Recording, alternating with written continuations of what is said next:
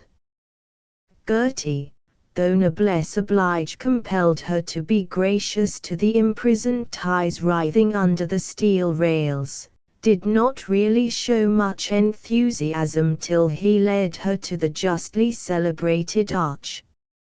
Even then she boasted of Minnehaha Falls and Fort Snelling and Lake Calhoun, but, upon his grieved solicitation, declared that, after all, the Twin Cities had nothing to compare with the arch, a sandstone tunnel full 20 feet high, miraculously boring through the railroad embankment, and faced with great stones which you could descend by lowering yourself from stone to stone. Through the arch ran the creek, with rare minnows in its pools, while important paths led from the creek to a wilderness of hazelnut bushes. He taught her to tear the drying husks from the nuts and crack the nuts with stones. At his request Gertie produced 2 pins from unexpected parts of her small frilly dress. He found a piece of string, and they fished for perch in the creek. As they had no bait whatever, their success was not large. A flock of ducks flew low above them, seeking a pond for the night. "Jiminy!" Carl cried, "it's getting late. We got to hurry. It's awful far to San Francisco and, I don't know, gee. Well, we sleep tonight. We hadn't ought to go on, had we?" "Yes. Come on."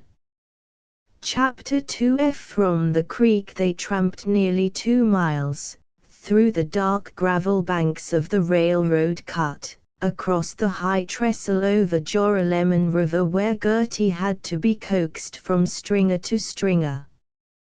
They stopped only when a gopher in a clearing demanded attention.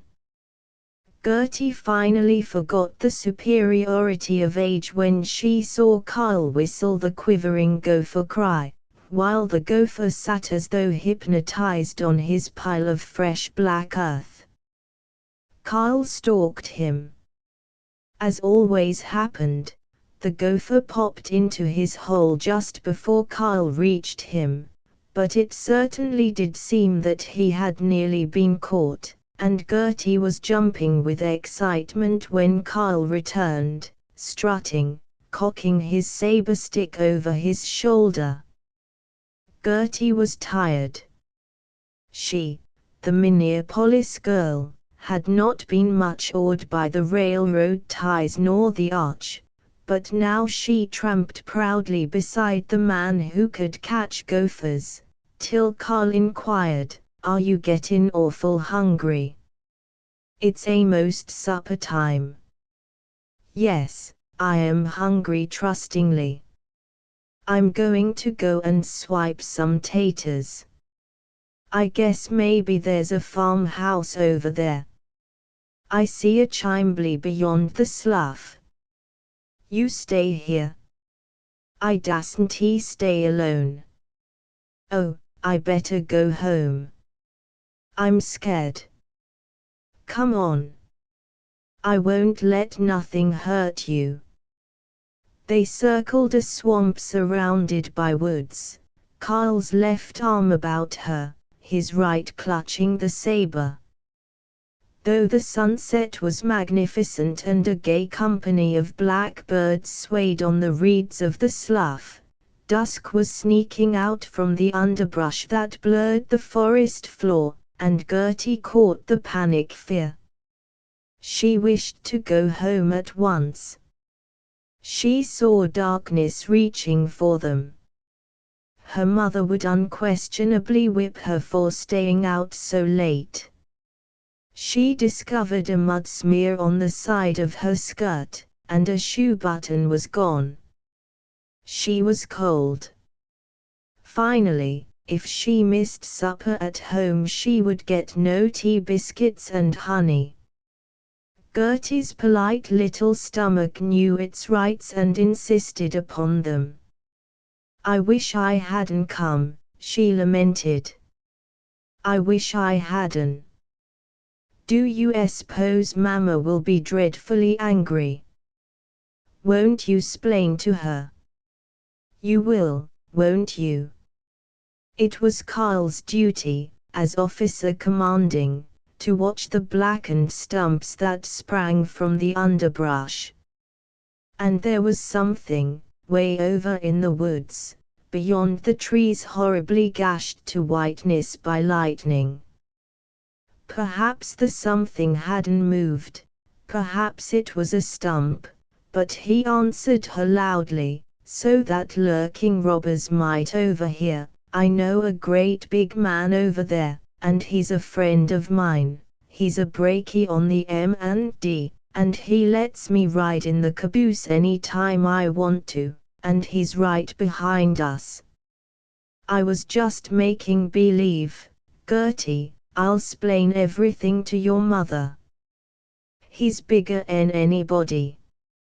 More conversationally, or Jiminy. "Gertie, don't cry. Please don't. I'll take care of you. And if you ain't going to have any supper, we'll swipe some taters and roast 'em." He gulped. He hated to give up, to return to woodshed and chicken yard, but he conceded, "I guess maybe we hadn't better go seek our fortunes no more too." A long wail tore through the air. The children shrieked together and fled, stumbling in dry bog, weeping in terror. Carl's backbone was all one prickling bar of ice. But he waved his stick fiercely, and, because he had to care for her, was calm enough to realize that the wail must have been the cry of the bitten. "It wasn't nothing but a bird, Gertie, it can't hurt us. Heard 'em lots of times." Nevertheless, he was still trembling when they reached the edge of a farmyard clearing beyond the swamp. It was grey dark. They could see only the mass of a barn and a farmer's cabin, both new to Carl. Holding her hand, he whispered, "They must be some taters or beggies in the barn. I'll sneak in and see. You stand here by the corn crib and work out some ears between the bars. See, like this." He left her. The sound of her frightened snivel aged him. He tiptoed to the barn door, eyeing a light in the farmhouse. He reached far up to the latch of the broad door and pulled out the wooden pin. The latch slipped noisily from its staple. The door opened with a groaning creak and banged against the barn. Paralyzed, hearing all the silence of the wild clearing, he waited. There was a step in the house. The door opened. A huge farmer, tousle-haired, black-bearded, held up a lamp and peered out. It was the Black Dutchman. The Black Dutchman was a living legend. He often got drunk and rode past Carl's home at night, lashing his horses and cursing in German. He had once thrashed the school teacher for whipping his son. He had no friends. Oh dear, I wished I was home," sobbed Carl, but he started to run to Gertie's protection. The Black Dutchman set down the lamp. "Where is the? I see you." "Damnation," he roared, and lumbered out, seizing a pitchfork from the manure pile. Carl galloped up to Gertie, panting, "He's after us," and dragged her into the hazel bushes beyond the corn crib.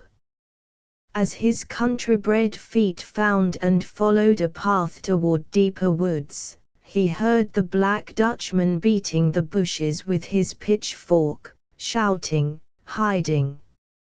I know where you are." "Ha!" Carl jerked his companion forward till he lost the path. There was no light. They could only crawl on through the bushes, whose malicious fingers stung Gertie's face and plucked at her proud frills. He lifted her over fallen trees, freed her from branches, and all the time, between his own sobs, he encouraged her and tried to pretend that their incredible plight was not the end of the world, whimpering, "We're a'most on the road now, Gertie, honest we are. I can't hear him now. I ain't afraid of him, he wouldn't dast hurt us or my pa would fix him. Oh, I hear him. He's coming. Oh, please save me, Carl. Gee. Run fast. Or, I don't hear him. I ain't afraid of him." They burst out on a grassy woodland road and lay down, panting. They could see a strip of stars overhead, and the world was dark, silent, in the inscrutable night of autumn. Carl said nothing. He tried to make out where they were, where this road would take them. It might run deeper into the woods, which he did not know as he did the arch environs, and he had so twisted through the brush that he could not tell in what direction lay either the main wagon road or the M&D track. He lifted her up, and they plodded hand in hand till she said, "I'm awful tired. It's awful cold. My feet hurt awfully. Carl dear, oh, please take me home now. I want my mama. Maybe she won't whip me now. It's so dark and, oh," she muttered, incoherently, "there. By the road. He's waiting for us." She sank down, her arm over her face, groaning, "Don't hurt me." Carl straddled before her, on guard. There was a distorted mass crouched by the road just ahead. He tingled with the chill of fear, down through his thighs. He had lost his stick saber, but he bent, felt for, and found another stick, and piped to the shadowy watcher, "I ain't afraid of you. You gwan away from here." The watcher did not answer. "I know who you are." Bellowing with fear, Carl ran forward, furiously waving his stick and clamoring, "You better not touch me." The stick came down with a silly, flat clack upon the watcher, a roadside boulder. "It's just a rock, Gertie." "Jiminy, I'm glad. It's just a rock." Or, "I knew it was a rock all the time. Ben Rusk gets scared every time he sees a stump in the woods, and he always thinks it's a robber." Chattily, Carl went back, lifted her again, endured her kissing his cheek, and they started on. "I'm so cold," Gertie moaned from time to time, till he offered, "I'll try and build a fire. maybe we better camp. I got a match what I swiped from the kitchen. Maybe I can make a fire, so we better camp. I don't want to camp. I want to go home. I don't know where we are, I told you. Can you make a regular campfire? Like Indians? Let's. But I rather go home. You ain't scared now, are you, Gertie? Gee. You're a awful brave girl. No, but I'm cold and I wished we had some tea biscuits. Ever too complacent was Miss Gertrude Cowles, the good girl in whatever group she joined, but she seemed to trust in Carl's heroism, and as she murmured of a certain chilliness she seemed to take it for granted that he would immediately bring her some warmth. Carl had never heard of the romantic males who, in fiction, so frequently offer their coats to ladies fair but chill, yet he stripped off his jacket and wrapped it about her, while his gingham-clad shoulders twitched with cold. I can hear a crick, way over there. Let's camp by it, he decided. They scrambled through the brush, Carl leading her and feeling the way. He found a patch of long grass beside the creek. With only his tremulous hands for eyes he gathered leaves, twigs, and dead branches, and piled them together in a pyramid, as he had been taught to do by the older woods-faring boys. It was still, no wind, but Carl, who had gobbled up every word he had heard about deer hunting in the North Woods, got a great deal of interesting fear out of dreading what might happen if his one match did not light. He made Gertie kneel beside him with the jacket outspread, and he hesitated several times before he scratched the match. It flared up, the leaves caught, the pile of twigs was instantly aflame. He wept, Jiminy, if it hadn't lighted. By and by he announced, loudly, I wasn't afraid to convince himself, and sat up, throwing twigs on the fire grandly. Gertie, who didn't really appreciate heroism, sighed, I'm hungry and, my second-grade teacher told us a story how they was a Arctic explorer and he was out in a blizzard, and I wish we had some tea biscuits, concluded Gertie, companionably but firmly. I'll go pick some hazelnuts. He left her feeding the flame. As he crept away, the fire behind him, he was dreadfully frightened, now that he had no one to protect. A few yards from the fire he stopped in terror. He clutched a branch so tightly that it creased his palm. 200 yards away, across the creek, was the small square of a lighted window hovering detached in the darkness. For a panic-filled second Carl was sure that it must be the Black Dutchman's window. His tired child mind whined. But there was no creek near the Black Dutchman's. Though he did not want to venture up to the unknown light, he growled, I will if I want to, and limped forward. He had to cross the creek, the strange creek whose stepping stones he did not know. Shivering, hesitant, he stripped off his shoes and stockings and dabbled the edge of the water with reluctant toes, to see if it was cold. It was.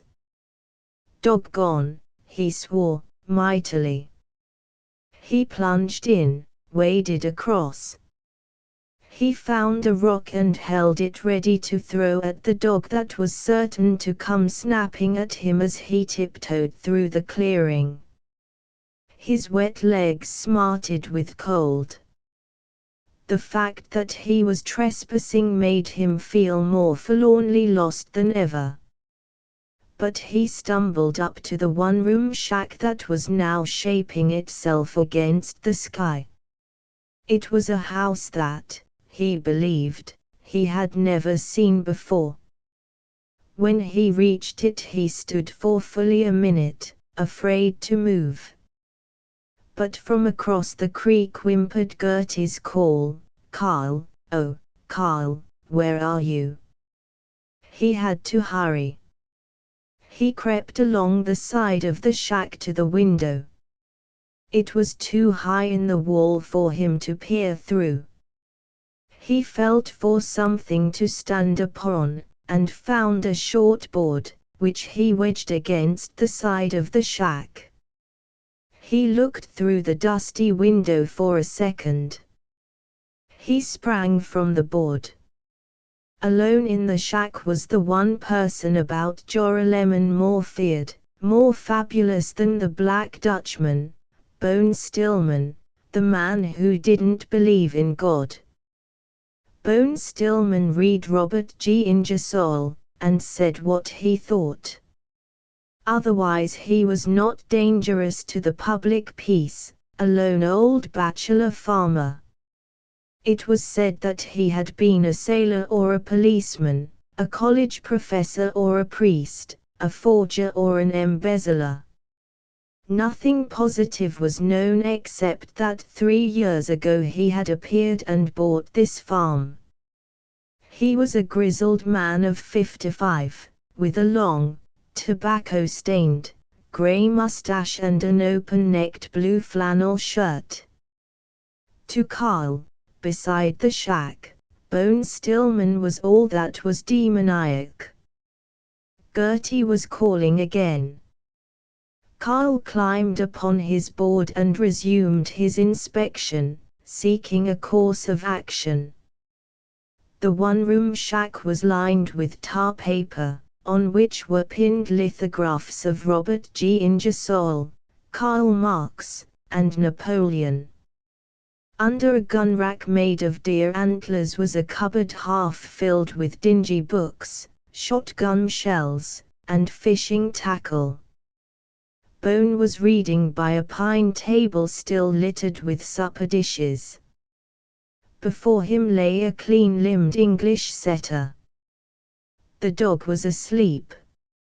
In the shack was absolute stillness and loneliness intimidating. While Carl watched, Bone dropped his book and said, "Here, Bob, what do you think of single tax, heh?" Carl gazed apprehensively. No one but Bone was in the shack. It was said that the devil himself sometimes visited here. On Carl was the chill of a nightmare.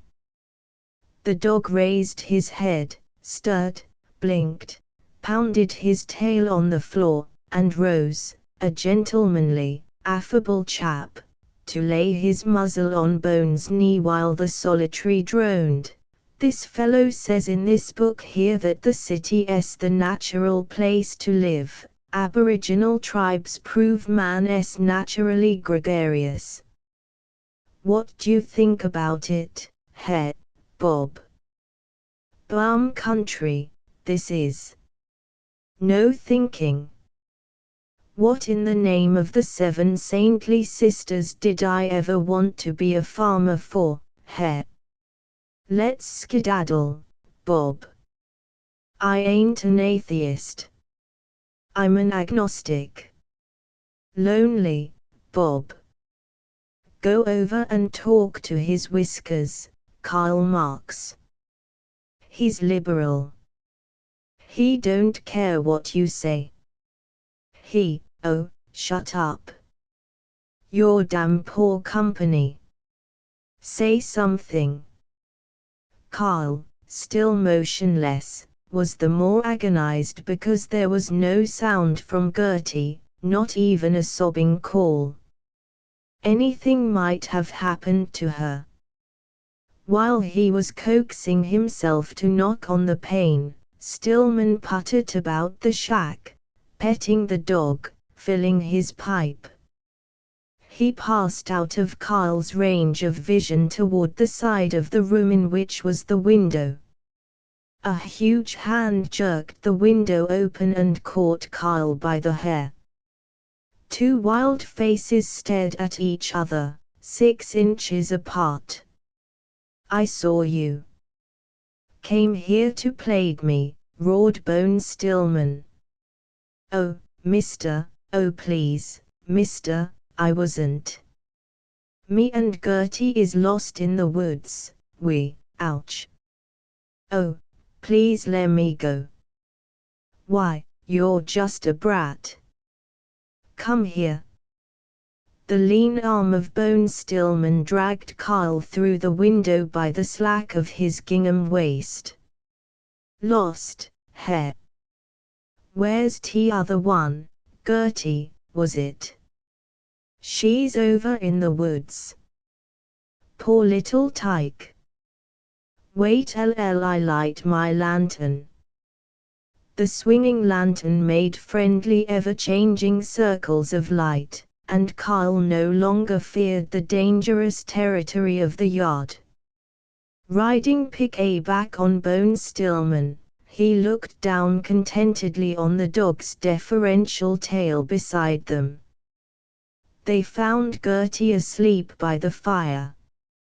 She scarcely awoke as Stillman picked her up and carried her back to his shack.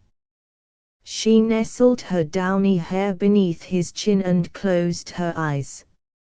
Stillman said, cheerily, as he ushered them into his mansion, "I'll hitch up and take you back to town.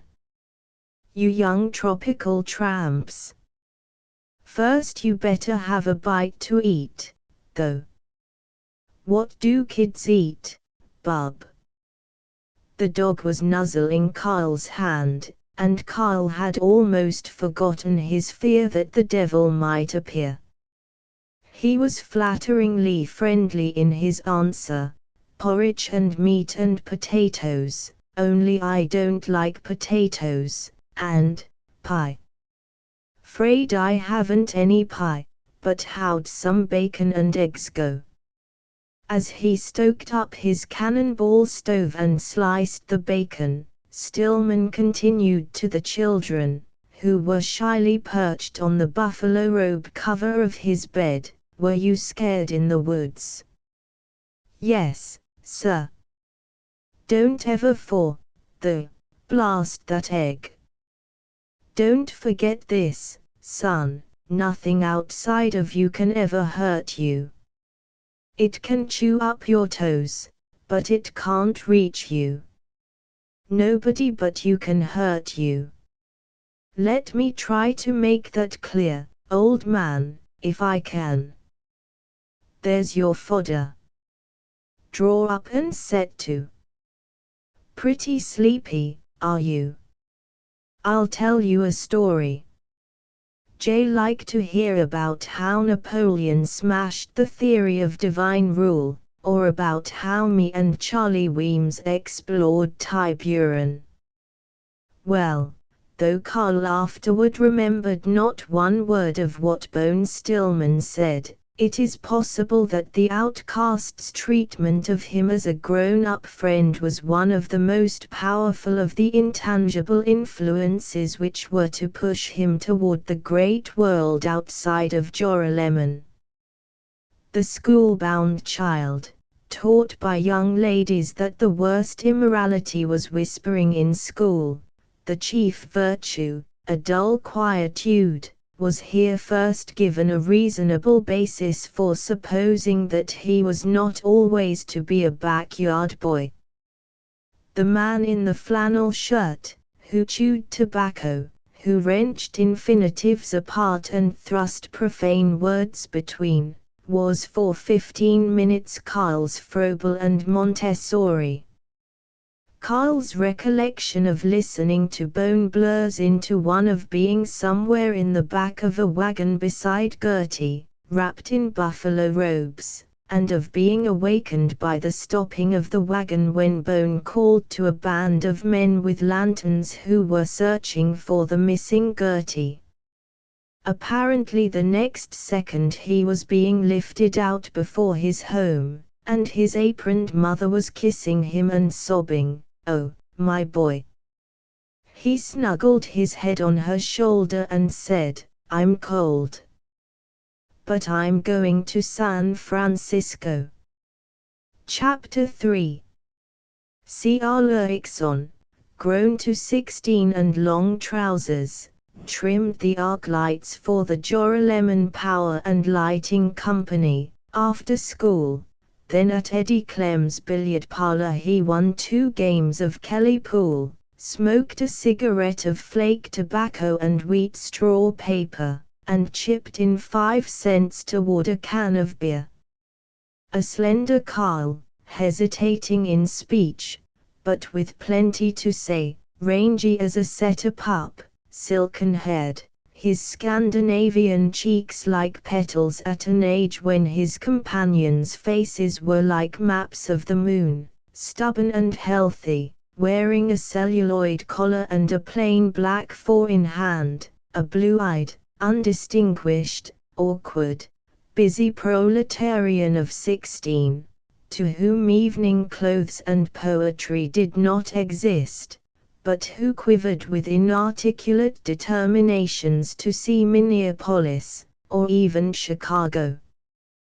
To him it was sheer romance to parade through town with a tin haversack of carbons for the arc lights, familiarly lowering the high-hung mysterious lamps, while his plodding acquaintances clerked in stores on Saturdays, or tended furnaces. Sometimes he donned the virile, and noisy, uniform of an electrician, army gauntlets, a coil of wire, pole climbers strapped to his legs. Crunching his steel spurs into the crisp pine wood of the lighting poles, he carelessly ascended to the place of humming wires and red crossbars and green glass insulators, while crowds of 2 and 3 small boys stared in awe from below. At such moments Carl did not envy the aristocratic leisure of his high school classmate, Fatty Ben Rusk, who, as son of the leading doctor, did not work, but stayed home and read library books. Carl's own home was not adapted to the enchantments of a boy's reading. Perfectly comfortable it was, and clean with the hard cleanness that keeps oilcloth looking perpetually unused, but it was so airlessly respectable that it doubled Carl's natural restlessness. It had been old Oscar Eriksson's labor of love, but the carpenter loved shininess more than space and leisure. His model for a house would have been a pine dry goods box grained in imitation of oak. Oscar Eriksson radiated intolerance and a belief in unimaginative, unresting labor. Every evening, collarless and carpet-slippered, ruffling his broom-colored hair or stroking his large, long chin, while his shirt tab moved ceaselessly in time to his breathing, he read a Norwegian paper. Carl's mother donned woolen socks and thought about milk pans and the neighbors and breakfast. The creak of rockers filled the unventilated, oilcloth-floored sitting room. The sound was as unchanging as the sacred positions of the crayon enlargement of Mrs. Eriksson's father, the green glass top hat for matches, or the violent ingrain rug with its dog's head pattern. Carl's own room contained only plaster walls, a narrow wooden bed, a bureau, a kitchen chair. 15 minutes in this irreproachable home sent Carl off to Eddie Clem's billiard parlor, which was not irreproachable. He rather disliked the bitterness of beer and the acrid specks of cigarette tobacco that stuck to his lips, but the bunch at Eddie's were among the few people in Joralemon who were conscious of life. Eddie's establishment was a long, white-plastered room with a pressed steel ceiling and an unswept floor. On the walls were billiard table makers' calendars and a collection of cigarette premium chromos portraying bathing girls. The girls were of lithographic complexions, almost too perfect of feature, and their lips were more than ruby. Carl admired them. A September afternoon. The 16-year-old Carl was tipped back in a chair at Eddie Clem's, one foot on a rung, while he discussed village scandals and told outrageous stories with Eddie Clem, a brisk moneymaker and vulgarian aged 23, who wore a fancy vest and celluloid buttons on his lapels. Ben Rusk hesitatingly poked his head through the door. Eddie Clem called, with businesslike cordiality, "H. Lowe, Fatty. Come in. How's your good health? Haven't reformed, have you? Going to join us roughnecks? Come on, I'll teach you to play pool.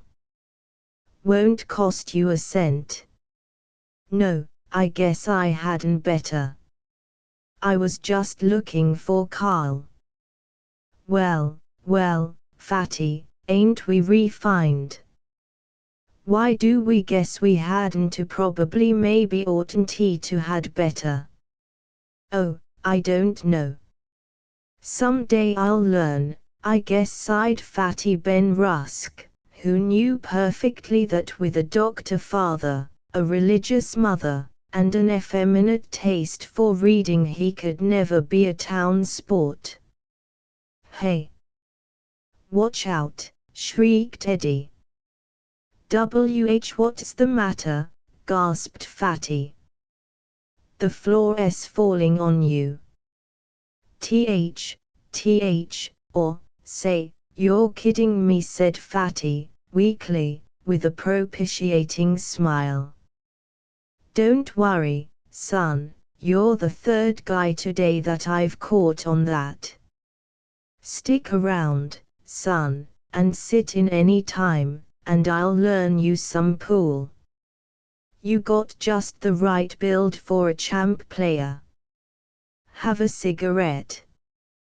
The social amenities whereby Joralemon prepares her youth for the graces of life having been recognized, Fatty Rusk hitched a chair beside Carl, and muttered, "Say, Carl, here's what I wanted to tell you. I was just up to the Cowleses to take back a French grammar I borrowed to look at. Maybe that ain't a hard-looking language.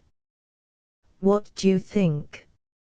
Mrs. Cowles told me Gertie is expected back tomorrow.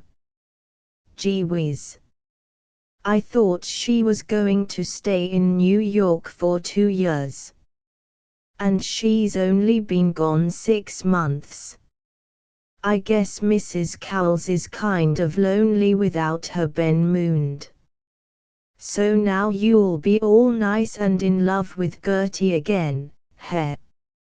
It certainly gets me why you want to fall in love, Fatty, when you could go hunting. If you'd read about King Arthur and Galahad and all them instead of reading the Scientific American, and about these fool horseless carriages and stuff, there never will be any practical use for horseless carriages, anyway. There will, growled Carl. My mother says she don't believe the Lord ever intended us to ride without horses, or what did he give us horses for? And the things always get stuck in the mud and you have to walk home. Mother was reading that in a newspaper, just the other day. Son, let me tell you, I'll own a horseless carriage someday, and I bet I go an average of 20 miles an hour with it, maybe 40. Oh, rats. But I was saying, if you'd read some library books you'd know about love. Why, what did God put love in the world for? Say, will you quit explaining to me about what God did things for? Ouch. Quit. Or, quit, Carl. Say, listen, here's what I wanted to tell you. How if you and me and Adelaide Bennier and some of us went down to the depot to meet Gertie, tomorrow? She comes in on the 12:47. Well, all right. Say, Benny, you don't want to be worried when I kid you about being in love with Gertie. I don't think I'll ever get married. But it's all right for you. Saturday morning was so cool, so radiant, that Carl awakened early to a conviction that, no matter how important meeting Gertie might be in the cosmic scheme, he was going hunting. He was downstairs by 5. He fried 2 eggs, called Dollar Ingersoll, his dog, son of Robert Ingersoll Stillman, gentleman dog, then, in canvas hunting coat and slouch hat, tramped out of town southward, where the woods ended in prairie. Gertie's arrival was forgotten. It was a gypsy day. The sun rolled splendidly through the dry air, over miles of wheat stubble, whose grey-yellow prickles were transmuted by distance into tawny velvet, seeming only the more spacious because of the straight, thin lines of barbed wire fences lined with goldenrod, and solitary houses in willow groves. The dips and curves of the rolling plain drew him on, the distances satisfied his eyes. A pleasant hum of insects filled the land's wide serenity with hidden life. Carl left a trail of happy, monotonous whistling behind him all day, as his dog followed the winding trail of prairie chickens, as a covey of chickens rose with booming wings and he swung his shotgun for a bead. He stopped by prairie sloughs or bright green bogs to watch for a duck. He hailed as equals the occasional groups of hunters in 2-seated buggies, quartering the fields after circling dogs. He lunched contentedly on sandwiches of cold lamb, and lay with his arms under his head, gazing at a steeple fully 10 miles away. By 6 of the afternoon he had 7 prairie chickens tucked inside the long pocket that lined the tail of his coat, and he headed for home, superior to Miles, his quiet eyes missing none of the purple asters and goldenrod. As he began to think he felt a bit guilty. The flowers suggested Gertie. He gathered a large bunch, poking stalks of aster among the goldenrod, examining the result at arm's length. Yet when he stopped at the Rusks in town, to bid Benny take the rustic bouquet to Gertie, he replied to reproaches, "What you making all the fuss about my not being there to meet her for? She got here all right, didn't she? What J expect me to do? Kiss her? You ought to known it was too good a day for hunting to miss. How's Gert? Have a good time in New York?" Carl himself took the flowers to her, however, and was so shyly attentive to her account of New York that he scarcely stopped to speak to the Cowles's hired girl who was his second cousin. Mrs. Cowles overheard him shout, "Hello, Lena.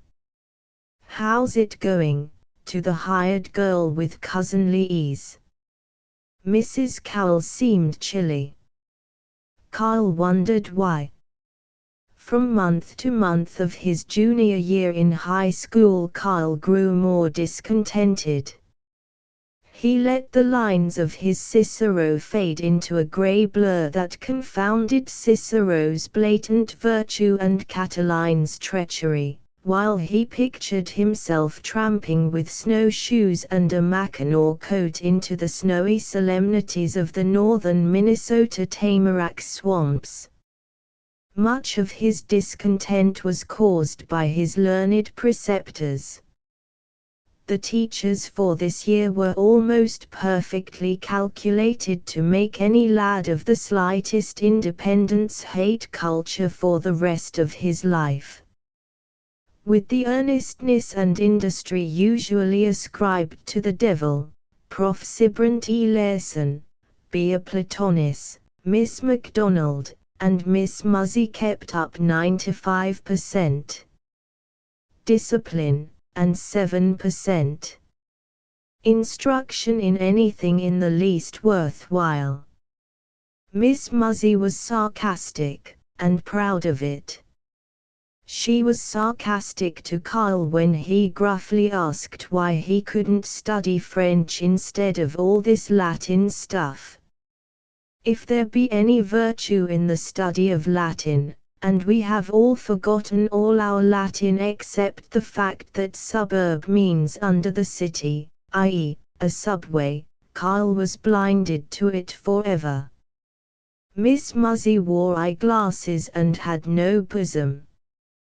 Kyle's father used to say approvingly, that Miss Muzzy don't stand for no nonsense, and Mrs. Dr. Rusk often had her for dinner.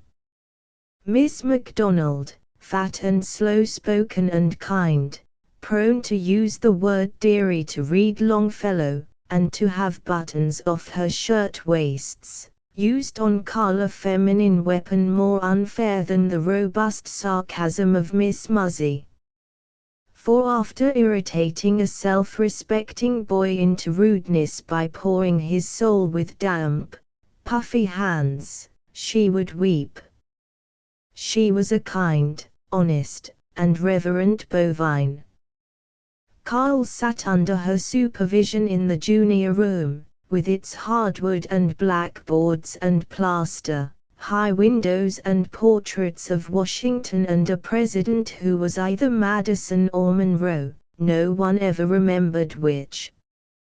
He hated the eternal school smell of drinking water pails and chalk and slates and varnish. He loathed the blackboard erasers, white with crayon dust. He found inspiration only in the laboratory where Prof. Larson mistaught physics and rebuked questions about the useless part of chemistry, that is, the part that wasn't in their textbooks. As for literature, Ben Rusk persuaded him to try Captain Marryat and Conan Doyle. Kyle met Sherlock Holmes in a paper-bound book, during a wait for flocks of mallards on the Duck Pass, which was a little temple of silver birches bare with November. He crouched down in his canvas coat and rubber boots, gun across knees, and read for an hour without moving. As he tramped home, into a vast Minnesota sunset like a furnace of fantastic coals, past the garnet-tinged ice of lakes, he kept his gun cocked and under his elbow, ready for the royal robber who was dogging the personage of Baker Street. He hunted much, distinguished himself in geometry and chemistry, nearly flunked in Cicero and English, learned to play an extraordinarily steady game of bottle pool at Eddie Clem's. And always Gertie Cowles, gently hesitant toward Ben Rusk's affection, kept asking Kyle why he didn't come to see her oftener, and plaited a ladywinks. On the Friday morning before Christmas vacation, Carl and Ben Rusk were cleaning up the chemical laboratory, its pine experiment bench and iron sink and rough floor. Benny worried a rag in the sink with the resigned manner of a man who, having sailed with purple banners the sunset sea of tragedy, goes bravely on with a life grey and weary. The town was excited. Gertie Cowles was giving a party, and she had withdrawn her invitation to Eddie Clem. Gertie was staying away from high school, gracefully recovering from a cold. For 2 weeks the junior and senior classes had been furtively exhibiting her holodecked cards of invitation. Eddie had been included, but after his quarrel with Howard Griffin, a Plato College freshman who was spending the vacation with Ray Cowles, it had been explained to Eddie that perhaps he would be more comfortable not to come to the party. Gertie's brother, Murray, or Ray, was the town hero. He had captained the high school football team. He was tall and very black-haired, and he jollied the girls. It was said that 20 girls in Joralemon and Wakeman, and a grass widow in St. Hilary, wrote to him. He was now a freshman in Plato College, Plato, Minnesota. He had brought home with him his classmate, Howard Griffin, whose people lived in South Dakota and were said to be wealthy. Griffin had been very haughty to Eddie Clem, when introduced to that brisk young man at the billiard parlor, and now, the town eagerly learned, Eddie had been rejected of society. In the laboratory Carl was growling, "Well, say, Fatty, if it was right for them to throw Eddie out, where do I come in? His dad's a barber, and mine's a carpenter, and that's just as bad. Or how about you? I was reading that docs used to be just barbers." "Or, thunder," said Ben Rusk, the doctor's scion, uncomfortably, "you're just arguing. I don't believe that about doctors being barbers. Don't it tell about doctors way back in the Bible?" "Why, of course. Luke was a physician. 'Sides, it ain't a question of Eddie's being a barber's son. I should think you'd realize that Gertie isn't well. She wouldn't want to have to entertain both Eddie and Griffin's her guest, and besides, you're getting all tangled up. If I was to let you go on, you'd trip over a long word and bust your dome. Come on. We've done enough cleaning. Let's hike. Come on up to the house and help me on my bobs. I got a new scheme for pivoting the back sled. You just wait till tonight. I'm going to tell Gertie and Mr. Howard Griffin just what I think of them for being such two-bit snobs.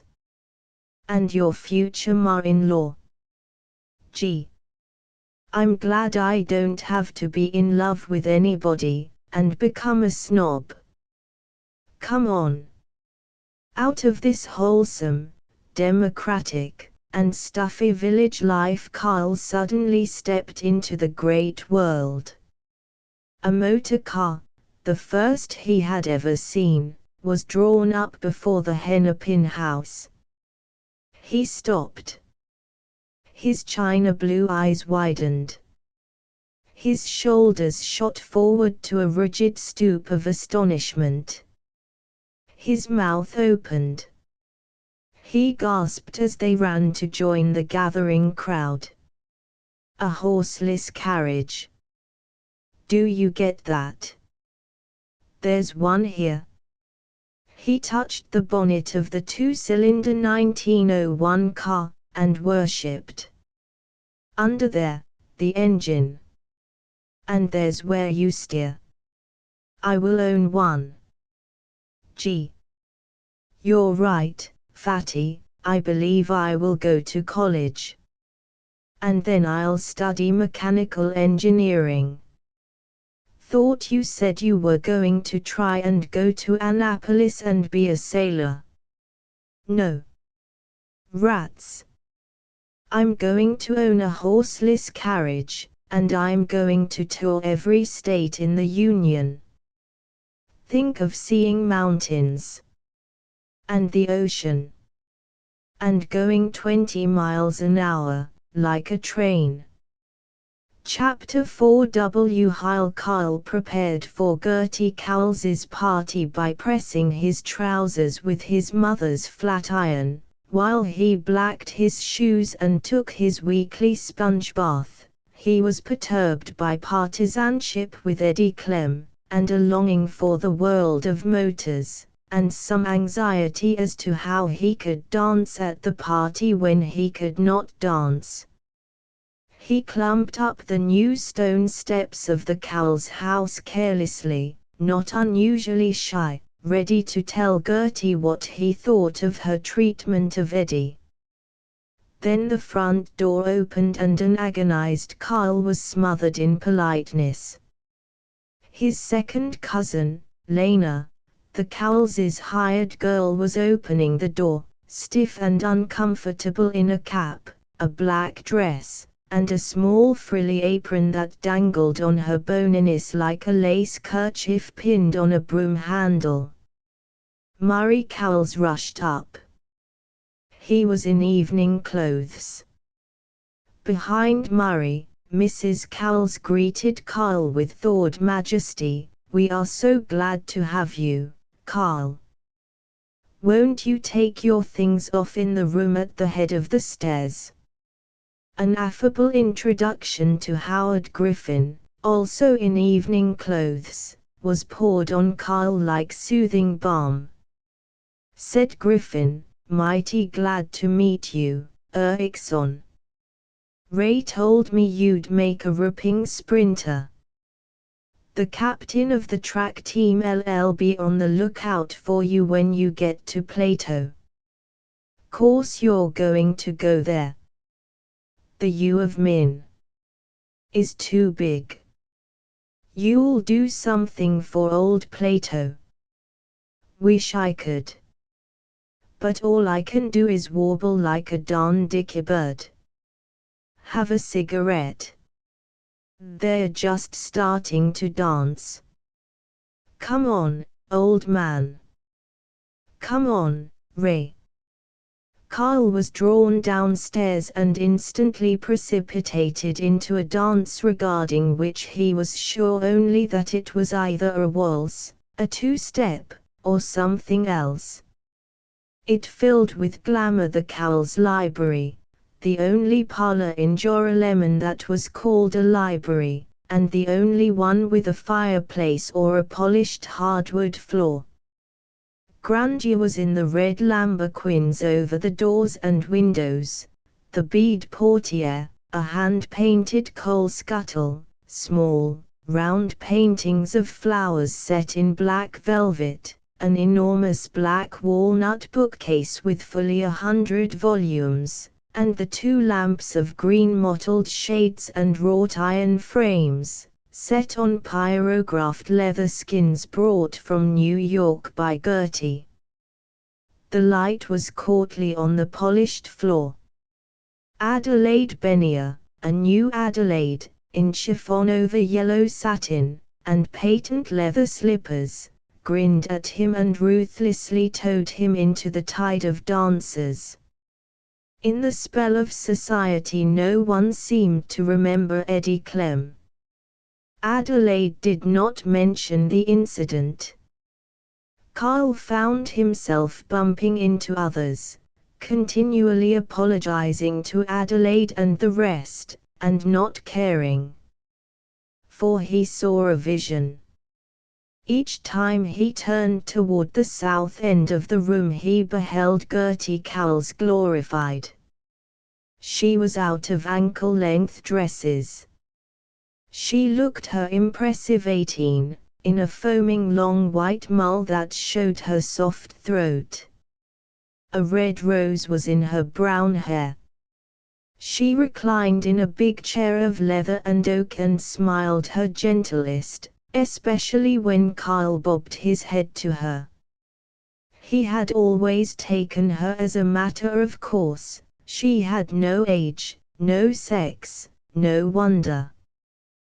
That afternoon she had been a negligible bit of Joralemon, to be accused of snobbery toward Eddie Clem, and always to be watched suspiciously lest she spring some New York airs on us. Gertie had craftily seemed unchanged after her New York enlightenment till now. Here she was, suddenly grown up and beautiful, haloed with a peculiar magic, which distinguished her from all the rest of the world. "She's the one that would ride in that horseless carriage when I got it," Carl exulted. "That must be a train, that thing she's got on." After the dance he disposed of Adelaide Bennier as though she were only a sister. He hung over the back of Gertie's chair and urged, "I was awful sorry to hear you were sick. Say, you look wonderful, tonight. I'm so glad you could come to my party. Oh, I must speak to you about, do you suppose you would ever get very, very angry at poor me? Me so bad sometimes." He cut an awkward little caper to show his aplomb, and assured her, "I guess probably I'll kill you sometime, all right. No, listen, Carl, I'm dreadfully serious. I hope you didn't go and get dreadfully angry at me about Eddie Clem. I know Eddie's good friends with you. And I did want to have him come to my party. But you see it was this way, Mr. Griffin is our guest, he likes you a lot, Carl. Isn't he a dandy fellow? I guess Adelaide and Hazelree just crazy about him. I think he's just as swell as the men in New York. Eddie and he didn't get along very well together. It isn't anybody's fault, I don't guess. I thought Eddie would be lots happier if he didn't come, don't you see? Oh no, of course, oh yes, I see. Sure. I can see how. Say, Gertie, I never did know you could look so grown up. I suppose now you'll never play with me. I want you to be a good friend of mine always. We always have been awfully good friends, haven't we? Yes. Do you remember how we ran away? And how the Black Dutchman shashed us? Her sweet and complacent voice was so cheerful that he lost his awe of her new magic and chortled, and how we used to play pum-pum-pool away. She delicately leaned her cheek on a fingertip and sighed, "Yes, I wonder if we shall ever be so happy as when we were young. I don't believe you care to play with me so much now." "Oh, gee. Gertie. Like to." The shyness was on him again. "Say, are you feeling better now? You're all over being sick." "Almost, now. I'll be back in school right after vacation. It's you that don't want to play, I guess. I can't get over that long white dress.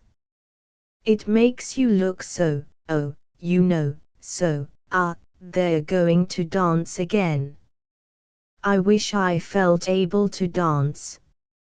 Let me sit and talk to you, Gertie, instead of dancing." I suppose you're dreadfully bored, though, when you could be down at the billiard parlor. Yes, I could. Not. Eddie Clem and his fancy vest wouldn't have much chance, alongside of Griffin in his dress suit. Course I don't want to knock Eddie.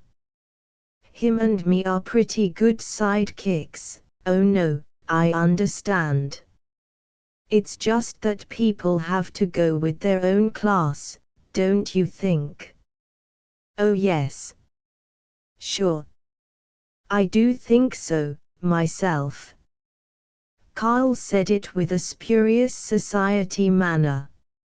In Gertie's aristocratic presence he desired to keep aloof from all vulgar persons.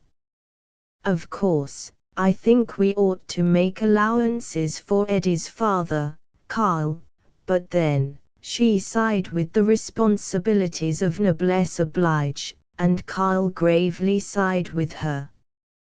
He brought a stool and sat at her feet. Immediately he was afraid that everyone was watching him. Ray Cowles bawled to them, as he passed in the waltz, "Watch out for that Carl, Gert. He's a regular Baddix." Carl's scalp tickled, but he tried to be very offhand in remarking, "You must have gotten that dress in New York, didn't you? Why haven't you ever told me about New York? You've hardly told me anything at all." "Well, I like that. And you never been near me to give me a chance. I guess I was kind of scared you wouldn't care much for Joralemon, after New York." "Why, Carl, you mustn't say that to me. I didn't mean to hurt your feelings, Gertie, honestly I didn't. I was just joking. I didn't think you'd take me seriously. As though I could forget my old friends, even in New York. I didn't think that. Straight. Please tell me about New York." "That's the place, all right. Jiminy. Wouldn't I like to go there? I wish you could have been there, Carl. We had such fun in my school. There weren't any boys in it, but no boys in it." "Why, how's that?" "Why, it was just for girls." "I see," he said, fatuously, completely satisfied. "We did have the best times, Carl. I must tell you about one awfully naughty thing. Carrie, she was my chum in school, and I did. There was a stock company on 23rd Street, and we were all crazy about the actors, especially Clemence Devereaux, and one afternoon Carrie told the principal she had a headache, and I asked if I could go home with her and read her the assignments for next day. They called the lessons assignments there, and they thought I was such a meek little country mouse that I wouldn't ever fib, and so they let us go, and what do you think we did? She had tickets for the two orphans at the stock company. You've never seen the two orphans, have you? It's perfectly splendid. I used to weep my eyes out over it. And afterward we went and waited outside, right near the stage entrance, and what do you think? The leading man, Clemence Devereaux, went right by us as near as I am to you. Oh, Carl, I wish you could have seen him. Maybe he wasn't the handsomest thing. He had the blackest, curliest hair, and he wore a thumb ring. I don't think much of all these ham-farters, growled Carl.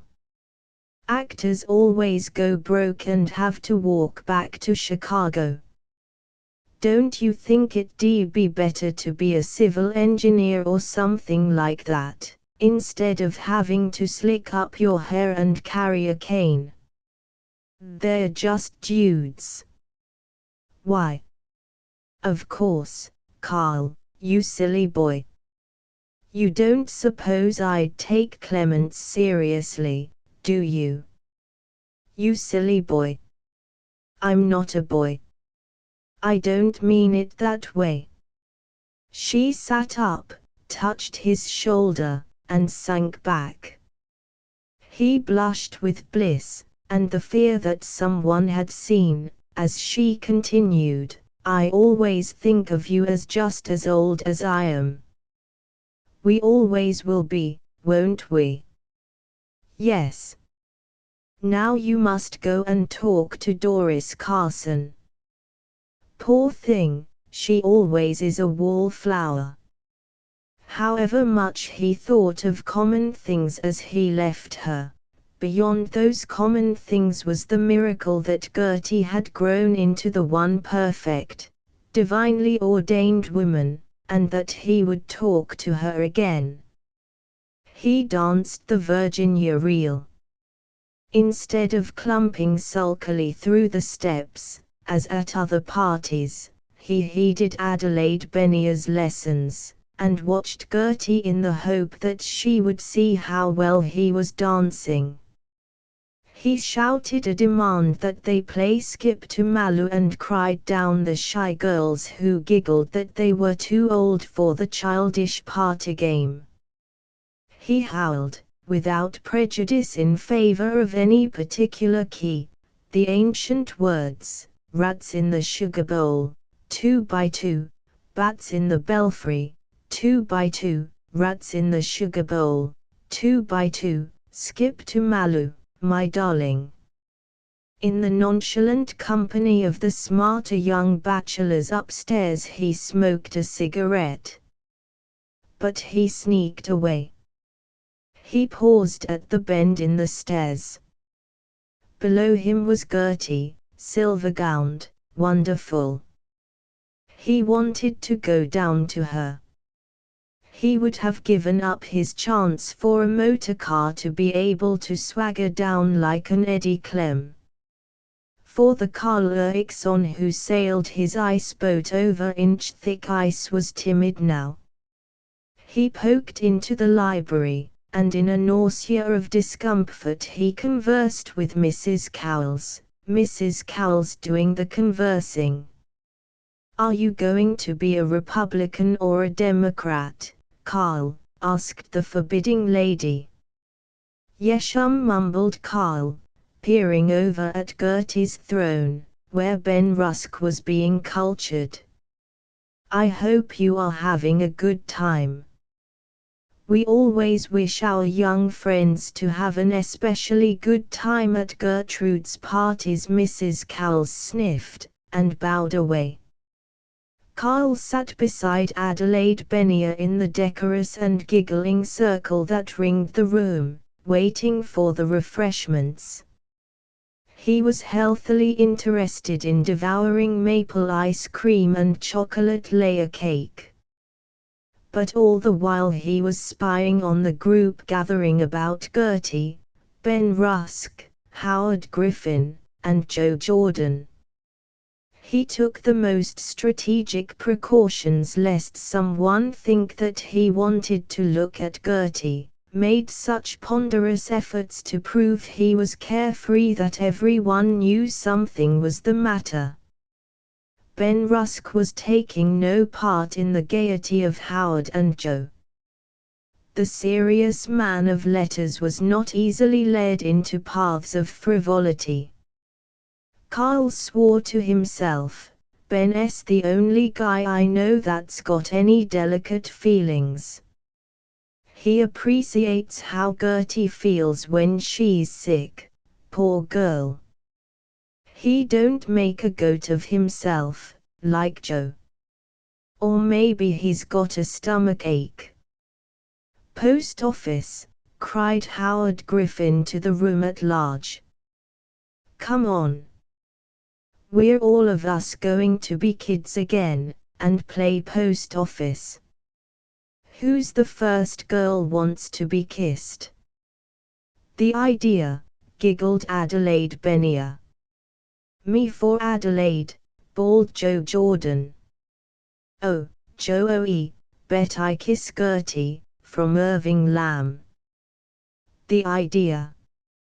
Just as if we were children, he must think we're kids again, shamey. Winnie wants to be kissed, and Carl won't. I don't, either, so there, I think it's awful.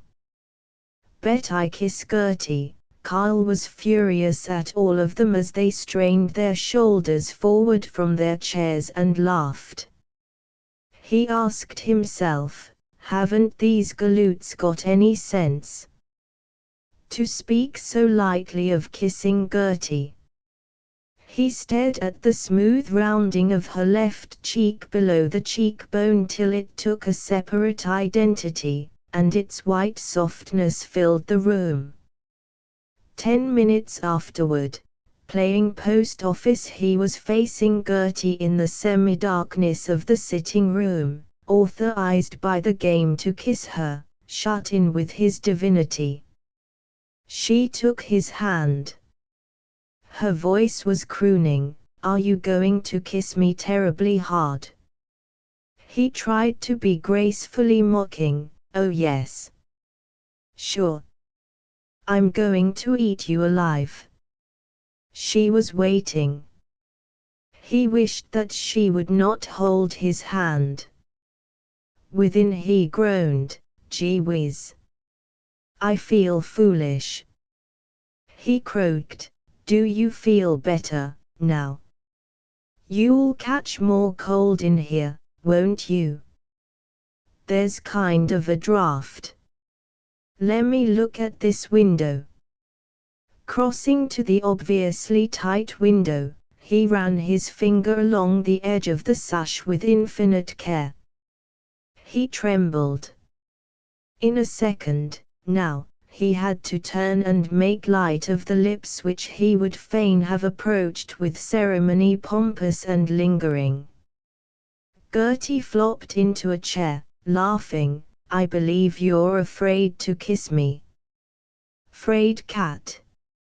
You'll never be a squire of dames, like those actors are. All right for you." "I am not afraid," he piped.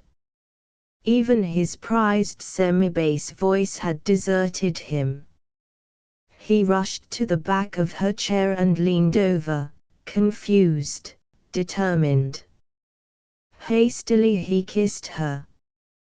The kiss landed on the tip of her cold nose. And the whole party was tumbling in, crying, "Time's up. You can't hug her all evening. Did you see? He kissed her on the nose." "Did he? Oh. Time's up. Can't try it again."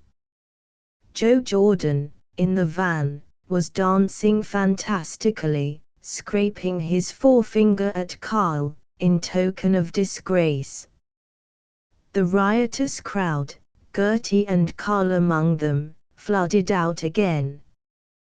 To show that he had not minded the incident of the misplaced kiss, Carl had to be very loud and merry in the library for a few minutes. But when the game of post office was over and Mrs. Cowles asked Ray to turn down the lamp in the sitting room, Carl insisted, "I'll do it, Mrs. Cowles, I'm nearer N. Ray," and bolted.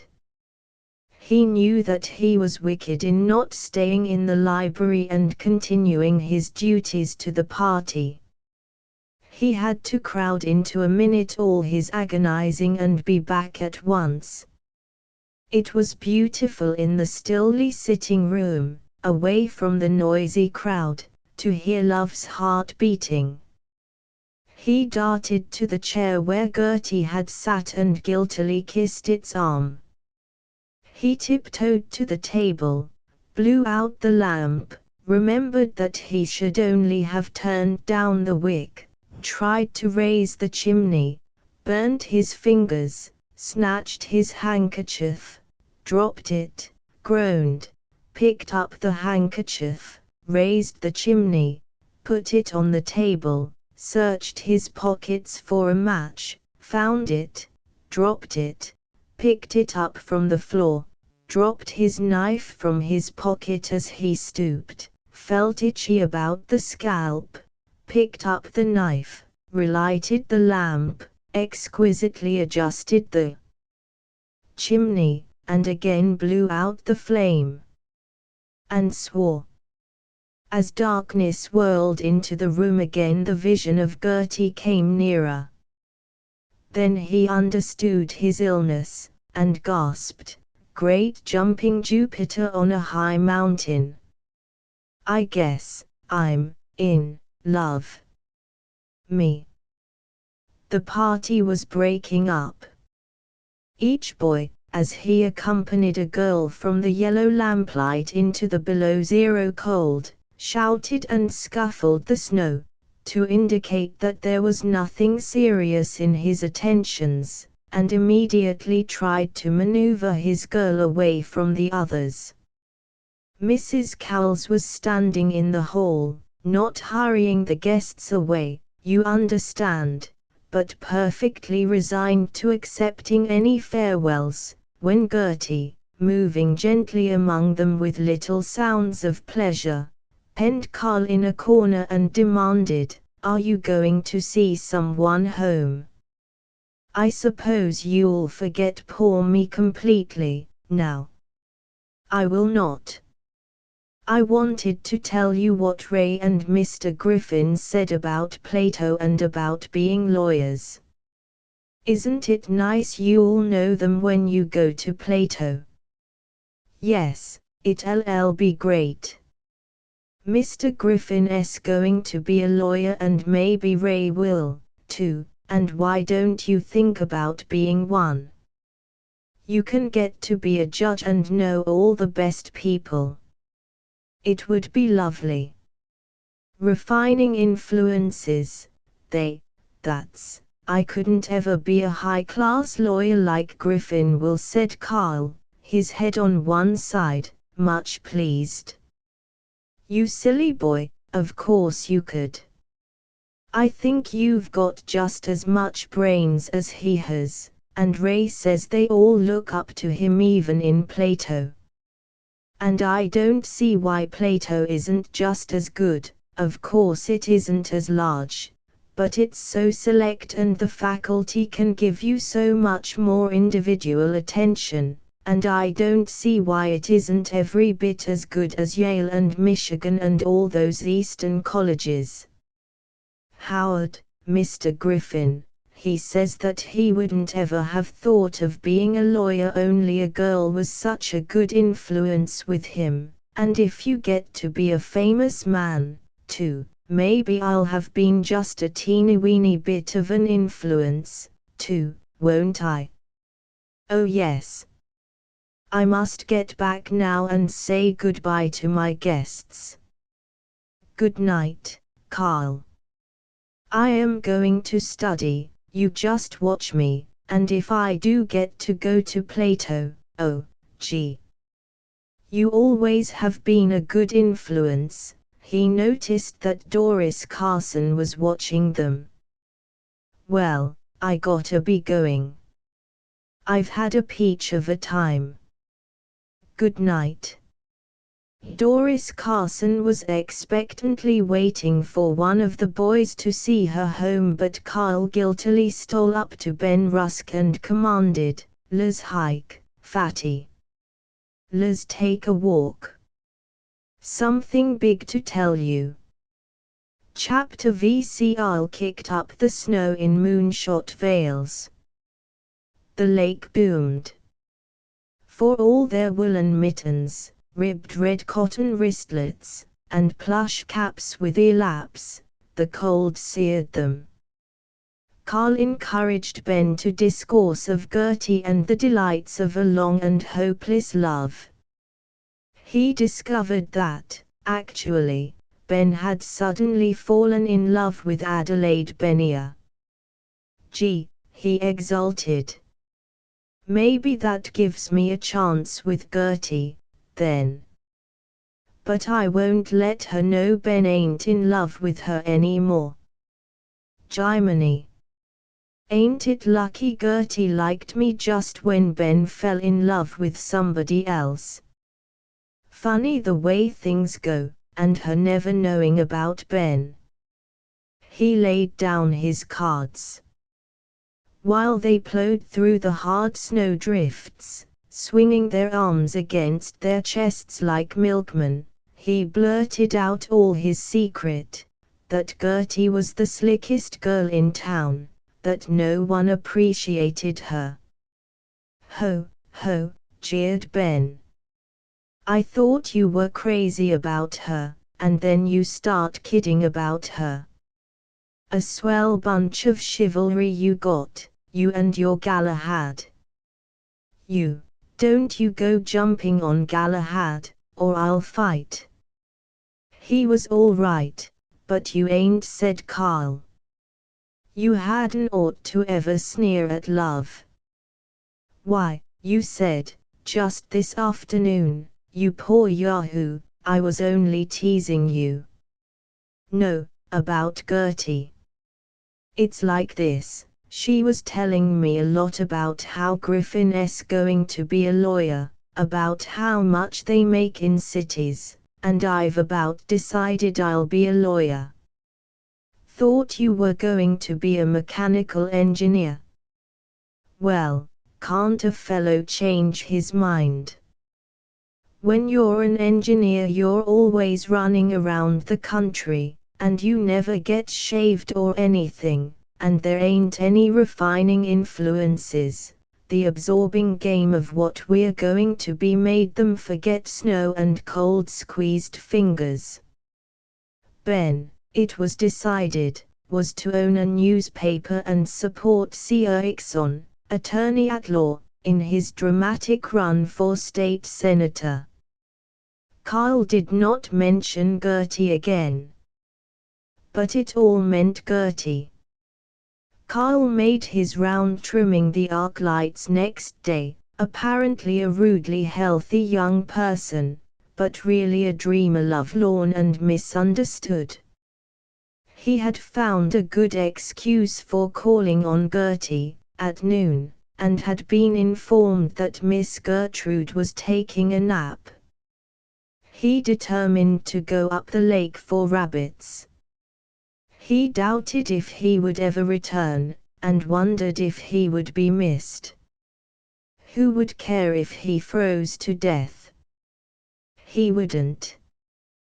Though he did seem to be taking certain precautions, by donning a Mackinaw coat, 2 pairs of trousers, 2 pairs of woolen socks, and shoe packs. He was graceful as an Indian when he swept, on skis he had made himself, across miles of snow covering the lake and dazzling in the diffused light of an even gray sky. The reeds by the marshy shore were frost glittering and clattered faintly. Marshy islands were lost in snow. Hummocks and ice jams and the weaving patterns of mink tracks were blended in one white immensity, on which Carl was like a fly on a plaster ceiling. The world was deserted.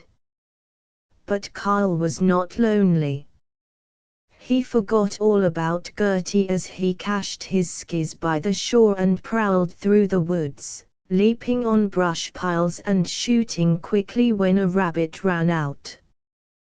When he had bagged 3 rabbits he was besieged by the melancholy of loneliness, the perfection of the silver-gowned Gertie. He wanted to talk. He thought of Bone Stillman. It was very likely that Bone was, as usual in winter, up beyond Big Bend, fishing for pickerel with tip-ups. A never-stopping dot in the dusk, Carl headed for Big Bend, 3 miles away. The tip-up fisher watches a dozen tip-ups, short, automatic fishing rods, with lines running through the ice, the pivoted arm signaling the presence of a fish at the bait.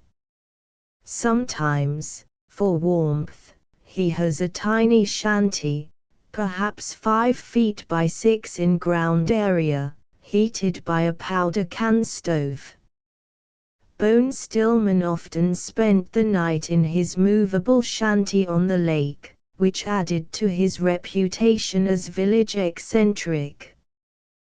But he was more popular, now, with the local sporting gentlemen, who found that he played a divine game of poker. "Hello, son," he greeted Carl. "Come in. Leave them long legs of yours up on shore if there ain't room. Say, Bone, do you think a fellow ever ought to join a church?" "Depends." "Why?" "Well, suppose he was going to be a lawyer and go in for politics." "Look here. What were you thinking of becoming a lawyer for?" "Didn't say I was." "Of course you're thinking of it. Look here. Don't you know you've got a chance of seeing the world? You're one of the lucky people that can have a touch of the wanderlust without being made useless by it, as I have. You may wander in thought as well as on freight trains, and discover something for the world. Whereas a lawyer, they're priests. They decide what's holy and punish you if you don't guess right. They set up codes that it takes lawyers to interpret, and so they perpetuate themselves. I don't mean to say you're extraordinary in having a chance to wander. Don't get the big head over it. You're a pretty average young American. There's plenty of the same kind. Only, mostly they get tied up to something before they see what a big world there is to hike in, and I want to keep you from that. I'm not roasting lawyers. Yes, I am, too. They live in calf-bound books. Son, for God's sake live in life. Yes, but look here, Bone, I was just thinking about it, that's all. You're always drumming it into me about not taking anything for granted. Anyway, by the time I go to Plato I'll know. Do you mean to say you're going to that Back Creek nunnery? That Black Whore University? Are you going to play checkers all through life? Oh, I don't know, now, Bone. Plato ain't so bad. A fellow's got to go someplace so he can mix with people that know what's the proper thing to do. Refining influences and like that. Proper. Refining. Son, are you going to get Joralemonized? If you want what the French folks call the grand manner, if you're going to be a tip-top, a number one, genuine grand seigneur, or however they pronounce it, why, all right, go to it. That's one way of playing a big game. But when it comes down to a short bit, freshwater sewing circle like Plato College, where an imitation scholar teaches you imitation translations of useless classics, and amble-footed girls teach you imitation party manners that make you just as plumb ridiculous in a real salon as they would in a lumber camp, why, oh, say why. I've got it. Girls, eh? What girl ve you been falling in love with to get this Plato idea from, eh? Or, I ain't in love, Bone. No, I don't opine you are. At your age you got about as much chance of being in love as you have of being a grandfather. But somehow I seem to have a little old suspicion that you think you're in love. But it's none of my business, and I ain't going to ask questions about it. He patted Carl on the shoulder, moving his arm with difficulty in their small, dark space. Son, I've learned this in my life, and I've done quite some hiking at that, even if I didn't have the Bukelonine and the GIT up and GIT to make anything out of my experience. It's a thing I ain't big enough to follow up, but I know it's there. Life is just a little old checker game played by the alfalfa contingent at the country store unless you've got an ambition that's too big to ever quite lasso it. You want to know that there's something ahead that's bigger and more beautiful than anything you've ever seen, and never stop till you can't follow the road anymore. And anything or anybody that doesn't pack any surprises, get that, surprises for you, is dead, and you want to slough it like a snake does its skin. You want to keep on remembering that Chicago's beyond Joralemon, and Paris beyond Chicago, and beyond Paris, maybe there's some big peak of the Himalayas. For hours they talked, Bone desperately striving to make his dreams articulate to Carl, and to himself. They ate fish fried on the powder can stove, with half-warm coffee. They walked a few steps outside the shack in the ringing cold, to stretch stiff legs. Carl saw a world of unuttered freedom and beauty foreshadowed in Bone's cloudy speech. But he was melancholy. For he was going to give up his citizenship in Wonderland for Gertie Cowles. Gertie continued to enjoy ill health for another week. Every evening Carl walked past her house, hoping that he might see her at a window, longing to dare to call. Each night he pictured rescuing her from things. Rescuing her from fire, from drowning, from evil men. He felt himself the more bound to her by the social recognition of having his name in the Joralemon Dynamite, the following Thursday. One of the pleasantest affairs of the holiday season among the younger set was held last Friday evening, when Gertrude Cowles entertained a number of her young friends at a party at her mother's handsome residence on Maple Hill. Among those present were mess dames Benia and Rusk, who came in for a brief time to assist in the jollities of the evening, Mrs. Benia, Carson, Wesselius, Madlund, Ripka, Smith, Lansing, and Brick, and Messrs. Ray Cowles, his classmate Howard Griffin, who is spending his vacation here from Plato College, Carl Erickson, Joseph Jordan, Irving Lamb, Benjamin Rusk, Nels Thorsten, Peter Schoenhof, and William T. Upham. After dancing and games, which were thoroughly enjoyed by all present, and a social hour spent in discussing the events of the season in JHS, a most delicious repast was served and the party adjourned, one and all voting that they had been royally entertained. The glory was the greater because at least 7 names had been omitted from the list of guests. Such social recognition satisfied Carl, for half an hour. Possibly it nerved him finally to call on Gertie. Since for a week he had been dreading a chilly reception when he should call, he was immeasurably surprised when he did call and got what he expected, He had not expected the fates to be so treacherous as to treat him as he expected, after he had disarmed them by expecting it.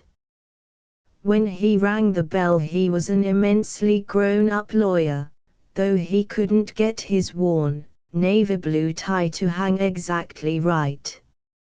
He turned into a crestfallen youth as Mrs. Cowles opened the door and waited for him to speak, after a crisp, "Well, what is it, Carl?"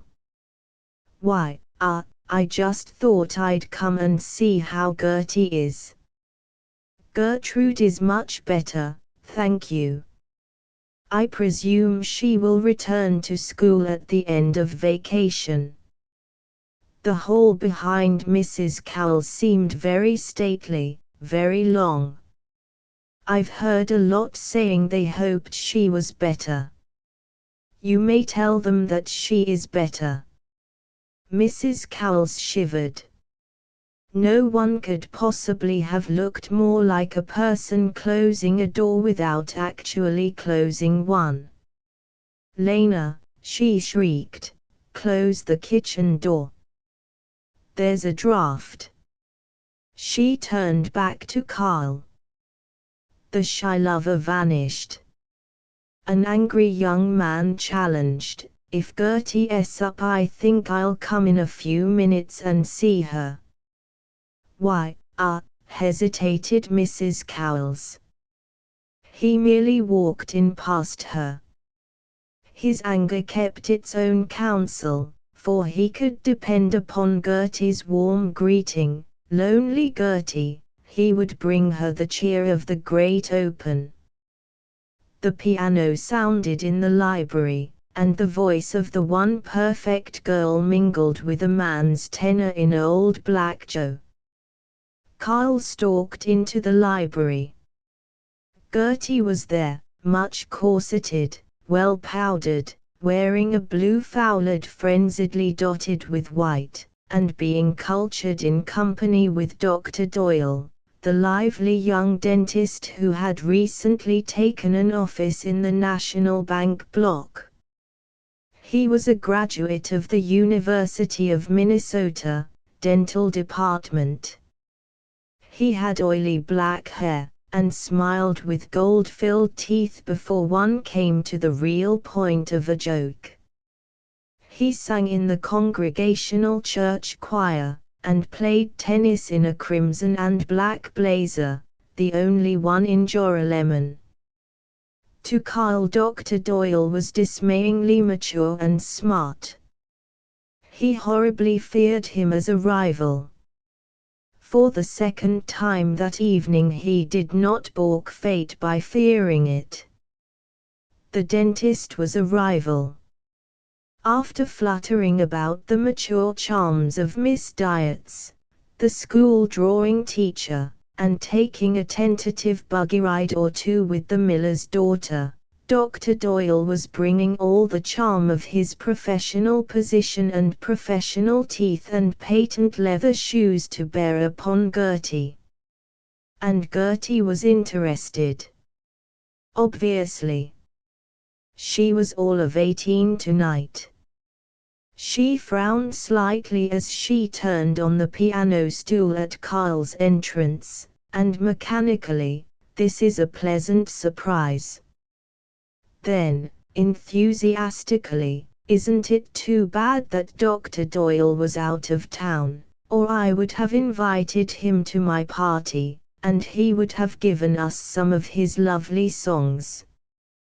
Do try the second verse, Doctor. The harmony is so lovely." Carl sat at the other end of the library from Gertie and the piano, while Mrs. Cowles entertained him. He obediently said yes and no to the observations which she offered from the fullness of her lack of experience of life. He sat straight and still. Behind his fixed smile he was simultaneously longing to break into the musical fiesta, and envying the dentist's ability to get married without having to wait to grow up, and trying to follow what Mrs. Cowles was saying. She droned, while crocheting with high-minded industry a useless piano scarf. "Do you still go hunting, Carl?" "Yes'm. Quite a little rabbit hunting."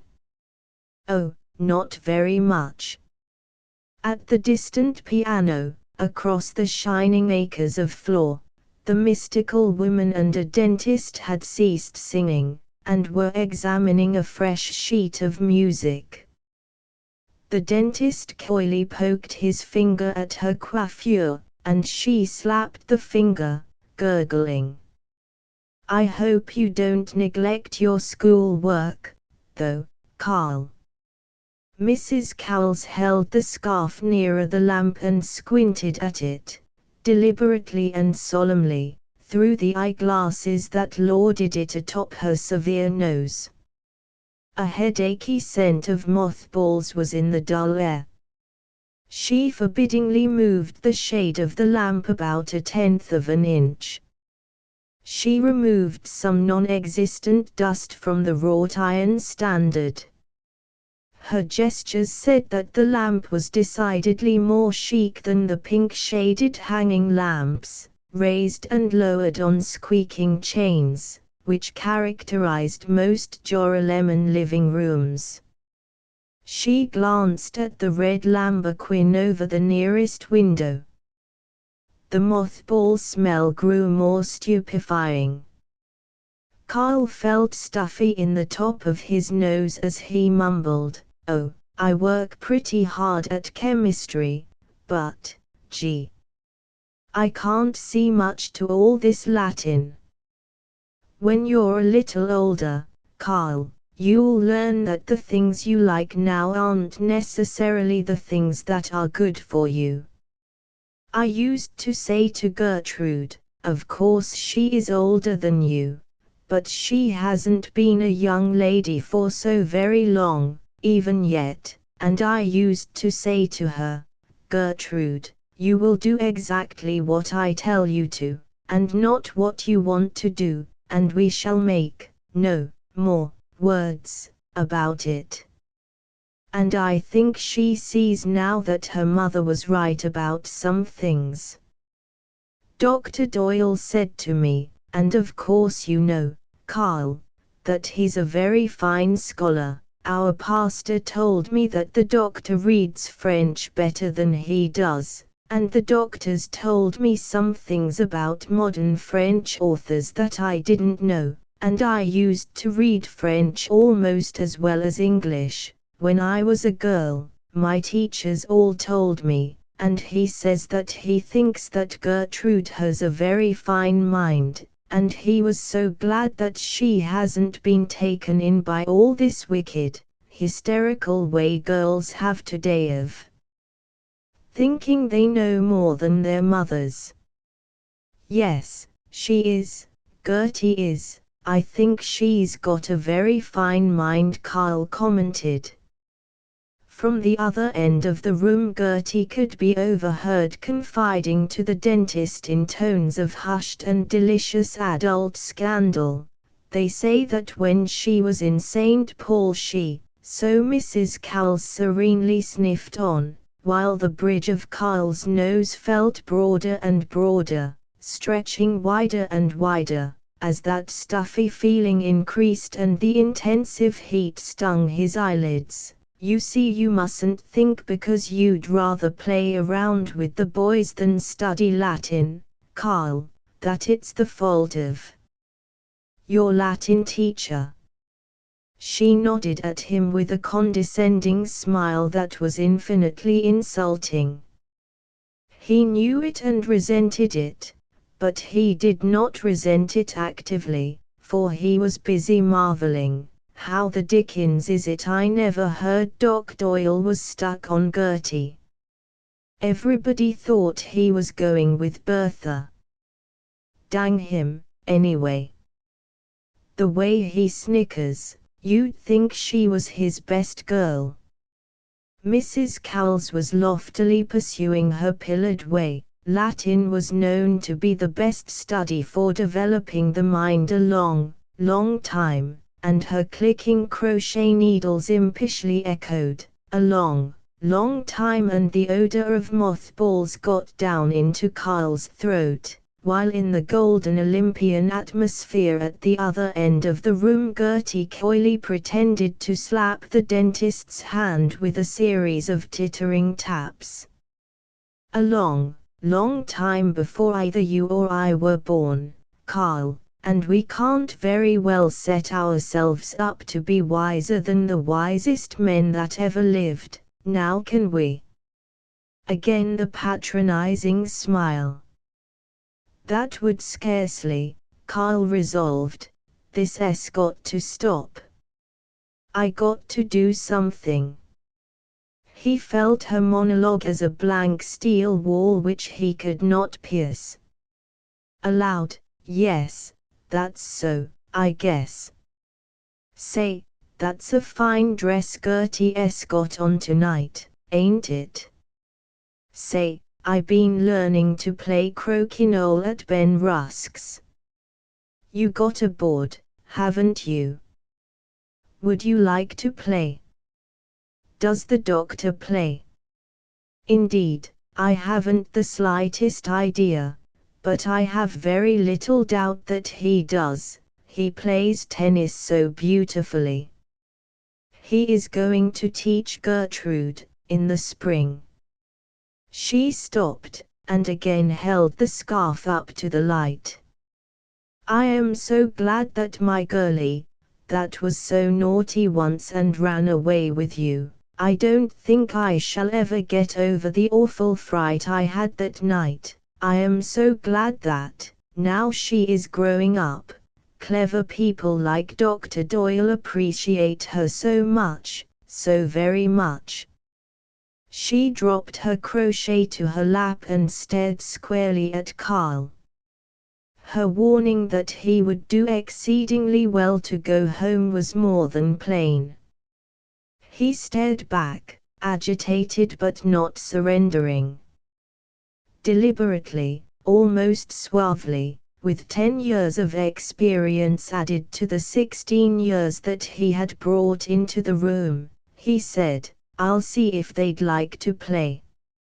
He sauntered to the other end of the room, abashed before the mystic woman, and ventured, I saw Ray, today. I got to be going, pretty quick, but I was wondering if you two felt like playing some crokinole. Gertie said, slowly, I'd like to, Carl, but, unless you'd like to play, Doctor. Why of course it's comme faut to play, Miss Cowles, but I was just hoping to have the pleasure of hearing you make some more of your delectable music, bowed the dentist, and Gertie bowed back, and their smiles joined in a glittery bridge of social aplomb. Oh yes, from Carl, that, yes, do. But you hadn't ought to play too much if you haven't been well. Oh, Carl, shrieked Gertie. Ought not to, not hadn't ought to. Ought not to, repeated Mrs. Cowles, icily, while the dentist waved his hand in an amused manner and contributed, ought not to say hadn't ought to, as my preceptor used to tell me. I'd like to hear you sing Longfellow's Psalm of Life, Miss Cowles. Don't you think Longfellow's a bum poet? Growled Carl. Bone Stillman says Longfellow's the grind organ of poetry. Like this, life is real, life is earnest, tum te diddle diddle dum. Carl ordered Mrs. Cowles, you will please to never mention that Stillman person in my house. Oh, Carl, rebuked Gertie. She rose from the piano stool. Her essence of virginal femininity, its pure and cloistered and white camisoled odor, bespelled Carl to fainting timidity. And while he was thus defenseless, the dentist thrust, "Why, they tell me Stillman doesn't even believe the Bible." Carl was not to retrieve his credit with Gertie, but he couldn't betray Bones Stillman. Hastily, "Yes, maybe, that way. Oh, say, Doctor, Pete Jordan was telling me, liar, that you were one of the best tennis players at the U." Gertie sat down again. The dentist coyly fluffed his hair and deprecated, "Oh no, I wouldn't say that." Carl had won. Instantly they three became a country club of urban aristocrats, who laughed at the poor rustics of Joralemon for knowing nothing of golf and polo. Carl was winning their tolerance, though not their close attention, by relating certain interesting facts from the inside pages of the local paper as to how far the tennis rackets sold in 1 year would extend, if laid end to end, when he saw Gertie and her mother glance at the hall. Gertie giggled. Mrs. Cowles frowned. He followed their glance. Clumping through the hall was his second cousin, Lena, the Cowles' hired girl. Lena nodded and said, "Hello, Carl." Gertie and the dentist raised their eyebrows at each other. Carl talked for 2 minutes about something, he did not know what, and took his leave. In the intensity of his effort to be resentfully dignified, he stumbled over the whole hat rack. He heard Gertie yelp with laughter. "I got to go to college, be worthy of her," he groaned, "all the way home. And I can't afford to go to the U of M. I'd like to be free, like Bones says, but I've got to go to Plato." Chapter 6 Plato College, Minnesota, is as earnest and undistinguished, as provincially dull and pathetically human, as a spinster missionary. Its 200 or 250 students come from the furrows, asking for spiritual bread, and are given a Greek root. Red brick buildings, designed by the architect of county jails, are grouped about that high, bare, cupola-crowned grey stone barracks, the academic building, like red and faded blossoms about a tombstone. In the air is the scent of crab apples and meadowy prairies, for a time, but soon settles down a winter bitter as the learning of the Reverend S. Alcott Wood, D.D., the president. The town and college of Plato disturb the expanse of prairie scarce more than a group of haystacks. In winter the walks blur into the general whiteness, and the trees shrink to chilly skeletons, and the college is like 5 blocks set on a frozen bed sheet, no shelter for the warm and timid soul, yet no windy peak for the bold. The snow wipes out all the summertime individuality of place, and the halls are lonelier at dusk than the prairie itself, far lonelier than the yellow-lighted jerry-built shops in the town. The students never lose, for good or bad, their touch with the fields. From droning classrooms the victims of education see the rippling wheat in summer, and in winter the impenetrable wall of sky.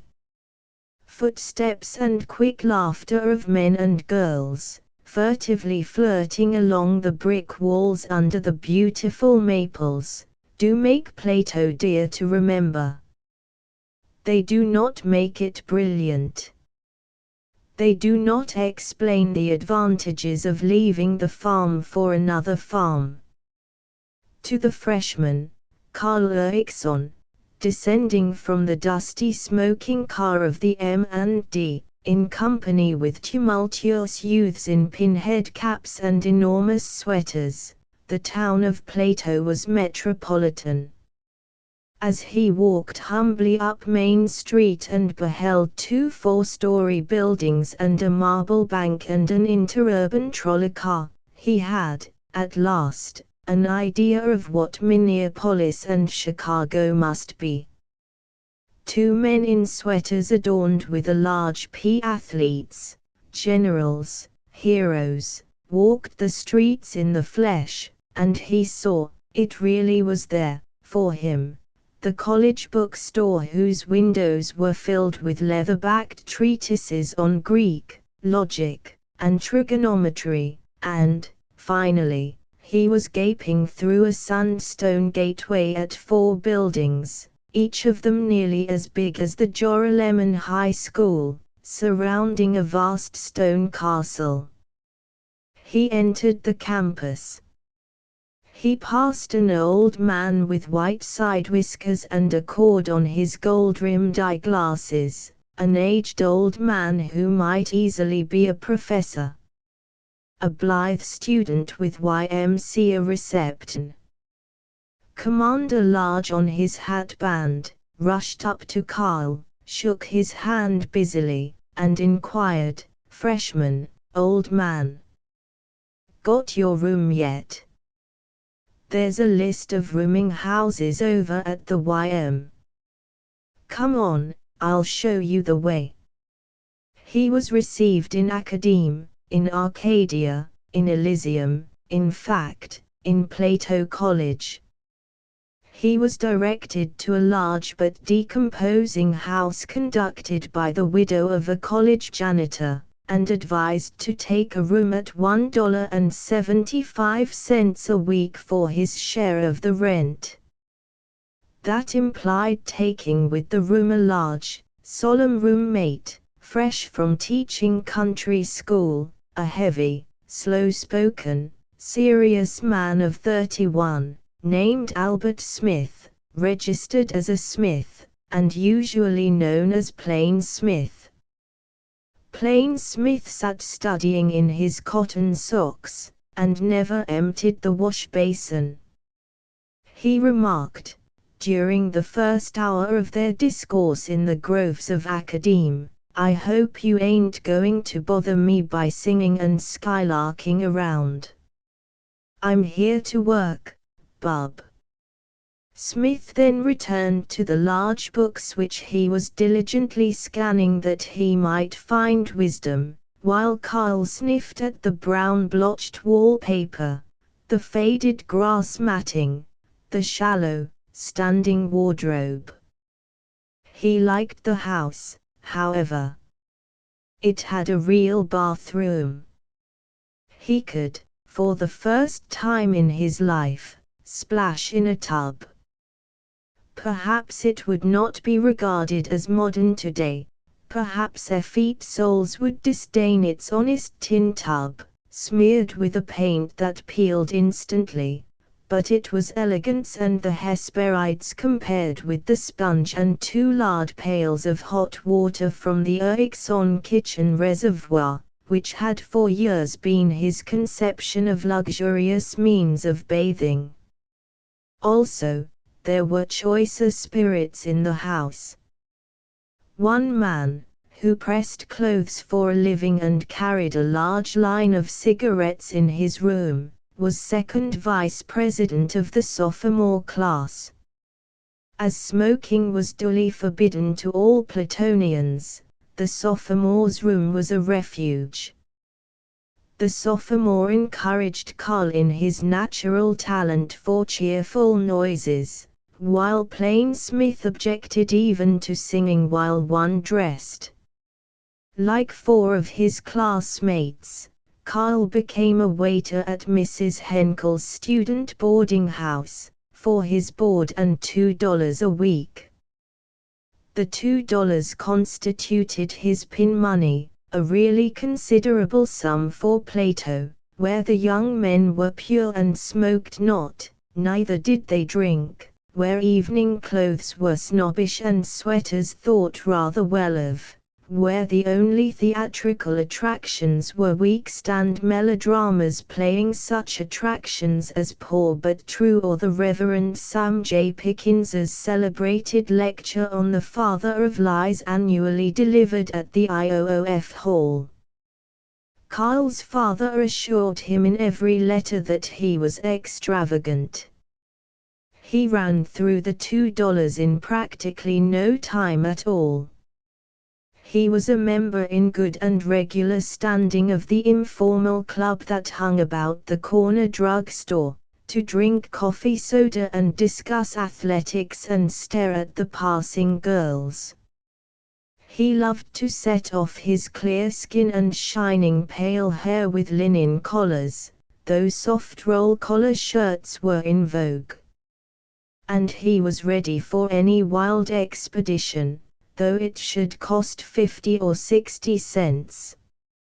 With the sophomore second vice president and John Terry of the freshman class, usually known as the Turk, he often tramped to the large neighboring town of Jamaica Mills to play pool, smoke Turkish cigarettes, and drink beer. They always chorused Plato songs, in long-drawn close harmony.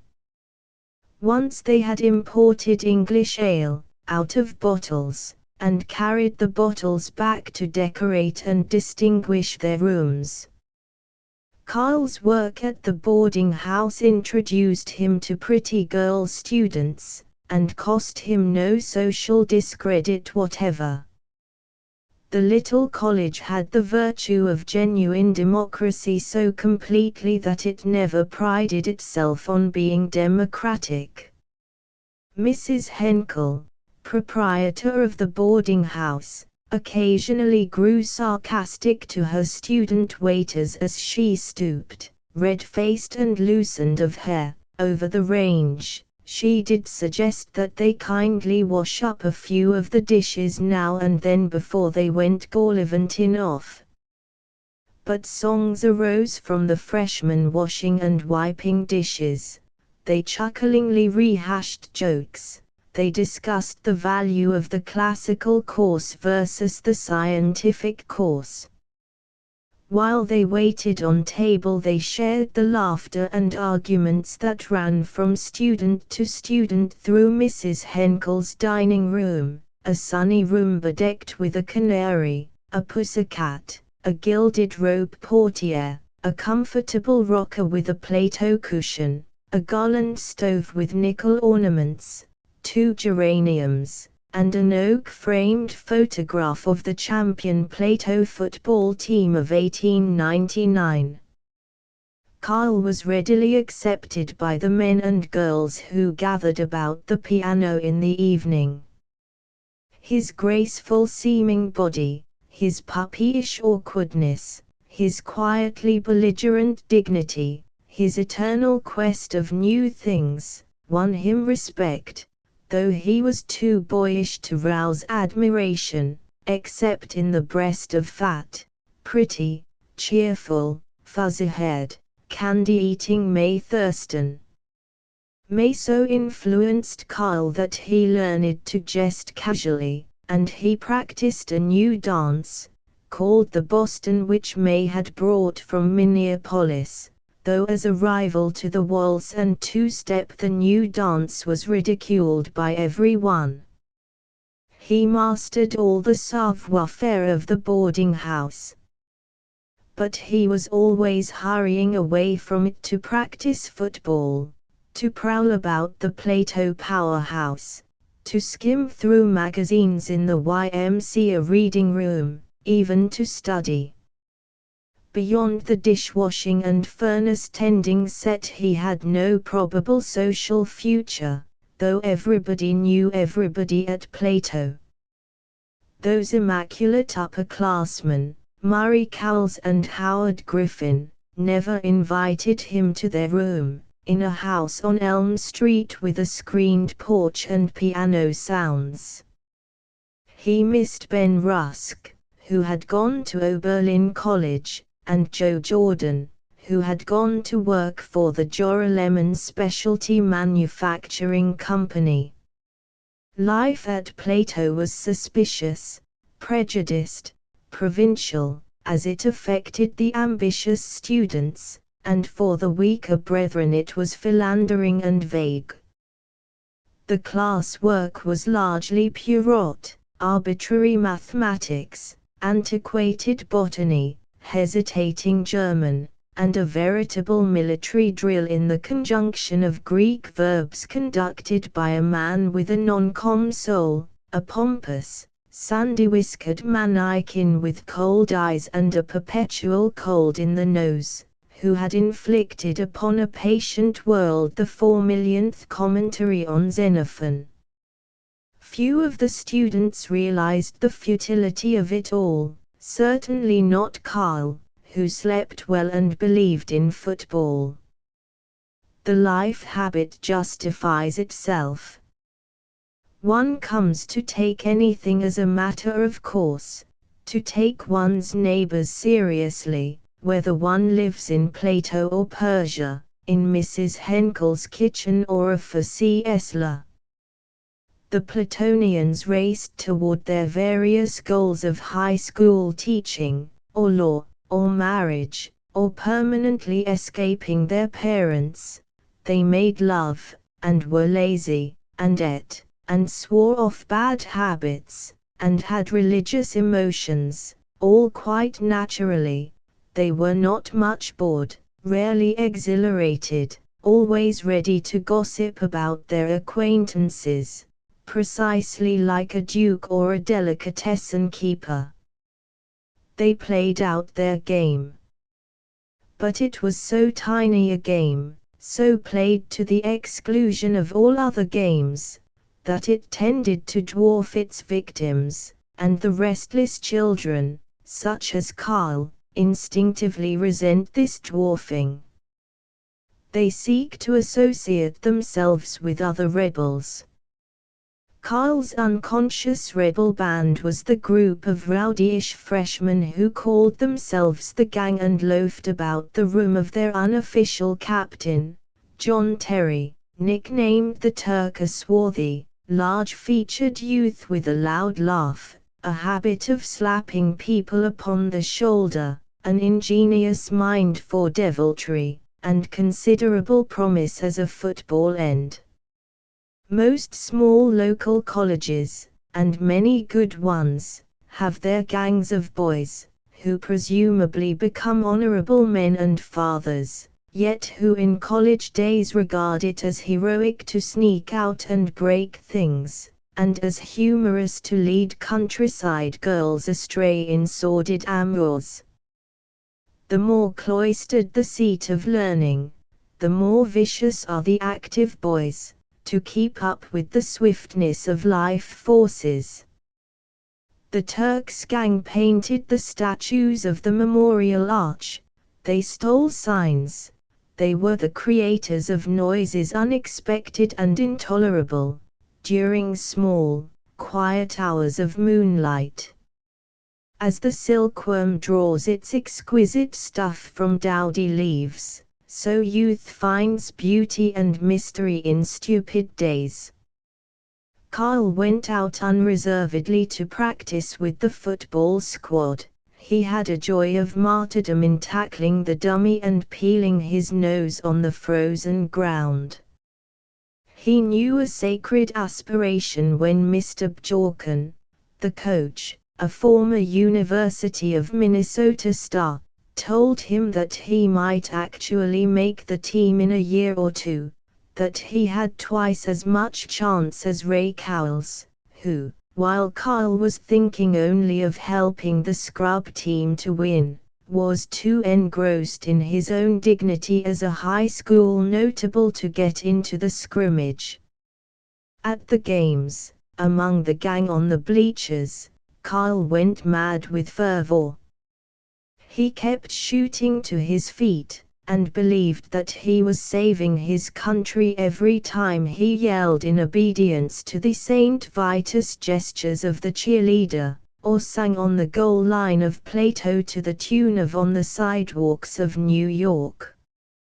Tears of a real patriotism came when, at the critical moment of a losing game against the Minnesota Military Institute, with sunset forlorn behind bare trees, the veteran cheerleader flung the horse Plato rooters into another defiant yell. It was the never say die of men who rose, with clenched hands and arms outstretched, to the despairing need of their college, and then, Lord! They hurled up to their feet in frenzy as Pete Madlund got away with the ball for a long run and victory. The next week, when the University of Keokuk whipped them, 40-10, Kyle stood weeping and cheering the defeated Plato team till his throat burned. He loved the laughter of the Turk, May Thurston's welcome experiments in the physics laboratory. And he was sure that he was progressing toward the state of grace in which he might aspire to marry Gertie Cowles. He did not think of her every day, but she was always somewhere in his thoughts, and the heroines of magazine stories recalled some of her virtues to his mind, invariably. The dentist who had loved her had moved away. She was bored. She occasionally wrote to Carl. But she was still superior, tried to influence him for good and advised him to cultivate nice people. He was convinced that he was going to become a lawyer, for her sake, but he knew that someday he would be tempted by the desire to become a civil or a mechanical engineer. A January thaw. Carl was tramping miles out into the hilly country north of Plato. He hadn't been able to persuade any of the gang to leave their smoky loafing place in the Turk's room, but his own lungs demanded the open. With his heavy boots swashing through icy pools, calling to an imaginary dog and victoriously running Olympic races before millions of spectators, he defied the chill of the day and reached Hiawatha Mound, a hill 8 miles north of Plato. Toward the top a man was to be seen crouched in a pebbly, sunny arroyo, peering across the bleak prairie, a lone watcher. Ascending, Kyle saw that it was Eugene Field Lindebeck, a Plato freshman. That amused him. He grinningly planned a conversation. Everyone said that Jeannie Lindebeck was queer. A precocious boy of 15, yet the head of his class in scholarship, reported to be interested in Greek books quite outside of the course, fond of drinking tea, and devoid of merit in the 3 manly arts, athletics, flirting, and breaking rules by smoking. Jeannie was small, anemic, and too well dressed. He stuttered slightly and was always peering doubtfully at you with large and childish eyes that were made more eerie by his pale, bulbous forehead and the penthouse of tangled mouse-brown hair over it. The gang often stopped him on the campus to ask mock-polite questions about his ambition, which was to be a teacher of English at Harvard or Yale. Not very consistently, but without ever wearying of the jest, they shadowed him to find out if he did not write poetry, and while no one had actually caught him, he was still suspect. Jeannie said nothing when Kyle called, "H-Lo, son," and sat on a neighboring rock. "What's trouble, Jeannie? You look worried. Why don't any of you fellows like me?" Kyle felt like a bug inspected by a German professor. "Why, how do you mean, Jeannie? None of you take me seriously. You simply let me hang around. And you think I'm a grind.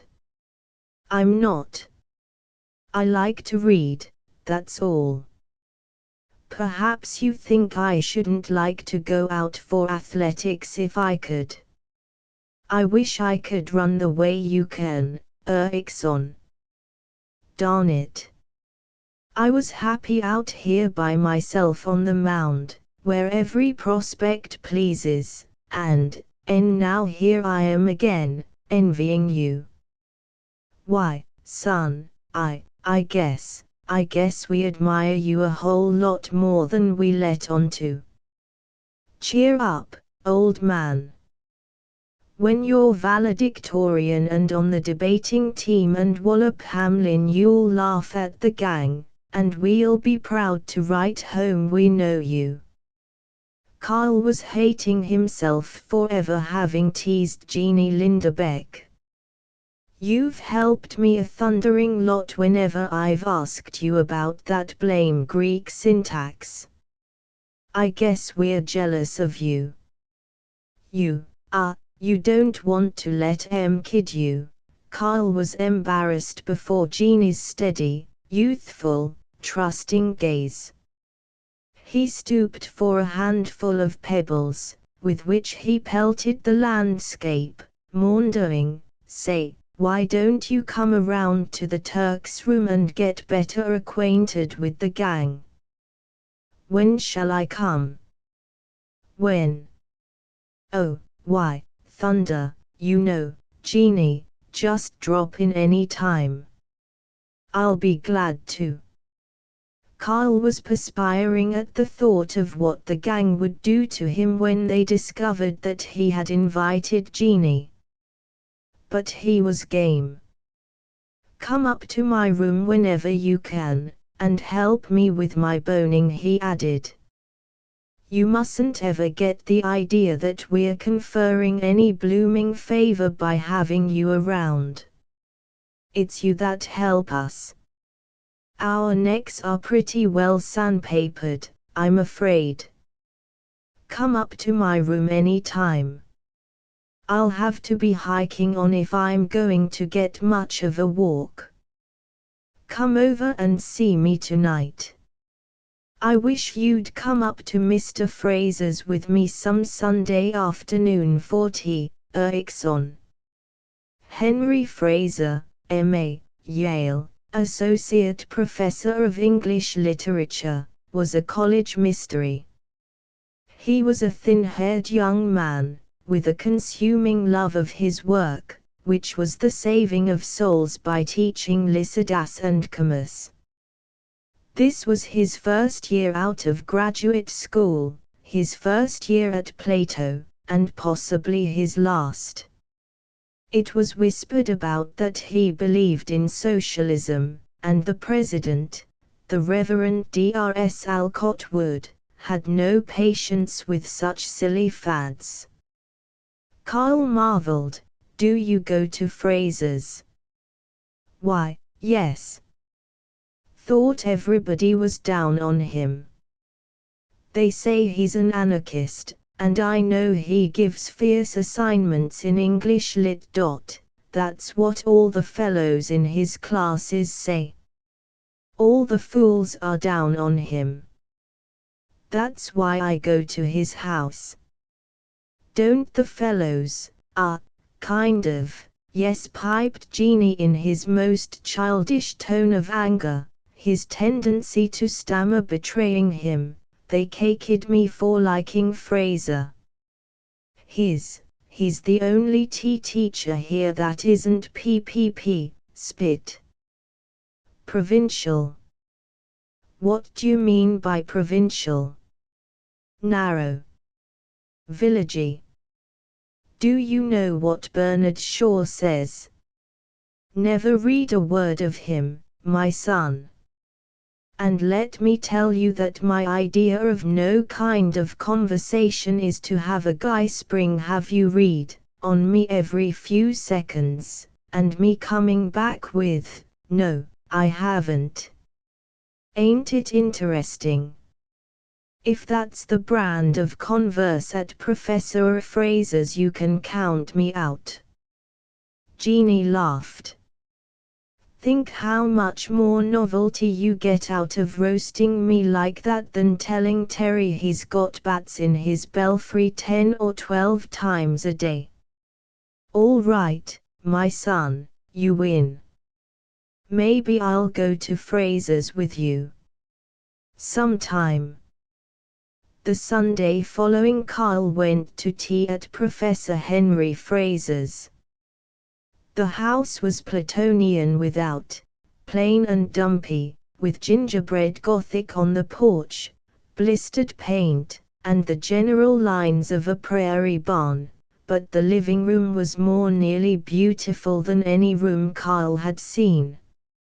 In accordance with the ideal of that era, it had mission furniture with large leather cushions, brown woodwork, and tan oatmeal paper scattered with German color prints, instead of the patent rockers and carbon prints of Roman monuments which adorned the houses of the other professors. While waiting with Jeannie Lindebeck for the Frasers to come down, Carl found in a rack on the oak table such books as he had never seen, exquisite books from England, bound in terracotta and olive green cloth with intricate gold designs, heavy-looking, but astonishingly light to the hand, books about Celtic legends and Provençal jongleurs, and Japanese prints and other matters of which he had never heard, so different from the stained textbooks and the shallow novels by brisk ladies which had constituted his experiences of literature that he suddenly believed in culture. Professor Fraser appeared, walking into the room after his fragile wife and gracious sister-in-law, and Carl drank tea, with lemon instead of milk in it, and listened to bewildering talk and to a few stanzas, heroic or hauntingly musical, by a new poet, W.B. Yeats, an Irishman associated with a thing called the Gaelic movement. Professor Fraser had a funny, easy friendliness. His sister-in-law, a Diana in brown, respectfully asked Carl about the practicability of motor cars, and all of them, including two newly come highbrow seniors, listened with nodding interest while Carl bashfully analyzed each of the 9 cars owned in Plato and Jamaica Mills. At dusk the Diana in brown played MacDowell, and the light of the silken shaded lamp was on a print of a fairy Swiss village. That evening Carl wrestled with the Turk for 1 hour, catch as catch can, on the Turk's bed and under it and nearly out of the window, to prove the value of Professor Fraser and culture. Next morning Carl and the Turk enrolled in Fraser's optional course in modern poetry, a desultory series of lectures which did not attempt Tennyson and Browning. So Carl discovered Shelley and Keats and Walt Whitman, Swinburne and Rossetti and Morris. He had to read by crawling from word to word as though they were ice cakes in a cataract of emotion. The elusiveness was agonizing. But he pulled off his shoes, rested his feet on the footboard of his bed, drummed with a pair of scissors on his knee, and persisted in his violent pursuit of the beautiful. Meanwhile his roommate, Plain Smith, flapped the pages of a Latin lexicon or took a little recreation by reading the Reverend Mr. Todd's Student's Manual, that gem of the alarm clock and water bucket epoch in American colleges. Carl never understood Jeannie Lindebeck's conviction that words are living things that dream and sing and battle. But he did learn that there was speech transcending the barking of the gang. In the spring of his freshman year Carl gave up waiting on table and drove a motor car for a town banker. He learned every screw and spring in the car. He also made Jeannie go out with him for track athletics. Carl won his place on the college team as a half-miler, and viciously assaulted 2 freshmen and a junior for laughing at Jeannie's legs, which stuck out of his large running pants like straws out of a lemonade glass. In the great meet with Hamlin University, though Plato lost most of the events, Carl won the half-mile race. He was elected to the exclusive fraternity of Ray Cowles and Howard Griffin, Omega Chi Delta, just before commencement. That excited him less than the fact that the Turk and he were to spend the summer up north, in the hard wheat country, stringing wire for the telephone company with a gang of Minneapolis wiremen. Oh yes. And he would see Gertie in Joralemon. She had written to him with so much enthusiasm when he had won the half-mile. Chapter 7. He saw Gertie 2 hours after he had reached Joralemon for a week's stay before going north. They sat in rockers on the grass beside her stoop. They were embarrassed, and rocked profusely and chattily. Mrs. Cowles was surprised and not much pleased to find him, but Gertie murmured that she had been lonely, and Carl felt that he must be nobly patient under Mrs. Cowles's slight. He got so far as to sigh, "Oh Gertie," but grew frightened, as though he were binding himself for life. He wished that Gertie were not wearing so many combs stuck all over her pompadour hair. He noted that his rocker creaked at the joints, and thought out a method of strengthening it by braces. She bubbled that he was going to be the big man in his class. He said, "Oh, rats," and felt that his collar was too tight. He went home. His father remarked that Carl was late for supper, that he had been extravagant in Plato, and that he was unlikely to make money out of all this running races. But his mother stroked his hair and called him her big boy.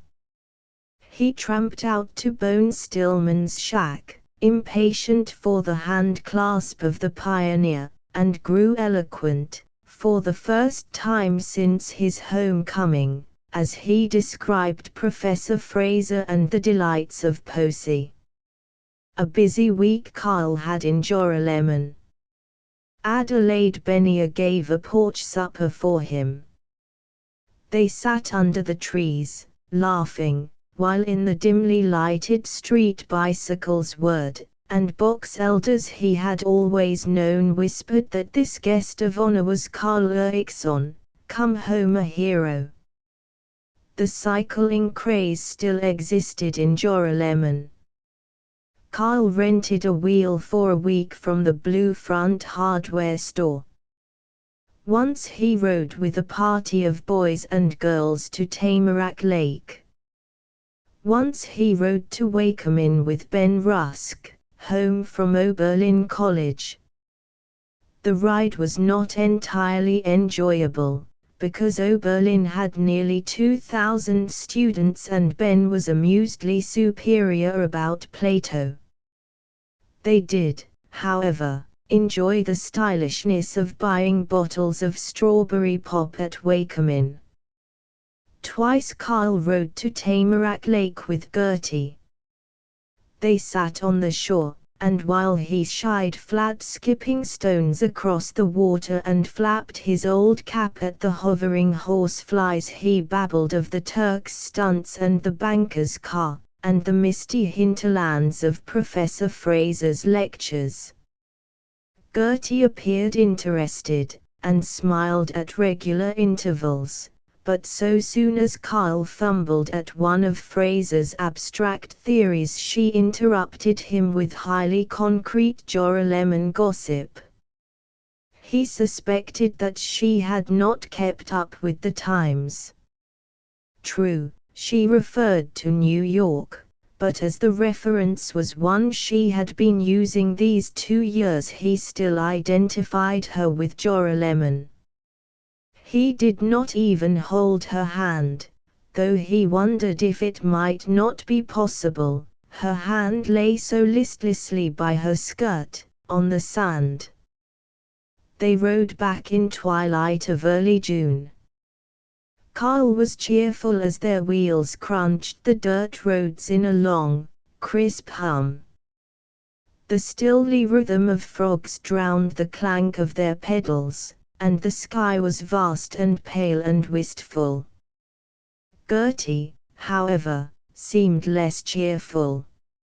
On the last evening of his stay in Jorah Lemon, Gertie gave him a hayride party. They sang Seeing Nellie Home and Merrily We Roll Along and Suwanee River and My Old Kentucky Home and My Bonnie Lies Over the Ocean and In the Good Old Summertime Under a Delicate New Moon in a Sky of Apple Green. Carl pressed Gertie's hand. She returned the pressure so quickly that he was embarrassed. He withdrew his hand as quickly as possible, ostensibly to help in the unpacking of the basket of ginger ale and chicken sandwiches and 3 cakes, white frosted, chocolate layer, and banana cake. The same group said goodbye to Carl at the M&D station.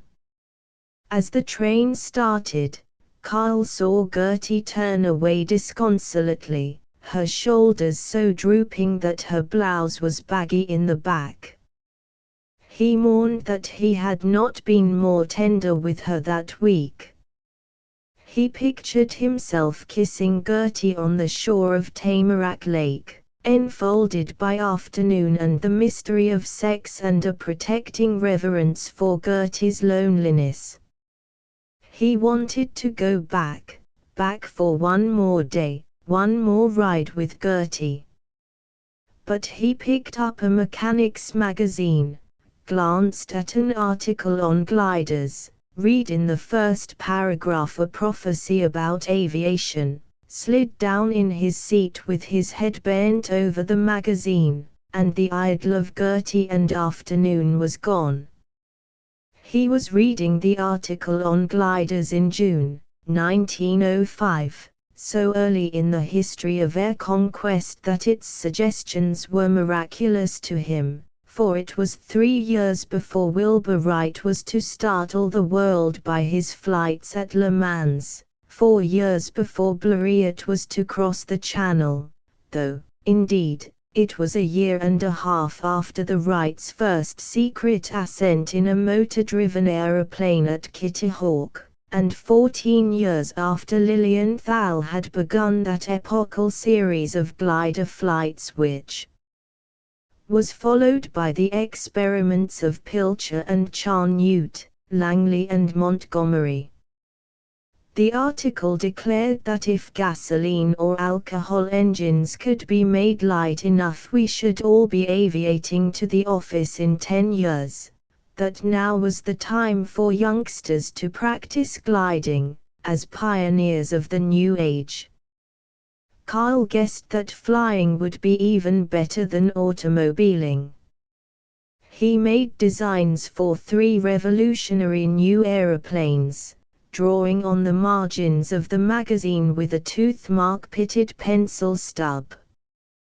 Gertie was miles back, concealed behind piles of triplanes and helicopters and following surface monoplanes which the wizard inventor, C. Erickson, was creating and ruthlessly destroying. A small boy was squalling in the seat opposite, and Carl took him from his tired mother and lured him into a game of tit-tat-toe. He joined the Turk and the wire stringers at a prairie hamlet, straggly rows of unpainted frame shanties, the stores with tin-corniced false fronts that pretended to be 2 stories high. There were pig pens in the dooryards, and the single church had a square, low, white steeple like the paper cap which Labor wears in the posters. Farm wagons were hitched before a gloomy saloon. Carl was exceeding glum. But the Turk introduced him to a University of Minnesota pharmacy school student who was with the crew during vacation, and the three went tramping across breezy, flowered prairies. So began for Carl a galloping summer. The crew strung telephone wire from pole to pole all day, playing the jokes of hardy men, and on Sunday loafed in haystacks, recalling experiences from Winnipeg to El Paso. Carl resolved to come back to this life of the open, with Gertie, after graduation. He would buy a ranch on time. Or the Turk and Carl would go exploring in Alaska or the Orient. Law, he would ask himself in monologues, law. Me in a stuffy office. Not a chance. The crew stayed for 4 weeks in a boom town of 9,000, installing a complete telephone system. Southeast of the town lay rolling hills. As Carl talked with the Turk and the pharmacy school man on a hilltop, the first evening of their arrival, he told them the scientific magazines prophesize about aviation, and noted that these hills were of the sort Lilienthal would probably have chosen for his glider flights. Say, by the great Jim Hill, let's make us a glider, he exulted, sitting up, his eyelids flipping rapidly. Sure, said the pharmacy man. How would you make one? Why, I guess you could make a frame out of willow, have to. The willows along the creeks are the only kind of trees near here. You'd cover it with varnished cotton, that's what Lilienthal did, anyway. But darned if I know how you'd make the planes curved, cambered, like he did. You got to have it that way. I suppose you'd use curved stays. Like a quarter-barrel hoop. I guess it would be better to try to make a Charnute glider, just a plain pair of superimposed planes, instead of one all combobulated like a bat's wings, like Lilienthal's glider was. Or we could try some experiments with paper models. Oh no. Thunder. Let's make a glider. They did. They studied with aching heads the dry-looking tables of lift and resistance for which Carl telegraphed to Chicago. Stripped to their undershirts, they worked all through the hot prairie evenings in the oil-smelling, greasy engine room of the local powerhouse, in front of the dynamos, which kept evilly throwing out green sparks and rumbling the mystic syllable OMMMM to greet their modern magic. They hunted for 3/4-inch willow rods, but discarded them for seasoned ash from the lumber yard. They coated cotton with thin varnish. They stopped to dispute furiously over angles of incidence, bellowing, "Well, look here then, you mutton head, I'll draw it for you." On their last Sunday in the town they assembled the glider, single-surfaced, like a monoplane, 22 feet in span, with a tail, and with a double bar beneath the plane, by which the pilot was to hang, his hands holding cords attached to the entering edge of the plane, balancing the glider by movements of his body. At dawn on Monday they loaded the glider upon a wagon and galloped with it out to a 40-foot hill. They stared down the easy slope, which grew in steepness and length every second, and thought about Lilienthal's death. Well, shivered the Turk, who tries it first. All three pretended to be adjusting the lashings, waiting for one another, till Kyle snarled, "Oh, all right. I'll do it if I got to. Course it breaks my heart to see you swipe the honor," the Turk said, "but I'm unselfish. I'll let you do it. It's as bad as the first jump into the swimming hole in spring." Kyle was smiling at the comparison as they lifted the glider, with him holding the bars beneath. The plane was instantly buoyed up like a cork on water as the 15-mile headwind poured under it. He stopped smiling. This was a dangerous living thing he was going to guide. It jerked at him as he slipped his arms over the suspended bars. He wanted to stop and think this all over. Get it done, he snapped at himself, and began to run downhill, against the wind. The wind lifted the plane again. With a shock, Kyle knew that his feet had left the ground. He was actually flying. He kicked wildly in air. All his body strained to get balance in the air, to control itself, to keep from falling, of which he now felt the world-old instinctive horror. The plane began to tip to one side, apparently irresistibly, like a sheet of paper turning over in the wind. Kyle was sick with fear for a tenth of a second. Every cell in his body shrank before coming disaster. He flung his legs in the direction opposite to the tipping of the plane.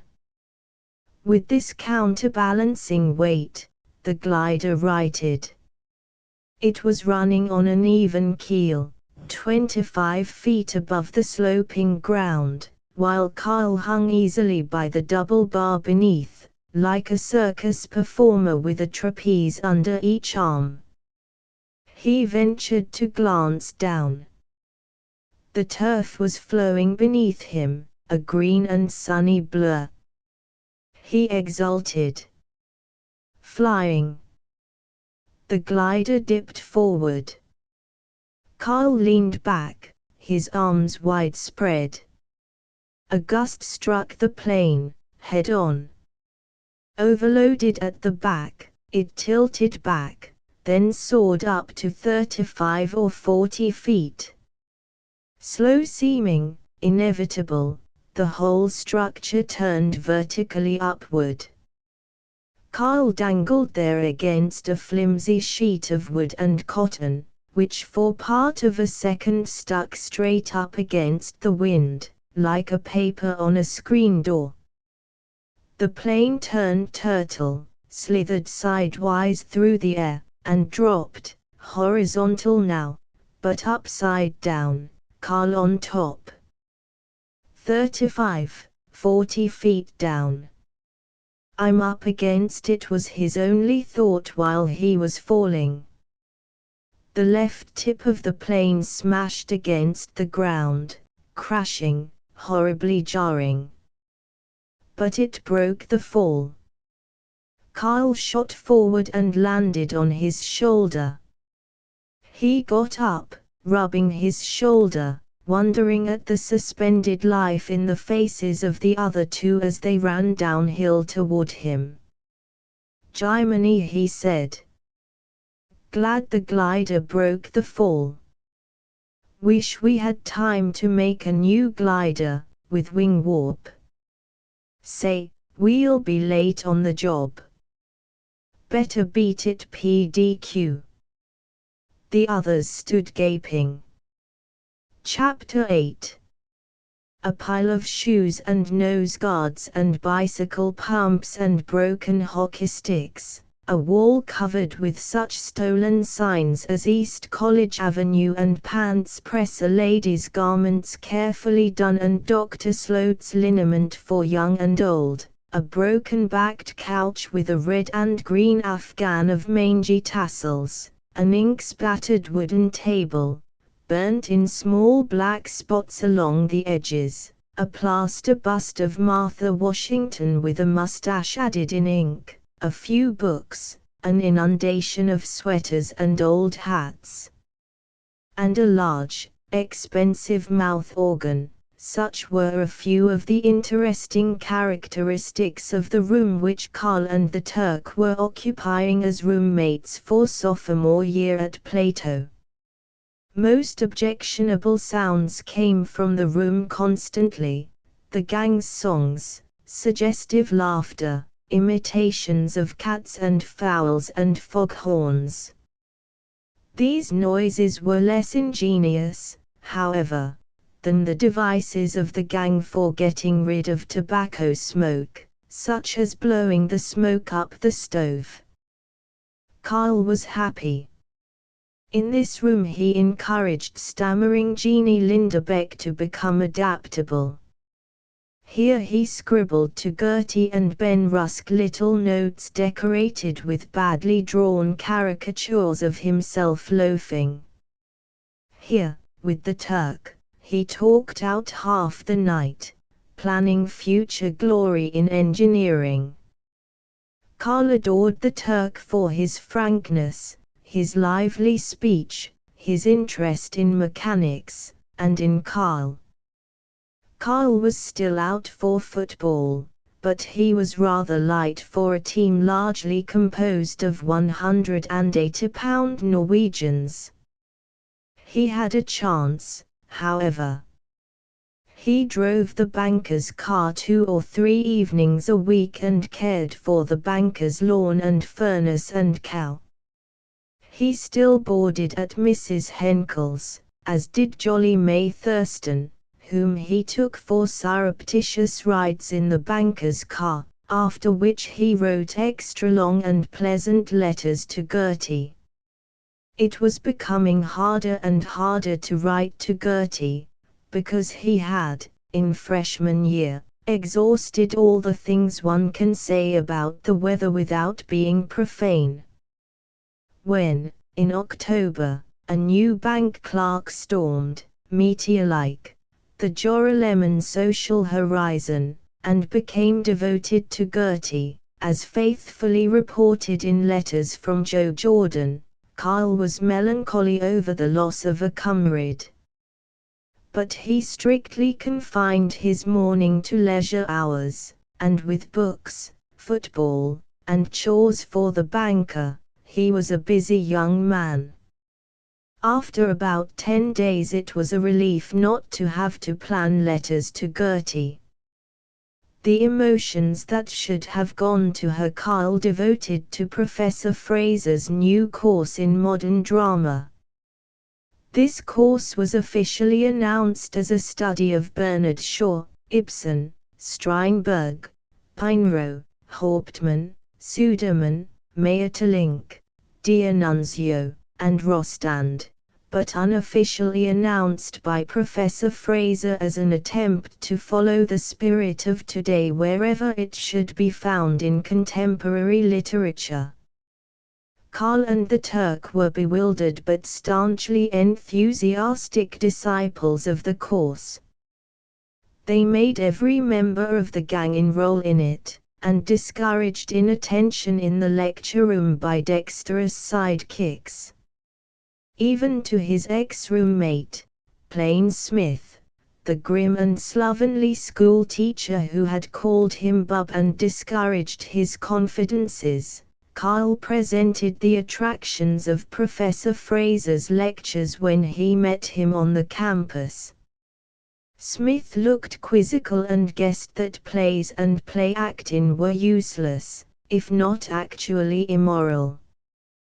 "Yes, but this isn't just plays, my young friend," said Karl, with a hauteur new but not exceedingly impressive to Plain Smith. He takes up all these new stunts, all this new philosophy and stuff they have in London and Paris. There's something besides Shakespeare and the Bible, he added, intending to be spiteful. It may be stated that he did not like plain Smith. What new philosophy? The spirit of brotherhood.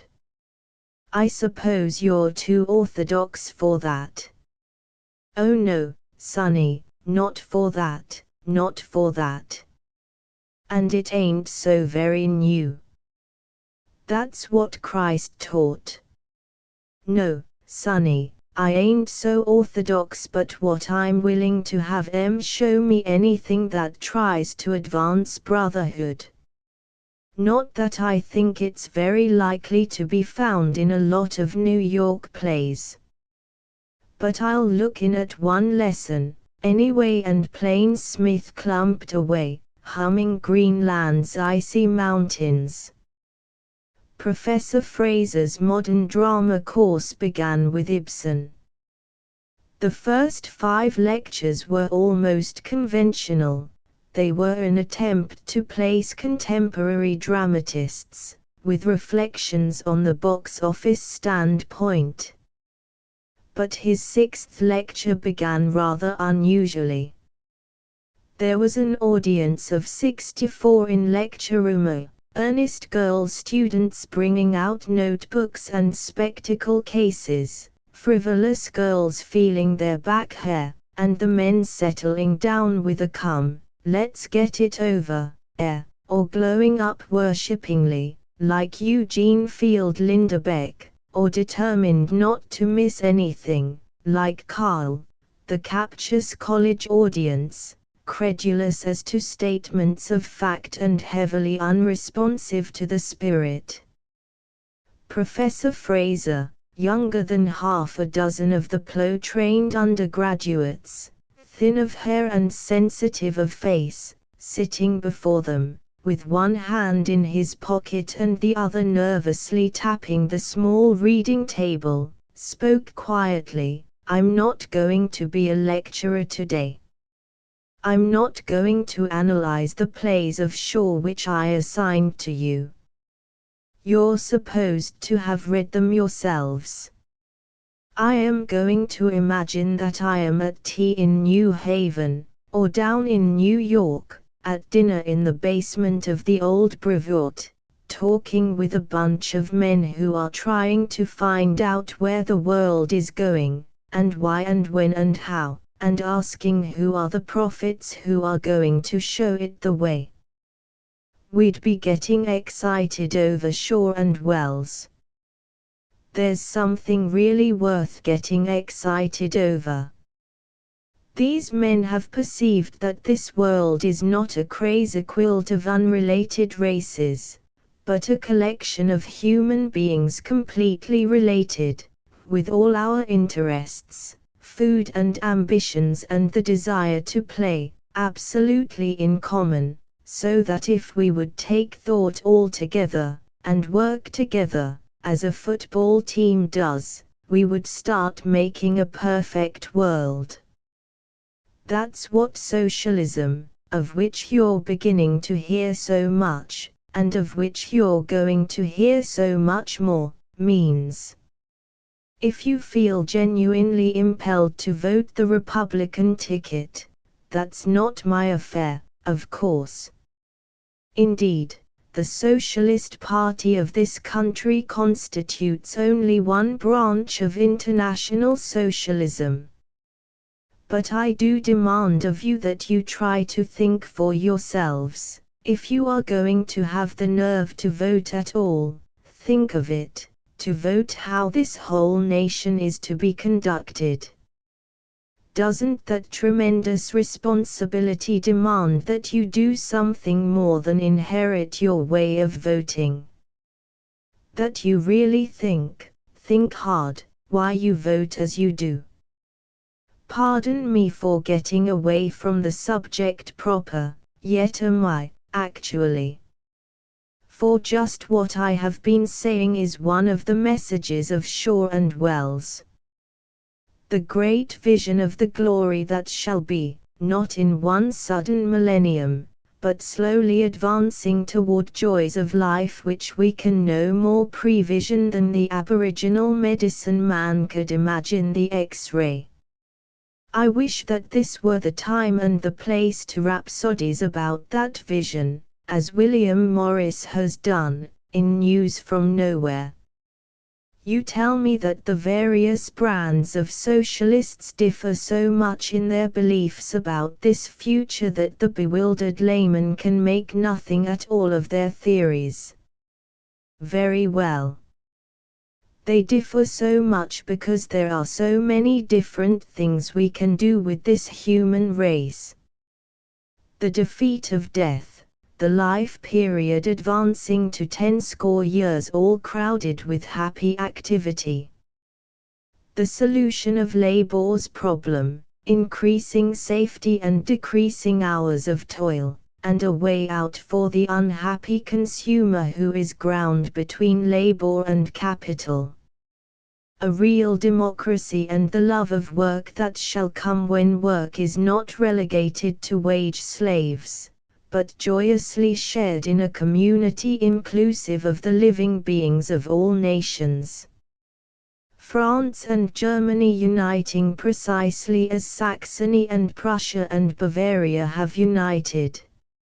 And, most of all, a general realization that the fact that we cannot accomplish all these things at once does not indicate that they are hopeless. An understanding that one of the wonders of the future is the fact that we shall always, in all ages, have improvements to look forward to. Fellow students, object as strongly as you wish to the petty narrowness and vituperation of certain street corner ranters, but do not be petty and narrow and vituperative in doing it. Now, to relate all this to the plays of Bernard Shaw. When he says, Professor Fraser's utterances seem tamely conservative nowadays, but this was in 1905, in a small, intensely religious college among the Faroes. Imagine a devout pastor when his son kicks the family Bible and you have the mental state of half the students of Plato upon hearing a defense of socialism. Carl, catching echoes of his own talks with Bone Stillman in the lecture, exultantly glanced about, and found the class staring at one another with frightened anxiety. He saw the grim plainsmith, not so much angry as ill. He saw two class clowns snickering at the ecstasy in the eyes of Jeannie Lindebeck. In the corner drugstore, popularly known as the club where all the college bloods gather to drink lemon phosphate, an excited old man, whose tieless collar was almost concealed by his tobacco-stained beard, pushed back his black slouch hat with the GR cord, and banged his fist on the prescription counter, shouting, half at the clerk and half at the students matching pennies on the soda counter, I've lived in Plato, man and boy, for 47 years, ever since it wa'n't nothing but a frontier trading post. I packed logs on my back and I tramped 53 miles to get me a yoke of oxen. I remember when the Indians went raiding during the war and the cavalry rode here from St. Paul. And this town has always stood for decency and law and order. But when things come to such a pass that this fellow Fraser or any of the rest of these infidels from one of these here Eastern colleges is allowed to stand up on his hind legs in a college building and bray about anarchism and tell us to trample on the old flag that we fought for, and none of these professors that call themselves reverends step in and stop him, Then let me tell you I'm about ready to pull up stakes and go out west, where there's patriotism and decency still, and where they'd hang one of these foreign anarchists to the nearest lamp post, yes, sir, and this fellow Fraser, too, if he encouraged them in their crank notions. Got no right in the country, anyway. Better deport 'em if they ain't satisfied with the way we run things. I won't stand for preaching anarchism, and never knew any decent place that would, never since I was a baby in Canada. Yes, sir, I mean it, I'm an old man, but I'd pull up stakes and go plugging down the Santa Fe Trail first, and I mean it. Here's your bog bitters, Mr. Gorf, said the clerk, hastily, as a passerby was drawn into the store by the old man's tirade. Mr. Gorf stalked out, muttering, and the college sports at the soda counter grinned at one another. But Gus Osberg, of the junior class, remarked to Carl Eriksson, at that, though, there's a good deal to what old Gorf says. Better hat Prexy won't stand for Professor Fraser's talking anarchy. Fellow in the class told me it was fierce stuff he was talking. Regular anarchy. Rats. It wasn't anything of the kind, protested Carl. I was there and I heard the whole thing. He just explained what this Bernard Shaw that writes plays meant by socialism. Well, even so, don't you think it's kind of unnecessary to talk publicly, right out in a college lecture room, about socialism? Inquired a senior who was high up in the debating society. Well, thunder, was all Carl said, as the whole group stared at him. He felt ridiculous, he was afraid of seeming to be a crank. He escaped from the drugstore. When he arrived at Mrs. Henkel's boarding house for supper the next evening, he found the students passing from hand to hand a copy of the town paper, the Plato Weekly Times, which bore on the front page what the town regarded as a red-hot news story. Plato professor talks seditiously. As we go to press we learn that rumors are flying about the campus that the powers that be are highly incensed by the remarks of a well-known member of the local faculty praising socialism and other form of anarchy. It is said that one of the older members of the faculty will demand from the erring teacher an explanation of his remarks, which are alleged to have taken the form of a defense of the English anarchist Bernard Shaw. Those on the qui vive are expecting sensational developments, and campus talk is so extensively occupied with discussions of the affair that the important coming game with St. John's College is almost forgotten. While the Times has always supported Plato College as one of the chief glories in the proud crown of Minnesota learning, we can but illy stomach such news. It goes without saying that we cannot too strongly express our disapproval of such incendiary utterances, and we shall fearlessly report the whole of this affair, let the chips fall where they may. There, Mr. Eriksson, said Mrs. Henkel, a plump, decent, disapproving person, who had known too many generations of great Platonians to be impressed by anything. You see what the public thinks of your Professor Fraser. I told you people wouldn't stomach such news, and I wouldn't wonder if they strongly disapproved. This ain't anything but gossip, said Carl, feebly. but as he read the account in the Weekly Times he was sick and frightened, such was his youthful awe of print. He wanted to beat the mossy-whiskered editor of the Times, who always had white food stains on his lapels. When he raised his eyes the coquette May Thurston tried to cheer him. "It'll all come out in the wash, Eric, don't worry. These editors have to have something to write about or they couldn't fill up the paper." He pressed her foot under the table. He was chatty, and helped to keep the general conversation away from the Fraser affair, but he was growing more and more angry, with a desire for effective action which expressed itself within him only by, "I'll show 'em. Makes me so sore."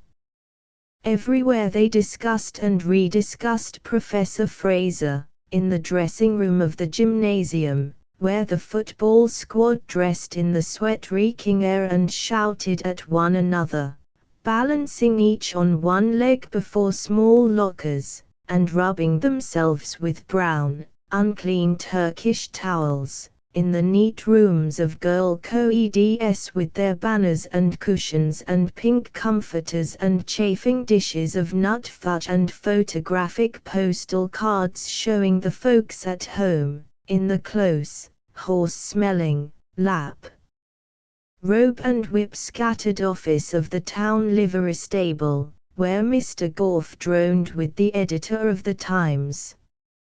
Everywhere Carl heard the echoes, and resolved, "I've got to do something." Chapter 90. Day of Professor Fraser's next lecture, a rain-sodden day at the end of October, with the stubble fields bleakly shelterless beyond the campus. The rain splashed up from pools on the worn brick walks and dripped from trees and whipped about buildings, soaking the legs and leaving them itchingly wet and the feet sloshily uncomfortable. Carl returned to his room at 1, talked to the Turk, his feet thrust against the side of their rusty stove. He wanted to keep 3 o'clock, the hour of Fraser's lecture, from coming. "I feel as if I was in for a fight and scared to death about it. Listen to that rain outside. Gee. But the old dame keeps these windows dirty. I hope Fraser will give it to them good and hard. I wish we could applaud him. I do feel funny, like something tragic was going to happen." "Oh, tie that dog outside," yawned the Turk, stanch adherent of Carl, and therefore of Professor Fraser, but not imaginative. "Come on, young Carl, I'll play you a slick little piece on the mouth organ." "Heh. Oh, thunder. I'm too restless to listen to anything except a cannon." Carl stumped to the window and pondered on the pool of water flooding the graying grass stems in the shabby yard. When it was time to start for Professor Fraser's lecture the Turk blurted, "Why don't we stay away and forget about it? Get her off your nerves. Let's go down to the bowling alley and work up a sweat." "Not a chance, Turk. He'll want all the supporters he's got. And you'd hate to stay away as much as I would. I feel cheered up now, all ready for the scrap." "Yip. Come on." "All right, Governor. I like the scrap, all right, but I don't want to see you get all worked up." Through the rain, across the campus, an unusual number of students in shining, cheap, black raincoats were hastening to the 3 o'clock classes, clattering up the stone steps of the academic building, talking excitedly, glancing up at the arched door as though they expected to see something startling. Dozens stared at Carl. He felt rather important. It was plain that he was known as a belligerent, a supporter of Professor Fraser. As he came to the door of lecture room, he found that many of the crowd were deserting their proper classes to attend the Fraser event. He bumped down into his own seat, gazing back superciliously at the outsiders who were edging into unclaimed seats at the back of the room or standing about the door, students from other classes, town girls, the young instructor in French, German, and music, a couple of town club women in glasses and galoshes and woolen stockings bunchy at the ankles. Everyone was rapidly whispering, watching everyone else, peeping often at the platform and the small door beside it through which Professor Fraser would enter. Carl had a smile ready for him. But there was no chance that the smile would be seen. There must have been 150 in the room, seated and standing, though there were but 70 in the course, and but 256 students in the whole college that year. Carl looked back. He clenched his fist and pounded the soft side of it on his thigh, drawing in his breath, puffing it out with a long exasperated hellel. For the Greek professor, the comicized, sandy-whiskered martinet, to whom nothing that was new was moral and nothing that was old was to be questioned by any undergraduate, stalked into the room like indignant Napoleon posing before two guards and a penguin at St. Helena. A student in the back row thriftily gave the Greek god his seat. The god sat down, with a precise nod. Instantly a straggly man with a celluloid collar left the group by the door, whisked over to the Greek professor, and fawned upon him. It was the fearless editor and owner, also part-time typesetter, of the Plato Weekly Times, who dated back to the days of Washington flatbed hand presses and pure Jeffersonian politics, and feared neither man nor devil, though he was uneasy in the presence of his landlady. He ostentatiously flapped a wad of copy paper in his left hand, and shook a spatter of ink drops from a fountain pen as he interviewed the Greek professor, who could be seen answering pompously. Carl was hating them both, fearing the Greek as a faculty spy on Fraser, picturing himself kicking the editor, when he was aware of a rustling all over the room, of a general turning of heads toward the platform. He turned. He was smiling like a shy child in his hero worship. Professor Fraser was inconspicuously walking through the low door beside the platform. Fraser's lips were together. He was obviously self-conscious. His motions were jerky. He elaborately did not look at the audience. He nearly stumbled on the steps up to the platform. His hand shook as he drew papers from a leather portfolio and arranged them on the small reading table. One of the papers escaped and sailed off the platform, nearly to the front row. Nearly everyone in the room snickered. Fraser flushed. A girl student in the front row nervously bounded out of her seat, picked up the paper, and handed it up to Fraser. They both fumbled it, and their heads nearly touched. Most of the crowd laughed audibly. Professor Fraser sat down in his low chair, took out his watch with a twitching hand, and compared his time with the clock at the back of the room, and so closely were the amateur executioners observing their victim that every eye went back to the clock as well. Even Carl was guilty of that imitation. Consequently he saw the editor, standing at the back, make notes on his copy paper and smirk like an ill-bred hound stealing a bone. And the Greek professor stared at Fraser's gauche movements with a grim smugness that indicated, quite the sort of thing I expected. The Greek's elbows were on the arm of the seat, and he held up before his breast a small red leather-covered notebook which he superciliously tapped with a thin pencil. He was waiting. Like a judge of the Inquisition.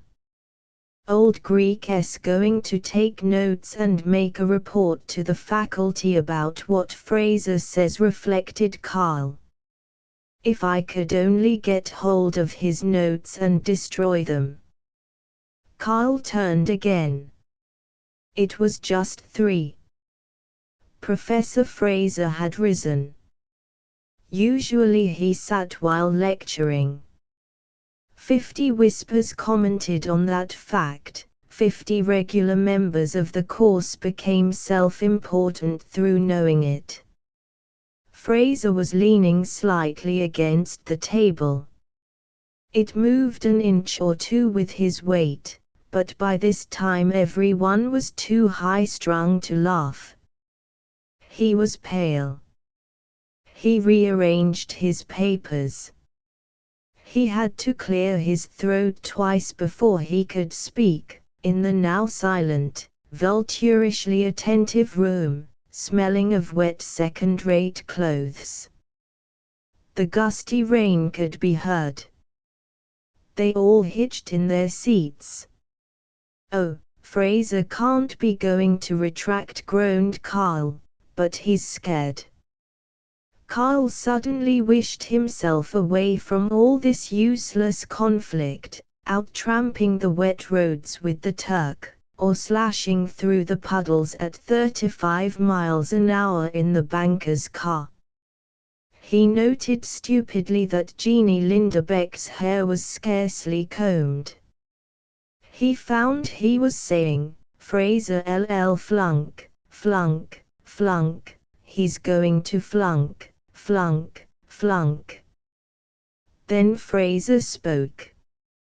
His voice sounded harsh and unrhythmical, but soon swung into the natural periods of a public speaker as he got into his lecture. "My friends," said he, "a part of you have come here legitimately, to hear a lecture, a part to satisfy the curiosity aroused by rumors to the effect that I am likely to make indecorous and indecent remarks, which your decorum and decency make you wish to hear, and of which you will carry away evil and twisted reports, to gain the reputation of being fearless defenders of the truth.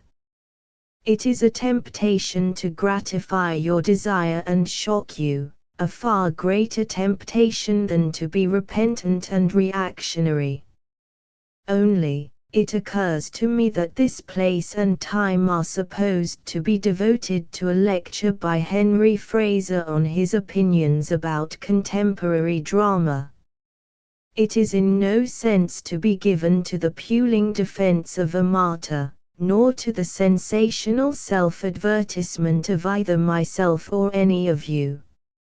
I have no intention of devoting any part of my lecture, aside from these introductory adumbrations, to the astonishing number of new friends whose bright and morning faces I see before me. I shall neither be so insincerely tactful as to welcome you, nor so frightened as to ignore you. Nor shall I invite you to come to me with any complaints you have about me. I am far too busy with my real work. I am not speaking patiently. I am not patient with you. I am not speaking politely. Truly, I do not think that I shall much longer be polite. Wait. That sounds now in my ears as rhetorical. Forgive me, and translate my indiscretions into more colloquial language. Though from rumors I have overheard, I fancy some of you will do that, anyway. And now, I think, you see where I stand. Now then, for such of you as have a genuine interest in the brilliant work of Bernard Shaw, I shall first continue the animadversions on the importance of his social thought, endeavor to link it with the great and growing vision of H. G. Wells, novelist and not dramatist though he is, because of the significance of his new books, Kipps and Mankind in the Making, and point out the serious purpose that seems to me to underlie Shaw's sarcastic pictures of life's shams. In my last lecture I endeavored to present the destructive side of present social theories as little as possible, to dwell more on the keen desire of the modern thinkers for constructive imagination. But I judge that I was regarded as too destructive, which amuses me, and to which I shall apply the antidote of showing how destructive modern thought is and must be, whether running with sootily smoking torch of individuality in Bakunin, or hissing in Nietzsche, or laughing at Olympus in Bernard Shaw. My radicalism has been spoken of. Radical. Do you realize that I am not suggesting that there might possibly someday be a revolution in America, but rather that now I am stating that there is, this minute, and for some years has been, an actual state of warfare between capital and labor? Do you know that daily more people are saying openly and violently that we starve our poor, we stuff our own children with useless bookishness, and work the children of others in mills and let them sell papers on the streets in red light districts at night, and thereby prove our state nothing short of insane? If you tell me that there is no revolution because there are no barricades, I point to actual battles at Homestead, Pullman, and the rest. If you say that there has been no declaration of war, open war, I shall read you editorials from the Appeal to Reason. Mind you, I shall not say whether I am enlisted for or against the Revolutionary Army. But I demand that you look about you and understand the significance of the industrial disturbances and religious unrest of the time. Never till then will you understand anything, certainly not that Shaw is something more than an infant terrible, Ibsen something more than an ill-natured old man with dyspepsia and a silly lack of interest in skating. Then you will realize that in the most extravagant utterances of a red-shirted strike leader there may be more fervent faith and honor, oftentimes, than in the virgin prayers of a girl who devoutly attends Christian Endeavor, but presumes to call Emma Goldman that dreadful woman. Follow the labor leader. Or fight him, good and hard. But do not overlook him. But I must be more systematic. When John Tanner's independent chauffeur, of whom you have, I hope you have, read in Man and Superman, Kyle looked about. Many were frowning, a few leaning sidewise to whisper to neighbors, with a perplexed head shake that plainly meant, I don't quite get that. Wet feet were shifted carefully, breaths caught quickly, hands nervously played with lower lips. The Greek professor was writing something. Carl's ex-roommate, Plain Smith, was rigid, staring unyieldingly at the platform. Carl hated Smith's sinister stillness. Professor Fraser was finishing his lecture. "If it please you, flunk this course. Don't read a single play I assign to you. Be disrespectful, disbelieve all my contentions, and I shall still be content. But do not, as you are living souls, blind yourself to the fact that there is a worldwide movement to build a wider new world, and that the world needs it, and that in Jamaica Mills, on land owned by a director of Plato College, there are 2 particularly vile saloons which you must wipe out before you disprove me." Silence for 10 seconds. "Then, that is all." The crowd began to move hesitatingly, while Professor Fraser hastily picked up his papers and raincoat and hurried out through the door beside the platform. Voices immediately rose in a web of talk, many-colored, hot-colored. Carl babbled to the man next him, "He sure is broad. He doesn't care whether they're conservative or not." And some sensation at the end. "Heh." "What?" "Him." The sophomore was staring. "Yes." "Why, sure." "What do you mean?" demanded Carl. "Well, and what do you mean by broad?" "Sure. He's broad just like a razor edge." "Heh," echoed the next man down the row, a YMCA senior.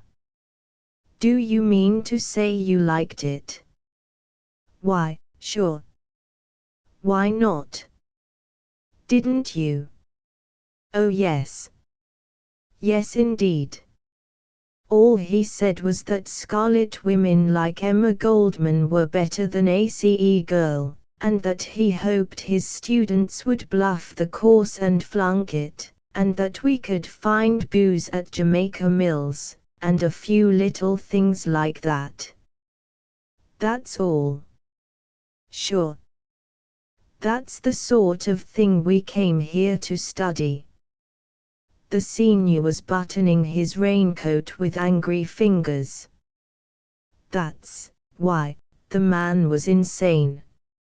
And the way he denounced decency and, oh, I can't talk about it. WWW, well by gosh, of all the, spluttered Carl. You and your YMCA.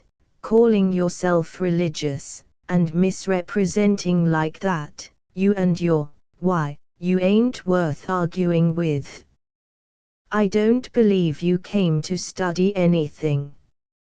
You know it all already." Passionate but bewildered, trying not to injure the cause of Fraser by being nasty, he begged, "Straight, didn't you like his spiel? Didn't it give you some new ideas?" The senior vouchsafed, "No, me and my YM didn't like it." "Now don't let me keep you, Ixon. I suppose you'll be wanting to join dear Mr. Fraser in a highball, you're such a pet of his. Did he teach you to booze? I understand you're good at it." "You apologize or I'll punch your face off," said Carl. "I don't understand Professor Fraser's principles like I ought to. I'm not fighting for them. Probably would if I knew enough. But I don't like your face. It's too long. It's like a horse's face. It's an insult to Fraser to have a horse-faced guy listen to him. You apologize for having a horse face, see? You're bluffing." You wouldn't start anything here, anyway. Apologize. Carl's fist was clenched. People were staring. Cut it out, will you? I didn't mean anything. You wouldn't, snapped Carl, and rammed his way out, making wistful boyish plans to go to Fraser with devotion and offers of service in a fight whose causes grew more confused to him every moment. Beside him, as he hurried off to football practice, strode a big lineman of the junior class, cajoling, "Calm down, son. You can't lick the whole college." "But it makes me so sore." "Oh, I know, but it strikes me that no matter how much you like Fraser, he was going pretty far when he said that anarchists had more sense than decent folks." "He didn't." "You didn't get him." "He meant, oh Lord, what's the use?" He did not say another word as they hastened to the gymnasium for indoor practice. He was sure that they who knew of his partisanship would try to make him lose his temper. "Dear Lord, please just let me take out just one bonehead and beat him to a pulp, and then I'll be good and not open my head again," was his perfectly reverent prayer as he stripped before his locker. Carl and most of the other substitutes had to wait, and most of them gossiped of the lecture. They all greedily discussed Fraser's charge that some member of the corporation owned saloon lots, and tried to decide who it was, but not one of them gave Fraser credit. 20 times Carl wanted to deny, 20 times speech rose in him so hotly that he drew a breath and opened his mouth, but each time he muttered to himself, "Oh, shut up. You'll only make em worse." Students who had attended the lecture declared that Professor Fraser had advocated bomb throwing and obscenity, and the others believed, marveling, well, with unctuous appreciation of the scandal. Still Carl sat aloof on a pair of horizontal bars, swinging his legs with agitated quickness, while the others covertly watched him, slim, wire-drawn, his china blue eyes blurred with fury, his fair Norse skin glowing dull red, his chest strong under his tight football jersey, a clean-carved boy. The rubber band of his nose guard snapped harshly as he plucked at it, playing a song of hatred on that hard little harp. An insignificant thing made him burst out. Tommy Lacroix, the French Canuck, a quick, grinning, evil-spoken, tobacco-chewing, rather likable young thug, stared directly at Carl and said, loudly, "'Nother thing I noticed was that Fraser didn't have his pants pressed. Funny, ain't it, that when even these dudes from Yale get to be cranks they are short on baths and tailors."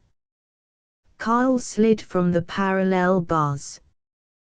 He walked up to the line of substitutes, glanced sneeringly along them, dramatized himself as a fighting rebel, remarked, "Half of you are too dumb to get Fraser, and the other half are old women gossips and ought to be drinking tea," and gloomed away to the dressing room, while behind him the substitutes laughed, and someone called, "Sorry you don't like us, but we'll try to bear up."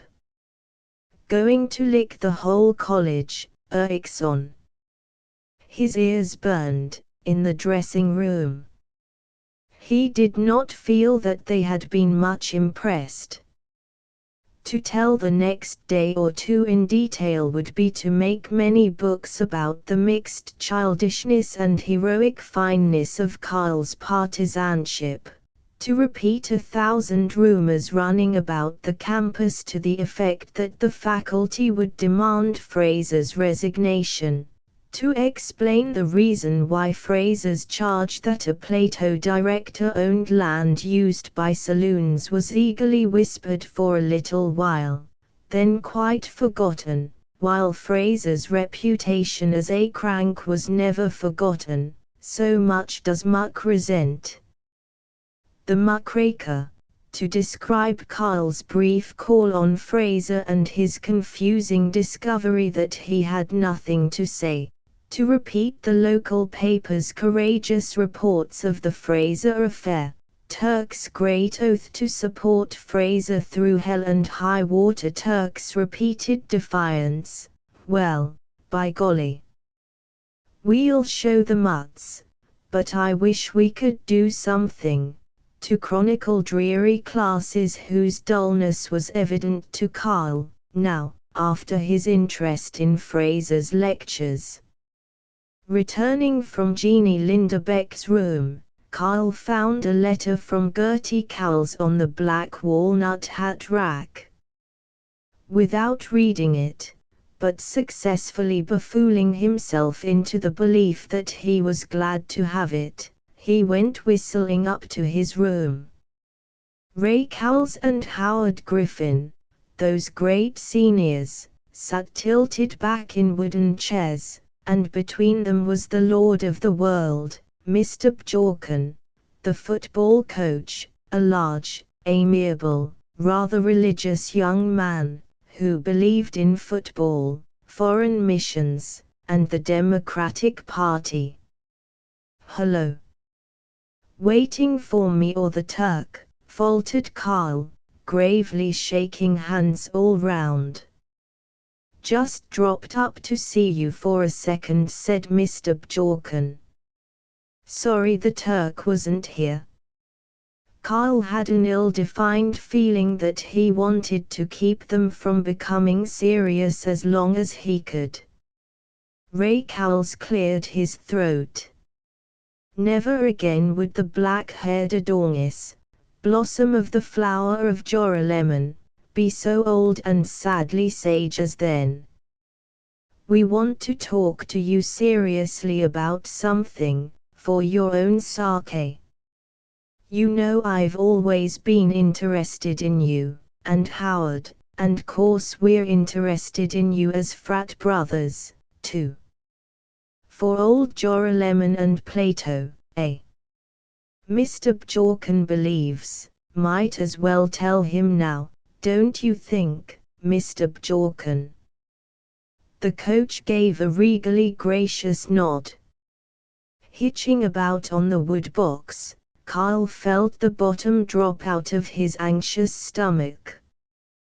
"Well, Mr. Bjorken thinks you're practically certain to make the team next year, and maybe you may even get put in the Hamlin game for a few minutes this year, and get your P.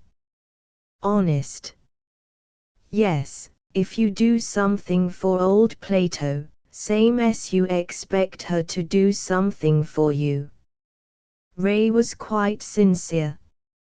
"But not if you put the team discipline on the bum and disgrace Omega Chi. Of course I can't speak as an actual member of the team, but still, as a senior, I hear things." "How do you mean disgrace?" "Don't you know that because you've been getting so savage about Fraser the whole team's getting mad," said the coach. "Cowles and Griffin and I have been talking over the whole proposition. You're boosting Fraser. Look here from Carl, I won't crawl down on my opinion about Fraser. Folks haven't understood him." "Lord love you, son," soothed Howard Griffin, "we aren't trying to change your opinion of Fraser.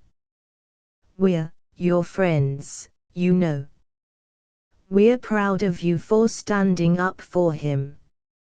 Only thing is, now that he's practically fired, just tell me how it's going to help him or you or anybody else, now, to make everybody sore by roasting them because they can't agree with you.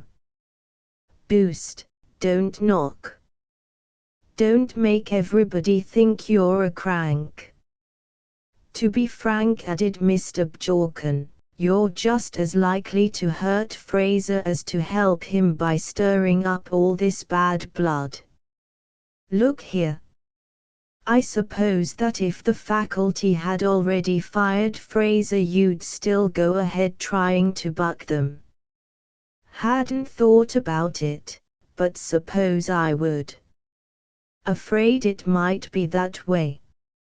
But haven't you seen by this time about how much good it does for one lone sophomore to try and run the faculty?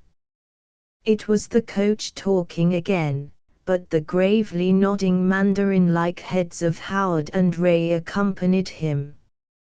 Mind you, I don't mean to disparage you personally, but you must admit that you can't hardly expect to boss everything. Just what good'll it do to go on shouting for Fraser? Quite aside from the question of whether he is likely to get fired or not. Well, grunted Carl, nervously massaging his chin, I don't know as it will do any direct good, except maybe waking this darn conservative college up a little, but it does make me so doggone sore. Yes, we understand, old man, the coach said, but on the other hand, here's the direct good of sitting tight and playing the game. I've heard you speak about Kipling. Well, you're like a young officer, a subaltern they call it, don't they, in a Kipling story, a fellow that's under orders, and it's part of his game to play hard and keep his mouth shut and to not criticize his superior officers, ain't it? Oh, I suppose so, but, well, it's just the same with you. Can't you see that? Think it over. What would you think of a lieutenant that tried to boss all the generals? Just same thing. Besides, if you sit tight, you can make the team this year, I can practically promise you that. Do understand this now, it isn't a bribe. We want you to be able to play and do something for old Plato in a real way, in athletics. But you most certainly can't make the team if you're going to be a disorganizer.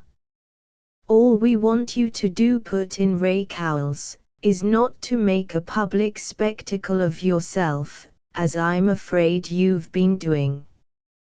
Admire Fraser all you want to, and talk about him to your own bunch, and don't back down on your own opinions, only don't think you've got to go round yelling about him. People get a false idea of you. I hate to have to tell you this, but several of the fellows, even in Omega Chi, have spoken about you, and wondered if you really were a regular crank. Of course he isn't, you poor cheese, I tell 'em, but I can't be around to answer everyone all the time, and you can't lick the whole college, that ain't the way the world does things. You don't know what a bad impression you make when you're too brash. See how I mean? As the Council of Seers rose, Carl timidly said to Ray, straight, now, have quite a lot of the fellows been saying I was a goat? Good many, I'm afraid. All talking about you. It's up to you. All you got to do is not think you know it all, and keep still.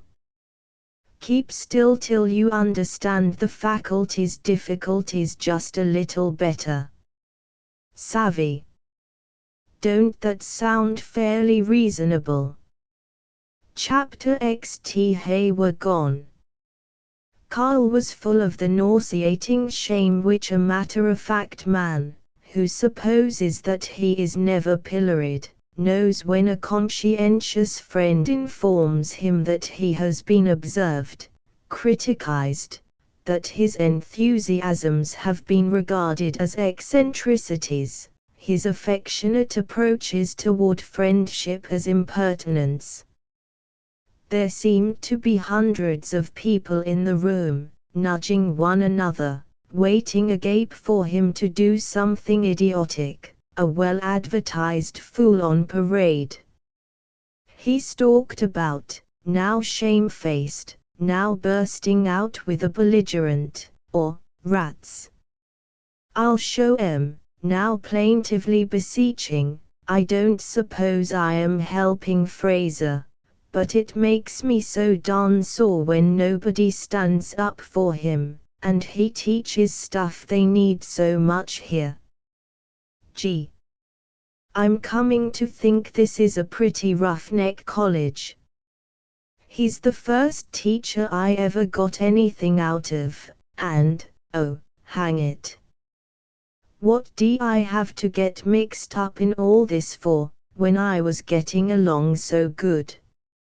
And if it isn't going to help him, his right hand became conscious of Gertie's letter crumpled in his pocket. As turning the letter over and over gave him surprisingly small knowledge of its contents, he opened it. Dear Carl, you are just silly to tease me about any bank clerk. I don't like him any more at all, and he can go with Linda all he likes, much I care. We are enjoying good health, though it is getting quite cold now, and we have the furnace running now, and it feels pretty good to have it. We had such a good time at Adelaide's party. She wore such a pretty dress. She flirted terribly with Joe Jordan, though of course you'll call me a cat for telling you because you like her so much better than me and all. Oh, I haven't told you the news yet. Joe has accepted a position at St. Hilary in the mill there. I have some pretty new things for my room, a beautiful hand-painted picture. Before Joe goes, there is going to be a party for him at Seminars. I wish you could come. I suppose you have learned to dance well. Of course you go to lots of parties at Plato with all the pretty girls and forget all about me. I wish I was in Minneapolis. It is pretty dull here, and such good talks you and me had, didn't we? Oh Carl dear, Ray writes us you are sticking up for that crazy Professor Fraser. I know it must take lots of courage, and I admire you lots for it, even if Ray doesn't. But oh Carl dear, if you can't do any good by it, I hope you won't get everybody talking about you without it's doing any good, will you, Carl? I do so expect you to succeed wonderfully, and I hope you won't blast your career even to stand up for folks when it's too late and won't do any good.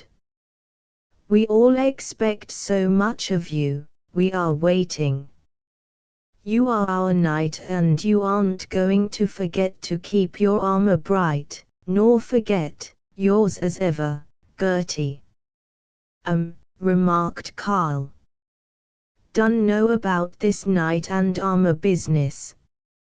I'd look swell, I would, with a wash boiler and a few more tons of junk on. Expect you to succeed wonderfully. Oh, I don't suppose I had ought to disappoint em. Don't see where I can help Fraser, anyway. Not a bit. The Fraser affair seemed very far from him, very hysterical.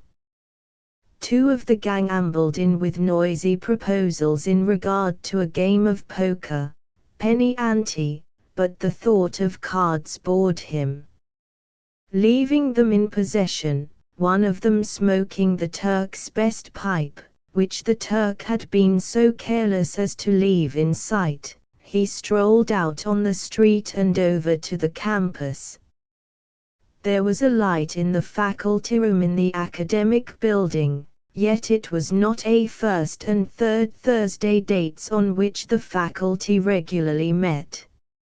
Therefore, it was a special meeting. Therefore, promptly, without making any plans, Kyle ran to the back of the building, shinned up a waterspout, humming just before the battle, "Mother," pried open a classroom window with his large jackknife, of the variety technically known as a toad stabber, changing his tune to "Onward, Christian Soldiers," climbed in, tiptoed through the room, stopping often to listen, felt along the plaster walls to find the door, eased the door open, calmly sat down in the corridor, pulled off his shoes, said, "Ouch, it's cold on the feet," slipped into another classroom in the front of the building, put on his shoes, crawled out of the window, walked along a limestone ledge 1 foot wide to a window of the faculty room,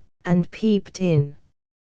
All of the 11 assistant professors and full professors, except Fraser, were assembled, with President S. Alcott Wood in the chair, and the Greek professor addressing them, referring often to a red leather-covered notebook. Making a report on Fraser's lecture, said Carl, clinging precariously to the rough faces of the stones. A gust swooped around the corner of the building. He swayed, gripped the stones more tightly, and looked down. He could not see the ground. It was 35 or 40 feet down. Almost fell, he observed. "Gosh. My hands are chilly." As he peered in the window again, he saw the Greek professor point directly at the window, while the whole gathering, startled, turned, stared. A young assistant professor ran toward the door of the room. "Going to cut me off?" "Doggone it," said Carl. "They'll wait for me at the math room window." "Hooray. I've started something." He carefully moved along the ledge to a point halfway between windows and waited, flat against the wall. Again he glanced down from the high, windy, narrow ledge. "It'd be a long drop. My hands are cold. I could slip. Funny, I ain't really much scared, though. Say, where'd I do just this before? Oh yes." He saw himself as little Carl, lost with Gertie in the woods, caught by Bone Stillman at the window. He laughed out as he compared the bristly virile face of Bone with the pasty face of the young professor. "Seems almost as though I was back there doing the same thing right over. Funny. But I'm not quite as scared as I was then. Guess I'm growing up. Hello. Here's our cunning Spanish Inquisition rubbering out of the next window." The window of the mathematics classroom, next to the faculty room, had opened. The young professor who was pursuing Carl peppered the night with violent words delivered in a rather pedagogic voice. "Well, sir. We have you. You might as well come and give yourself up." Carl was silent. The voice said, conversationally, "He's staying out there. I'll see who it is." Carl half made out a head thrusting itself from the window, then heard, in sotto voce, "I can't see him." Loudly again, the pursuing professor yapped, "Ah, I see you. You're merely wasting time, sir. You might just as well come here now. I shall let you stay there till you do. Softly, hurry back into the faculty room and see if you can get him from that side. Bet it's one of the sneaking Fraser faction. Carl said nothing, did not budge. He peeped at the ledge above him. It was too far for him to reach it. He tried to discern the mass of the ground in the confusing darkness below. It seemed miles down. He did not know what to do. He was lone as a mateless hawk, there on the ledge, against the wall whose stones were pinchingly cold to the small of his back and his spread-eagled arms. He swayed slightly, realized with trembling nausea what would happen if he swayed too much. He remembered that there was pavement below him. But he did not think about giving himself up. From the mathematics room window came, "Watch him. I'm going out after him." The young professor's shoulders slid out of the window.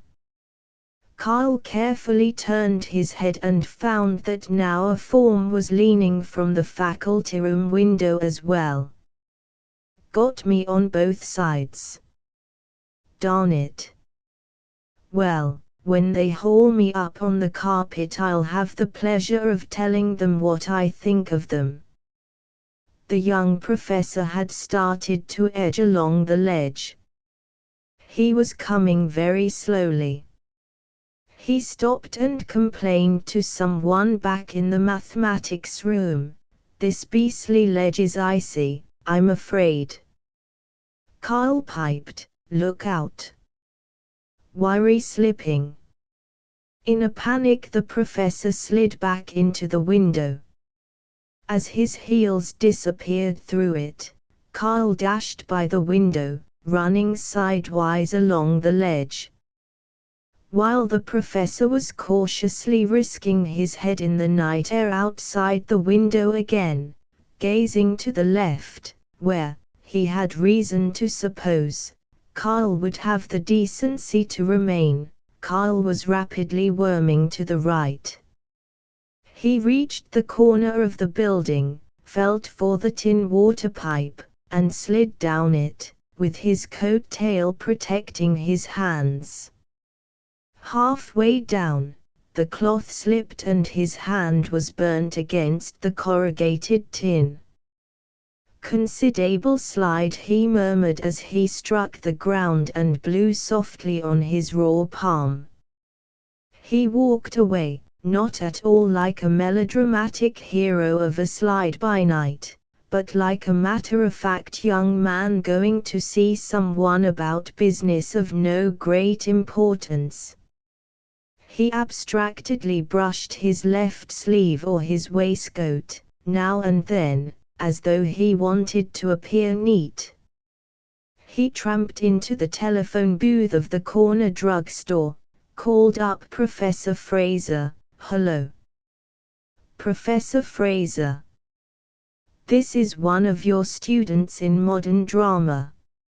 I've just learned. I happened to be up in the academic building and I happened to find out that Professor Drood is making a report to the faculty, special meeting, about your last lecture.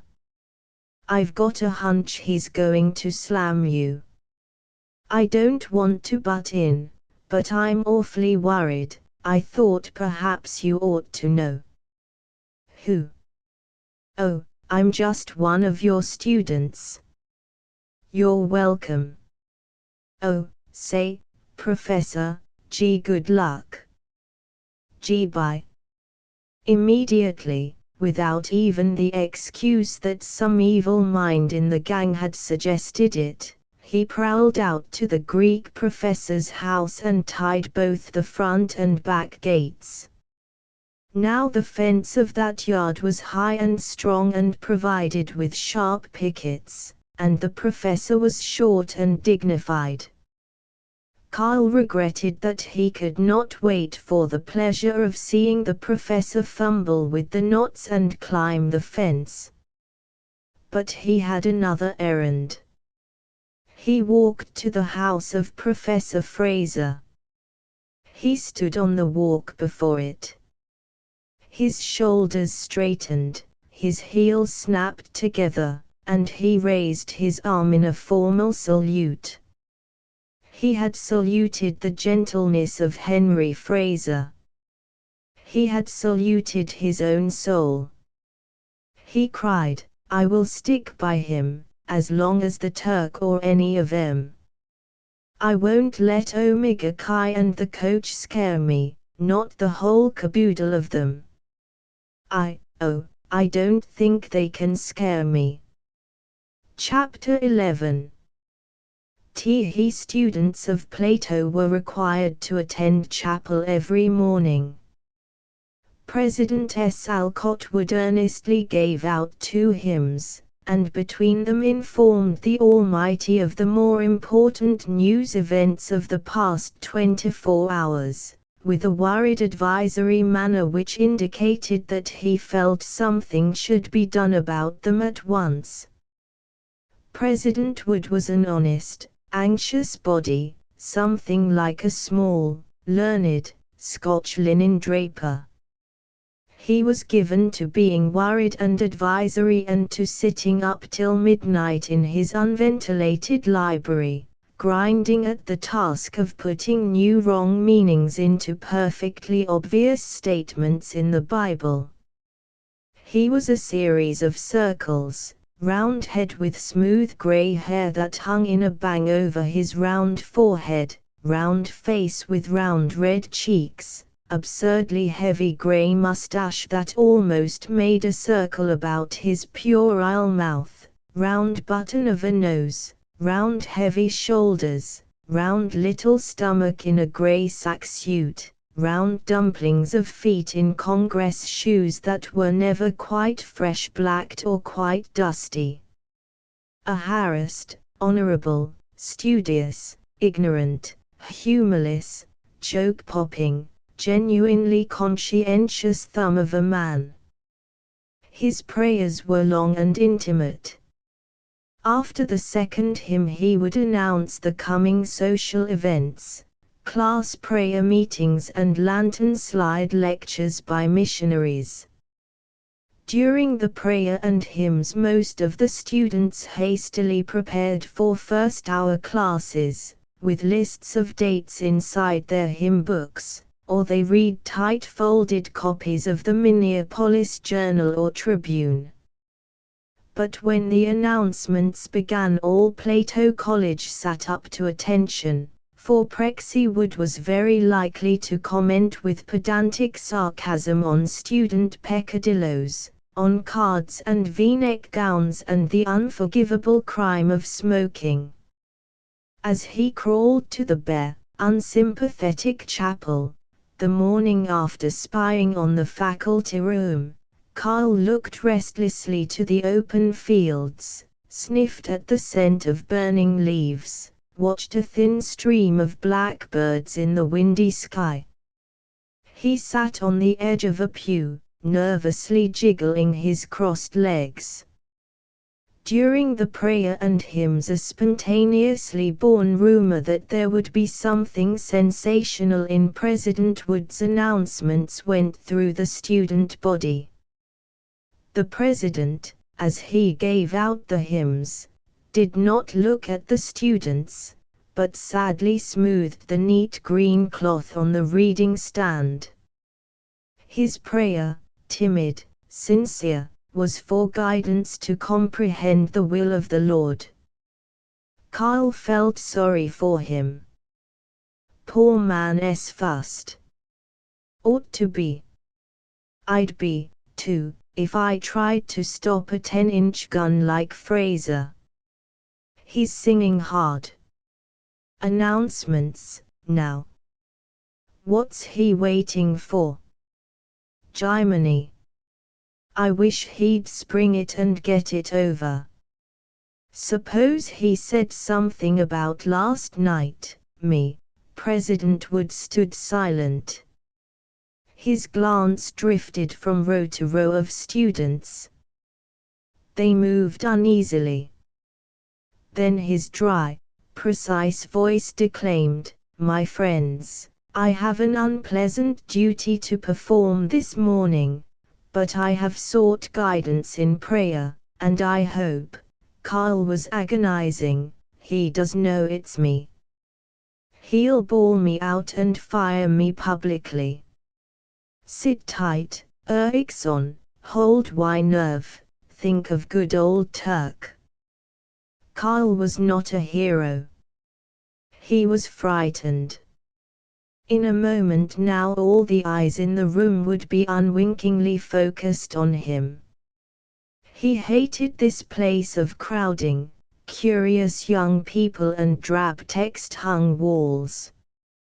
In the last row he noted the pew in which Professor Fraser sat, infrequently. He could fancy Fraser there, pale and stern. "I'm glad I spied on him. Might have been able to put Fraser wise to something definite if I could just have overheard him." President Wood was mincing on, "And so, my friends, I hope that in devotion to the ideals of the Baptist Church we shall strive ever onward and upward in even our smallest daily concerns, per aspera ad astra, not in a spirit of materialism and modern unrest, but in a spirit of duty." I need not tell you that there has been a great deal of rumor about the so-called faculty dissensions. But let me earnestly beseech you to give me your closest attention when I assure you that there have been no faculty dissensions. It is true that we have found certain teachings rather out of harmony with the ideals of Plato College. The Word of God in the Bible was good enough for our fathers who fought to defend this great land, and the Bible is still good enough for us, I guess, and I cannot find anything in the Bible about such doctrines as socialism and anarchism and evolution. Probably most of you have been fortunate enough to not have wasted any time on this theory called evolution. If you don't know anything about it, you have not lost anything. Absurd as it may seem, evolution says that we are all descended from monkeys. In spite of the fact that the Bible teaches us that we are the children of God. If you prefer to be the children of monkeys rather than of God, well, all I can say is, I don't. Laughter. But the old fellow Satan is always busy going to and fro even in colleges, and in the unrestrained, overgrown, secularized colleges of the East they have actually been teaching this doctrine openly for many years. Indeed, I am told that right at the University of Chicago, though it is a Baptist institution, they teach this same silly twaddle of evolution, and I cannot advise any of you to go there for graduate work. But these scientific fellows that are too wise for the Bible fall into the pits they themselves have digged, sooner or later, and they have been so smart in discovering new things about evolution that they have contradicted almost everything that Darwin, who was the high priest of this abominable cult, first taught, and they have turned the whole theory into a hodgepodge of contradictions from which even they themselves are now turning in disgust. Indeed, I am told that Darwin's own son has come out and admitted that there is nothing to this evolution. Well, we could have told him that all along, and told his father, and saved all their time, for now they are all coming right back to the Bible. We could have told them in the first place that the Word of God definitely explains the origin of man, and that anybody who tried to find out whether we were descended from monkeys was just about as wise as the man who tried to make a silk purse out of a sow's ear. Carl was settled down in his pew, safe. President Wood was in his stride. All this evolutionary fad becomes ridiculous, of course, when a mind that is properly trained in clear thinking by the diligent perusal of the classics strips it of its pseudo-scientific rags and shows it straight out from the shoulder, in the fire of common sense and sound religion. And here is the point of my disquisition, on this self-same evolution. This bombast of the self-pushing scientists, are founded all such UN Christian and un-American doctrines as socialism and anarchism and the lusts of feminism, with all their followers, such as Shaw and the fellow who tried to shoot Mr. Frick, and all the other atheists of the stripe that think so well of themselves that they are quite willing to overthrow the grand old institutions that our forefathers founded on the Constitution, and they want to set up instead, they are quite willing to tell us how to run the government. They want to set up a state in which all of us who are honest enough to do a day's work shall support the lazy rascals who aren't. Yet they are very clever men. They can pull the wool over your eyes and persuade you, if you let them, that a universal willingness to let the other fellow do the work while you paint pictures of flowers and write novels about the abominations of Babylon is going to evolve a superior race. Well, when you think they are clever, this Shaw and this fellow Wells and all of them that copy Robert G. Ingersoll, just remember that the cleverest fellow of them all is the old Satan, and that he's been advocating just such lazy doctrines ever since he stirred up rebellion and discontent in the Garden of Eden. If these things are so, then the teachings of Professor Henry Fraser, however sincere he is, are not in accordance with the stand which we have taken here at Plato. My friends, I want you all to understand me. Certain young students of Plato appear to have felt that the faculty have not appreciated Professor Fraser.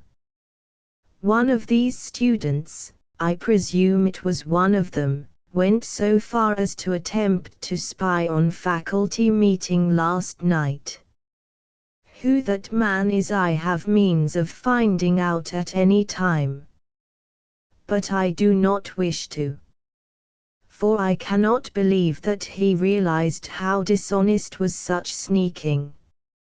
I wish to assure the malcontents that I yield to no one in my admiration of Professor Fraser's eloquence and learning in certain subjects. Only, we have not found his doctrines quite consistent with what we are trying to do. They may be a lot more smart and newfangled than what we have out here in Minnesota, and we may be a lot of old fogies, but we are not narrow, and we wish to give him just as much right of free speech. We wish, there is, no slightest, desire, in fact, to impose any authority on anyone. But against any perversive doctrine we must in all honesty take a firm stand. We carefully explained this to Professor Fraser, and permit me to inform those young men who have taken it upon themselves to be his champions, that they would do well to follow his example. For he quite agrees with us as to the need of keeping the Plato College doctrine consistent. In fact, he offered his resignation, which we reluctantly accepted, very, very reluctantly. It will take effect the first of the month, and, owing to illness in his family, he will not be giving any lectures before then. Students in his classes, by the way, are requested to report to the dean for other assignments. And so you see how little there is to the cowardly rumors about faculty dissensions. Liar, liar. Dear God, they've smothered that kind, straight Fraser Kyle was groaning.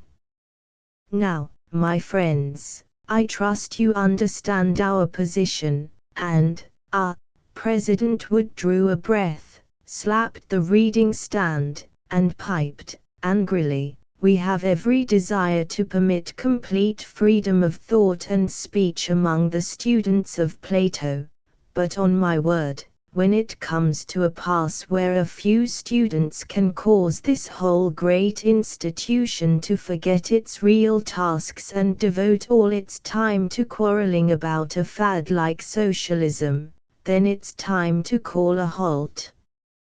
If there are any students here who, now that I have explained that Professor Fraser leaves us of his own free will, still persist in their stubborn desire to create trouble, and still feel that the faculty have not treated Professor Fraser properly, or that we have endeavored to coerce him, then let them stand up, right here and now, in chapel. I mean it. Let them stop this cowardly running to and fro and secret gossip. Let them stand right up before us, in token of protest, here, and now. Or otherwise hold their peace. So well trained to the authority of schoolmasters were the students of Plato, including Karl Erikson, that they sat as uncomfortable as though they were individually accused by the plump pedant who was weakly glaring at them, his round, childish hand clutching the sloping edge of the oak reading stand, his sack coat wrinkled at the shoulders and sagging back from his low linen collar. Carl sighted back at Fraser's pew, hoping that he would miraculously be there to confront the dictator. The pew was empty as before. There was no one to protest against the ousting of Fraser for saying what he believed true. Then Carl was agitated to find that Karl Erikson, a backyard boy, was going to rise and disturb all these learned people. He was frightened again. But he stood up, faced the president, affectedly folded his arms, hastily unfolded them and put his hands in his pockets, one foot before the other, one shoulder humped a little higher than the other. The whole audience was staring at him. He did not dare peep at them, but he could hear their murmur of amazement. Now that he was up, he rather enjoyed defying them. Well, young man, so you are going to let us know how to run Plato, teetered the president. I'm sure everybody will feel much obliged to you. Carl did not move. He was aware of Jeannie Lindebeck rising, to his left. No one else was up, but, with Jeannie's frail adherents, Carl suddenly desired to rouse everyone to stand for Fraser and freedom.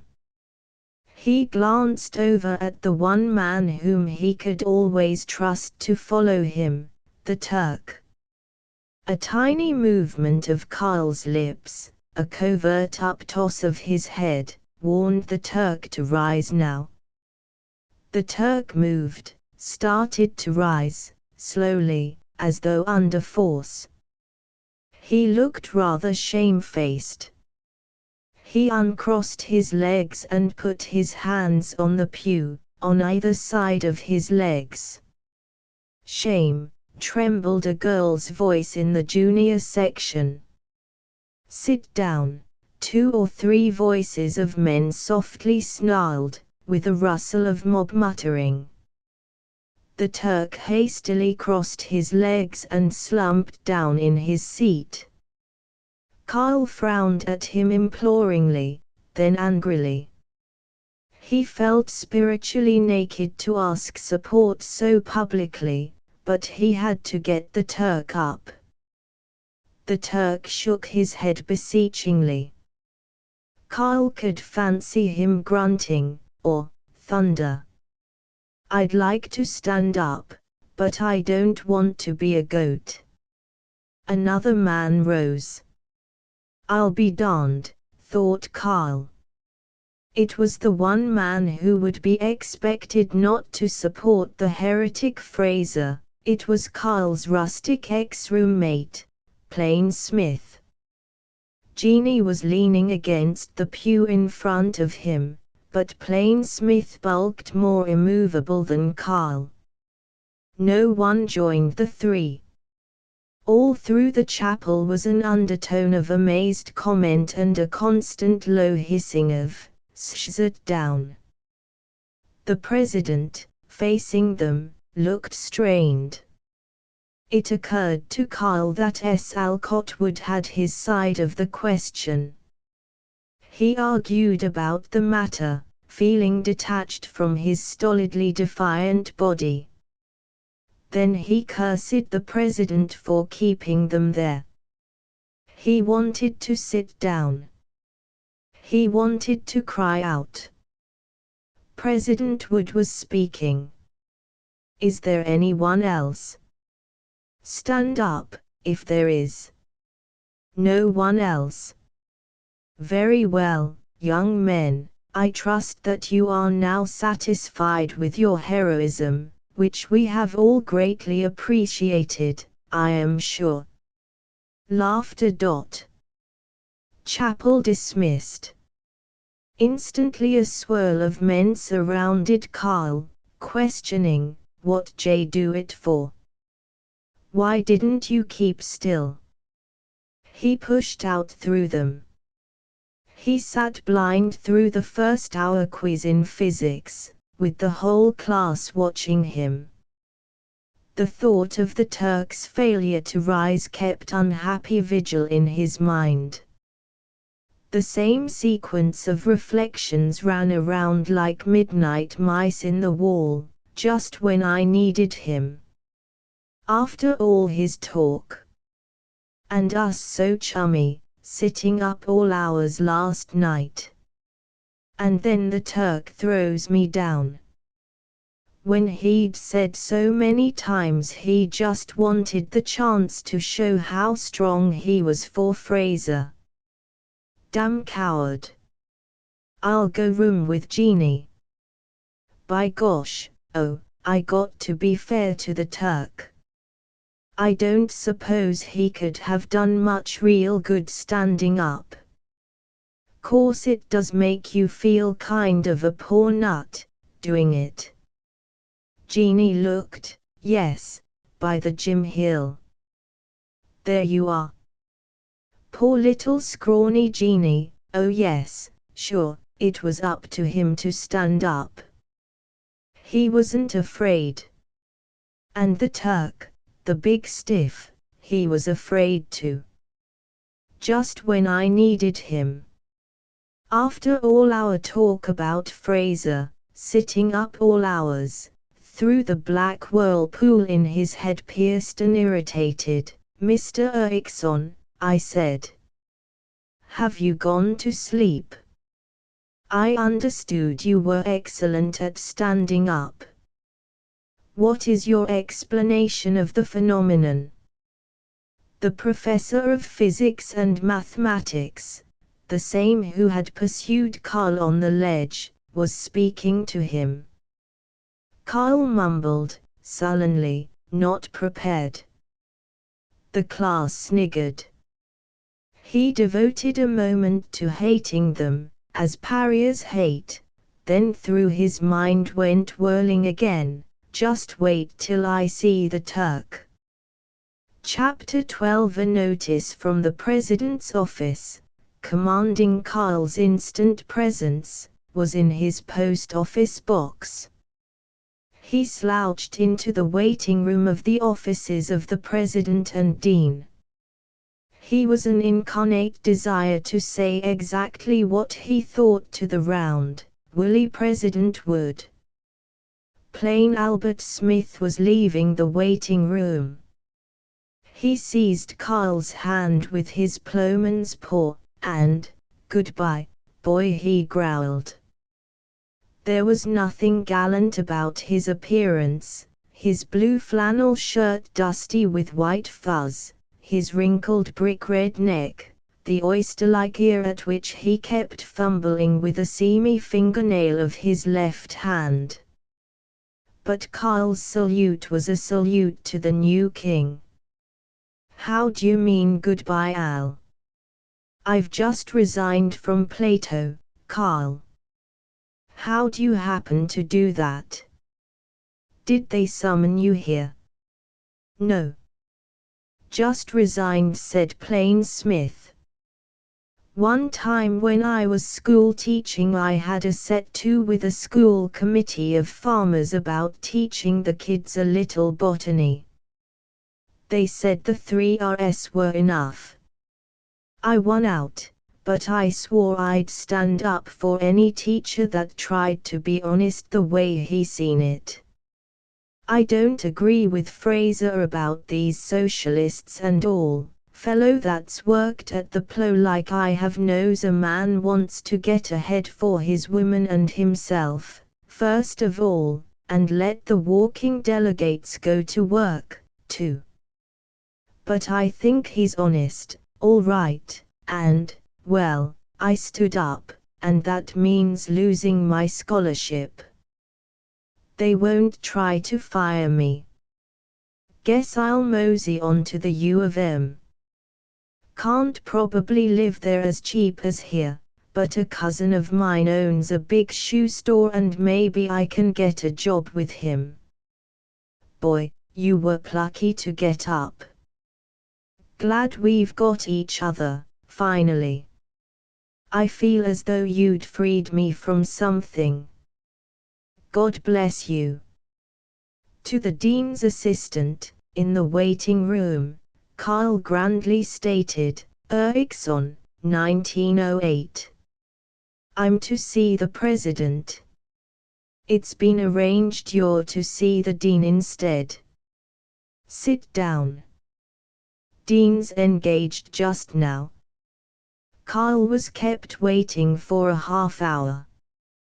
He did not like the transference to the dean, who was no anxious old lamb like S. Alcott Wood, but a young collegiate climber, with a clipped mustache, a gold eyeglass chain over one ear, a curt voice, many facts, a spurious appreciation of music, and no mellowness. He was a graduate of the University of Chicago, and aggressively proud of it. He had earned his way through college, which all tradition and all fiction pronounce the perfect manner of acquiring a noble independence and financial ability. Indeed, the blessing of early poverty is in general praised as the perfect training for acquiring enough wealth to save one's own children from the curse of early poverty. It would be safer to malign George Washington and the Boy Scouts, professional baseball and the YMCA, than to suggest that working one's way through college is not necessarily manlier than playing and dreaming and reading one's way through.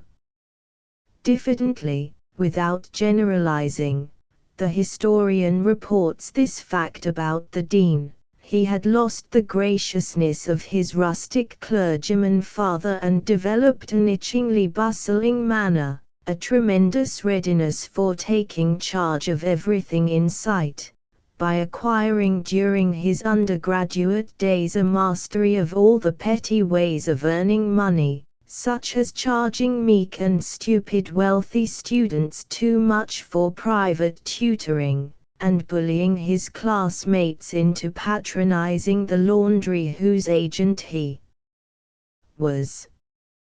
The dean stuck his little finger far out into the air when drinking from a cup, and liked to be taken for a well-dressed man of the world. The half-hour of waiting gave Carl a feeling of the power of the authorities. And he kept seeing Plainsmith in his cousin's shoe store, trying to fit women's shoes with his large red hands. When he was ordered to step into the dean's office, now he stumbled in, pulling at his soft felt hat. With his back to Carl, the dean was writing at a roll-top desk. The burnished top of his narrow, slightly bald head seemed efficient and formidable. Not glancing up, the dean snapped, "Sit down, young man." Carl sat down. He crumpled his hat again. He stared at a framed photograph, and moved his feet about, trying to keep them quiet. More waiting. The dean inspected Carl, over his shoulder. He still held his pen. The fingers of his left hand tapped his desk tablet. He turned in his swivel chair deliberately, as though he was now ready to settle everything permanently. "Well, young man, are you prepared to apologize to the president and faculty?" "Apologize? What for?" "The president said those that wanted to protest, now we won't have any blustering, if you please, Erickson. I haven't the slightest doubt that you are prepared to give an exhibition of martyrdom. That is why I asked the privilege of taking care of you, instead of permitting you to distress President Wood any further. We will drop all this posing, if you don't mind. I assure you that it doesn't make the slightest impression on me, Erickson. Let's get right down to business. You know perfectly well that you have stirred up all the trouble you could in regard to Mr. Fraser. And I really think, that we shall either have to have your written apology and your promise to think a little more before you talk, hereafter, or else we shall have to request your resignation from college. I am sorry that we apparently can't run this college to suit you, Erickson, but as we can't, why, I'm afraid we shall have to ask you not to increase our inefficiency by making all the trouble you can. Wait now, let's not have any melodrama. You may as well pick up that hat again. It doesn't seem to impress me much when you throw it down, though doubtless it was very dramatically done. Oh yes, indeed, very dramatic. See here. I know you, and I know your type, my young friend, and I haven't, look here. Why do I get picked out as the goat, the one to apologize? Because I stood up first. When Prexy said to. Oh, not at all. Say it's because you quite shamelessly made motions at others while you stood there, and did your best to disaffect men who hadn't the least desire to join in your troublemaking. Now I'm very busy, young man, and I think this is all the time I shall waste on you. I shall expect to find your written, honest. Dean Carl suddenly laughed. May I say just one thing before I get thrown out? Certainly. We have every desire to deal justly with you, and to always to give you every opportunity. Well, I just wanted to say, in case I resign and don't see you again, that I admire you for your nerve. I wish I could get over feeling like a sophomore talking to a dean, and then I could tell you I hadn't supposed there was anybody could talk to me the way you have and get away with it. I'd always thought I'd punch their head off, and here you've had me completely buffaloed. It's wonderful. Honestly, it never struck me till just this second that there isn't any law that compels me to sit here and take all this. You had me completely hypnotized. You know, I might retort truthfully and say I am not accustomed to have students address me in quite this manner.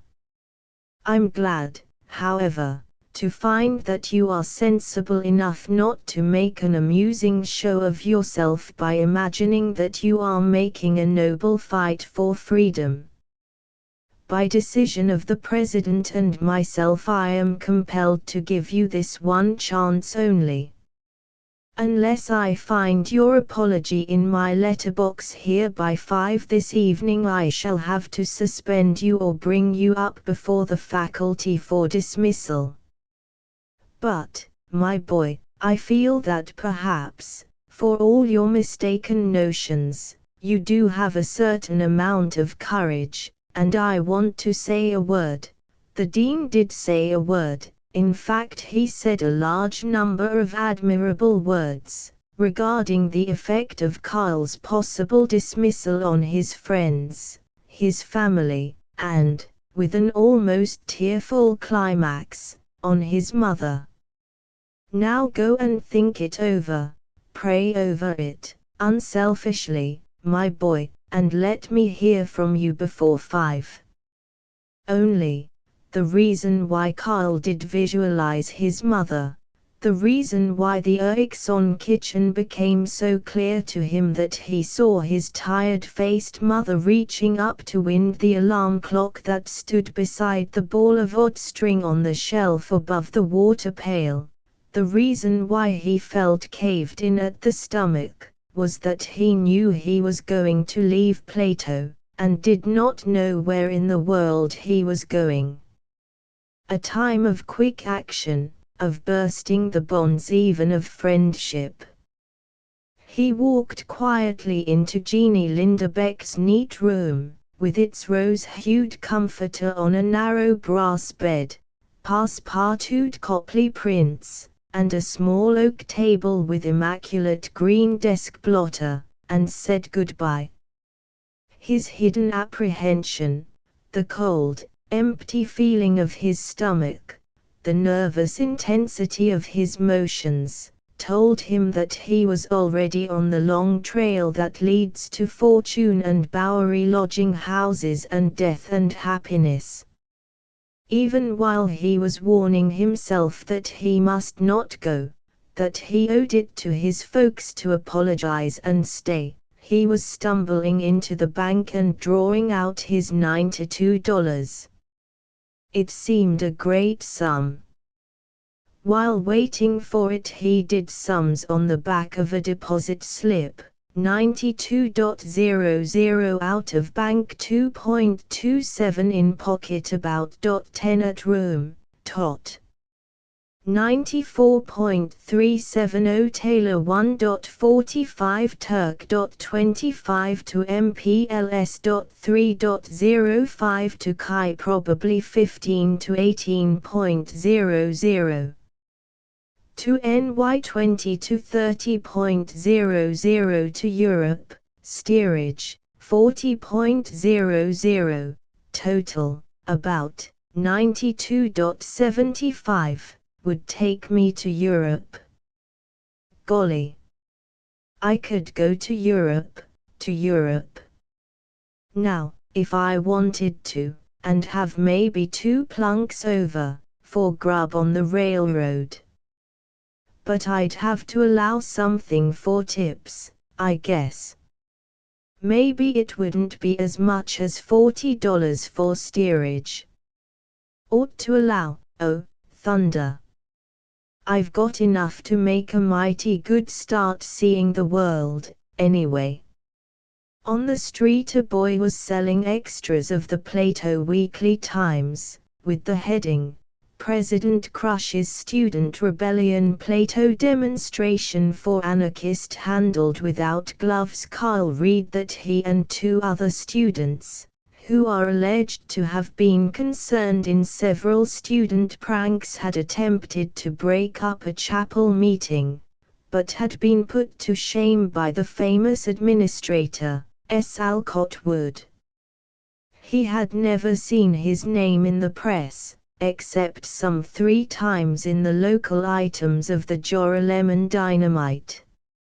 It looked so intimidatingly public that he tried to forget it was there.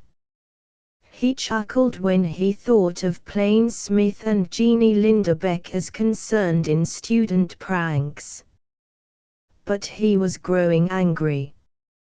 He considered staying and fighting his opponents to the end. Then he told himself that he must leave Plato, after having announced to Jeannie that he was going. He had made all of his decision except the actual deciding. He omitted his noonday dinner and tramped into the country, trying to plan how and where he would go. As evening came, cloudy and chill in a low-wooded tract miles north of Plato, with dead boughs keening and the uneasy air threatening a rain that never quite came, the loneliness of the land seemed to befog all the possibilities of the future.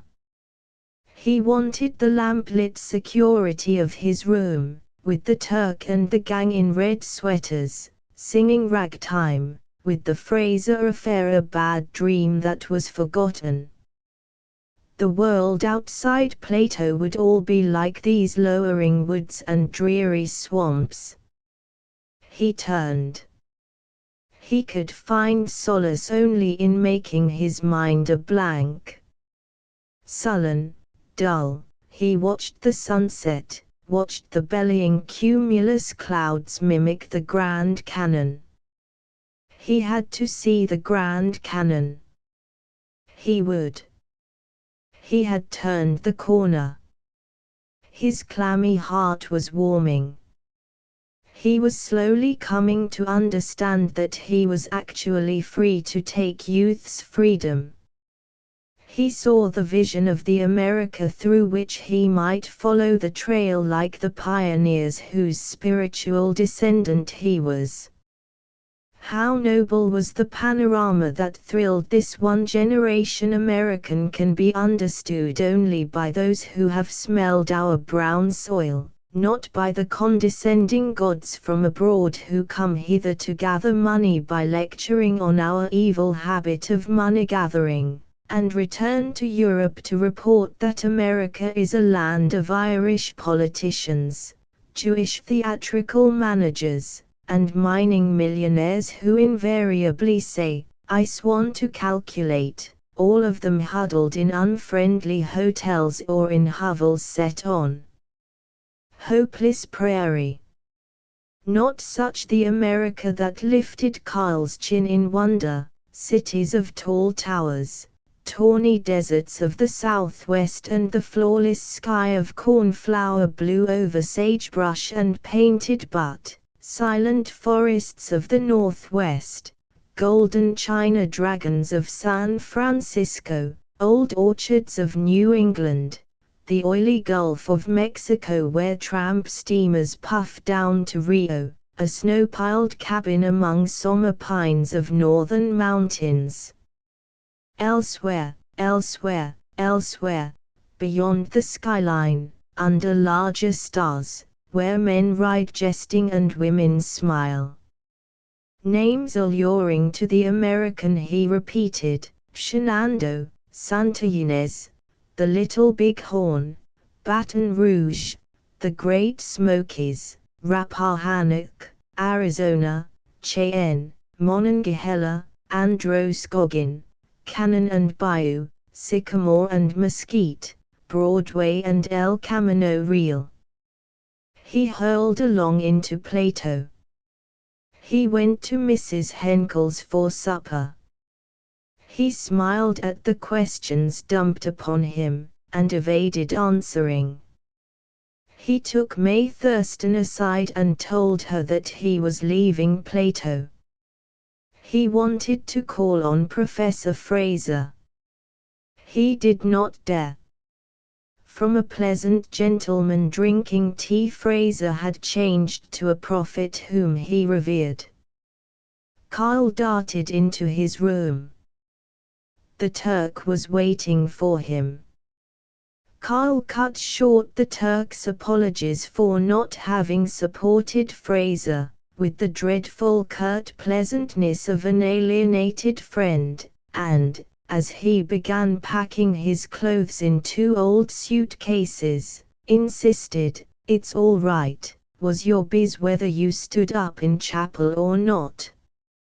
He hunted diligently through the back of the closet for a non-existent shoe, in order to get away from the shamefaced melancholy which covered the Turk when Kyle presented him with all his books, his skis, and his pet hockey stick. He prolonged the search because it had occurred to him that, as it was now 11 o'clock, and the train north left at midnight, the Minneapolis train at 2 a.m., it might be well to decide where he was going when he went away. Well, Minneapolis and Chicago. Beyond that, he'd wait and see.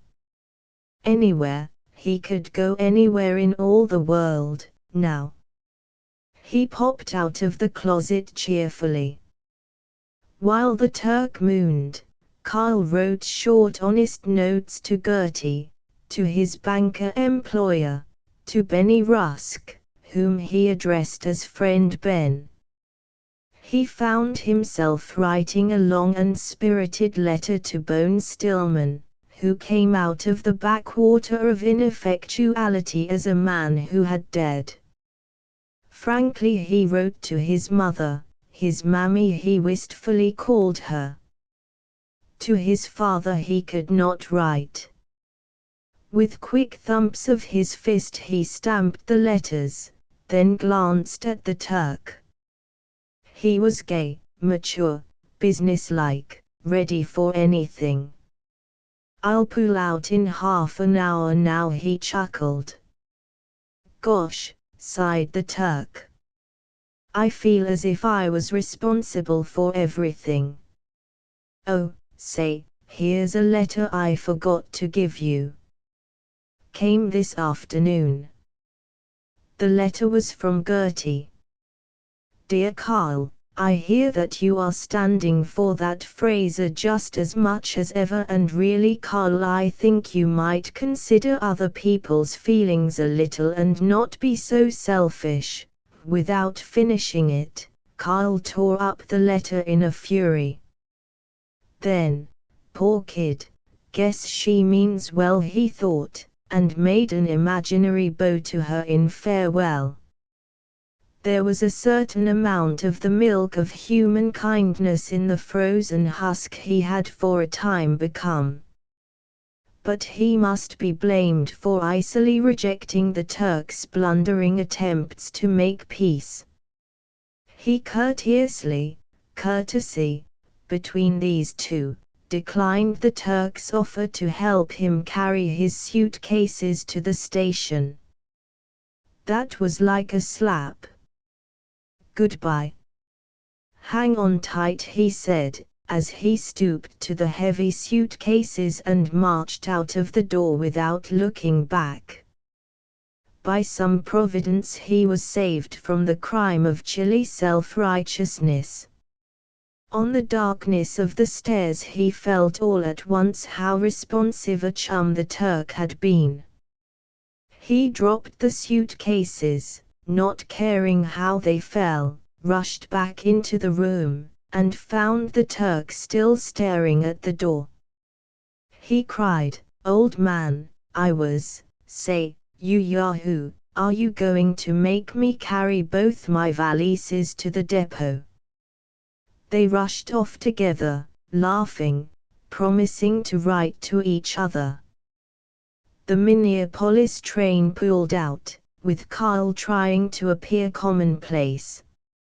None of the sleepy passengers saw that the golden fleece was draped about him or that under his arm he bore the harp of Ulysses. He was merely a young man taking a train at a way station. Part 2 The Adventure of Adventuring Chapter 13 Here are today in the mind of Carl Erikson many confused recollections of the purposeless wanderings which followed his leaving Plato College.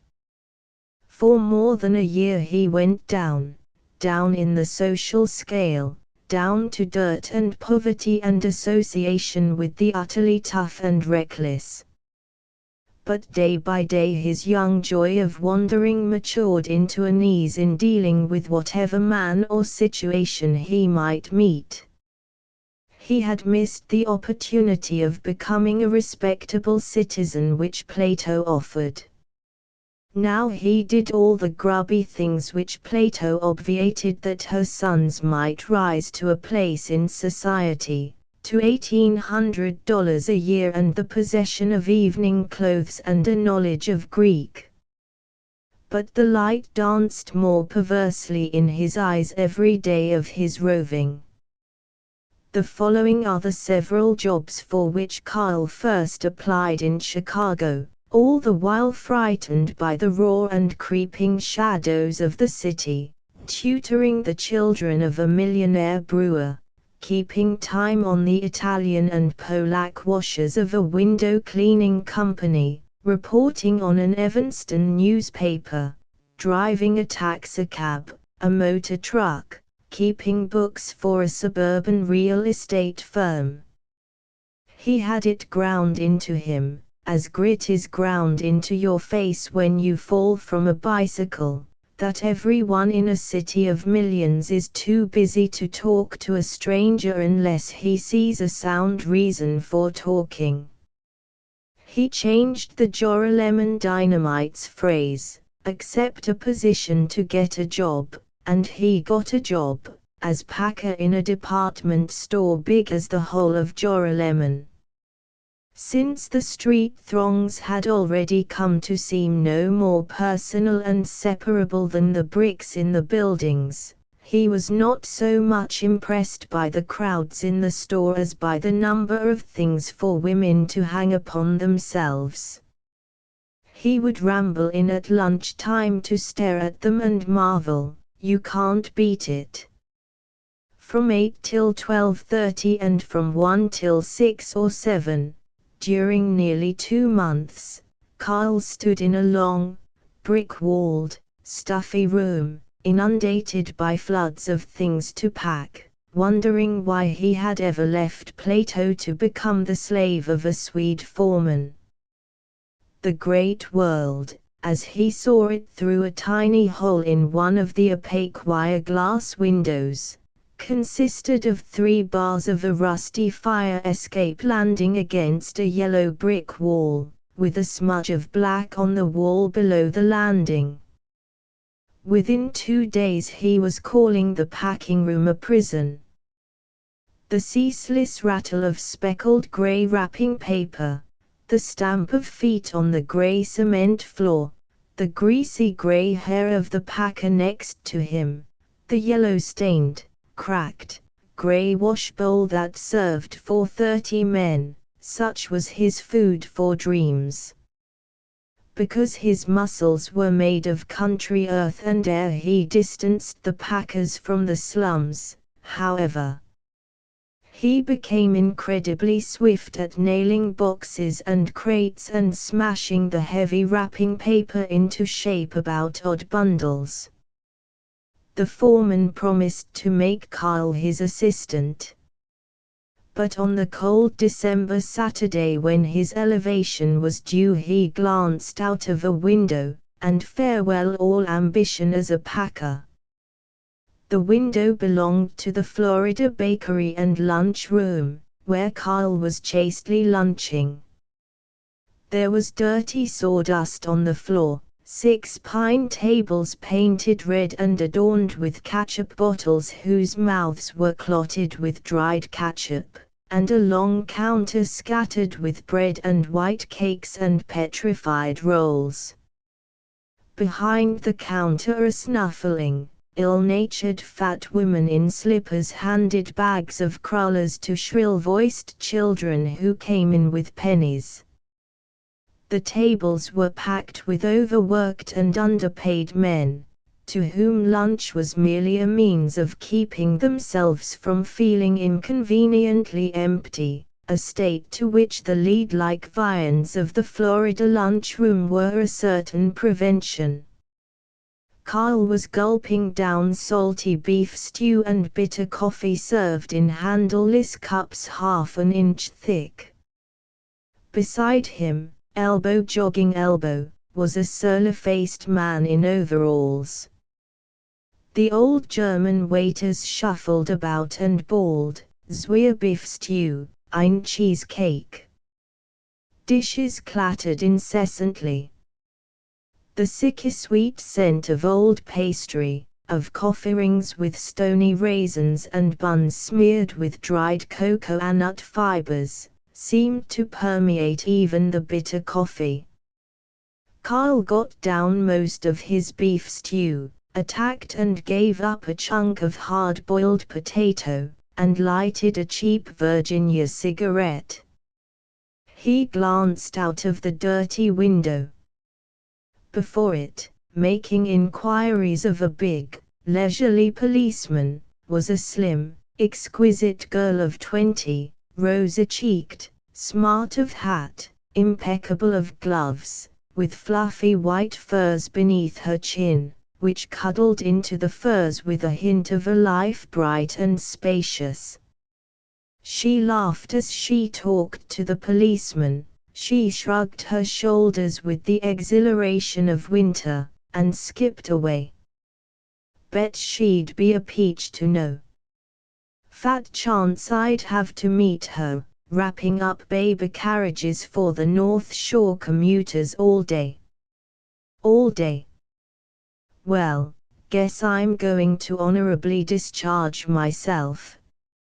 He left the job that afternoon.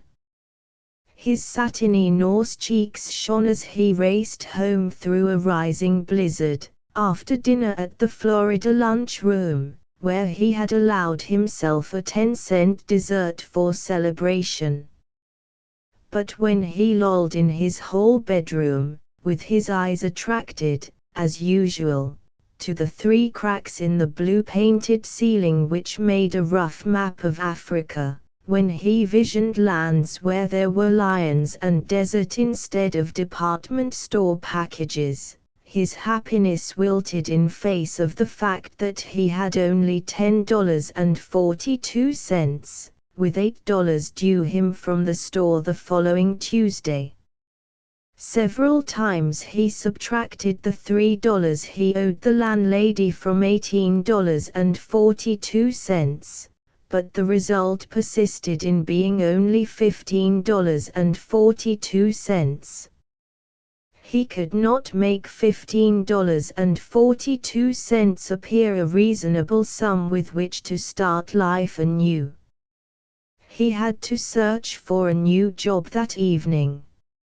Only, he was so tired, it was so pleasant to lie there with his sore feet cooling against the wall, picturing a hunt in Africa, with native servants bringing him things to eat, juicy steaks and French fried potatoes and gallons of ale, a repast which he may have been ignorant in assigning to the African jungles, but which seemed peculiarly well chosen, after a lunchroom dinner of watery corned beef hash, burnt German fried potatoes, and indigestible hot mince pie. His thoughts drifted off to Plato. But Carl had a certain resoluteness even in these loose days. He considered the maneuvers for a new job. He desired one which would permit him to go to theaters with the girl in white furs whom he had seen that noon, the unknown fairy of his discontent. It may be noted that he took this life quite seriously. Though he did not suppose that he was going to continue dwelling in a whole bedroom, yet never did he regard himself as a collegian Harun al-Rashid on an amusing masquerade, pretending to be no better than the men with whom he worked. Carl was no romantic hero in Cog. He was a workman, and he knew it. Was not his father a carpenter? His father's best friend a tailor? Had he not been a waiter at Plato? But not always a workman. Carl had no conception of worldwide class consciousness. He had no pride in being a proletarian. Though from Bohn's musings and Fraser's lectures he had drawn a vague optimism about a world syndicate of nations, he took it for granted that he was going to be rich as soon as he could. Job. He had to have a job. He got stiffly up from the iron bed, painfully drew on his shoes, after inspecting the hole in the sole of the left shoe and the ripped seam at the back of the right. He pulled tight the paper-thin overcoat which he had bought at a second-hand dealer's shop, and dared a Chicago blizzard, with needles of snow thundering by on a 60-mile gale.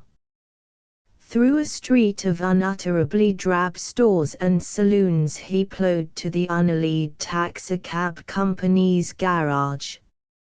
He felt lonely, cold, but he observed with ceaseless interest the new people, different people, who sloped by him in the dun web of the blizzard. The American marveled at a recently immigrated Slav's astrakhan cap. He had hung about the Unallied garage on evenings when he was too poor to go to vaudeville. He had become decidedly friendly with the night washer, a youngster from Minneapolis. Trotting up to the washer, who was digging caked snow from the shoes of a car, he blurted, "Say, Coogan, I've beat my job at S. How's chances for getting a taxi to drive? You know I know the game." "You driving a taxi," stammered the washer. "Why, say, there was a guy that was a road tester for the Blix company and he's got a cousin that knows Bathhouse John, and that guy with all his pool has been trying to get on driving here for the last 6 months and ain't landed it, so you see about how much chance you got." "Gosh. It don't look much like I had much chance, for a fact. Tell you what I'll do, though. Why don't you get on at some automobile factory, and then you could ring in as a chauffeur, soon as you got some recommends you could take to the YMCA Employment Bureau." The washer gouged at a clot of ice with his heel, swore profusely, and went on, "Here. You go over to the Lodester Motor Company's office, over on La Salle, Monday, and ask for Bill Coogan, on the sales end. He's me cousin, and you tell him to give you a card to the foreman out at the works, and I guess maybe you'll get a job, all right." Tuesday morning, after a severe questioning by the foreman, Carl was given a week's tryout without pay at the Lodester factory. He proved to be one of those much-sought freaks in the world of mechanics, a natural filer. The uninspired filer, unaware of the niceties of the art, saws up and down, whereas the instinctive filer, like Carl, draws his file evenly across the metal, and the result fits its socket truly. So he was given welcome, paid 25 cents an hour, and made full member of exactly such a gang as he had known at Plato, after he had laughed away the straw boss who tried to make him go ask for a left-handed monkey wrench. He roomed at a machinist's boarding house, and enjoyed the furious discussions over religion and the question of air versus water cooling far more than he had ever enjoyed the polite jesting at Mrs. Henkel's. He became friendly with the foreman of the repair shop, and was promised a chance. While the driver who made the road tests of the cars was ill, Kyle was called on as a substitute. The older workman warned him that no one could begin road testing so early and hold the job. But Kyle happened to drive the vice president of the firm. He discussed bass fishing in Minnesota with the vice president, and he was retained as road tester, getting his chauffeur's license. 2 months later, when he was helping in the overhauling of a car in the repair shop, he heard a full-bodied man with a smart English overcoat and a supercilious red face ask curtly of the shop foreman where he could get a crack shuffer, right away, one that can give the traffic cops something to do for their money. The foreman always stopped to scratch his chin when he had to think. This process gave Kyle time to look up from his repairs and blandly remark, "That's me. Want to try me?" Half an hour later Kyle was engaged at $25 a week as the Ruddy One's driver. Before Monday noon he had convinced the Ruddy One that he was no servant, but a mechanical expert. He drove the Ruddy One to his investments and securities office in the morning, and back at 5, to restaurants in the evening. Not infrequently, with the wind whooping about corners, he slept peacefully in the car till 2 in the morning, outside a cafe. And he was perfectly happy. He was at last seeing the great world. As he maneuvered along State Street he rejoiced in the complications of the traffic and tooted his horn unnecessarily. As he waited before tall buildings, at noon, he gazed up at them with a superior air of boredom, because he was so boyishly proud of being a part of all this titanic life that he was afraid he might show it. He gloried in every new road, in driving along the lake shore, where the horizon was bounded not by unimaginative land, but by restless water. Then the Ruddy One's favorite roads began to be familiar to Kyle, too familiar, and he so hated his sort of an employer that he caught himself muttering, while driving, "Thank the Lord I sit in front and don't have to see that chunk of raw beefsteak he calls a neck." While he waited for the 5th time before a certain expensive but not exclusive roadhouse, with the bouncing giggles of girls inside spoiling the spring night, he studied the background as once he had studied his father's woodshed. He was not, unfortunately, shocked by wine and women. But he was bored by box trees. There was a smugly clipped box tree on either side of the carriage entrance, the leaves like cheap green lacquer in the glare of the arc light, which brought out all the artificiality of the grey and black cinder drive. He felt that 5 pilgrimages to even the best of box trees were enough. It would be perfectly unreasonable for a free man to come here to stare at box trees a 6th time. "All right," he growled. "I guess my wandering boy tonight is going to beat it again." While he drove to the garage he pondered, is it worth 25 plunks to me to be able to beat it tonight instead of waiting 4 days till payday? Nope. I'm a poor man. But at 5 a.m. he was hanging about the railroad yards at Hammond, recalling the lessons of youth in flipping trains, and at 7 he was standing on the bumpers between 2 freight cars, clinging to the brake rod, looking out to the open meadows of Indiana, laughing to see farmhouses ringed with apple blossoms and sweet with April morning. The cinders stormed by him. As he swung with the cars, on curves, he saw the treacherous wheels grinding beneath him. But to the chuck-a-chuck, chuck-a-chuck, chuck-a-chuck of the trucks he hummed, never turn back, never till you are back, never till you are back. Chapter 14.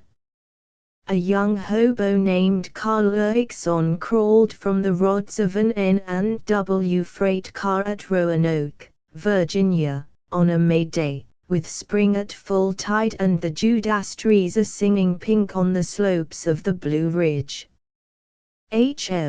Grunted the young hobo. I like these mountains. Guess I'll stay here a while. Virginia. Plantations and Civil War history and Richmond and everything, and me here. A frowsy old hobo poked a somnolent head up from a pile of lumber near the tracks and yawned welcome to the recruit. Hello, Slim. How's tricks? Pretty good. What's the best section to batter for a poke out, Billy? To the right, over that way, and straight out. Much obliged, said Slim, erstwhile Erickson. Say, Jay, know of any jobs in this, any what's? Jobs. Jobs. You looking for, say, you beat it. Gwan. Chase yourself. Gwan now, don't stand there. You ain't no decent beau. You're another of those unfortunate workmen that's spoiling the profesh. The veteran stared at Carl reprovingly, yet with a little sadness, too, at the thought of how bitterly he had been deceived in this young comrade, and his uncombed head slowly vanished amid the lumber. Carl grinned and started uptown. He walked into 4 restaurants. At noon, in white jacket, he was bustling about as waiter in the dining room of the Wascaramini Hotel, which had white service as a feature. Within 2 days he was boon companion of a guest of the Wascaramini, Parker He, an actor famous from Cape Charles to Shockeysville, now playing heavies at Roanoke in the Great Riley Tent Show, presenting a popular repertoire of famous melodramas under canvas, Rain or Shine, admittance 25 cents, section reserved for colored people, the best show under canvas, this week only.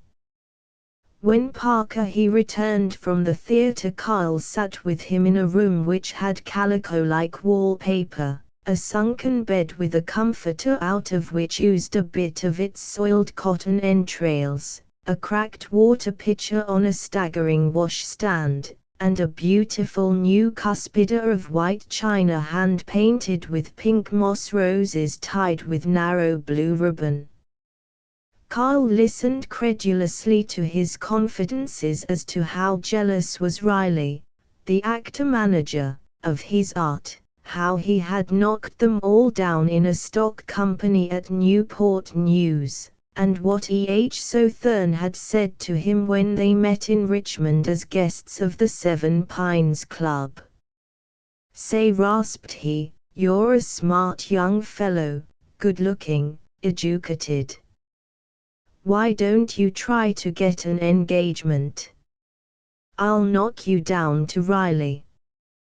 The second juvenile's going to leave on Saturday, and there ain't hardly time to get anybody from Norfolk. Golly! That'd be great, cried Carl, who, like every human being since Eden, with the possible exceptions of Calvin and Richard Mansfield, had a secret belief that he could be a powerful actor. Well, I'll see what I can do for you, said he, at parting, alternately snapping his suspenders and scratching his head. Though he was in his stocking feet and coatless, though the back of his neck was a scraggle of hair, Parker he was preferable to the 3 Swiss waiters snoring in the hot room under the eaves, with its door half open, opposite the half-open door of the room where Negro chambermaids tumbled and snorted in uncouth slumber. Carl's nose wrinkled with bitter fastidiousness as he pulled off his clothes, sticky with heat, and glared at the swathed forms of the waiters.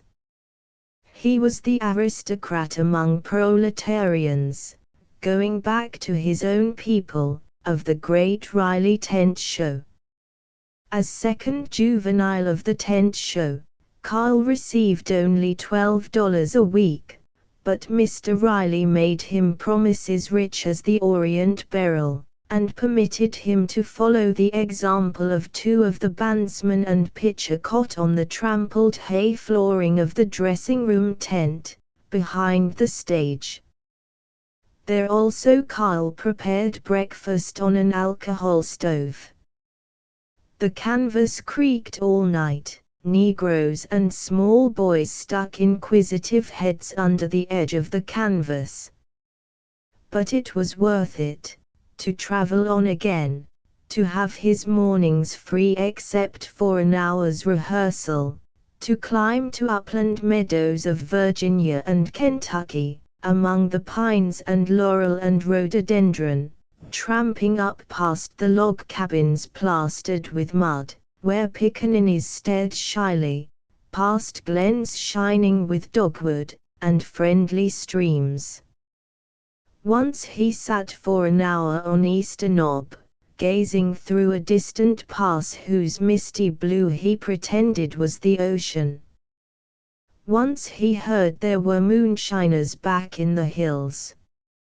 He talked to bearded Dunkards and their sunbonneted wives, and when he found a Confederate veteran he listened to the tale of the defense of Richmond, delighted to find that the boys in gray were not merely names in the history books. Of all these discoveries he wrote to his mother, wishing that her weary snow-bleached life might know the southern sun. And the first $5 he saved he sent to her. But as soon as Carl became an actor Parker he grew jealous of him, and was gratingly contemptuous when he showed him how to make up, among the cheap actors jammed in the men's dressing room, before a pine board set on 2 sawhorses, under the light of a flaring kerosene torch. Carl came to hate he and his splotched face, his pale, large eyes and yellow teeth and the bang on his forehead, his black string tie that was invariably askew, his slovenly blue suit, his foppishly shaped tan-button shoes with bulldog toes. He invariably jeered, "Don't make up so heavy. Well, put a little rouge on your lips. What do you think you are? A blooming red-lipped Venus? Try to learn to walk across the stage as if you had one leg that wasn't wood, anyway. It's customary to go to sleep when you're playing a listening role, but don't snore. Oh, you're a swell actor. Think of me swallowing your story about having been to college. Don't make up your eyebrows so heavy, you fool." why you ever wanted to be an actor." The great Riley agreed with all that he said, and marveled with he that he had ever tried an amateur. Carl found the dressing room a hey dusty hell. But he enjoyed acting in The Widow's Penny, Alabama Nell, The Moonshiner's Daughter and The Crook's Revenge far more than he had enjoyed picking phrases out of Shakespeare at a vaguely remembered Plato. Since, in Joralemon and Plato, he had been brought up on melodrama, he believed as much as did the audience in the plays. It was a real mountain cabin from which he fired wonderfully loud guns in The Moonshiner's Daughter, and when the old mountaineer cried, "They ain't going to steal my gal," Carl was damp at the eyes, and swore with real fervor the oath to protect the girl, sure that in the ravine behind the backdrop his bearded foemen were lurking. The Crook's Revenge was his favorite, for he was cast as a young millionaire and wore evening clothes, second-hand. He held off a mob of shrieking gangsters, crouched behind an overturned table in a gambling den. He coolly stroked the lovely hair of the ingenue, Miss Evelyn Lewis, with one hand, leveled a revolver with the other, and made fearless jests the while, to the infinite excitement of the audience, especially of the higher-hing Negroes, whose faces, under the flicker of lowered calcium carbide lights, made a segregated strip of yellow-black polka-dotted with white eyeballs. When the people were before him, respectful to art under canvas, Carl could love them, but even the tiniest ragged-breeched darky was bold in his curiosity about the strolling players when they appeared outside, and Carl was self-conscious about the giggles and stares that surrounded him when he stopped on the street or went into a drugstore for the comfortable solace of a banana split. He was in a rage whenever a well-dressed girl peeped at him amusedly from a one-lunged runabout. The staring so flustered him that even the pride of coming from Chicago and knowing about motors did not prevent his feeling feeble at the knees as he tried to stalk by the grinning motored aristocracy. He would return to the show tent, to hate the few tawdry drops and flats, the patch of green spattered with dirty white which variously simulated a daisy field, a mountainside, and that part of Central Park directly opposite the Fifth Avenue residence of the millionaire counterfeiter, who, you remember, always comes out into the street to plot with his confederates. Carl hated with peculiar heartiness the anemic, palely varnished, folding garden bench, which figured now as a seat in the moonshiner's den, and now, with a cotton leopard skin draped over it, as a fauteuil in the luxurious drawing-room of Mrs. Van Antwerp. The garden bench was, however, associated with his learning to make stage love to Miss Evelyn Lewis. It was difficult to appear unconscious of 50 small boys all smacking their lips in unison, while he kissed the air 1 centimeter in front of Miss Lewis's lips. But he learned the art. Indeed, he began to lessen that centimeter of safety. Miss Evelyn Lewis, christened Lena Ludwig, and heir presumptive to one of the best delicatessens in Newport News, reveled in love-making on and off. Carl was attracted by her constantly, uncomfortably.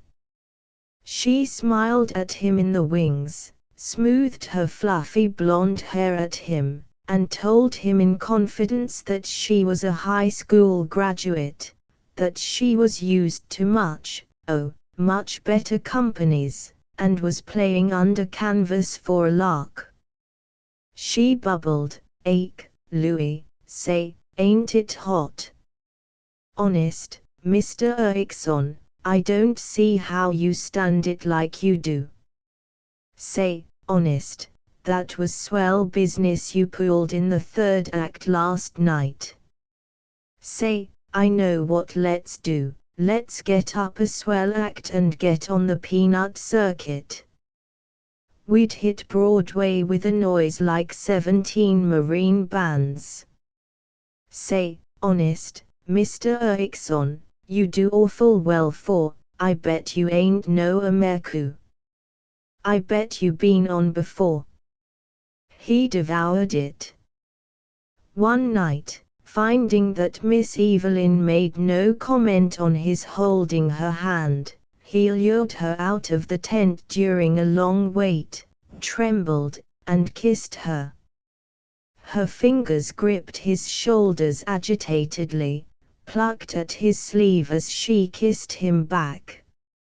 She murmured, "Oh, you hadn't ought to do that." But afterward she would kiss him every time they were alone, and she told him with confidential giggles of Parker his awkward attempts to win her. His most secret notes she read, till Carl seriously informed her that she was violating a trust. Miss Evelyn immediately saw the light and promised she would never do anything like that again, and, honest, she hadn't realized she was doing anything dishonorable, but he is such an old pest, which was an excuse for her weeping on his shoulder and his kissing the tears away. All day he looked forward to their meetings. Yet constantly the law of the adventurer, which means the instinct of practical decency, warned him that this was no amour for him, that he must not make love where he did not love, that this good-hearted vulgarian was too kindly to tamper with and too absurd to love. Only, and again his breath would draw in with swift exultation as he recalled how elastic were her shoulders to stroke. It was summer now, and they were back in Virginia, touring the eastern shore. Carl, the prairie-born, had been within 5 miles of the open Atlantic, though he had not seen it. Along the endless flat potato fields, broken by pine groves under whose sultry shadow Negro cabins sweltered, the heat clung persistently. The show tent was always filled with a stale scent of people. At the town of Nankiwoke the hotel was not all it might have been. Evelyn Lewis announced that she was good and sick of eating a vaudeville dinner with the grub acts stuck around your plate in a lot of birds' bathtubs, little mess of turnips and a dab of spinach and a fried cockroach. And when it comes to sleeping another night on a bed like a gridiron, no, thank you. And believe me, if I see that old Rube hotel keeper comb his whiskers at the whole hat rack again, he keeps a baby comb in his vest pocket with a lead pencil and a cigar some drummer gave him. If I have to watch him comb that alfalfa again, I'll bite his ears off and get pinched by the SPCA. With Mrs. Lubley, the old lady and complacent unofficial chaperone of the show, Eve was going to imitate Carl and the 2 bandsmen, and sleep in the dressing-room tent, over half of which was devoted to the women of the company. Every day Carl warned himself that he must go no farther, but every night as Eve and he parted, to sleep with only a canvas partition between them, he cursed the presence of the show chaperone, and of the 2 bandsmen, always distressingly awake and talking till after midnight. A hot June night. The whole company had been invited to a dance at the UCV hall. The two bandsmen were going. The chaperone, lively old lady with experience on the burlesque circuit, was gaily going. Carl and Eve were not. It had taken but one glance between them to decide that. They sat outside the silent tent, on a wardrobe trunk. What manner of night it was, whether starlit or sullen, Carl did not know. He was aware only that it was oppressive, and that Eve was in his arms in the darkness. He kissed her moist, hot neck. He babbled incoherently of the show people, but every word he said meant that he was palpitating because her soft body was against his. He knew, and he was sure that she knew, that when they discussed his string tie and pretended to laugh, they were agitatedly voicing their intoxication. His voice unsteady, Carl said, "Jiminy! It's so hot, Eve. I'm going to take off this darn shirt and collar and put on a soft shirt." Say, why don't you put on a kimono or something? Be so much cooler. Oh, I don't know as I ought to. She was frightened, awed at bacchic madness. Do you think it would be all right? Why not? Guess anybody's got a right to get cool, night like this. Besides, they won't be back till 4 p.m. And you got to get cool. Come on. And he knew, and he was sure that she knew, that all he said was pretense. But she rose and said, nebulously, as she stood before him, ruffling his hair, "Well, I would like to get cool. If you think it's all right, I'll put on something cooler, anyway." She went. Carl could hear a rustling in the women's end of the dressing room tent. Fevered, he listened to it. Fevered, he changed to an outing shirt, open at the throat. He ran out, not to miss a moment with her. She had not yet come. He was too overwrought to heed a small voice in him, a voice born of snowfields colored with sunset and trained in the quietudes of Henry Fraser's house, which insisted, "Go slow. Stop." A louder voice throbbed like the pulsing of the artery in his neck, "She's coming." Through the darkness her light garment swished against the long grass. He sprang up. Then he was holding her, bending her head back. He exulted to find that his gripping hand was barred from the smoothness of her side only by thin silk that glided and warmed under his fingers. She sat on his knees and snuggled her loosened hair tinglingly against his bare chest. He felt that she was waiting for him to go on. Suddenly he could not, would not, go on. "Dearest, we mustn't," he mourned. "Oh Carl," she sobbed, and stopped his words with clinging lips. He found himself waiting till she should finish the kiss that he might put an end to this. Perhaps he was checked by provincial prejudices about chivalry. But perhaps he had learned a little self-control. In any case, he had stopped for a second to think, and the wine of love was gone flat. He wished she would release him. Also, her hair was tickling his ear. He waited, patiently, till she should finish the kiss. Her lips drew violently from his, and she accused, You don't want to kiss me. Look here, I want to kiss you. All right, Lord. For a second his arms tightened, then he went on, cold, but we'll both be good and sorry if we go too far. It isn't just a cowardly caution. It's, oh, you know. Oh yes, yes, yes, we mustn't go too far, Carl.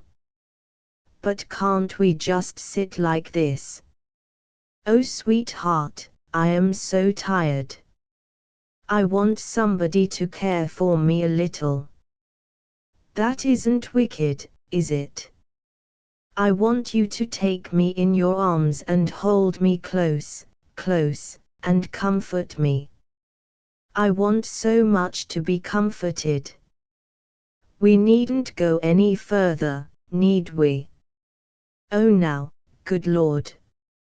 Eve, look here, don't you know we can't go on and not go farther? I'm having a hard enough time. He sprang up, shakily lighting a cigarette. He stroked her hair and begged, please go, Eve. I guess I haven't got very good control over myself. Please? You make me, oh yes, yes, sure. Blame it on me. Sure. I made you let me put on a kimono. I'm leading your pure white shriveled peanut of a soul into temptation. Don't you ever dare speak to me again. Oh, you, she flounced away. Carl caught her, in 2 steps.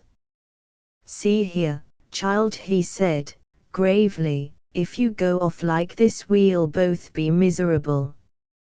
You remember how happy we were driving out to the old plantation at Powasset? Oh good. Won't you men never say anything original? Remember it? Of course I remember it. What do you suppose I wore that little branch of laurel you picked for me?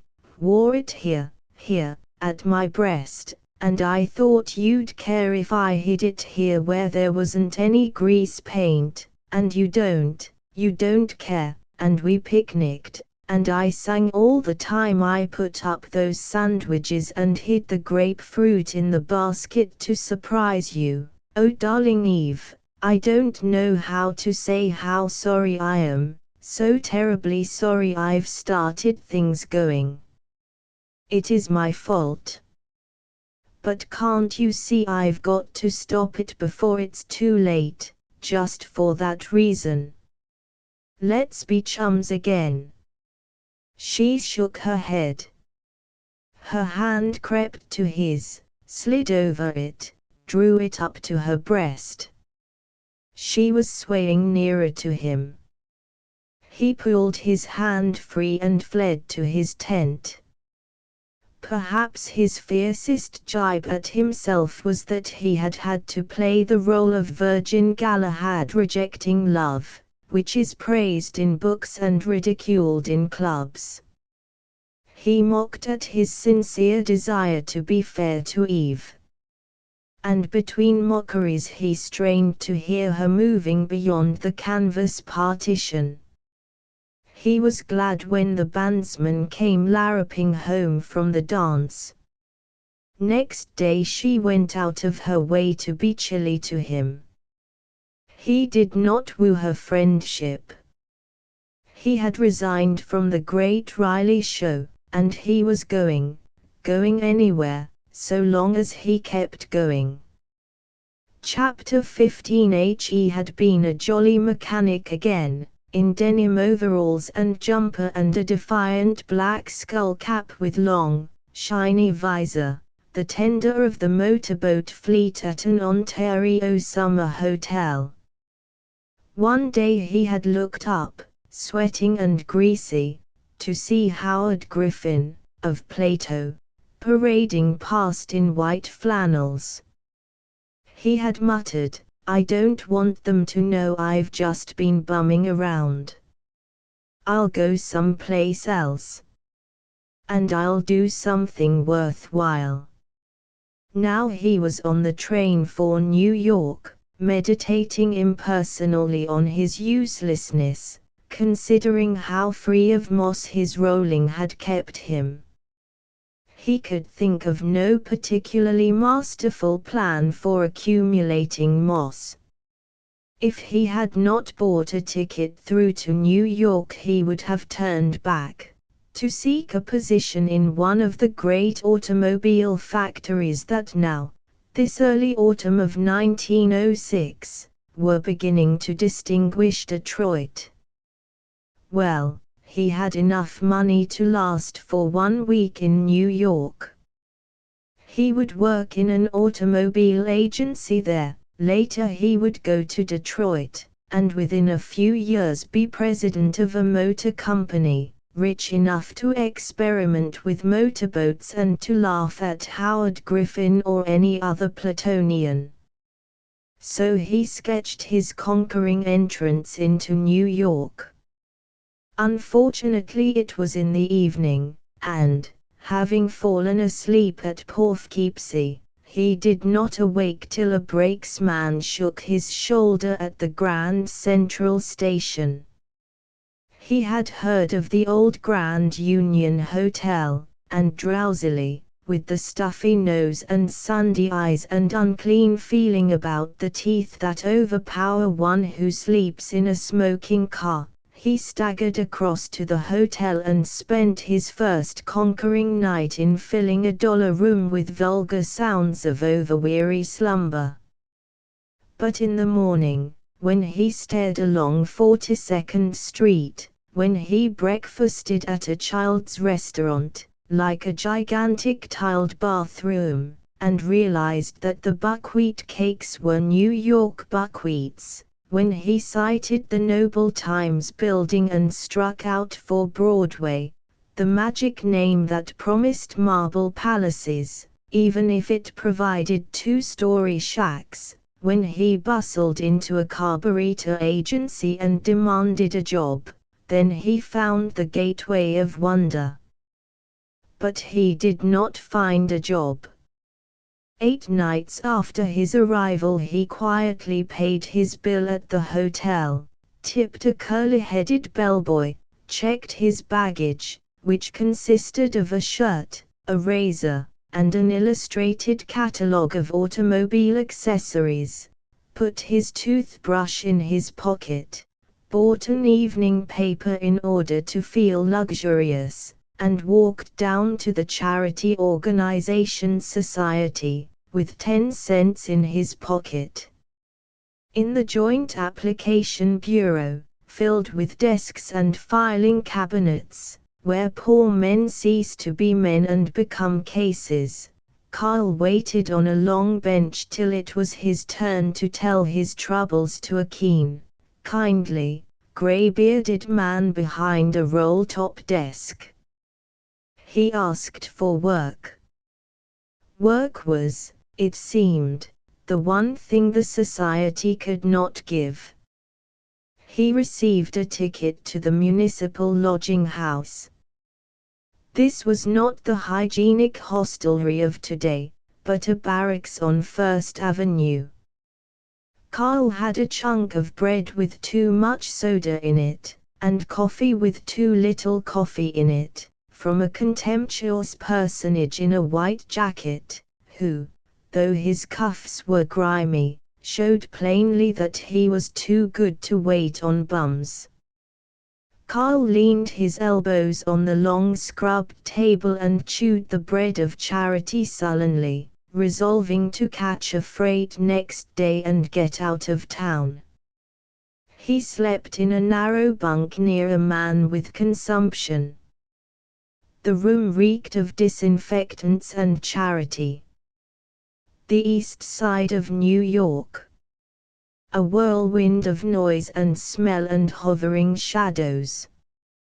The jargon of Jewish matrons in brown shawls and Orthodox wigs, chaffering for cabbages and black cotton stockings and grey woolen undershirts with excitable push-cart proprietors who had beards so prophetic that it was startling to see a frivolous cigarette amid the reverend mane.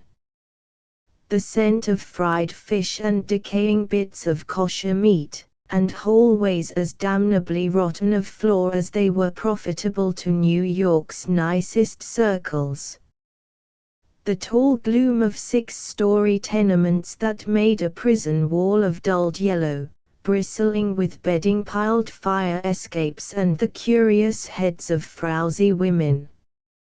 A potpourri of Russian signs, Yiddish newspapers, synagogues with six-pointed gilt stars, bakeries with piles of rye bread crawling with caraway seeds, shops for renting wedding finery that looked as if it could never fit anyone, second-hand furniture shops with folding iron beds, a filthy baby holding a baby slightly younger and filthier, mangy cats slinking from pile to pile of rubbish, and a withered geranium in a tin can whose label was hanging loose and showed rust stains amid the dry paste on its back.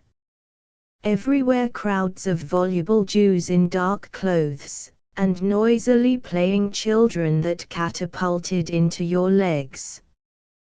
The lunge blocks in which we train the victims of Russian tyranny to appreciate our freedom. A whirlwind of alien ugliness and foul smells and incessant roar and the deathless ambition of young Jews to know Ibsen and syndicalism.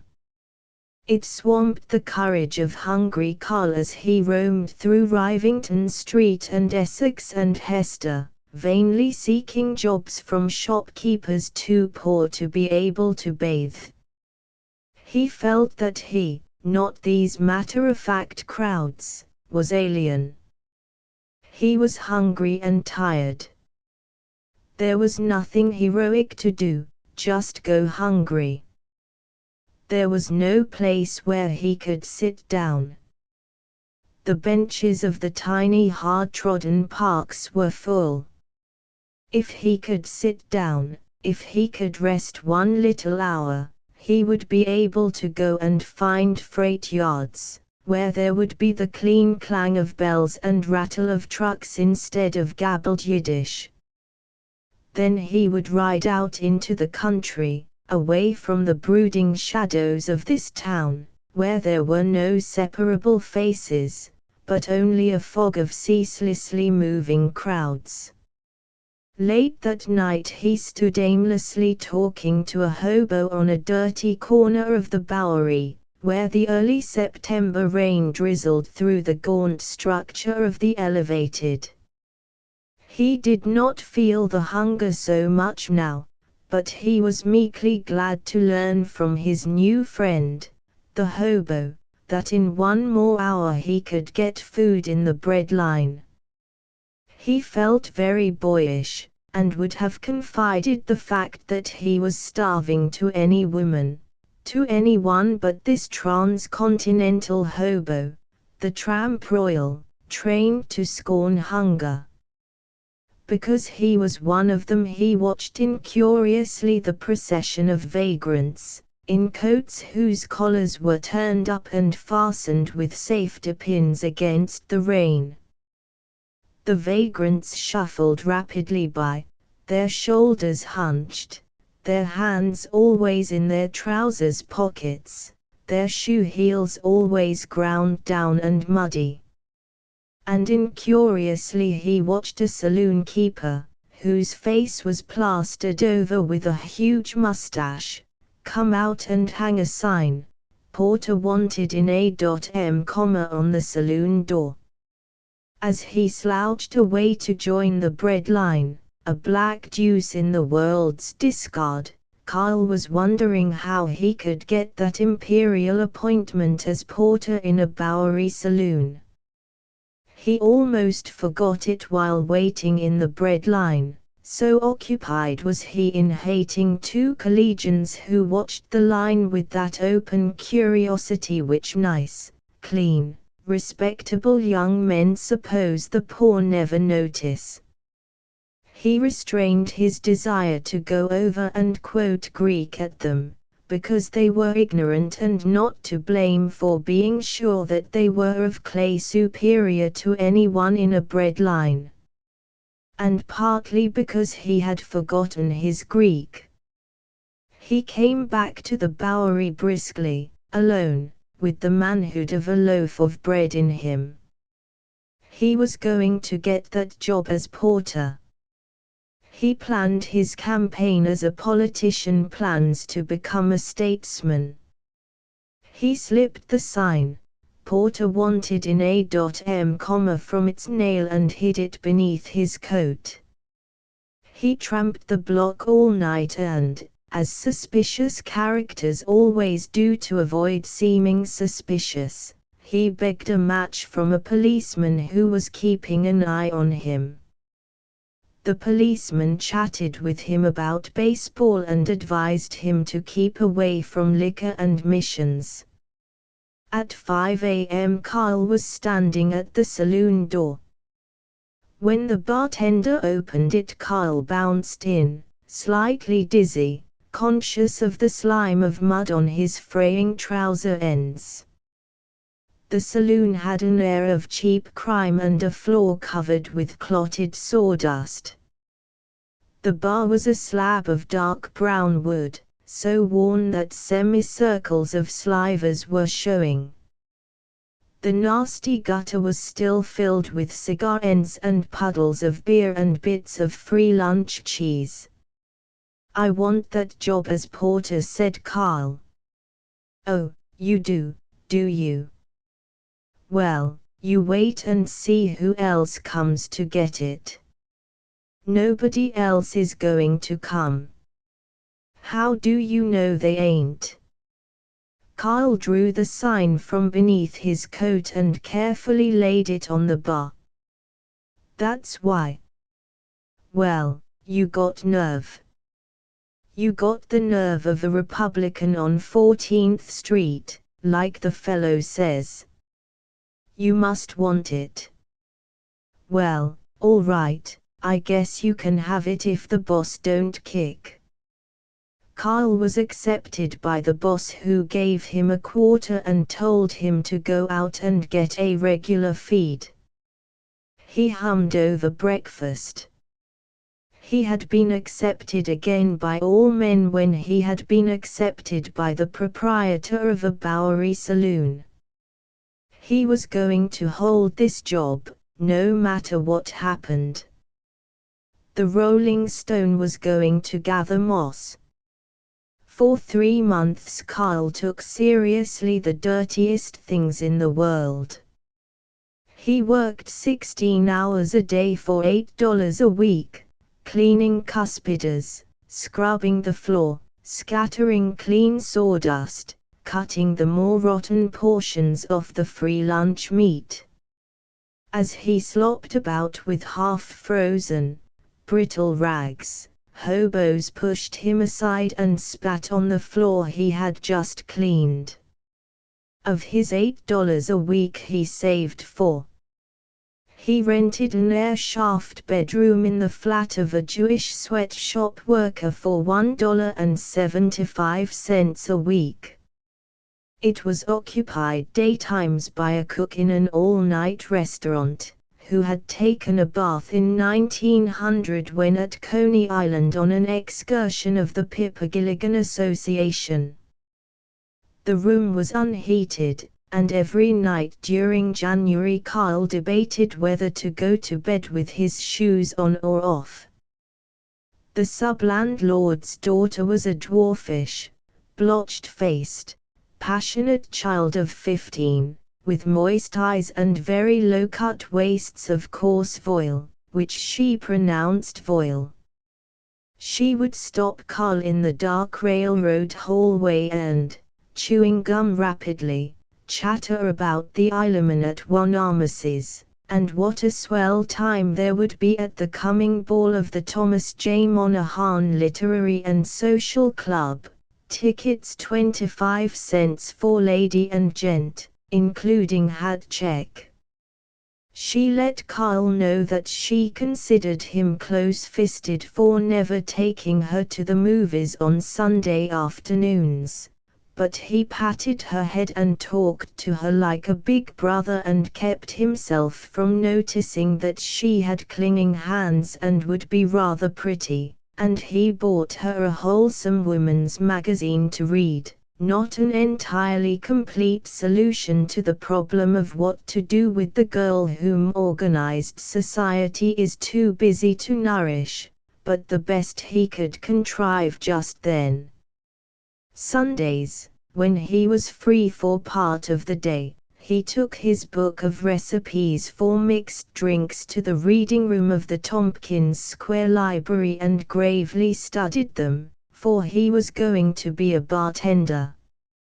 Every night when he staggered from the comparatively clean air of the street into the fetid chill of his room, he asked himself why he, son of northern tamaracks and quiet books, went on with this horrible imitation of living, and each time answered himself that, whether there was any real reason or not, he was going to make good on one job at least, and that the one he held. And admonished himself that he was very well paid for a saloon porter.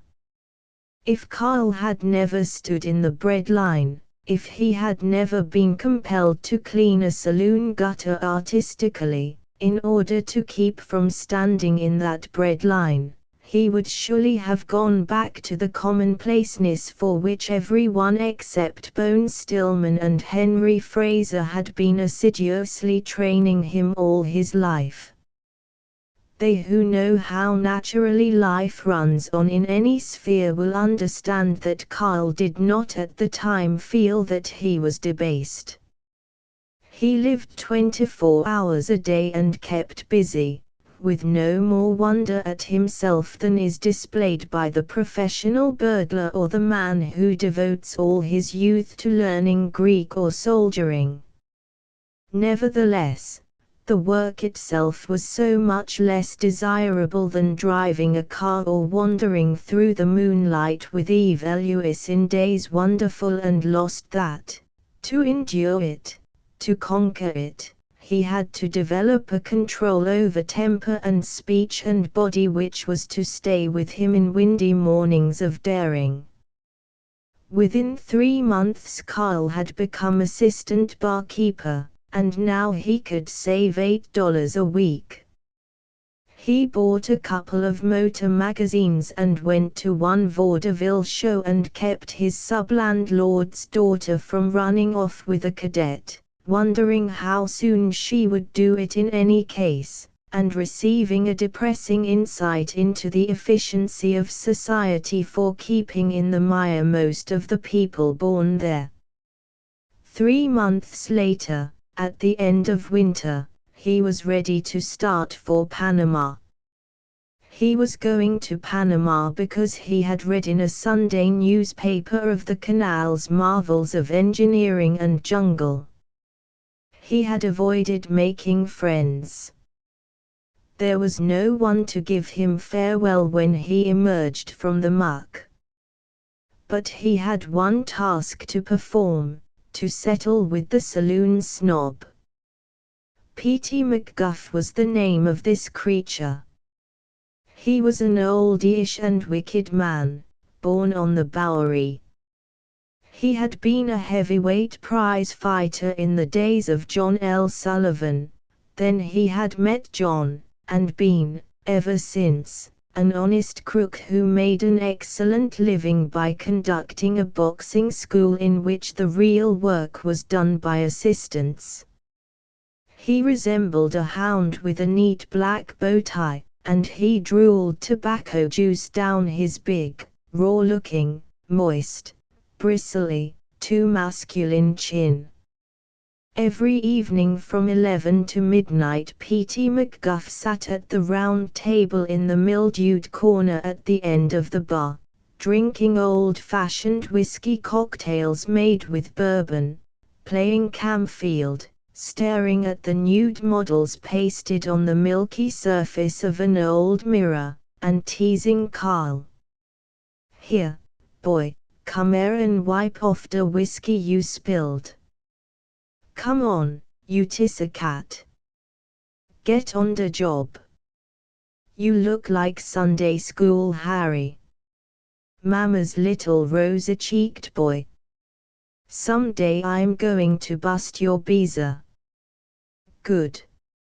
It makes me sick to sit here and look at those goily cheeks. Come here, Lizzie, and wipe this table again. On the jump, daughter." Carl held himself in. Hundreds of times he snarled to himself, "I won't hit him. I will make good on this job, anyway." He created a grin which he could affix easily. Now he was leaving. He had proven that he could hold a job, had answered the unspoken criticisms from Plato, from Chicago garages, from the Great Riley Show.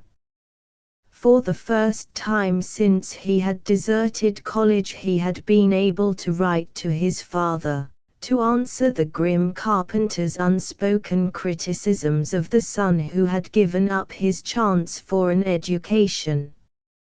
And proudly he had sent to his father a little check. He had a beautiful new $15 suit of blue serge at home. In his pocket was his ticket, steerage by the PRR line to Colon, and he would be off for Blue Water next noon.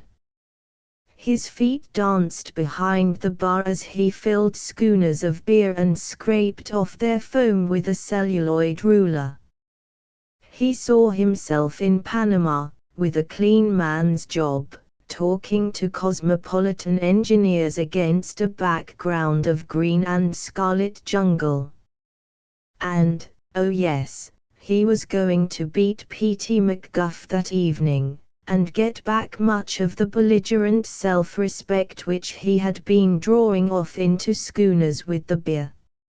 Old P.T. rolled in at 11:02, warmed his hands at the gas stove, poked disapprovingly at the pretzels on the free lunch counter, and bawled at Carl, "Hey, keep away from that cash register.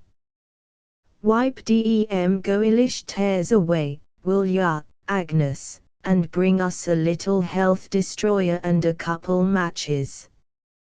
Carl brought a whiskey cocktail. "Where's the matches, you cat?" Carl wiped his hands on his apron and beamed, "Well, so the old soak is getting too fat and lazy to reach over on the bar and get his own. You'll last quick now. Or, is that so?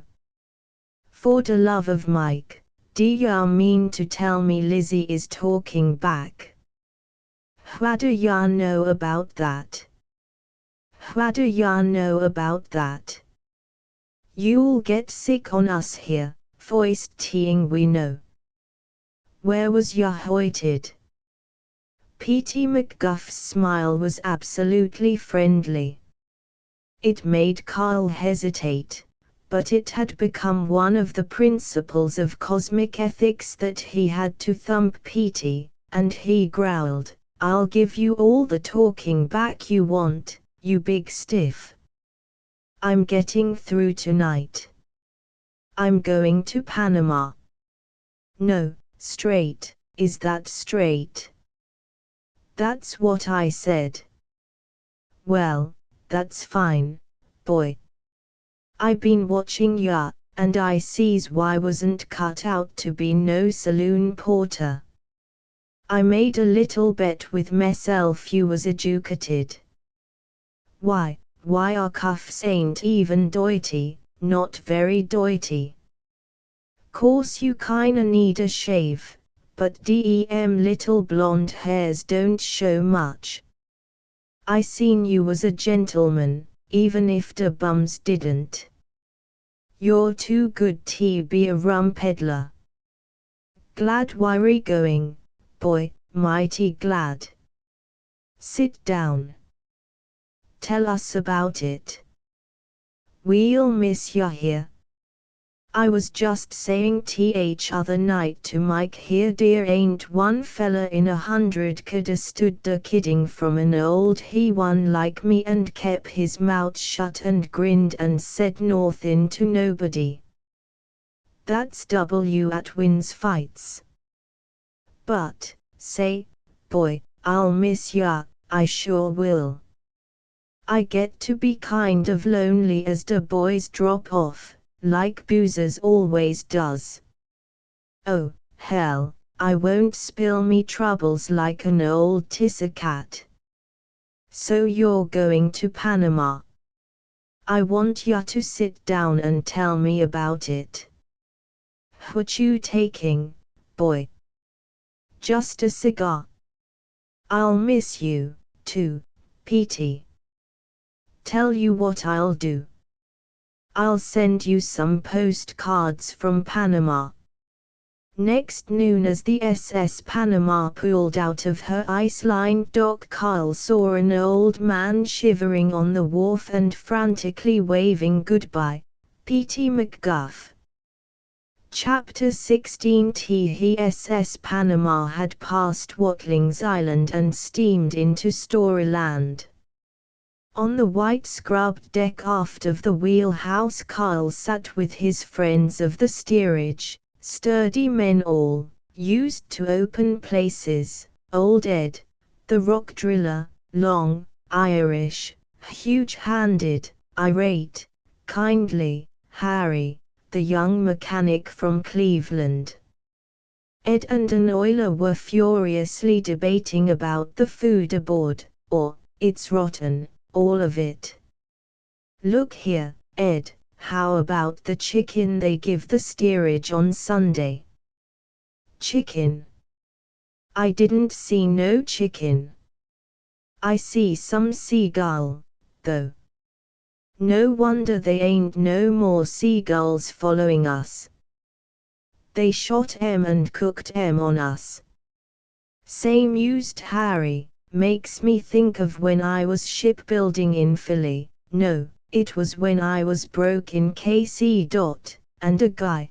Carl smiled in content, exulting in the talk of the men of the road, exulting in his new blue serge suit, his new silver gray tie with no smell of the saloon about it, fingernails that were growing pink again, and the sunset that made glorious his petty prides.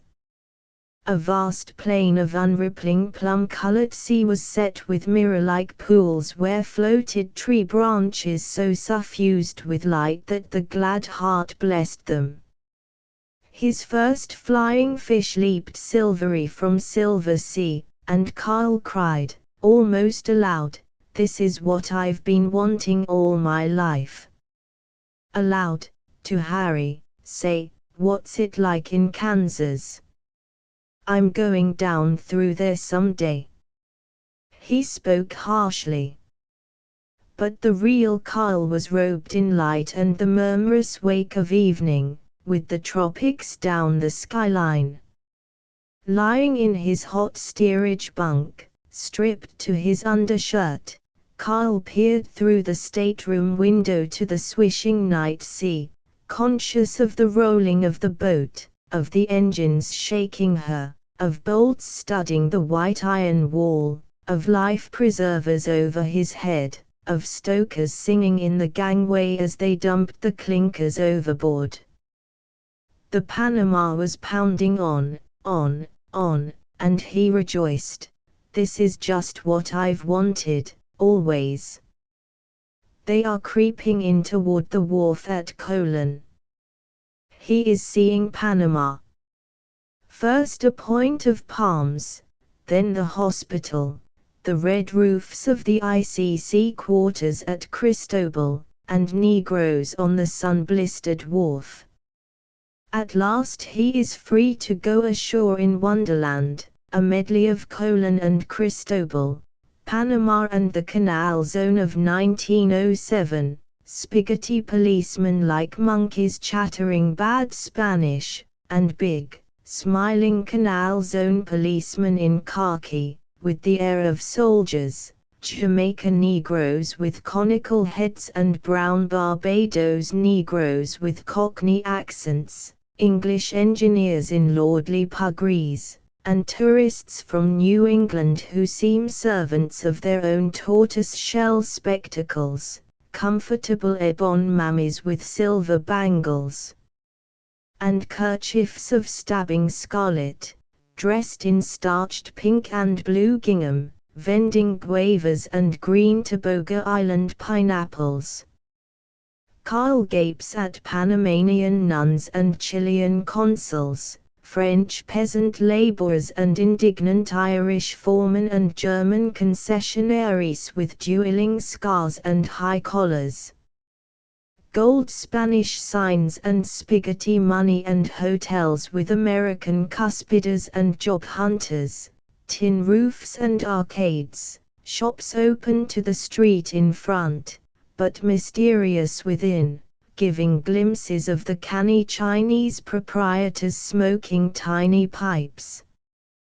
Trains from towns along the canal, and sometimes the black funeral car, bound for Monkey Hill Cemetery. Gambling houses where it is considered humorous to play Where Is My Wandering Boy Tonight, on the phonograph while wandering boys sit at poker, and less cleanly places, named after the various states. Negro wenches in yellow calico dancing to fiddle tunes older than voodoo, Indian planters coming sullenly in with pale green bananas, memories of the Spanish Main and Morgan's raid, of pieces of 8 and cutlasses hoe. Capes of cocoa-nut palms running into a welter of surf, huts on piles streaked with moss, round whose bases land crabs scuttle with a dry rattling that carries far in the hot, moist, still air, and suggests the corpses of disappeared men found half devoured.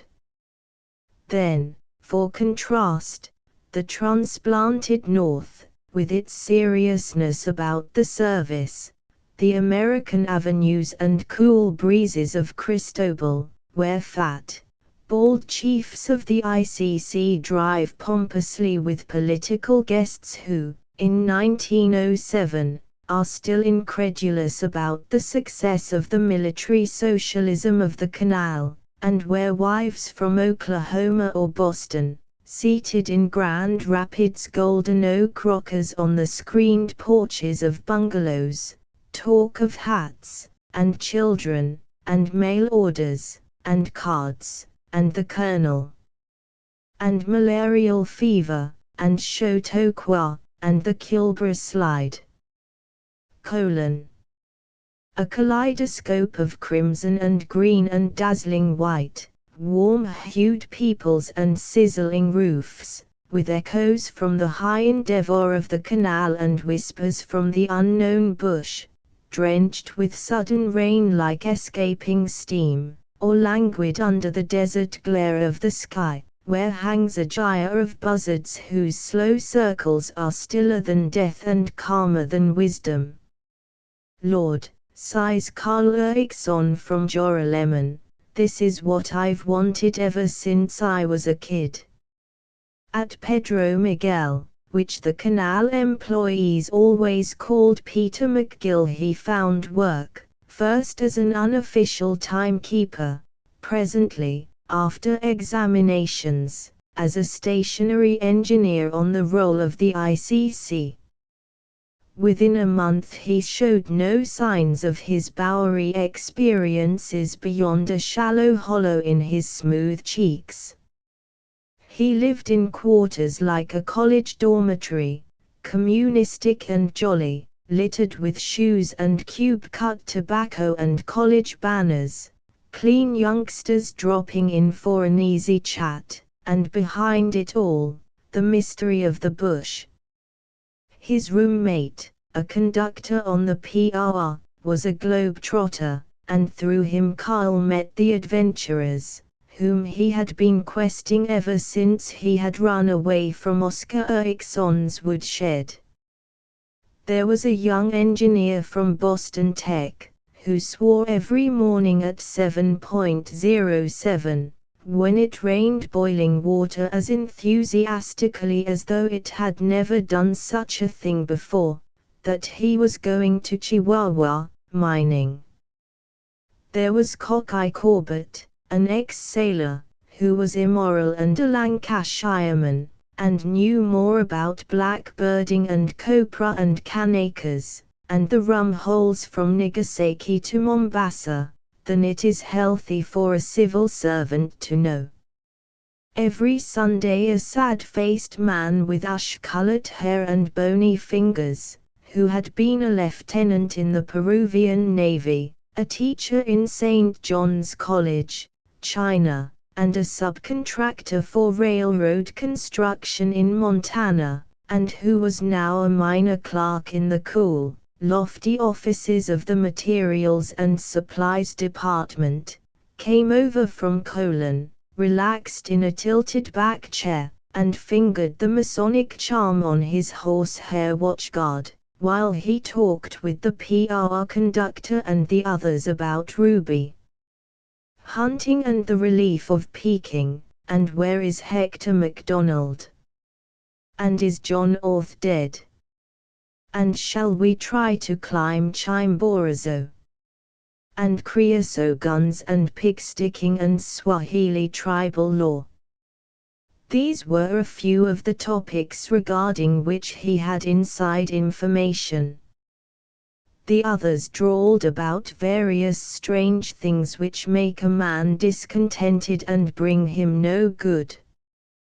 Carl was full member of the circle because of his tales of the Bowery and the Great Riley Show, and because he pretended to be rather an authority on motors for dirigibles, about which he read in aeronautics at the YMCA reading room.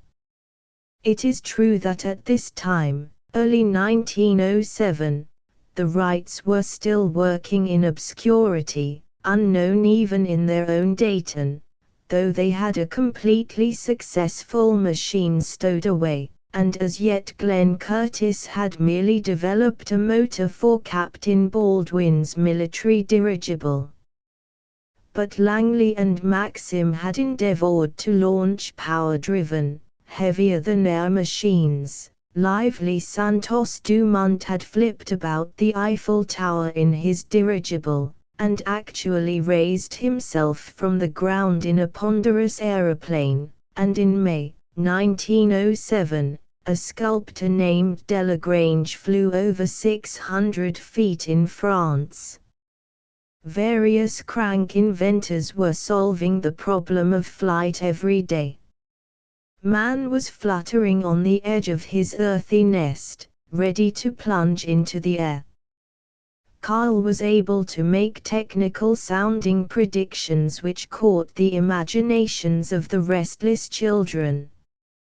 The adventurers kept moving.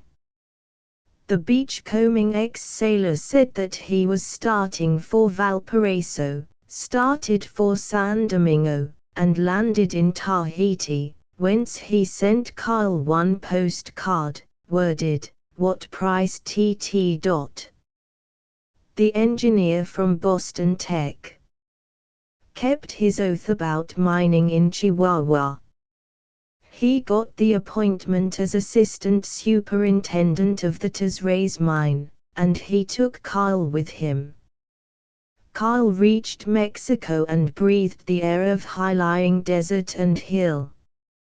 He found rare days, purposeless and wonderful as the voyages of ancient Norse Ericssons, days of learning Spanish and sitting quietly balancing a .32-20 Marlin, waiting for bandits to attack, the joy of repairing machinery and helping to erect a new crusher, nursing peons with broken legs, and riding cow ponies down black mountain trails at night under an exhilarating splendor of stars. It never seemed to him that the machinery desecrated the mountain's stern grandeur. Stolen hours he gave to the building of box kites with cambered wings, after rapturously learning, in the autumn of 1908, that in August a lanky American mechanic named Wilbur Wright had startled the world by flying an aeroplane many miles publicly in France, that before this, on the 4th of July 1908, another Yankee mechanic, Glenn Curtis, had covered nearly a mile, for the Scientific American Trophy, after a series of trials made in company with Alexander Graham Bell, J. D. McCurdy, Casey Baldwin, and Augustus Post. He might have gone on until death, dealing with excitable greasers and hysterical machinery, but for the coming of a new mine superintendent, one of those Englishmen, stolid, red-mustached, pipe-smoking, eyebrow-lifting, who at first seem beefily dull, but proved to have known everyone from George Moore to Marconi. He inspected Carl hundreds of times, then told him that the period had come when he ought to attack a city, conquer it, build up a reputation cumulatively, that he needed a contrast to Platonians and Bowery bums and tropical tramps, and even to his beloved engineers. You can do everything but order a petit diner à deux, but you must learn to do that, too. Go make £10,000 and study Pall Mall and the boulevards, and then come back to us in Mexico. I'll be sorry to have you go, with your damned old silky hair like a woman's and your wink when guitars comes up here to threaten us, but don't let the hinterland enslave you too early. A month later, in January 1909, aged 23 and a half, Carl was steaming out of El Paso for California, with $1,000 in savings, a beautiful new Stetson hat, and an ambition to build up a motor business in San Francisco. As the desert sky swam with orange light and a white-browed woman in the seat behind him hummed Musetta's song from La Boheme, he was homesick for the Outlanders, whom he was deserting that he might stick for 20 years in one street and grub out $100,000. Chapter 17. On a grassy side street of Oakland, California, was Jones and Erickson's garage, gasoline and repairs, motorcycles and bicycles for rent, Oakland agents for Bristow Magnetos. It was perhaps the cleverest garage in Oakland and Berkeley for the quick repairing of motorcycles, and newlywed owners of family runabouts swore that Carl Erickson could make a carburetor out of a tomato can, and even be agreeable when called on for repairs at 2 a.m. He had doubled old Jones's business during the 9 months, February to November, 1909, that they had been associated. Carl believed that he thought of nothing but work and the restaurants and theaters of civilization. No more rolling for him until he had gathered moss. He played that he was a confirmed businessman. The game had hypnotized him for nearly a year. He whistled as he cleaned plugs, and glanced out at the eucalyptus trees and the sunny road, without wanting to run away. But just today, just this glorious rain-cleansed November day, with high blue skies and sunlight on the feathery pepper trees, He was going to sneak away from work and have a celebration all by himself. He was going down to San Mateo to see his first flying machine. November, 1909. Blériot had crossed the English Channel. McCurdy had, in March, 1909, calmly pegged off 16 miles in the Silver Dart biplane. Paulhan had gone 81 miles, and had risen to the incredible height of 500 feet, to be overshadowed by Orville Wright's 1600 feet. Glenn Curtis had won the Gordon Bennett Cup at Rims. California was promising to be in the van of aviation. She was remembering that her own Montgomery had been one of the pioneers. Los Angeles was planning a giant meet for January. A dozen cow pasture aviators were taking credulous young reporters aside and confiding that next day, or next week, or at latest next month, they would startle the world by ascending in machines on entirely new and revolutionary principles, on which they had been working for 10 years. Sometimes it was for 8 years they had been working. But always they remarked that the model from which the machine will be built has flown perfectly in the presence of some of the most prominent men in the locality.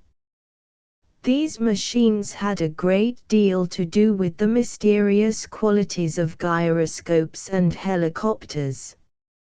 Now, Dr. Josiah Bagby, the San Francisco physician and oil-burning marine engine magnate, had really brought 3 genuine Blériot monoplanes from France, with Carmio, graduate of the Blériot School and licensed French aviator, for working pilot, and was experimenting with them at San Mateo, near San Francisco, where the grandsons of the 49ers play polo. It had been rumored that he would open a school for pilots and build Blériot-type monoplanes for the American market. Carl had lain awake for an hour the night before, picturing the wonder of flight that he hoped to see. He rose early, put on his politest garments, and informed grumpy old Jones that he was off for a frolic. He wasn't sure, he said, whether he would get drunk or get married. He crossed the bay, glad of the seagulls, the glory of Mount Tamalpais, and San Francisco's hill behind Ferry Hill. He consumed a Pacific Sundae, with a feeling of holiday, and hummed Mandalay. On the trolley to San Mateo he read over and over the newspaper accounts of Bagby's monoplanes. Walking through San Mateo, Carl swung his cocky green hat and scanned the sky for aircraft. He saw none. But as he tramped out on the flying field he began to run at the sight of 2 wide, cambered wings, rounded at the ends like the end of one's thumb, attached to a fragile long body of open framework. Men were gathered about it. A man with a short, crisp beard and a tight woolen toboggan cap was seated in the body, the wings stretching on either side of him. He scratched his beard and gesticulated. A mechanic revolved the propeller, and the unmuffled motor burst out with a tee-ah-ah-ah-ah-ah-ah whose music rocked Carl's heart. Black smoke hurled back along the machine. The draft tore at the hair of 2 men crouched on the ground holding the tail. They let go. The monoplane ran forward along the ground, and suddenly was off it, a foot up, 10 feet up, really flying. Carl could see the aviator calmly staring ahead, working his arms, as the machine turned and slipped away over distant trees. His first impression of an aeroplane in the air had nothing to do with birds or dragonflies or the miracle of it, because he was completely absorbed in an impression of Carl Erikson, which he expressed after this wise: I am going to be an aviator. And later, yes, that's what I've always wanted. He joined the group in front of the hangar tent. Workmen were hammering on wooden sheds back of it. He recognized the owner, Dr. Bagby, from his pictures, a lean man of 60 with a sallow complexion, a grey mustache like a rat tail, a broad, black countrified slouch hat on the back of his head, a grey sack suit which would have been respectable but unfashionable at any period whatsoever.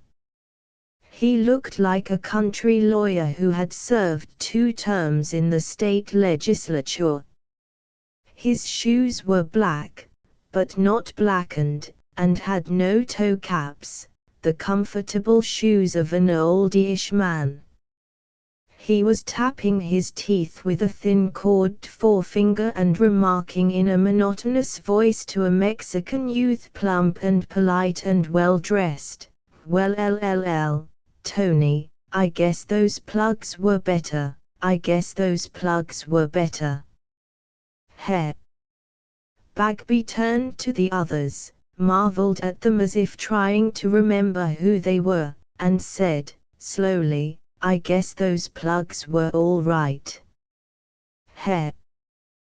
The monoplane was returning, for a time apparently not moving, like a black mark painted on the great blue sky, then soaring overhead, the sharply cut out lines clear as a pen and ink drawing, then landing, bouncing on the slightly uneven ground. As the French aviator climbed out, Dr. Bagby's sad face brightened and he suggested, "Those plugs went better, monsieur." Heh. I've been thinking. Maybe you been giving her too rich a mixture. While they were wiping the gnome engine, Carl shyly approached Dr. Bagby. He felt frightfully an outsider, wondered if he could ever be intimate with the magician as was the plump Mexican youth they called Tony. He said once or twice, and blurted, "I want to be an aviator." Yes, said Dr. Bagby, gently, glancing away from Carl to the machine. He went over, twanged a supporting wire, and seemed to remember that someone had spoken to him. He returned to the fevered Carl, walking sidewise, staring all the while at the resting monoplane, so efficient, yet so quiet now and slender and feminine. Yes. So you'd like to be an aviator? So you'd like, hey, boy, don't touch that. To be an aviator? Yes. They all would, boy. They all would. Well, maybe you can be, someday. Maybe you can be. Someday. I mean now. Right away. Heard you were going to start a school. Want to join? HM, sighed Dr. Bagby, tapping his teeth, jingling his heavy gold watch chain, brushing a trail of cigar ashes from a lapel, then staring abstractedly at Carl, who was turning his hat swiftly round and round, so flushed of cheek, so excited of eye, that he seemed 20 instead of 24. Yes, so you'd like to join? TST. But that would cost you $500, you know. Right. Well, you go talk to Monsieur about it, Monsieur Carmio. He is a very good aviator. He is a licensed aviator. He knows Henry Farman. He studied under Blériot. He is the boss here. I'm just the poor old fellow that stands around. Sometimes Monsieur takes me up for a little ride in our machine, sometimes he takes me up, but he is the boss. He is the boss, my friend, you'll have to see him. And Dr. Bagby walked away, apparently much discouraged about life. Carl was not discouraged about life. He swore that now he would be an aviator even if he had to go to Dayton or Hammondsport or France. He returned to Oakland. He sold his share in the garage for $1,150. Before the end of January he was enrolled as a student in the Bagby School of Aviation and Monoplane Building. On an impulse he wrote of his wondrous happiness to Gertie Cowles, but he tore up the letter. Then proudly he wrote to his father that the lost boy had found himself. For the first time in all his desultory writing of home letters he did not feel impelled to defend himself. Chapter 18. Rude were the surroundings where Carmio turned out some of the best monoplane pilots America will ever see. There were 2 rude shed hangars in which they kept the 3 imported Blériots, a single-seat racer of the latest type, a Blériot 12. Passenger carrying machine with the seat under the plane, and Petite Marie the school machine, which they usually kept throttled down to 400 or 500, but in which Carmio made such spirited flights as the one Carl had first witnessed. Back of the hangars was the workshop, which had little architecture, but much machinery. Here the pupils were building 2 Blériot-type machines, and trying to build an 8-cylinder V-motor. All these things had Bagby given for the good of the game, expecting no profit in return. He was one of the real martyrs of aviation, this sapless, oldyish man, never knowing the joy of the air, yet devoting a lifetime of ability to helping man sprout wings and become Superman. His generosity did not extend to living quarters. Most of the students lived at the hangars and dined on Hamburg sandwiches, fried eggs, and Mexican enchiladas, served at a lunch wagon anchored near the field. That lunch wagon was their club. Here, squatted on high stools, treating one another to ginger ale, they argued over torque and angles of incidence and monoplanes versus biplanes. Except for 2 unpopular aristocrats who found boarding houses in San Mateo, they slept in the hangars, in their overalls, sprawled on mattresses covered with horse blankets. It was bed at 8:30. At 4 or 5 Carmio would crawl out, scratch his beard, start a motor, and set every neighborhood dog howling. The students would gloomily clump over to the lunch wagon for a ham and egg breakfast. The first flights began at dawn, if the day was clear. At 8, when the wind was coming up, they would be heard in the workshop, adjusting and readjusting, machining down bearings, testing wing strength, humming and laughing and busy, a life of gasoline and hammers and straining attempts to get balance exactly right, A happy life of good fellows and the achievements of machinery and preparation for daring the upper air, a life of very ordinary mechanics and of sheer romance. It is a grievous heresy that aviation is most romantic when the aviator is portrayed as a young god of noble rank and a collar high and spotless, carelessly driving a transatlantic machine of perfect efficiency. The real romance is that a perfectly ordinary young man, the sort of young man who cleans your car at the garage, a prosaically real young man wearing overalls faded to a thin blue, splitting his infinitives, and frequently having for idol a bouncing ingenue, should, in a rickety structure of wood and percale, be able to soar miles in the air and fulfill the dream of all the creeping ages. In English and American fiction there are now nearly as many aeroplanes as rapiers or roses. The fictional aviators are society amateurs, wearers of evening clothes, frequenters of the club, journalists and civil engineers and lordlings and international agents and gentlemen detectives, who drawl, "Oh yes, I fly a bit, new sensation, why no, tired of polo," and immediately thereafter use the aeroplane to raid arsenals, rescue a maiden from robbers or a large ruby from its lawful but heathenish possessors, or prevent a zeppelin from raiding the coast. But they never by any chance fly these machines before gum-chewing thousands for hire.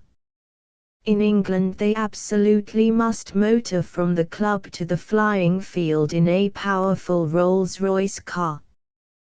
The British aviators of fiction are usually from Oxford and Eton. They are splendidly languid and modest and smartly dressed in society, but when they condescend to an adventure or to a coincidence, they are very devils, 6 feet of steel and sinew, boys of the bulldog breed with a strong trace of hummingbird. Like their English kindred, the Americans take up aviation only for gentlemanly sport. And they do go about rescuing things. Nothing is safe from their rescuing. But they do not have Rolls-Royce cars. Carl and his class at Bagby's were not of this gilded race. Carl's flying was as sordidly real as laying brick for a one-story laundry in a mill town. Therefore, being real, it was romantic and miraculous. Among Carl's class was Hank Odell, the senior student, tall, thin, hopelessly plain of face, a drawling, rough-haired, eagle-nosed Yankee, who grinned shyly and whose Adam's apple worked slowly up and down when you spoke to him, an unimaginative lover of dogs and machinery, the descendant of Lexington and Gettysburg and a flinty Vermont farm, an ex-fireman, ex-sergeant of the army, and ex-teamster. He always wore a khaki shirt, the wrinkles of which caught the grease in black lines, like veins, with black trousers, blunt-toed shoes, and a pipe, the most important part of his costume. There was the round, anxious, polite Mexican, Tony Biano, called Tony Bean, wealthy, simple, fond of the violin and of fast motoring. There was the school grouch surly Jack Ryan, the chunky ex-chauffeur. There were 7 nondescripts, a clever Jew from Seattle, 2 college youngsters, an apricot rancher's son, a circus acrobat who wanted a new line of tricks, a dull ensign detailed by the Navy, and an earnest student of aerodynamics, aged 40, who had written marvelously dull books on air currents and had shrinkingly made himself a fair balloon pilot. The Navy ensign and the student were the snobs who lived away from the hangars, in boarding houses. There was Lieutenant Forrest Harvilland, detailed by the Army, Harvilland the perfect gentle knight, the well-beloved, the nearest approach to the gracious fiction aviator of them all, yet never drawling in affected modesty, never afraid of grease, smiling and industrious and reticent, smooth of hair and cameo of face, wearing khaki riding breeches and tan puttees instead of overalls, always a gentleman, even when he tried to appear a workman. He pretended to be enthusiastic about the lunch wagon, and never referred to his 3 generations of army officers. But most of the others were shy of him, and Jack Ryan, the school grouch, was always trying to get him into a fight. Finally, there was Carl Eriksson, who slowly emerged as star of them all. He knew less of aerodynamics than the timid specialist, less of practical mechanics than Hank Odell, but he loved the fun of daring more. He was less ferocious in competition than was Jack Ryan, but he wasted less of his nerve. He was less agile than the circus acrobat, but knew more of motors. He was less compactly easy than Lieutenant Harvilland, but he took better to overalls and sleeping in hangars and mucking in grease. He whistled ragtime while Forrest Harvilland hummed McDowell. Carl's earliest flights were in the school machine, Petite Marie behind Carmio, the instructor. Reporters were always about, talking of impressions, and Carl felt that he ought to note his impressions on his first ascent, but all that he actually did notice was that it was hard to tell at what instant they left the ground, that when they were up, the wind threatened to crush his ribs and burst his nostrils, that there must be something perilously wrong, because the machine climbed so swiftly, and, when they were down, that it had been worth waiting a whole lifetime for the flight. 4 days he merely flew with the instructor, till he was himself managing the controls. At last, his first flight by himself. He had been ordered to try a flight 3 times about the aerodrome at a height of 60 feet, and to land carefully, without pancaking, and be sure, monsieur, be sure you do not cut off too high from the ground, said Carmio. It was a day when 5 reporters had gathered, and Carl felt very much in the limelight, waiting in the nacelle of the machine for the time to start. The propeller was revolved, Carl drew a long breath and stuck up his hand, and the engine stopped. He was relieved. It had seemed a terrific responsibility to go up alone. He wouldn't, now, not for a minute or 2. He knew that he had been afraid. The engine was turned over once more, and once more stopped. Carl raged, and never again, in all his flying, did real fear return to him. What the deuce is the matter? He snarled. Again the propeller was revolved, and this time the engine hummed sweet. The monoplane ran along the ground, its tail lifting in the blast, till the whole machine seemed delicately poised on its tiptoes. He was off the ground, his rage leaving him as his fear had left him. He exulted at the swiftness with which a distant group of trees shot at him, under him. He turned, and the machine mounted a little on the turn, which was against the rules. But he brought her to even keel so easily that he felt all the mastery of the man who has finally learned to be natural on a bicycle. He tilted up the elevator slightly and shot across a series of fields, climbing. It was perfectly easy. He would go up, up. It was all automatic now. Cloche toward him for climbing, away from him for descent, toward the wing that tipped up, in order to bring it down to level. The machine obeyed perfectly.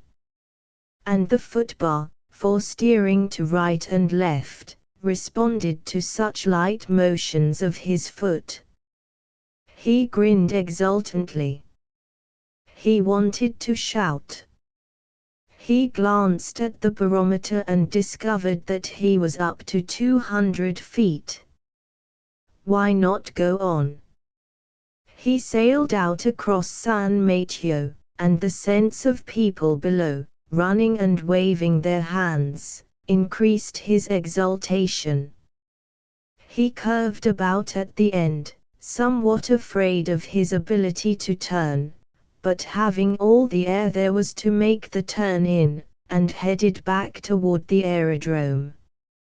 Already he had flown 5 miles. Half a mile from the aerodrome he realized that his motor was slackening, missing fire, that he did not know what was the matter, that his knowledge had left him stranded there, 200 feet above ground, that he had to come down at once, with no chance to choose a landing place and no experience in gliding. The motor stopped altogether. The ground was coming up at him too quickly. He tilted the elevator, and rose. But, as he was volplaning, this cut down the speed, and from a height of 10 feet above a field the machine dropped to the ground with a flat plop. Something gave way, but Carl sat safe, with the machine canted to one side. He climbed out, cold about the spine, and discovered that he had broken one wheel of the landing chassis. All the crowd from the flying field were running toward him, yelling. He grinned at the foolish sight they made with their legs and arms strewn about in the air as they galloped over the rough ground. Lieutenant Harviland came up, panting, "All right, oh man. Good." He seized Carl's hand and wrung it. Carl knew that he had a new friend. 3 reporters poured questions on him. How far had he flown? Was this really his first ascent by himself? What were his sensations? How had his motor stopped? Was it true he was a mining engineer, a wealthy motorist? Hank Odell, the shy, eagle-nosed Yankee, running up as jerkily as a cow in a plowed field, silently patted Carl on the shoulder and began to examine the fractured landing wheel. At last the instructor, M. Carmio. Carl had awaited M. Carmio's praise as the crown of his long flight. But Carmio pulled his beard, opened his mouth once or twice, then shrieked, "What the devil you think you are? A millionaire that we build machines for you to smash them. I told you to fly every time around, you fly to Algiers and back, you think you are another farman brother, you are a damn fool. Suppose your motor he stop while you fly over San Mateo. Where you land? In a well? In a chimney? Hein. You know nothing yet. Next time you do what I tell you, Zut. That was a flight, you make a flight, that was fine, you make the heart to swell. But next time you break the chassis and keel yourself, nomdun tonner, I scold you. Carl was humble. But the Courier reporter spread upon the front page the story of marvelous first flight by Bagby student and predicted that a new Curtiss was coming out of California. Under a half-tone ran the caption, Ericsson, the new hawk of the Birdman. The camp promptly nicknamed him Hawk. They used it for plaguing him at first, but it survived as an expression of fondness. Hawk Ericsson, the cheeriest man in the school, and the coolest flyer. Chapter 19. Not all their days were spent in work. There were mornings when the wind would not permit an ascent and when there was nothing to do in the workshop. They sat about the lunch wagon wrangling endlessly, or, like Carl and Forrest Harviland, wandered through fields which were all one flame with poppies. Lieutenant Harviland had given up trying to feel comfortable with the naval ensign student, who was one of the solemn worthies who clear their throats before speaking, and then speak in measured terms of brands of cigars and weather. Gradually, working side by side with Carl, Harviland seemed to find him a friend in whom to confide. Once or twice they went by trolley to San Francisco, to explore Chinatown or drop in on soldier friends of Harviland at the Presidio. From the porch of a studio on Telegraph Hill, in San Francisco, they were looking down on the islands of the bay, waiting for the return of an artist whom Harviland knew. Inarticulate dreamers both, they expressed in monosyllables the glory of blue water before them, the tradition of RLS and Frank Norris, the future of aviation. They gave up the attempt to explain the magic of San Francisco, that city personality which transcends the opal hills and rare amber sunlight, festivals, and the transplanted Italian hill town of Telegraph Hill, liners sailing out for Japan, and memories of the 49ers. It was too subtle a spirit, too much of it lay in human life with the passion of the Riviera linked to the strength of the North, for them to be able to comprehend its spell. But regarding their own ambitions to do, they became eloquent. I say, hesitated Harviland, why is it I can't get in with most of the fellows at the camp the way you can? I've always been chummy enough with the fellows at the point and at posts. Because you've been brought up to be afraid to be anything but a gentleman. Oh, I don't think it's that. I can get fond as the deuce of some of the commonest common soldiers, and, Lord, some of them come from the Bowery and all sorts of impossible places. Yes, but you always think of them as common. They don't think of each other that way. Suppose I'd worked, well, just suppose I'd been a Bowery bartender. Could you be loafing around here with me?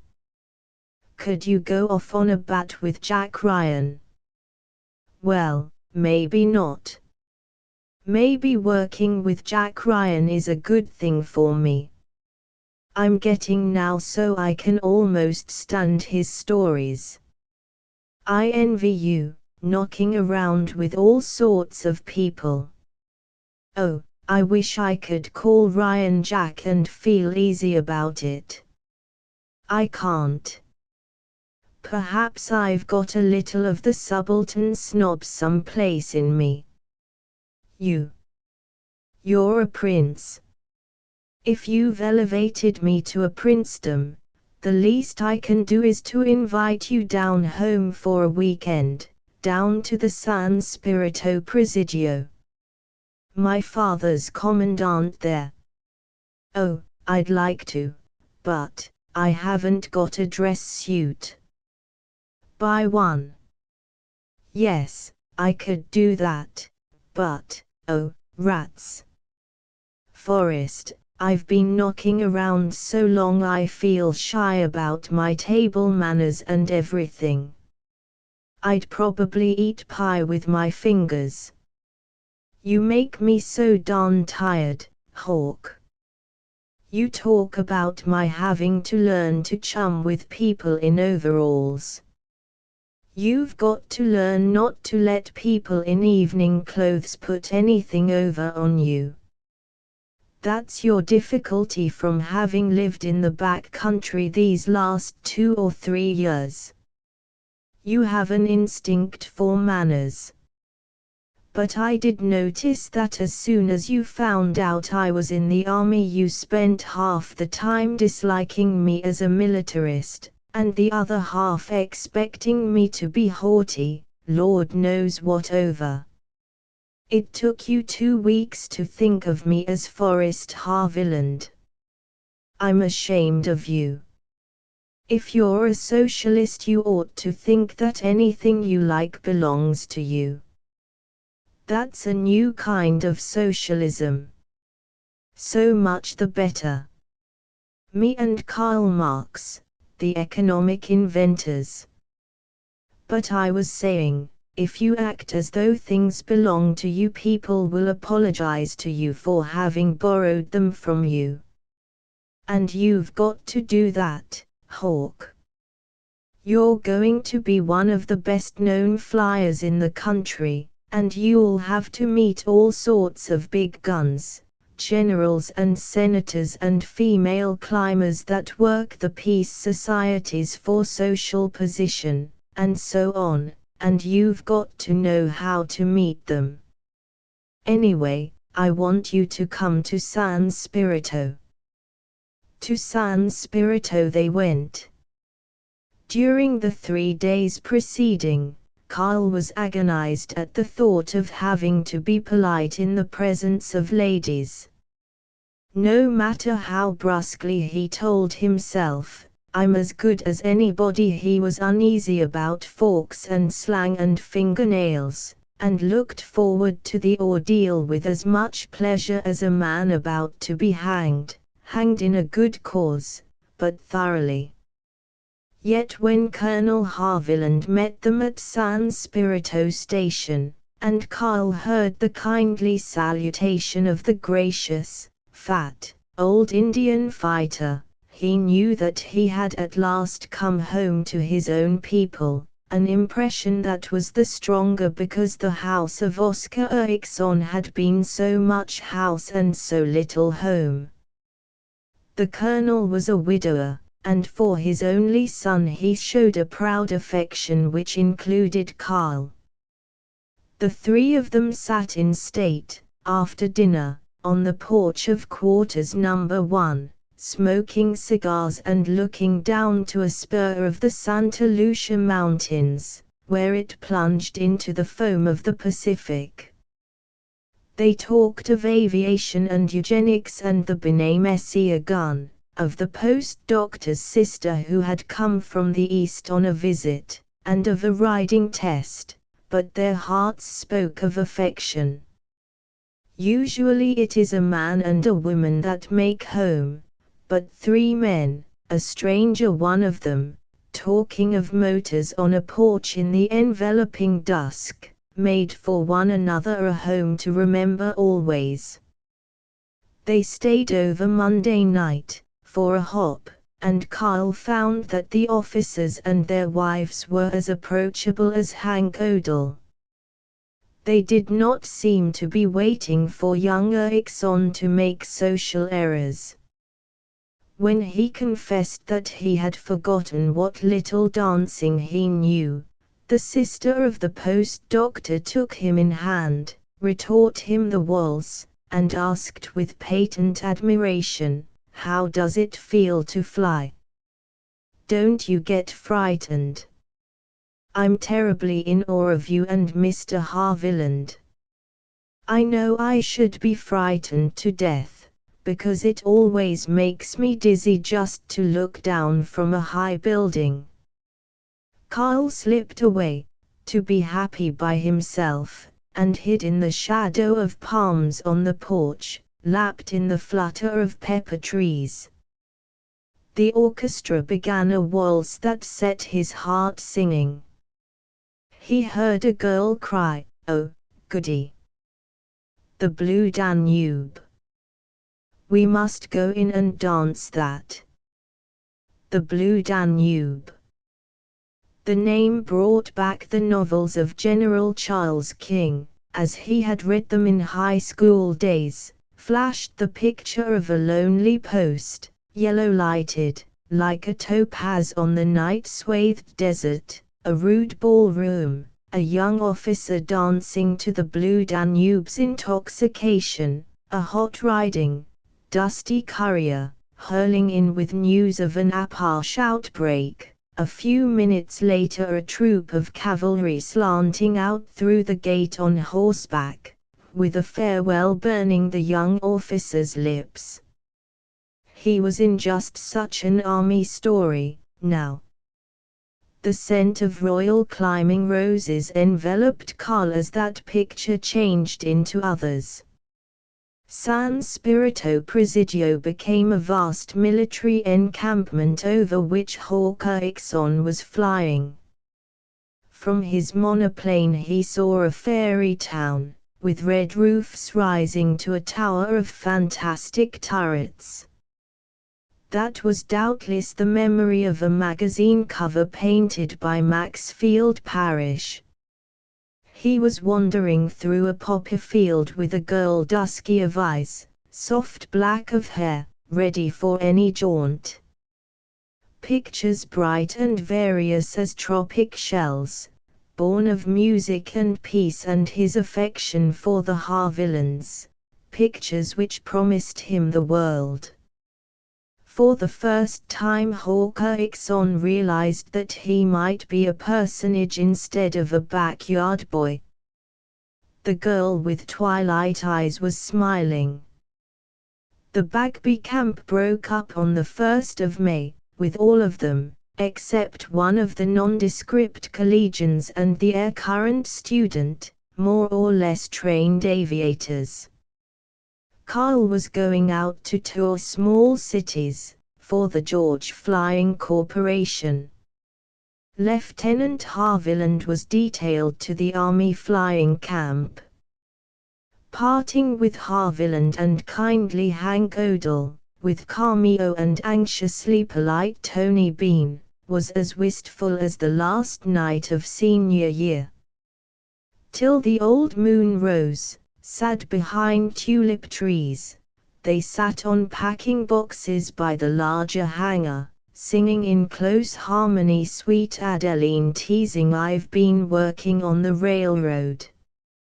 Hayride classics, with barbershop chords the songs are called, but tears were in Carl's eyes as the miners sobbed from the group of comrades who made fun of one another and were prosaic and pounded their heels on the packing boxes, and knew that they were parting to face death. Carl felt Forrest Haviland's hand on one shoulder, then an awkward pat from tough Jack Ryan's paw, as Tony Bean's violin turned the plaintive half-light into music, and broke its heart in the Moonlight Sonata. Chapter XXYR, piston ring burnt off and put the exhaust valve on the blink. That means one cylinder out of business, growled Hawker Ixon. I could fly, maybe, but I don't like to risk it in this wind. It was bad enough this morning when I tried it. Oh, this hick town's going to be the death of us, all right, and Riverport tomorrow, with a contract nice as pie, "If we can only get there," groaned his manager, Dick George, a fat man with much muscle and more diamonds. "Listen to that crowd. Yelling for blood. Sounds like a bunch of lumberjacks with the circus slow in starting." The headline feature of the Anamwaska County Spring Fair was Hawker Ixon, showing the most marvelous aerial feats of the ages with the scientific marvels of aviation, in his famous French Blériot flying machine, the first flying machine ever seen in this state, no balloon or fake, come to Anamwaska by the St. L&N. The spring fair was usually a small gathering of farmers to witness races and new agricultural implements, but this time every road for 35 miles was dust-fogged with buggies and Democrat wagons and small motor cars. 10,000 people were packed about the racetrack. It was Carl's third aviation event. A neat, though not imposing figure, in a snug blue flannel suit, with his cap turned round on his head, he went to the flap of the rickety tent which served as his hangar. A fierce cry of "Fly! Fly! Why don't he fly?" was coming from the long black lines edging the track, and from the mound of people on the small grandstand. The pink blur of their faces turned toward him, Carl Ixon, all of them demanding him. The 5 meek police of Anamwaska were trotting back and forth, keeping them behind the barriers. Carl was apprehensive lest this 10,000-fold demand drag him out, make him fly, despite a wind that was blowing the flags out straight, and whisking up the litter of newspapers and crackerjack boxes and pink programs. While he stared out, an official crossing the track fairly leaned up against the wind, which seized his hat and sailed it to the end of the track. "Some wind." Carl grunted, stolidly, and went to the back of the silent tent, to reread the local paper's accounts of his arrival at Anamwaska. It was a picturesque narrative of the cheering mob following him down the street. Gee! That was me they followed, crowding into the office of the Astia House and making him autograph hundreds of cards, of girls throwing roses, humph. Geraniums is more like it. From the windows. A young man wrote an enthusiastic female reporter, handsome as a Greek god, but honestly I believe he is still in his 20s, and he is as slim and straight as a soldier, flaxen-haired and rosy-cheeked, the birdman, the god of the air. Handsome as a Greek, Carl commented. I look like a Minnesota Norwegian, and that ain't so bad, but handsome, Sure they love me, all right. Hear 'em yell. Oh, they love me like a dog does a bone. Saint Jemima. Talk about football rooting. Come on, Greek god, buck up. He glanced wearily about the tent, its flooring of long, dry grass stained with ugly dark blue lubricating oil, under the tan light coming through the canvas. His manager was sitting on a suitcase, pretending to read a newspaper, but pinching his lower lip and consulting his watch, jogging his foot ceaselessly. Their temporary mechanic, who had given up trying to repair the lame valve, squatted with bent head, biting his lip, hearkening to the blood-hungry mob. Carl's own nerves grew tauter and tauter as he saw the manager's restless foot and the mechanic's tension. He strolled to the monoplane, his back to the tent opening. He started as the manager exclaimed, "Here they come! After us!" Outside the tent a sound of running. The secretary of the fair, a German hardware dealer with an automobile cap like a yachting cap, panted in, gasping, "Come quick! They won't wait any longer. I been trying to calm 'em down, but they say you got to fly. They're breaking over the barriers into the track. The police can't keep 'em back." Behind the secretary came the chairman of the entertainment committee, a popular dairyman, who was pale as he demanded, "You got to play ball, Mr. Eriksson. I won't guarantee what'll happen if you don't play ball, Mr. Eriksson. You got to make him fly, Mr. George." The crowd's breaking. Behind him charged a black press of people. They packed before the tent, trying to peer in through the half-closed tent opening, like a crowd about a house where a policeman is making an arrest. Furiously, "Where's the coward? Fake! Bring him out! Why don't he fly? He's a fake. His flying machine's never been off the ground. He's a four-flusher. Run him out of town. Fake! Fake! Fake!" The secretary and chairman stuck out deprecatory heads and coaxed the mob. Kyle's manager was an old circus man. He had removed his collar, tie, and flashy diamond pin, and was diligently wrapping the thong of a blackjack about his wrist. Their mechanic was crawling under the side of the tent. Kyle caught him by the seat of his overalls and jerked him back. As Kyle turned to face the tent door again, the manager ranged up beside him, trying to conceal the blackjack in his hand, and casually murmuring, "Scared, Hawk? Nope. Too mad to be scared." The tent flap was pulled back. Tossing hands came through. The secretary and chairman were brushed aside. The mob leader, a red-faced, loud-voiced town sport, very drunk, shouted, "Come out and fly or we'll tar and feather you. Yeah, come on, you fake, you four-flusher," echoed the voices.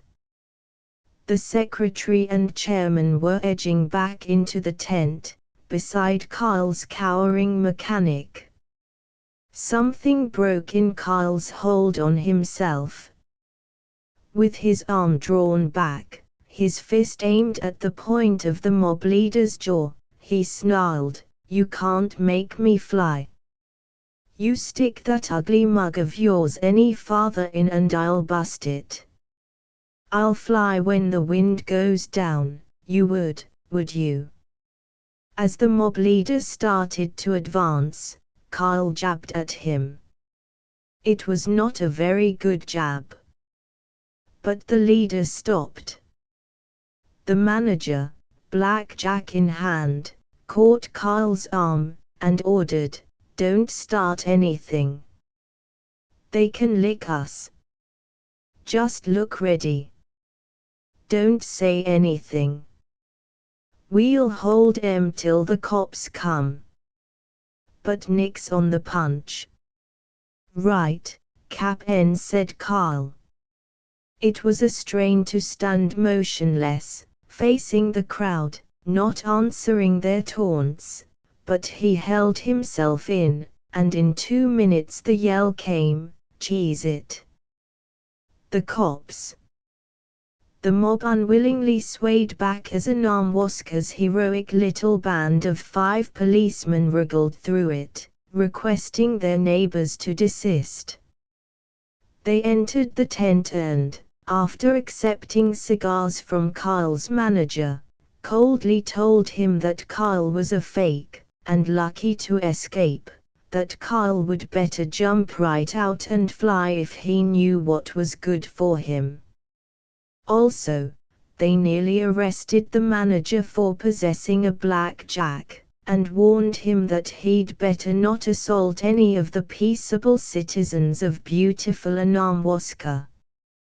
When they had coaxed the mob behind the barriers, by announcing that Ixon would now go up, Kyle swore, "I won't move. They can't make me."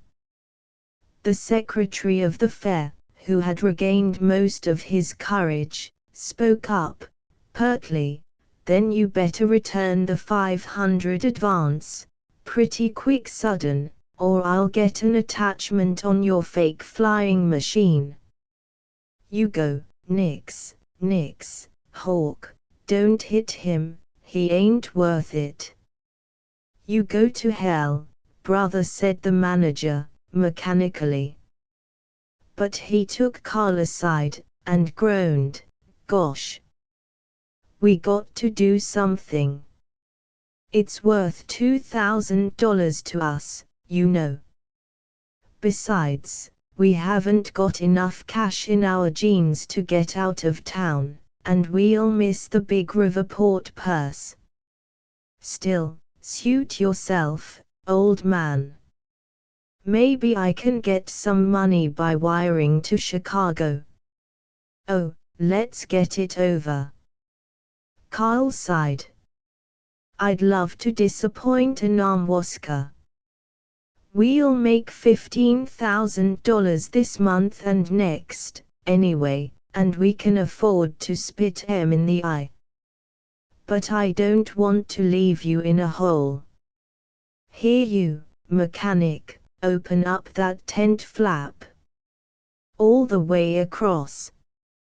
No, not like that, you boob. So. Come on, now, help me push out the machine. Here you, Mr. Secretary, hustle me a couple of men to hold her tail." The crowd rose, the fickle crowd, scenting the promised blood, and applauded as the monoplane was wheeled upon the track and turned to face the wind. The mechanic and two assistants had to hold it as a dust-filled gust caught it beneath the wings. As Kyle climbed into the seat and the mechanic went forward to start the engine, another squall hit the machine and she almost turned over sidewise. As the machine righted, the manager ran up and begged, "You never in the world can make it in this wind, Hawk. Better not try it. I'll wire for some money to get out of town with, and Anamwaska can go soak its head." "Nope. I'm getting sore now, Dick." "Hey you, mechanic, hurt that wing when she tipped?" "All right. Start her. Quick. While it's calm." The engine whirred. The assistants let go the tail.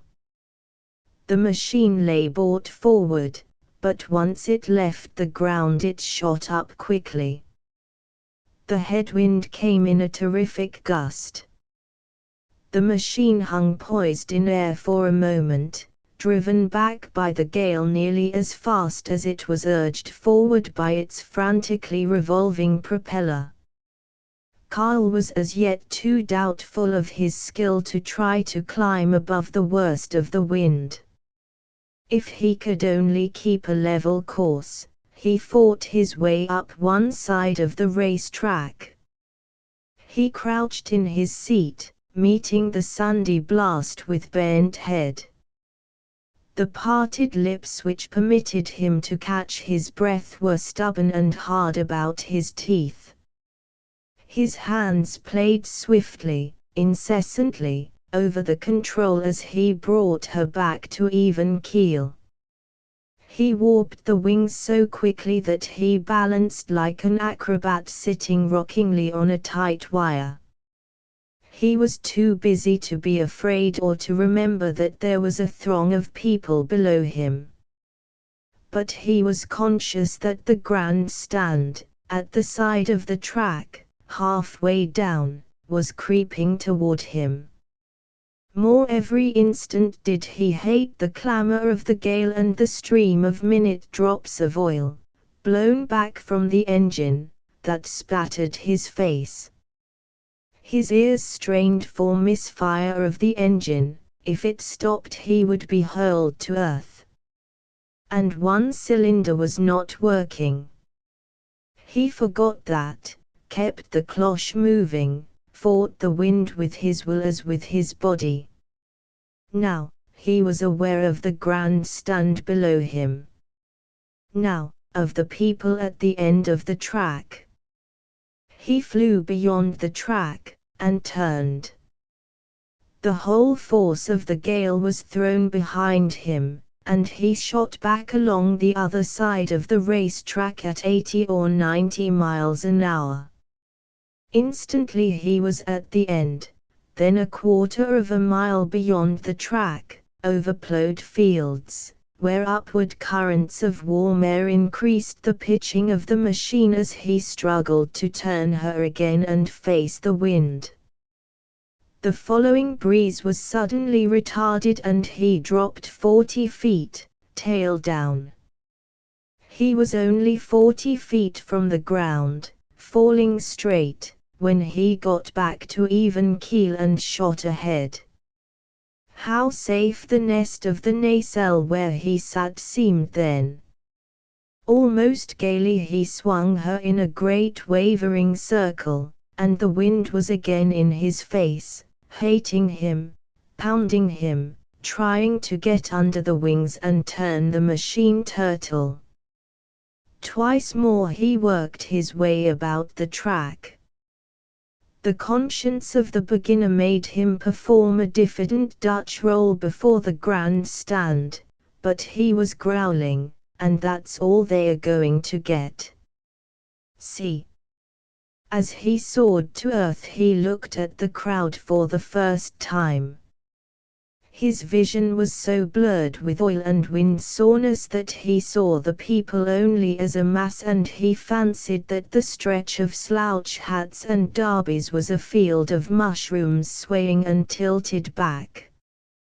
He was curiously unconscious of the presence of women. He felt all the spectators as men who had bawled for his death and whom he wanted to hammer as he had hammered the wind. He was almost down. He cut off his motor, glided horizontally 3 feet above the ground, and landed, while the cheers cloaked even the honking of the parked automobiles. Carl's manager, fatly galloping up, shrilled, "How was it, old man?" "Oh, it was pretty windy," said Carl, crawling down and rubbing the kinks out of his arms. "But I think the wind's going down. Tell the announcer to tell our dear neighbors that I'll fly again at 5. But weren't you scared when she dropped? You went down so far that the fence plumb hid you.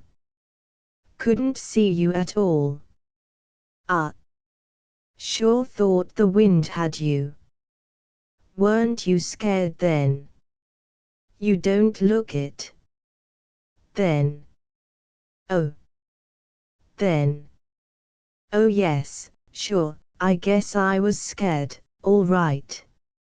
Say, we got that seat padded so she's darn comfortable now." The crowd was collecting. Carl's manager chuckled to the president of the Fair Association. "Well, that was some flight, eh?" "Oh, he went down the opposite side of the track pretty fast, but why the dickens was he so slow going up my side?" My eyes ain't so good now that it does me any good if a fellow speeds up when he's 1,000 miles away. And where's all these tricks in the air, that murmured Kyle to his manager, is the identical man that stole the blind cripple's crutch to make himself a toothpick. Chapter XXI. The Great Belmont Park Aero Meet, which woke New York to aviation, in October 1910, was coming to an end. That clever new American flyer, Hawker Hickson, had won only 6th place in speed, but he had won first prize in duration, by a flight of nearly 6 hours, driving round and round and round the pylons, hour on hour, safe and steady as a train, never taking the risk of sensational banking, nor spiraling like Johnston, but amusing himself and breaking the tedium by keeping an eye out on each circuit for a fat woman in a bright lavender top coat, who stood out in the dark line of people that flowed beneath. When he had descended, acclaimed the winner, thousands of heads turned his way as though on one lever, the pink faces flashing in such October sunshine as had filled the backyard of Oscar Erickson, in Joralemon, when a lonely Kyle had performed duration feats for a sparrow. That same shy Kyle wanted to escape from the newspapermen who came running toward him. He hated their incessant questions, always the same: were you cold? Could you have stayed up longer? Yet he had seen all New York go mad over aviation, rather, over news about aviation. The newspapers had spread over front pages his name and the names of the other flyers. Kyle chuckled to himself, with bashful awe, "Gee, can you beat it? That's me," when he beheld himself referred to in editorial and interview and picture caption as a Superman, a god. He heard crowds rustle, "Look, there's Hawker Hickson," as he walked along the barriers. He heard cautious predictions from fellow flyers, and loud declarations from outsiders, that he was the coming cross-country champion. He was introduced to the mayor of New York, 2 cabinet members, an assortment of senators, authors, bank presidents, generals, and society railbirds. He regularly escaped from them, and their questions, to help the brick-necked Hank Odell, from the Bagby School, who had entered for the meet, but smashed up on the first day, and ever since had been whistling and working over his machine and encouraging Kyle, "Good work, bud, you've got 'em all going." With vast secrecy and a perception that this was twice as stirring as steadily buzzing about in his bleriot, he went down to the Bowery and, in front of the saloon where he had worked as a porter 4 years before, he bought a copy of the Evening World because he knew that on the 3rd page of it was a large picture of him and a signed interview by a special writer. He peered into the saloon windows to see if P.T. McGuff was there, but did not find him. He went to the street on which he had boarded in the hope that he might do something for the girl who had been going wrong.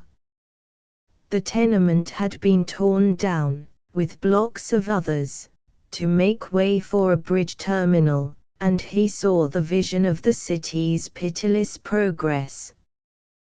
This quest of old acquaintances made him think of Joralemon. He informed Gertie Cowles that he was now in the aviation game, and everything is going very well. He sent his mother a check for $500, with awkward words of affection. A greater spiritual adventure was talking for hours, over a small table in the basement of the Brevoort, to Lieutenant Forrest Harvilland, who was attending the Belmont Park meet as spectator. Theirs was the talk of tried friends, droning on for a time in amused comment, rising to sudden table-pounding enthusiasms over aviators or explorers, with exclamations of, "Is that the way it struck you, too? I'm awfully glad to hear you say that, because that's just the way I felt about it." They leaned back in their chairs and played with spoons and reflectively broke up matches and volubly sketched plans of controls, drawing on the tablecloth. Carl took the sophisticated atmosphere of the Brevoort quite for granted. Why shouldn't he be there? And after the interest in him at the meet, it did not hugely abash him to hear a group at a table behind him ejaculate, "I think that's Hawker Ixon, the aviator." "Yes, sir, that's who it is." Finally the gods gave to Carl a new mechanic, a prince of mechanics, Martin Dockerell.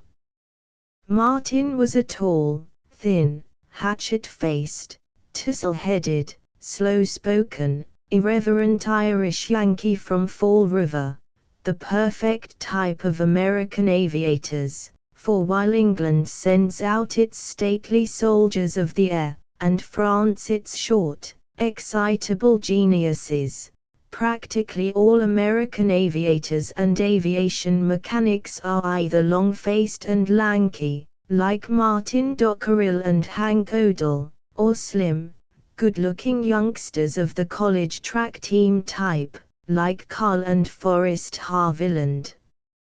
Martin Dockerell ate pumpkin pie with his fingers, played Marching Through Georgia on the mouth organ, admired burlesque show women in sausage-shaped pink tights, and wore balbriggan socks that always reposed in wrinkles over the tops of his black shoes with frayed laces. But he probably could build a very decent motor in the dark, out of 4 tin cans and a crowbar. In AD 1910 he still believed in hell and plush albums. But he dreamed of wireless power transmission. He was a free and independent American citizen who called the Count de Lesseps, "Hey, lesh up." But he would have gone with Carl aeroplaning to the South Pole upon 5 minutes' notice, 4 minutes to devote to the motor, and 1 minute to write, with purple indelible pencil, a postcard to his aunt in Fall River. He was precise about only 2 things, motor timing and calling himself a mechanician, not a mechanic.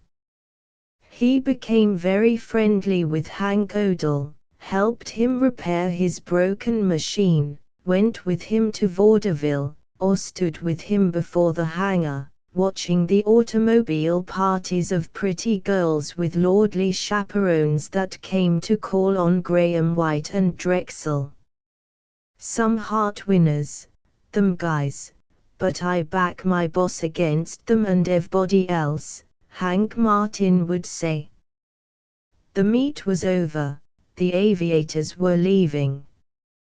Carl had said farewell to his new and well-loved friends, the pioneers of aviation, Latham, Moisant, LeBlanc, McCurdy, Ely, de Lesseps, Mars, Willard, Drexel, Graham White, Hoxie, and the rest.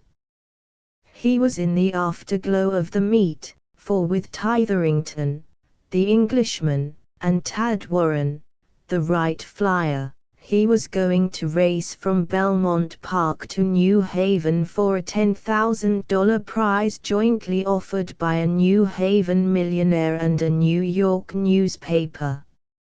At New Haven the three competitors were to join with Tony Bean, of the Bagby School, and Walter McMonnies, flying a Curtiss, in an exhibition meet.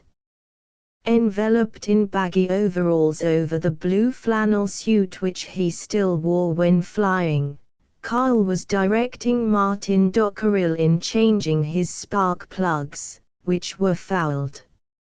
About him, the aviators were having their machines packed, laughing, playing tricks on one another, boys who were virile men, mechanics in denim who stammered to the reporters, "Oh, well, I don't know," yet who were for the time more celebrated than Roosevelt or Harry Thor or Bernard Shaw or Champion Jack Johnson. Before 9:45 a.m., when the race to New Haven was scheduled to start, the newspaper men gathered, but there were not many outsiders. Carl felt the lack of the stimulus of thronging devotees. He worked silently and sullenly. It was the morning after. He missed Forest Haviland. He began to be anxious. Could he get off on time? Exactly at 9:45 Tytherington made a magnificent start in his Henry Farman biplane. Carl stared till the machine was a dot in the clouds, then worked feverishly. Tad Warren, the second contestant, was testing out his motor, ready to go. At that moment Martin Dockerell suggested that the carburetor was dirty. "I'll fly with her the way she is," Carl snapped, shivering with the race fever. A cub reporter from the City News Association piped, like a fox terrier, "What time will you get off, Hawk?" "10 sharp." "No, I mean what time will you really get off?" Carl did not answer. He understood that the reporters were doubtful about him, the youngster from the West who had been flying for only 6 months. At last came the inevitable pest, the familiarly suggestive outsider. A well-dressed, well-meaning old bore he was, a complete stranger.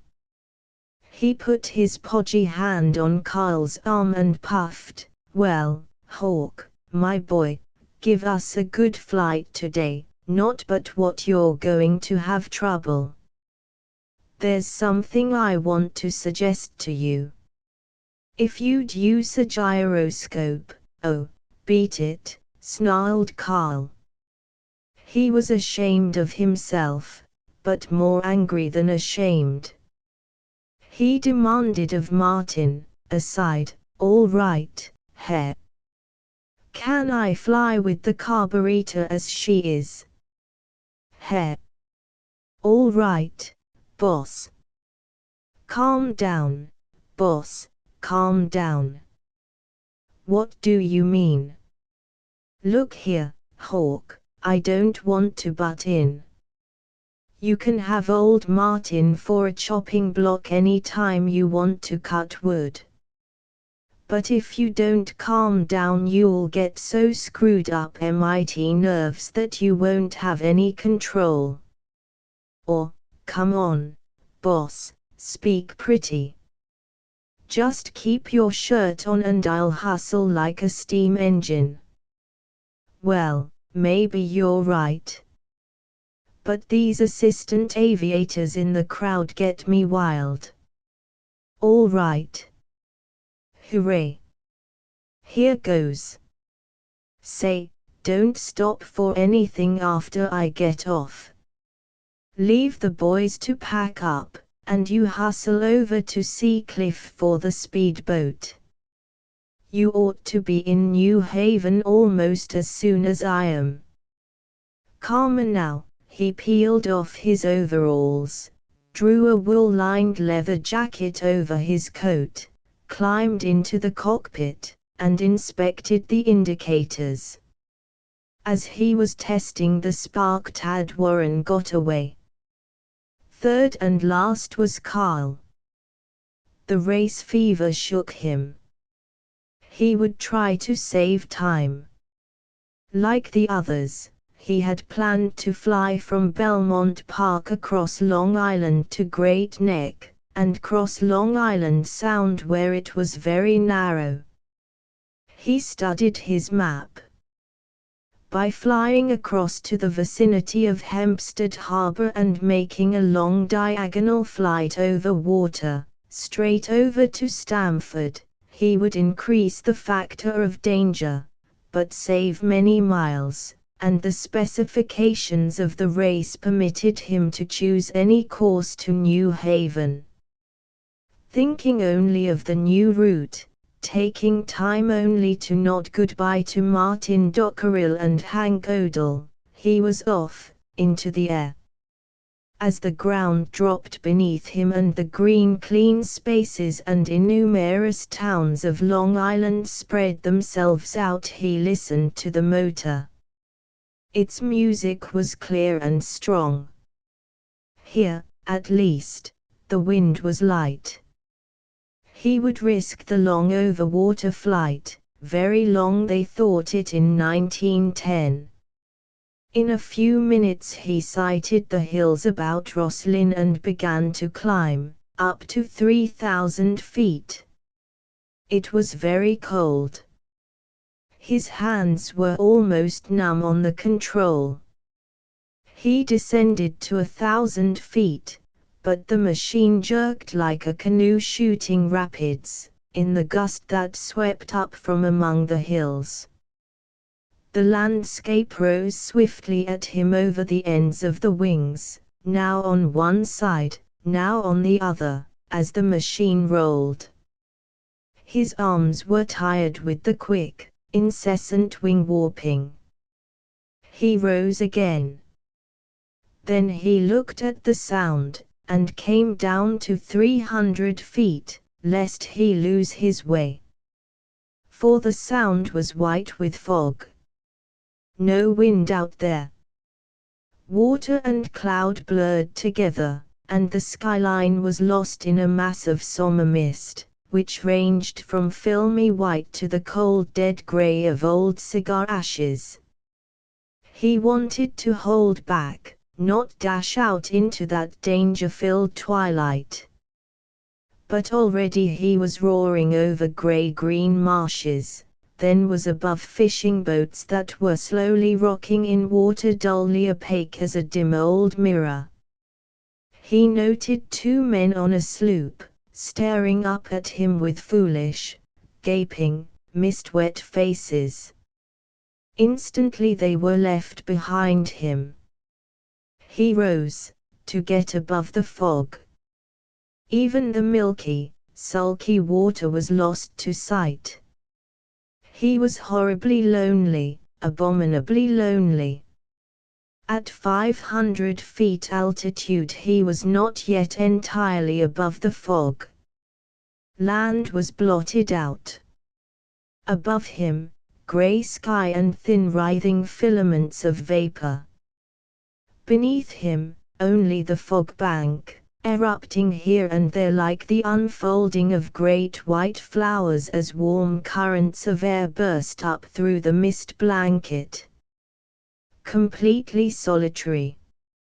All his friends were somewhere far distant, in a place of solid earth and sun-warmed hangars.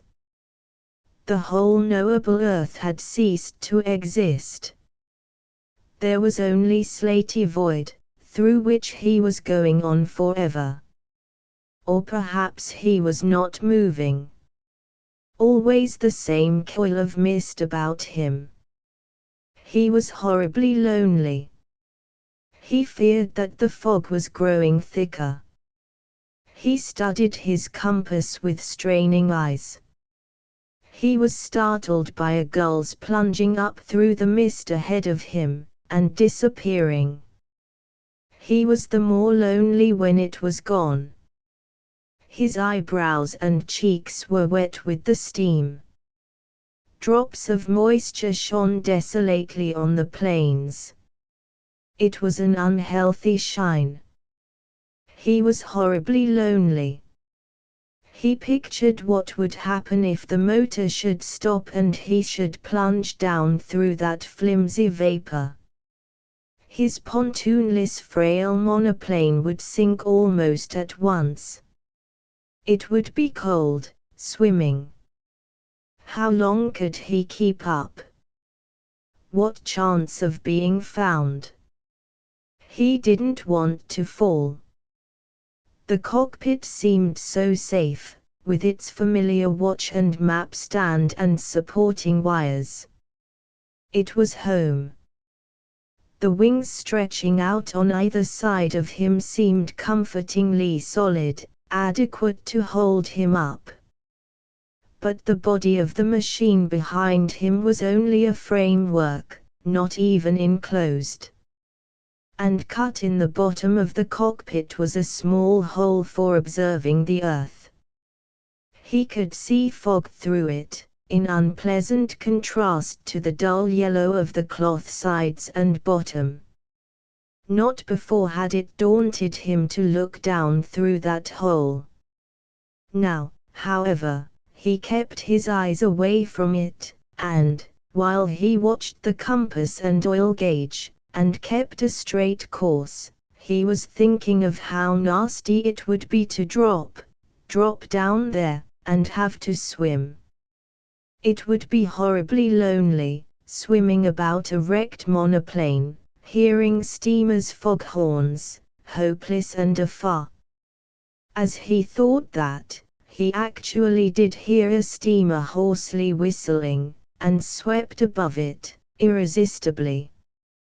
He started, his shoulders drooped. More than once he wished that he could have seen Forest Haviland again before he started. He wished with all the poignancy of man's affection for a real man that he had told Forrest, when they were dining at the Brevoort, how happy he was to be with him. He was horribly lonely. He cursed himself for letting his thoughts become thin and damp as the vapor about him. He shrugged his shoulders. He listened thankfully to the steady purr of the engine and the whir of the propeller. He would get across. He ascended, hoping for a glimpse of the shore. The fog-smothered horizon stretched farther and farther away. He was unspeakably lonely. Through a tear in the mist he saw sunshine reflected from houses on a hill, directly before him, perhaps 1 mile distant. He shouted. He was nearly across. Safe. And the sun was coming out. 2 minutes later he was turning north, between the water and a town which his map indicated as Stamford. The houses beneath him seemed companionable, friendly were the hand-waving crowds, and factory whistles gave him raucous greeting.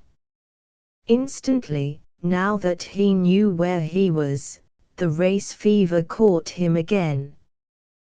Despite the strain of crossing the Sound, he would not for anything have come down to rest. He began to wonder how far ahead of him were Tytherington and Tadwarren. He spied a train running north out of Stamford, swung over above it, and raced with it. The passengers leaned out of the windows, trainmen hung perilously from the opened doors of vestibuled platforms. The engineer tooted his frantic greetings to a fellow mechanic who, above him in the glorious bird, sent telepathic greetings which the engineer probably never got. The engineer speeded up, the engine puffed out vast feathery plumes of dull black smoke. But he drew away from the train as he neared South Norwalk. He was ascending again when he noted something that seemed to be a biplane standing in a field a mile away. He came down and circled the field. It was Tytherington's Farman biplane. He hoped that the kindly Englishman had not been injured. He made out Tytherington, talking to a group about the machine. Relieved, he rose again, amused by the anthill appearance as hundreds of people, like black bugs, ran toward the stalled biplane, from neighboring farms and from a trolley car standing in the road. He should not have been amused just then. He was too low. Directly before him was a hillside crowned with trees.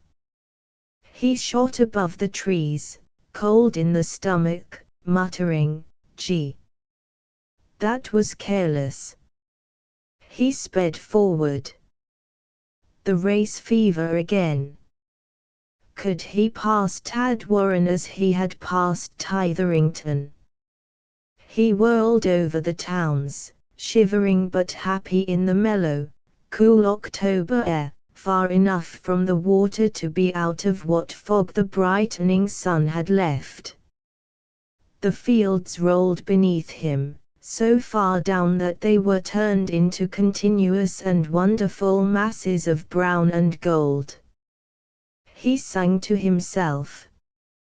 He liked Tytherington.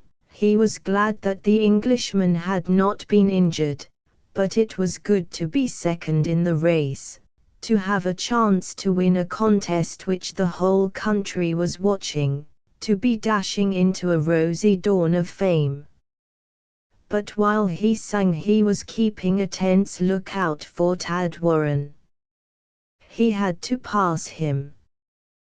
With the caution of the Scotch-like Norwegian, he had the cloche constantly on the jiggle, with ceaseless adjustments to the wind, which varied constantly as he passed over different sorts of terrain. Once the breeze dropped him sidewise. He shot down to gain momentum, brought her to even keel, and, as he set her nose up again, laughed boisterously. Never again would he be so splendidly young, never again so splendidly sure of himself and of his medium of expression. He was to gain wisdom, but never to have more joy of the race. He was sure now that he was destined to pass Tadwarren. The sun was ever brighter, the horizon ever wider, rimming the saucer-shaped earth. When he flew near the Sound he saw that the fog had almost passed. The water was gentle and colored like pearl, lapping the sands, smoking toward the radiant sky. He passed over summer cottages, vacant and asleep, with fantastic holiday roofs of red and green. Gulls soared like flying sickles of silver over the opal sea. Even for the racer there was peace. He made out a mass of rock covered with autumn-hued trees to the left, then a like rock to the right. "West and East Rock, New Haven," he cried. The city mapped itself before him like square building blocks on a dark carpet, with railroad and trolley tracks like flashing spider webs under the October noon. So he had arrived, then, and he had not caught Tadwarren. He was furious. He circled the city, looking for the green, where, in this day before the Aero Club of America battled against over-city flying, he was to land. He saw the Yale campus, lazy beneath its elms, its towers and turrets dreaming of Oxford. His anger left him. He plunged down toward the green, and his heart nearly stopped. The spectators were scattered everywhere. How could he land without crushing someone? With trees to each side and a church in front, he was too far down to rise again. His back pressed against the back of the little seat, and seemed automatically to be trying to restrain him from this tragic landing.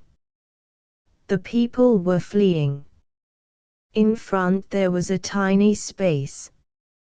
But there was no room to sail horizontally and come down lightly. He shut off his motor and turned the monoplane's nose directly at the earth. She struck hard, bounced a second. Her tail rose, and she started, with dreadful deliberateness, to turn turtle. With a volt Carl was out of the cockpit and clear of the machine as she turned over. Oblivious of the clamorous crowd which was pressing in about him, cutting off the light, replacing the clean smell of gasoline and the upper air by the hot odor of many bodies, he examined the monoplane and found that she had merely fractured the propeller and smashed the rudder. Someone was fighting through the crowd to his side, Tony Bean, Tony the round, polite Mexican from the Bagby school. He was crying, "Hombre, what a landing! You have saved lives. Get out of the way, all you people." Carl grinned and said, "Good to see you, Tony. What time did Tad Warren get here?" "Where's he? He's not here yet." "What? Ha! How's that? Do I win?" "That, say, gosh. I hope he hasn't been hurt." "Yes, you win." A newspaper man standing beside Tony said, "Warren had to come down at Great Neck. He sprained his shoulder, but that's all." "That's good." "But you insisted, Tony, aren't you badly jarred, Hawk?"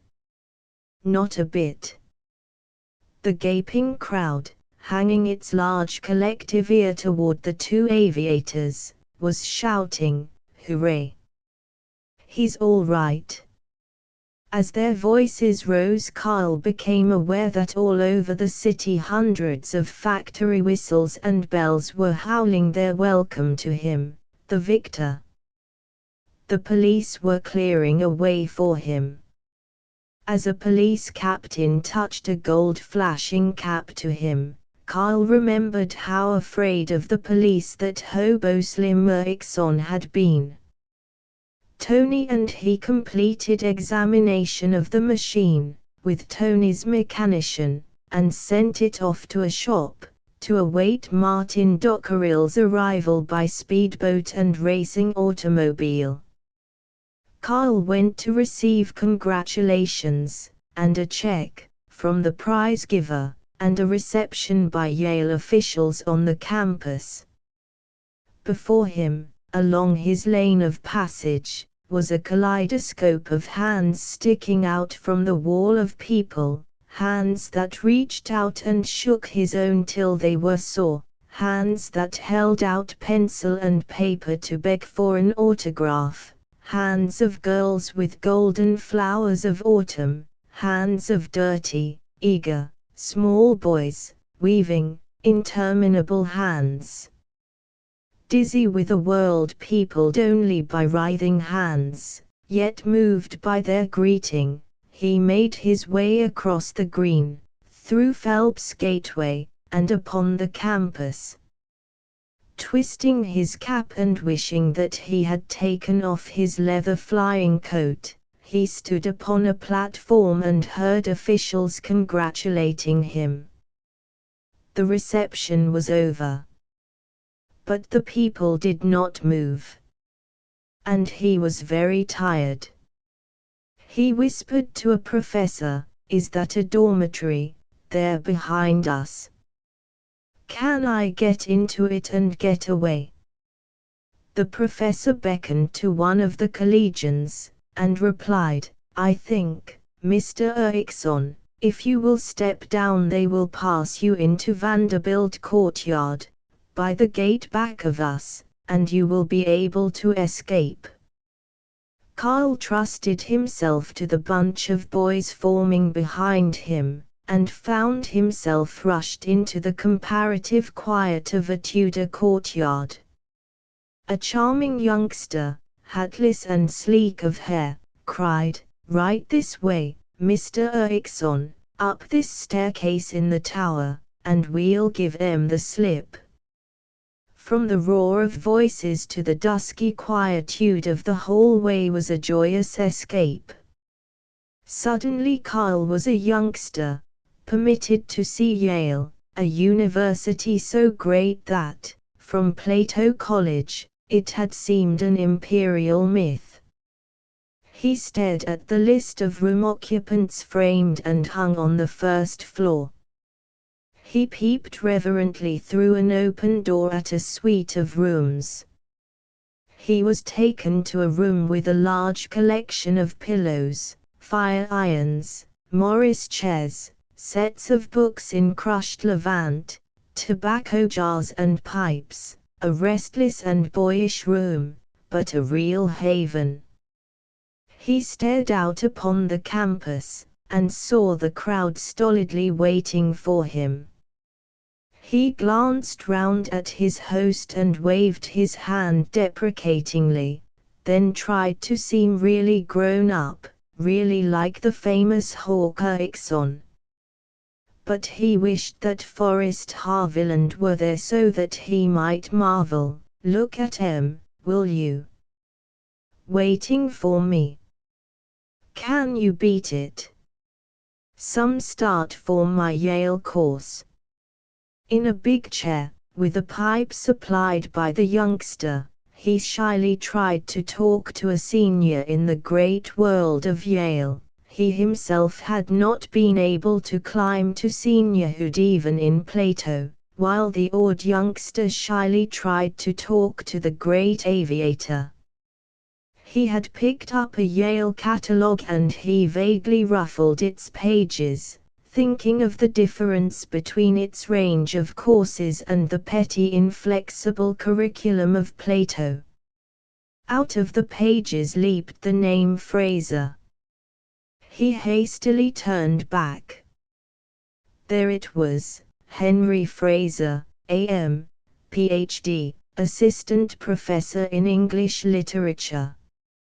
Carl rejoiced boyishly that, after his defeat at Plato, Professor Fraser had won to victory. He forgot his own triumph. For a second he longed to call on Fraser and pay his respects.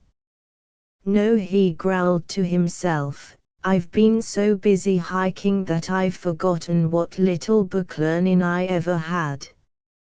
I'd like to see him, but, by gum, I'm going to begin studying again." Hidden away in the youngster's bedroom for a nap, he dreamed uncomfortably of Fraser and books. That did not keep him from making a good altitude flight at the New Haven meet that afternoon, with his hastily repaired machine and a new propeller.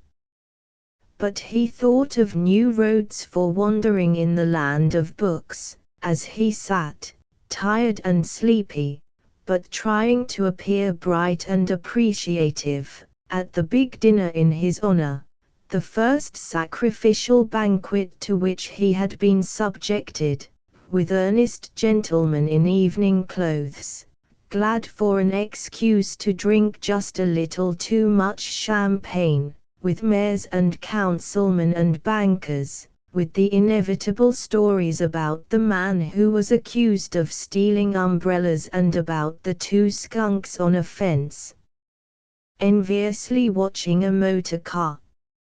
Equally inevitable were the speeches praising Carl's flight as a remarkable achievement, destined to live forever in the annals of sport and heroism, and to bring one more glory to the name of our fair city. Carl tried to appear honored, but he was thinking, rats. I'll live in the annals of nothing. Curtis and Brookins and Hoxie have all made longer flights than mine, in this country alone, and they are aviators I'm not worthy to fill the gas tanks of. Gee. I'm sleepy. Got to look polite, but I wish I could beat it. Let's see. Now look here, young Carl, starting in tomorrow, you begin to read doodles of books. Let's see. I'll start out with Forrest's favorites. There's David Copperfield, and that book by Wells, Tono Bungay, that's got aerial experiments in it, and Jude the Obscure, I guess it is, and The Damnation of Theron Ware, Wonder What He Damned, and McTeague, and Walden, and War and Peace, and Madame Bovary, and some Turgenev and some Balzac. And something more serious. Guess I'll try William James's book on psychology. He bought them all next morning. His other belongings had been suited to rapid transportation, and Martin Dockerell grumbled, "That's a swell line of baggage, all right, one toothbrush, a change of socks, and 97,000 books." 2 nights later, in a hotel at Portland, Maine, Carl was plowing through the psychology. He hated study. He flipped the pages angrily, and ran his fingers through his corn-colored hair. But he sped on, concentrated, stopping only to picture a day when the people who honored him publicly would also know him in private. Somewhere among them, he believed, was the girl with whom he could play.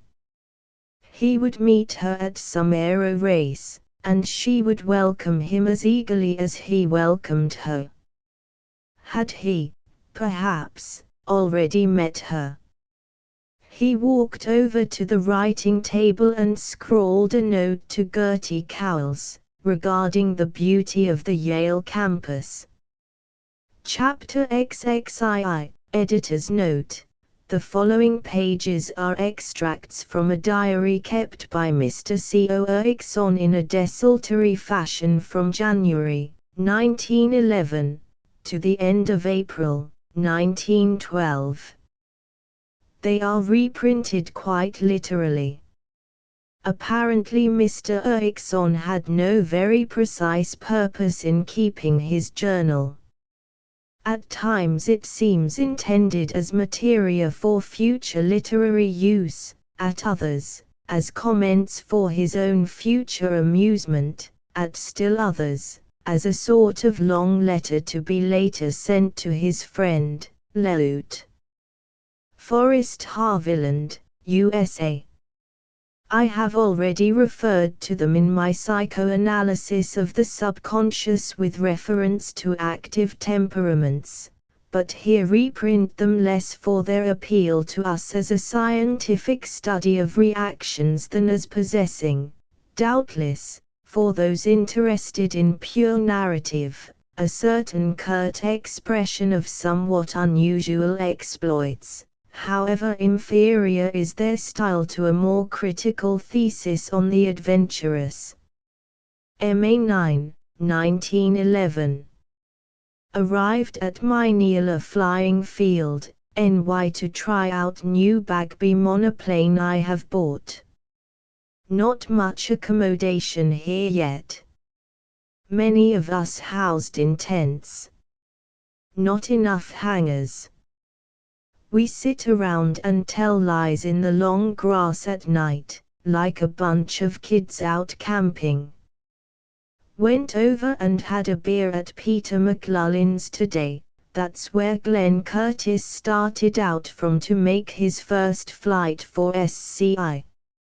Amer. Cup. Like my new Bagby machine, better than Blériot in many respects, has non-lifting tail, as should all modern machines. Rudder and elevator a good deal like the Newport. 1 passenger. Roomy cockpit and enclosed fuselage. Blériot control. Nearer streamline than any American plane yet. Span, 33.6 feet, length 24, chord of wing at fuselage 6.5. Chauvière propeller, 6.6, pitch 4.5. Dandy new gnome engine, 70 HP, should develop 60 to 80 miles per hour. Martin Dockeril, my mechanician, is pretty cute. He said to me today when we were getting workbench up, I better had the spectators all flock here, now. Not that you're any better flyer than some of the other boys, but you got the newest plane for them to write their names on. Certainly a scad of people butting in. Come in autos and motorcycles and on foot, and stand around watching everything you do till you want to fire a monkey wrench at them. Hank Odell has joined the Associated Order of the Pyramid, and just now he is sitting out in front of his tent talking to some of the grand-worthy high mighties of it, I guess. Fat old boy with a yachting cap and a big brass watch chain and an Order of Pyramid charm big as your thumb, and a tough young fellow with a black sateen shirt and his hat on sideways with a cigarette hanging out of one corner of his mouth. Since I wrote the above a party of sports, the women in fade-away gowns made to show their streamline forms came butting in, poking their fingers at everything, while the slob that owned their car explained everything wrong. This is a biplane, he says. You can see there's a plane sticking out on each side of the place where the aviator sits. It's a new aeroplane. That's the way he pronounced it, and that dingus in front is a whirling motor. I was sitting here at the workbench, writing, hot as hell and sweaty and in khaki pants and soft shirt and black sneakers, and the big boss comes over to me and says, "Where is Hawkinson, my man?" "How do I know?" I says. "When will he be back?" says he, as though he was thinking of getting me fired PDQ for being fresh. "Next week." "He ain't come yet." He gets sore and says, "See here, my man, I read in the papers today that he has just joined the flying colony. Permit me to inform you that he is a very good friend of mine. If you will ask him, I am quite sure that he will remember Mr. Porter Carruthers, who was introduced to him at the Belmont Park meet. Now if you will be so good as to show the ladies and myself about, well, I asked Hawk, and Hawk seemed to be unable to remember his friend Mr. Carruthers, who was one of the 1,000 or so people recently introduced to him, but he told me to show them about, which I did, and told them the gnome was built radial to save room, and the wires overhead were a frame for a little roof for bad weather, and they gasped and nodded to every fool thing I said, swallowed it hook, line and sinker till one of the females showed her interest by saying, "How fascinating, let's go over to the Garden City Hotel, Porter, I'm dying for a drink." I hope she died for it. The 10th of May, up at 3, trying out machine. Smashed landing chassis in coming down, shook me up a little. Interesting how when I rose it was dark on the ground, but once up was a little red in the east like smoke from a regular fairy city. Another author out today bothering me for what he called copy. Must say I've met some darn decent people in this game though. Today there was a girl came out with Billy Morrison of the NY Courier. She is an artist but crazy about outdoor life, etc. Named Istra Nash, a red-haired girl, slim as a match but the strangest face, pale but it lights up when she's talking to you. Took her up and she was not scared, most are. The 11th of May, Miss Istra Nash came out by herself. She's thinking quite seriously about learning to fly. She sat around and watched me work, and when nobody was looking smoked a cigarette. Has recently been in Europe, Paris, London, etc. Somehow when I'm talking to a woman like her I realize how little I see of women with whom I can be really chummy. Though I meet so many people at receptions etc. sometimes just after I have been flying before thousands of people I beat it to my hotel and would be glad for a good chat with the night clerk. Of course I can bank on Martin Dockerel to the limit, but when I talk to a person like Miss Nash I realize I need someone who knows good art from bad. Though Miss Nash doesn't insist on talking like a highbrow, indeed is picking up aviation technologies very quickly. She talks German like a native. Think Miss Nash is perhaps older than I am, perhaps couple of years, but doesn't make any difference. Reading a little German tonight, almost forgot what I learned of it in Plato. The 14th of May, Sunday, went into town this afternoon and went with Istra to dinner at the Lafayette. She told me all about her experiences in Paris and studying art. She is quite discontented here in NY.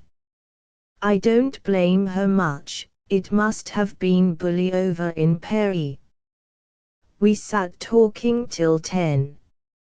Like to see Vidrines fly, and the Louvre and the Gay Grisettes too by heck. Istra ought not to drink so many cordials, nix on the booze you learn when you try to keep in shape for flying, though Tad Warren doesn't seem to learn it. After 10 we went to studio where Istra is staying on Washington Square. Several of her friends there and usual excitement and fool questions about being an aviator. It always makes me feel like a boob.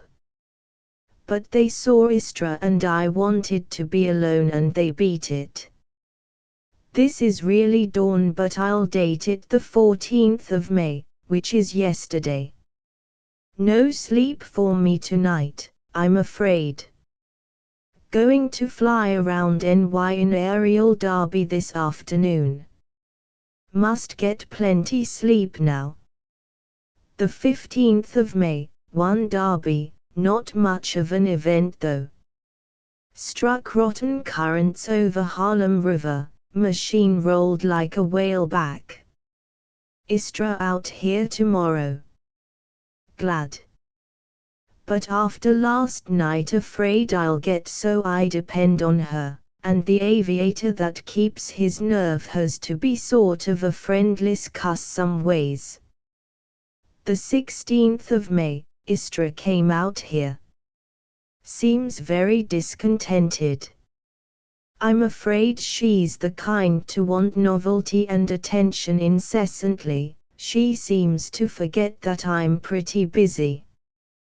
The 17th of May, saw Istra in town. She forgot all her discontent and her everlasting dignity and danced for me, then came over and kissed me. She is truly a wonder.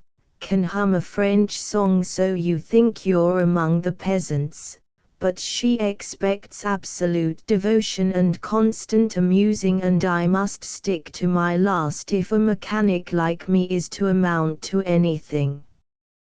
The 18th of May, Istra out here. She sat around and looked bored, wanted to make me sore, I think. When I told her I had to leave tomorrow morning for Rochester and couldn't come to town for dinner etc., she flounced home. I'm sorry, I'm mighty sorry. Poor kid, she's always going to be discontented wherever she is, and always getting someone and herself all wrought up. She always wants new sensations yet doesn't want to work, and the combination isn't very good. It'd be great if she really worked at her painting, but she usually stops her art just this side of the handle of a paintbrush. Curious thing is that when she'd gone and I sat thinking about her, I didn't miss her so much as Gertie Cowles. I hope I see Gertie again someday, she is a good pal. Istra wanted me to name my new monoplane Babette, because she says it looks cunning, which the Lord knows it don't. It may look efficient but not cunning. But I don't think I'll name it anything, though she says that shows lack of imagination. People, especially reporters, are always asking me this question: do aviators have imagination? I'm not sure I know what imagination is. It's like this stuff about sense of humor. Both phrases are pretty bankrupt now. A few years ago when I was running a car, I would make believe I was different people, like a king driving through his kingdom, but when I'm warping and banking I don't have time to think about making believe. Of course I do notice sunsets and so on a good deal, but that is not imagination. And I do like to go different places. Possibly I take the imagination out that way. I guess imagination is partly wanting to be places where you aren't. Well, I go when I want to, and I like that better.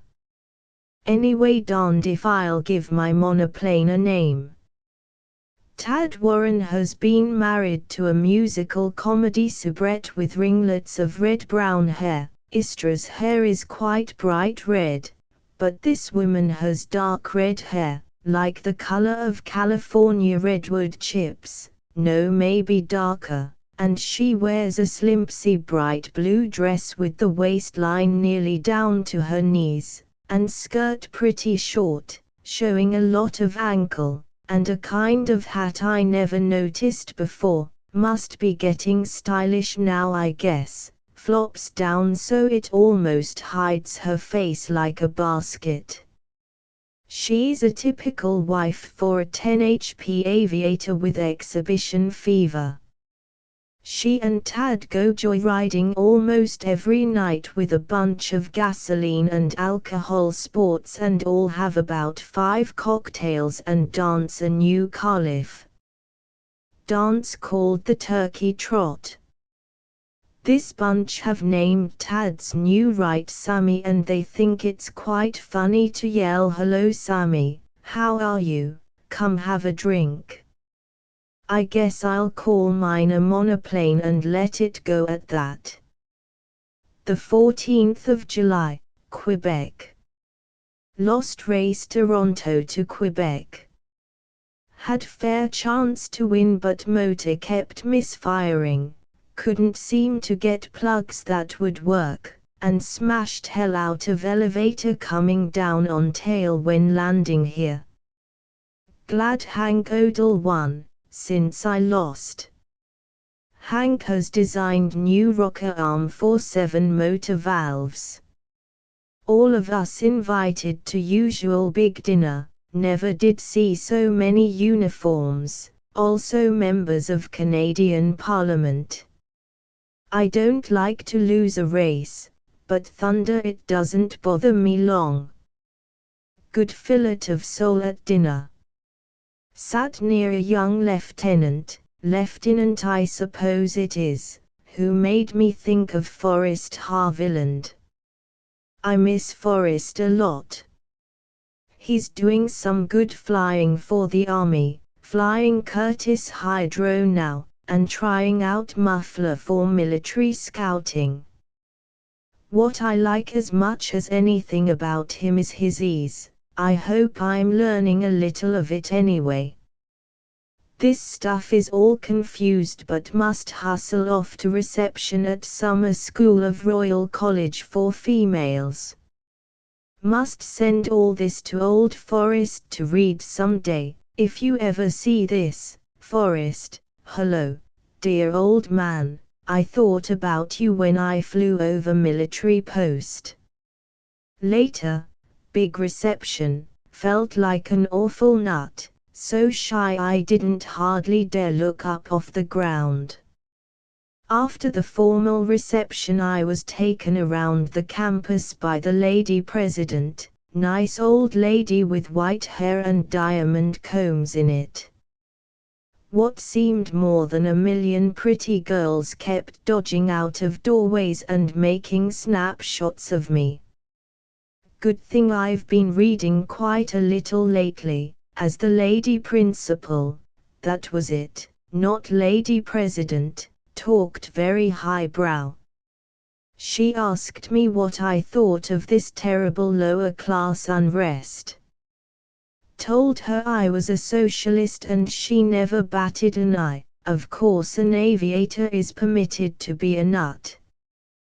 Wonder if I am a good socialist. As a matter of fact, I do know that most governments, maybe all, permit most children to never have a chance, start them out by choking them with dirt and TB germs. But how can we make international solidarity seem practical to the average voters? How? Letter from Gertie tonight, forwarded here. She seems sort of bored in Joralemon, but is working hard with Village Improvement Committee of Women's Club for restroom for farmers' wives, also getting up PE Sunday school picnic.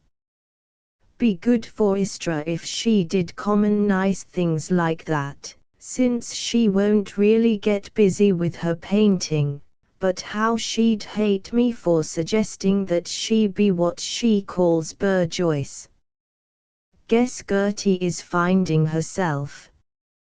Hope yours truly but Sleepy is finding himself too.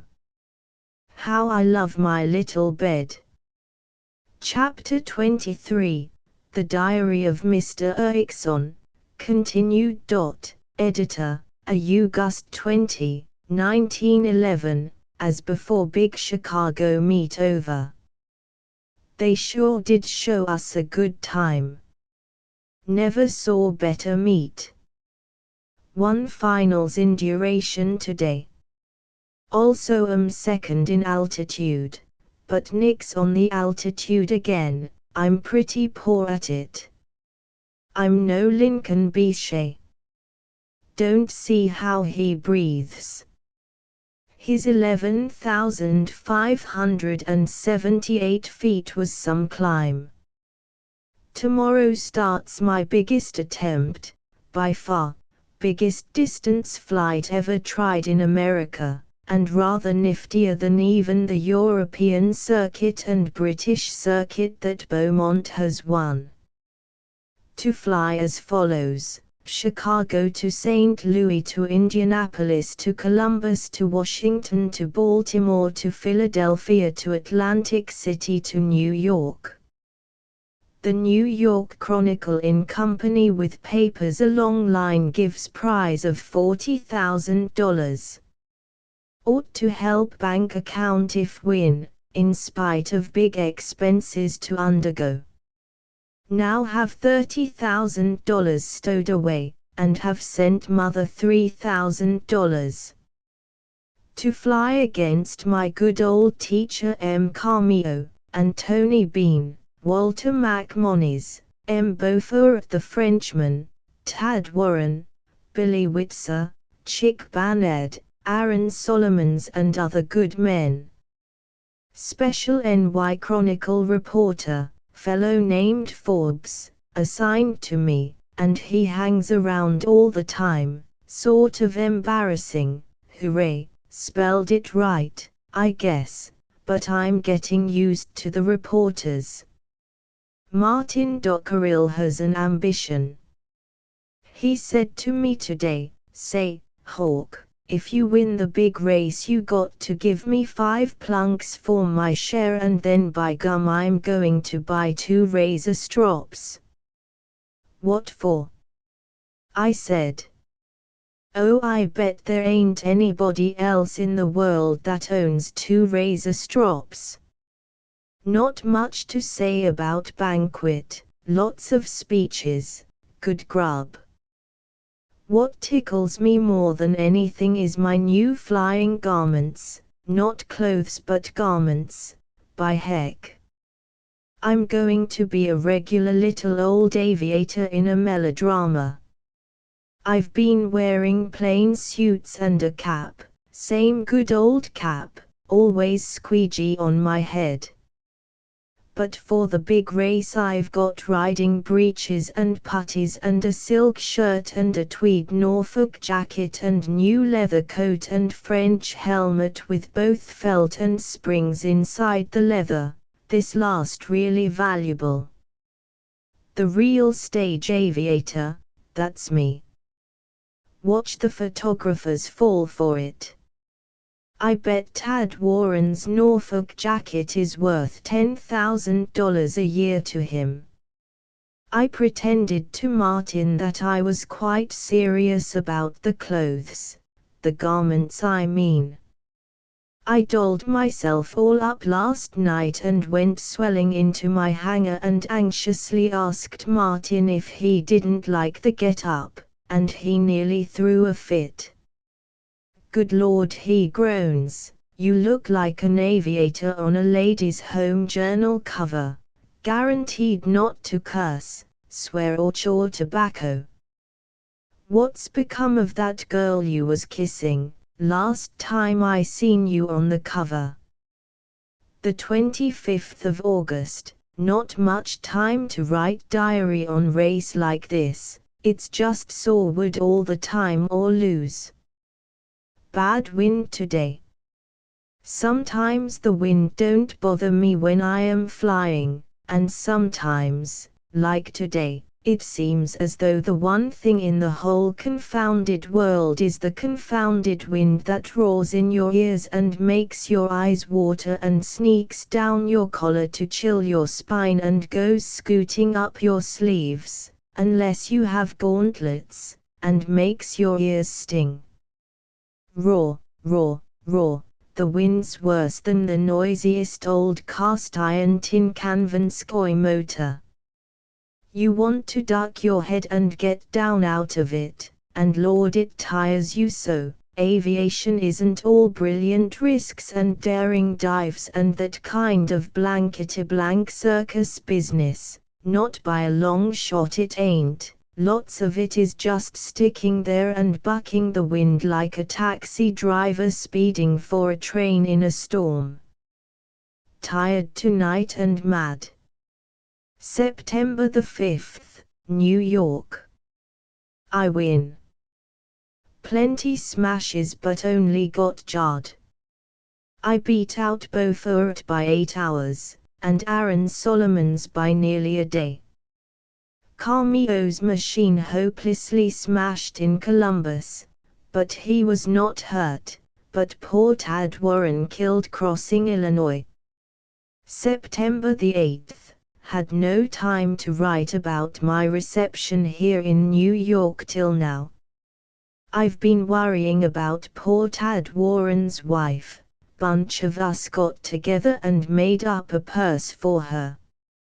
Nothing more pathetic than these poor little women that poke down the cocktails to keep excited and then go to pieces, I don't believe I was very decent to Tad. Sitting here alone in a hotel room, it seems twice as lonely after the fuss and feathers these last few days. A fellow thinks of all the rotten things he ever did. Poor old Tad. Too late now to cheer him up. Too late. Wonder if they shouldn't have called off race when he was killed. Wish Istra wouldn't keep calling me up. Have I got to be rude to her? I'd like to be decent to her, but I can't stand the cocktail life. Lord, that time she danced, though. Poor Tad was, see transcriber's note. Oh hell, to get back to the reception. It was pretty big. Parade of the Aero Club and Squadroner, me in an open-face hack, feeling like a boob while 11 billion people cheered.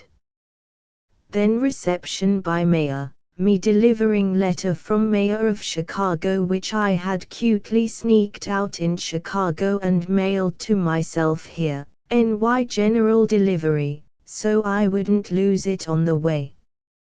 Then biggest dinner I've ever seen, must have been 1,000 there, at the Astia, me very natty in a new dress suit. Hey Bo, I fooled them, it was ready-made and cost me just $37.50 and fitted like my skin. Mayor, Presidents of Boroughs of NY, District Attorney, Vice President of U.S., Lieutenant Governor of NY, 5 or 6 Senators, Chief of Ordnance, USA, Arctic Explorers and hundreds like that, but most of all Forrest Harviland whom I got them to stick right up near me. Speeches mostly about me. I nearly rubbed the silver off my flossy new cigarette case keeping from looking foolish while they were telling about me and the future of aviation and all them interesting subjects. Forrest and I sneaked off from the reporters next afternoon, had quiet dinner down in Chinatown. We have a bully plan. If we can make it and if he can get leave we will explore the headwaters of the Amazon with a 2-passenger Curtiss flying boat, maybe next year. Now the reception fans have done their darndest and all the excitement is over including the shouting and I'm starting for Newport to hold a little private meet of my own, backed by Thomas J. Watersell, the steel magnate, and by tomorrow night NY will forget me. I realized that after the big dinner. I got on the subway at Times Square, jumped quick into the car just as the doors were closing, and the guard yapped at me, "What are you trying to do, Billy, kill yourself?" He wasn't spending much time thinking about famous Hawker Ixon, and I got to thinking how comfortable NY will manage to go on being when they no longer read in the morning paper whether I dined with the governor, or with Martin Dockery at Bazoo Junction Depot lunch counter. They forget us quick. And already there's a new generation of aviators. Some of the old giants are gone, Paul Moisant and Hoxie and Johnston and the rest killed, and there's coming along a bunch of youngsters that can fly enough to grab the glory, and they spread out the glory pretty thin. They go us old fellows except be a few better on aerial acrobatics, and that's what the dear people like. For a socialist I certainly do despise the people's taste. I won't do any flip-flops in the air no matter what the county fair managers write me. Somehow I'd just as soon be alive and exploring the Amazon with old Forrest as dead after brilliant feats of fearless daring. Go to it, kids. Good luck, only test your supporting wires, and don't try to rival Lincoln Bechet, he's a genius. Glad got a secretary for a couple days to handle all this mail. Hundreds of begging letters and mash notes from girls since I won the big prize. Makes me feel funny. One nice thing out of the mail, letter from the Turk, Jack Terry, that I haven't seen since Plato. He didn't graduate, his old man died and he is assistant manager of quite a good-sized fisheries out in Oregon. Glad to hear from him again. Funny, I haven't thought of him for a year. I feel lonely and melancholy tonight in spite of all I do to cheer up. Let up after reception etc. I suppose. I feel like calling up Istra, after all, but mustn't. I ought to hit the hay, but I couldn't sleep. Poor Tad Warren.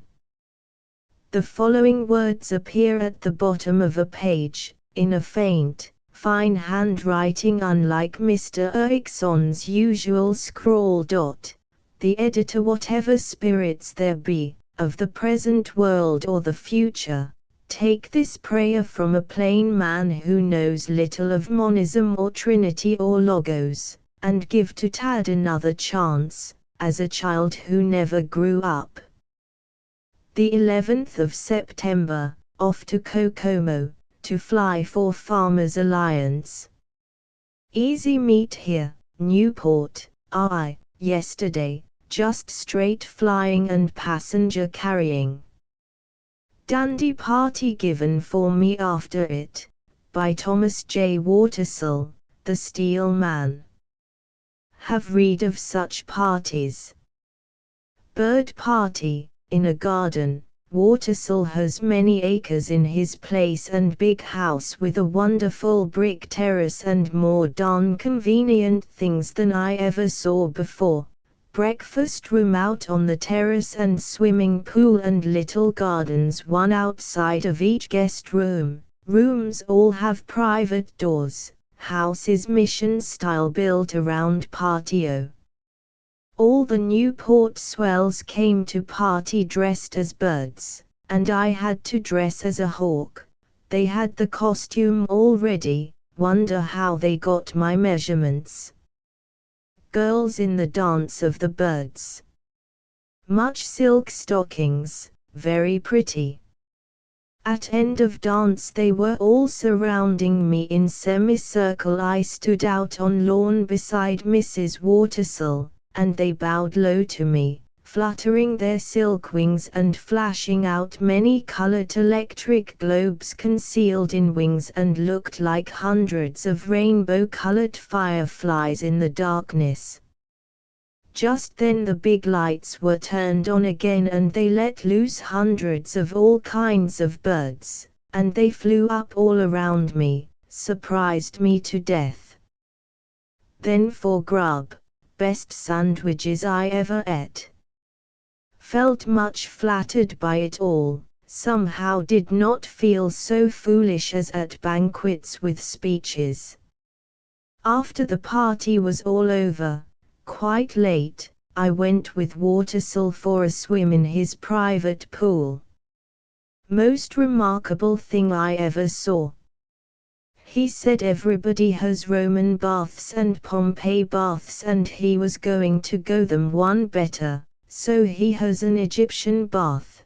The pool itself like the inside of an ancient temple, long vista of great big green columns and a big idol at the end. And the pool all in green marble with lights underneath the water and among the columns, and the water itself just heat of air, so you can't tell where the water leaves off and the air above it begins, hardly, and feel as though you were swimming in air through. a green twilight. Darndest sensation I ever felt, and the idle and columns sort of awe you. I enjoyed the swim and the room they gave me, but I had lost my toothbrush and that kind of spoiled the end of the party. I noticed Watersell only half introduced his pretty daughter to me. They like me as a lion and yet they seem to like me personally well enough, too. If I didn't have old Martin trailing along, smoking his corncob pipe and saying what he thinks, I'd die of loneliness sometimes on the hike from meet to meet. Other times have jolly parties, but I'd like to sit down with the Cowleses and play poker and not have to explain who I am. Funny, never used to feel lonely when I was bumming around on freights and so on, not paying any special attention to anybody. The 23rd of October, I wonder how far I'll ever get as an aviator. The newspapers all praise me as a hero. Hero, hell. I'm a pretty steady flyer, but so would plenty of chauffeurs be. This hero business is mostly bunk. It was mostly chance my starting to fly at all. Don't suppose it is all accident to become as great a flyer as Garros or Vidrins or Bichet, but I'm never going to be a Garros, I guess. Like the man that can jump 12 feet but never can get himself to go any farther. December the 1st, Carmio killed yesterday, flying at San Antone. Motor backfire, machine caught fire, burned him to death in the air. He was the best teacher I could have had, patient and wise. I can't write about him. And I can't get this insane question out of my mind, was his beard burned? I remember just how it looked, and think of that when all the time I ought to remember how clever and darn decent he was. Carmio will never show me new stunts again. And Ely killed in October, Cromwell Dixon gone, the plucky youngster, Professor Montgomery, Newport, Todd Shriver whom Martin Dockerell and Hank Odell liked so much, and many others, all dead, like Moisant. I don't think I take any undue risks, but it makes me stop and think. And Hank Odell with a busted shoulder. Captain Paul Beck once told me he believed it was mostly carelessness, these accidents, and he certainly is a good observer, but when I think of a careful constructor like Newport, punk money I'm making. Thank heaven there will be one more good year of the game, 1912, but I don't know about 1913. Looks like the exhibition game would blow up then. Nearly everybody that wants to has seen an aeroplane fly once, now, and that's about all they want, so goodbye aviation, except for military use and flying boats for sportsmen. At least goodbye during a slump of several years. Hope to Thunder Forest and I will be able to make our South American hike, even if it costs every cent I have. That will be something like it, seeing new country instead of scrapping with fair managers about money. The 22nd of December, hooray! Christmas time at sea. Quite excited to smell the ocean again and go rolling down the narrow gangways between the white stateroom doors. Off for a month's flying in Brazil and Argentine, with Tony Bean. We'll look up data for coming exploration of Amazon headwaters. Martin Dockerel like a regular Beau Brummel in new white flannels, parading the deck, making eyes at pretty greaser girls. It's good to be going. The 22nd of February, 1912, Geo. W.'s birthday. He'd have busted that no-lie proviso if he'd ever advertised an aero meet. Start of flight New Orleans to St. Louis. Looks like really big times, old-fashioned jubilee all along the road and lots of prizes, though take a chance. Only measly little $2,500 prize guaranteed, but vague promises of winnings at towns all along, where stop for short exhibitions. Each of contestants has to fly at scheduled towns for percentage of gate receipts. The 23rd of February, what a rotten flight today. Small crowd out to see me off. No sooner up than trouble with plugs. Wanted to land, but nothing but bayous, rice fields, cane brakes, and marshes. Farmer shot at my machine. Soon motor stopped on me and had to come down whooping on a small plowed field. Smashed landing gear and got an awful jar. Nothing serious though. It was 2 hours before a local blacksmith and I repaired chassis and cleaned plugs. I started off after coaching 3 scared darkies to hold the tail, while the blacksmith spun the propeller. He would give it a couple of bats, then dodge out of the way too soon, while I sat there and tried not to look mad, which by gum I was plenty mad. Landed in this bum town, called 4th in the race, and found sweet refuge in this chills and fever hotel. Wish I was back in New Orleans. Cheer up, having others ahead of me in the race just adds a little zip to it. Watch me tomorrow. And I'm not the only hard luck artist. Aaron Solomon's busted propeller and nearly got killed. Later. Cable. Tony Bean is dead. Killed flying. My God, Tony, impossible to think of him as dead. Just a few days ago we were flying together and calling on senoritas and he playing the fiddle and laughing, always so polite, like he used to fiddle us into good nature when we got discouraged at Bagby's school. Seems like it was just couple minutes ago we drove in his big car through Avenida de Mayo and everybody cheered him. He was hero of Buenos Aires, yet he treated me as the big chief. Cablegram forwarded from New Orleans, dated yesterday, Biano killed fell 200 feet. And tomorrow I'll have to be out and jolly the rustic meat managers again. Want to go off someplace and be quiet and think. Wish I could get away, be off to South America with Forrest. The 24th of February, rotten luck continues. Back in same town again. Got up yesterday and motor misfired, had to make quick landing in a bayou and haul out machine myself aided by scared kids.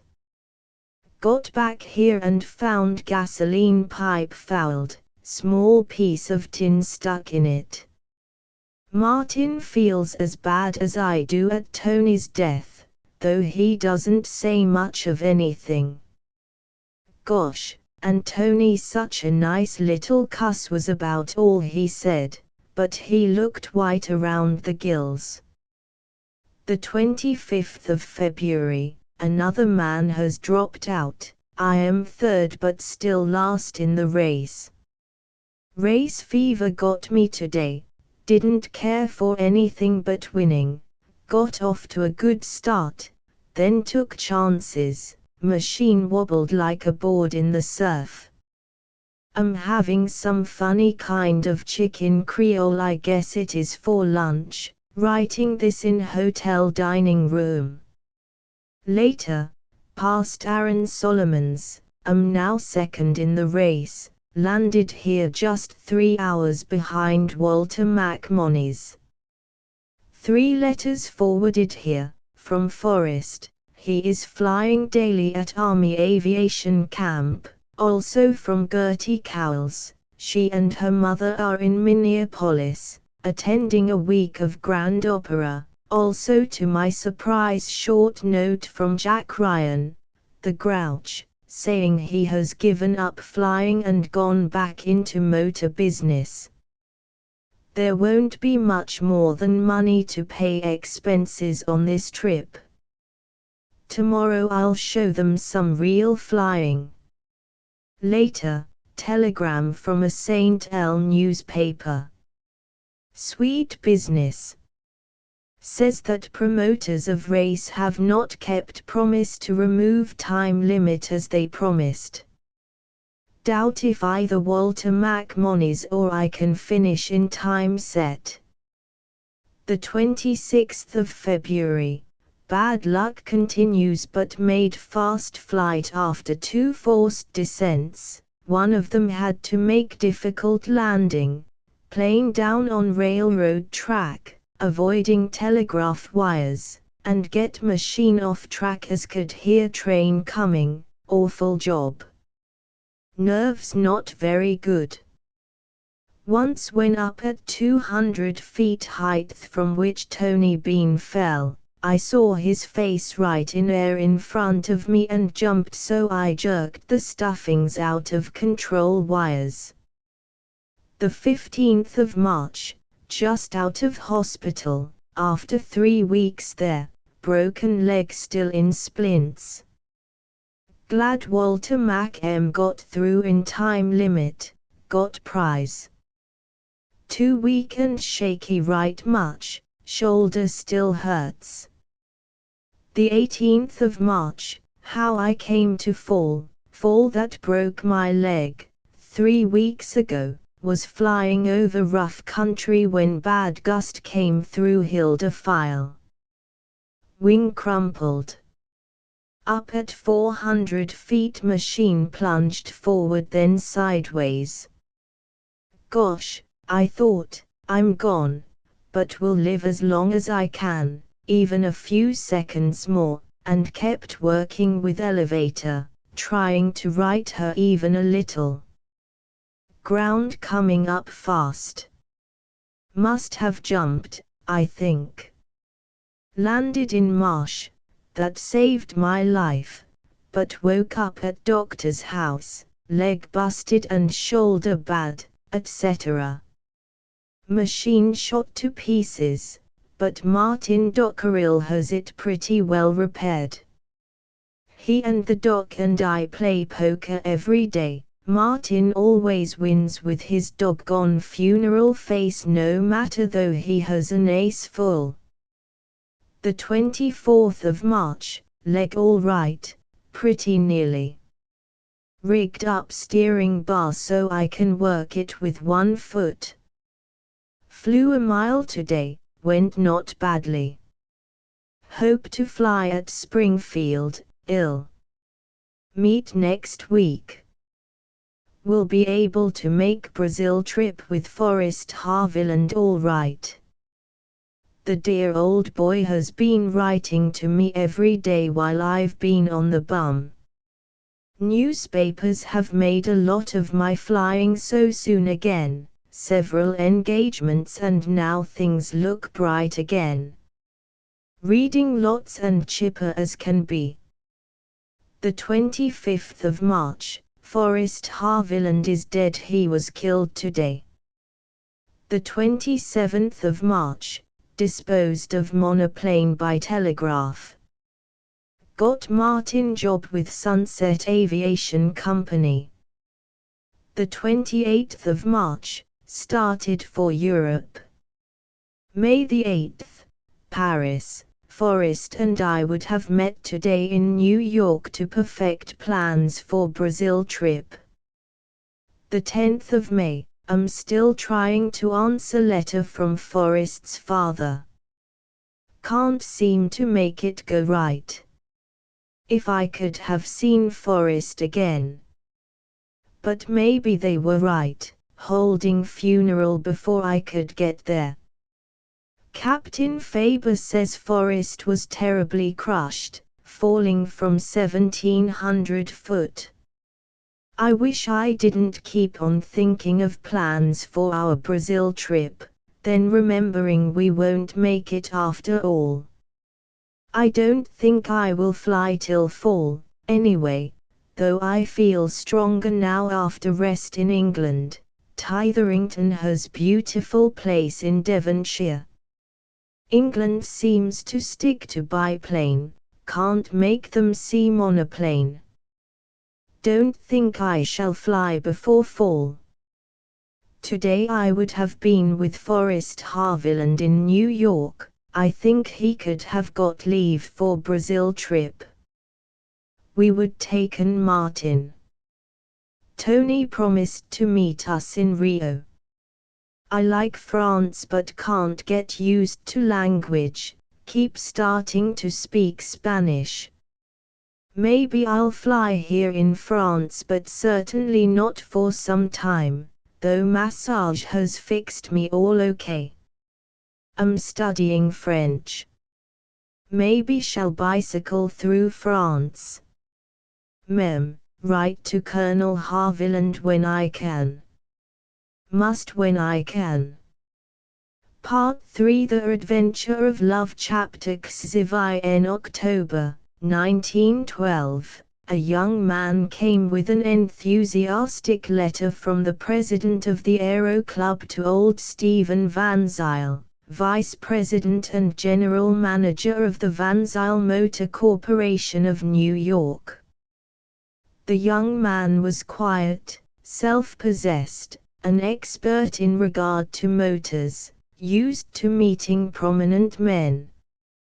He was immediately set to work at a tentative salary of $2,500 a year, to develop the plans of what he called the tourer car, an automobile with all camping accessories, which should enable motorists to travel independent of inns, add the joy of camping to the joy of touring, and, a feature of nearly all inventions, add money to the purse of the inventor. The young man was Carl Ericsson, whom Mr. Van Zyl had seen fly at New Orleans during the preceding February. Carl had got the idea of the tourer car while wandering by motorcycle through Scandinavia and Russia. He was, at this time, 27 years old, not at all remarkable in appearance nor to be considered handsome, but so clean, so well bathed, so well set up and evenly tanned, that one thought of the swimming, dancing, tennis-playing city men of good summer resorts, an impression enhanced by his sleek corn-silk hair and small, pale mustache. His clothes came from London, his watch chain was a thin line of platinum and gold, his cigarette case of silver engraved in inconspicuous bands, a modest and sophisticated cigarette case, which he had possessed long enough to forget that he had it. He was apparently too much the easy, well-bred, rather inexperienced Yale or Princeton man, not Harvard. There was a tiny twang in his voice, and he sometimes murmured to know much about life or work, as yet, and his smooth, rosy cheeks made it absurdly evident that he had not been away from the college insulation for more than 2 years. But when he got to work with draftsmen and stenographers, when a curt kindliness filled his voice, He proved to be concentrated, unafraid of responsibility, able to keep many people busy, trained to something besides family tradition and the collegians' naive belief that it matters who wins the next game. His hands would have given away the fact that he had done things. They were large, broad, the knuckles heavy, the palms calloused by something rougher than oar and tennis racket. The microscopic traces of black grease did not for months quite come out of the cracks in his skin. And 2 of his well-kept but thick nails had obviously been smashed. The men of the same rank as himself in the office, captains and first lieutenants of business, said that he simply ate up work. They fancied, with the eager old womanishness of office gossip, that he had a secret sorrow for, though he was pleasant enough, he kept very much to himself. The cause of his retirement from aviation was the theme of many romantic legends. They did not know precisely what it was he had done in the prehistoric period of a year before, but they treated him with reverence instead of the amused aloofness with which an office usually waits to see whether a new man will prove to be a fool or a grouch, a clown or a good fellow. The stenographers and filing girls and telephone girls followed with yearning eyes the hero's straight back. The girl who discovered, in an old New York Chronicle lining a bureau drawer, an interview with Carl, became very haughty over its possession and lent it only to her best lady friends. The older women, who knew that Carl had had a serious accident, whispered in cloakroom confidences, "Poor fellow, and so brave about it."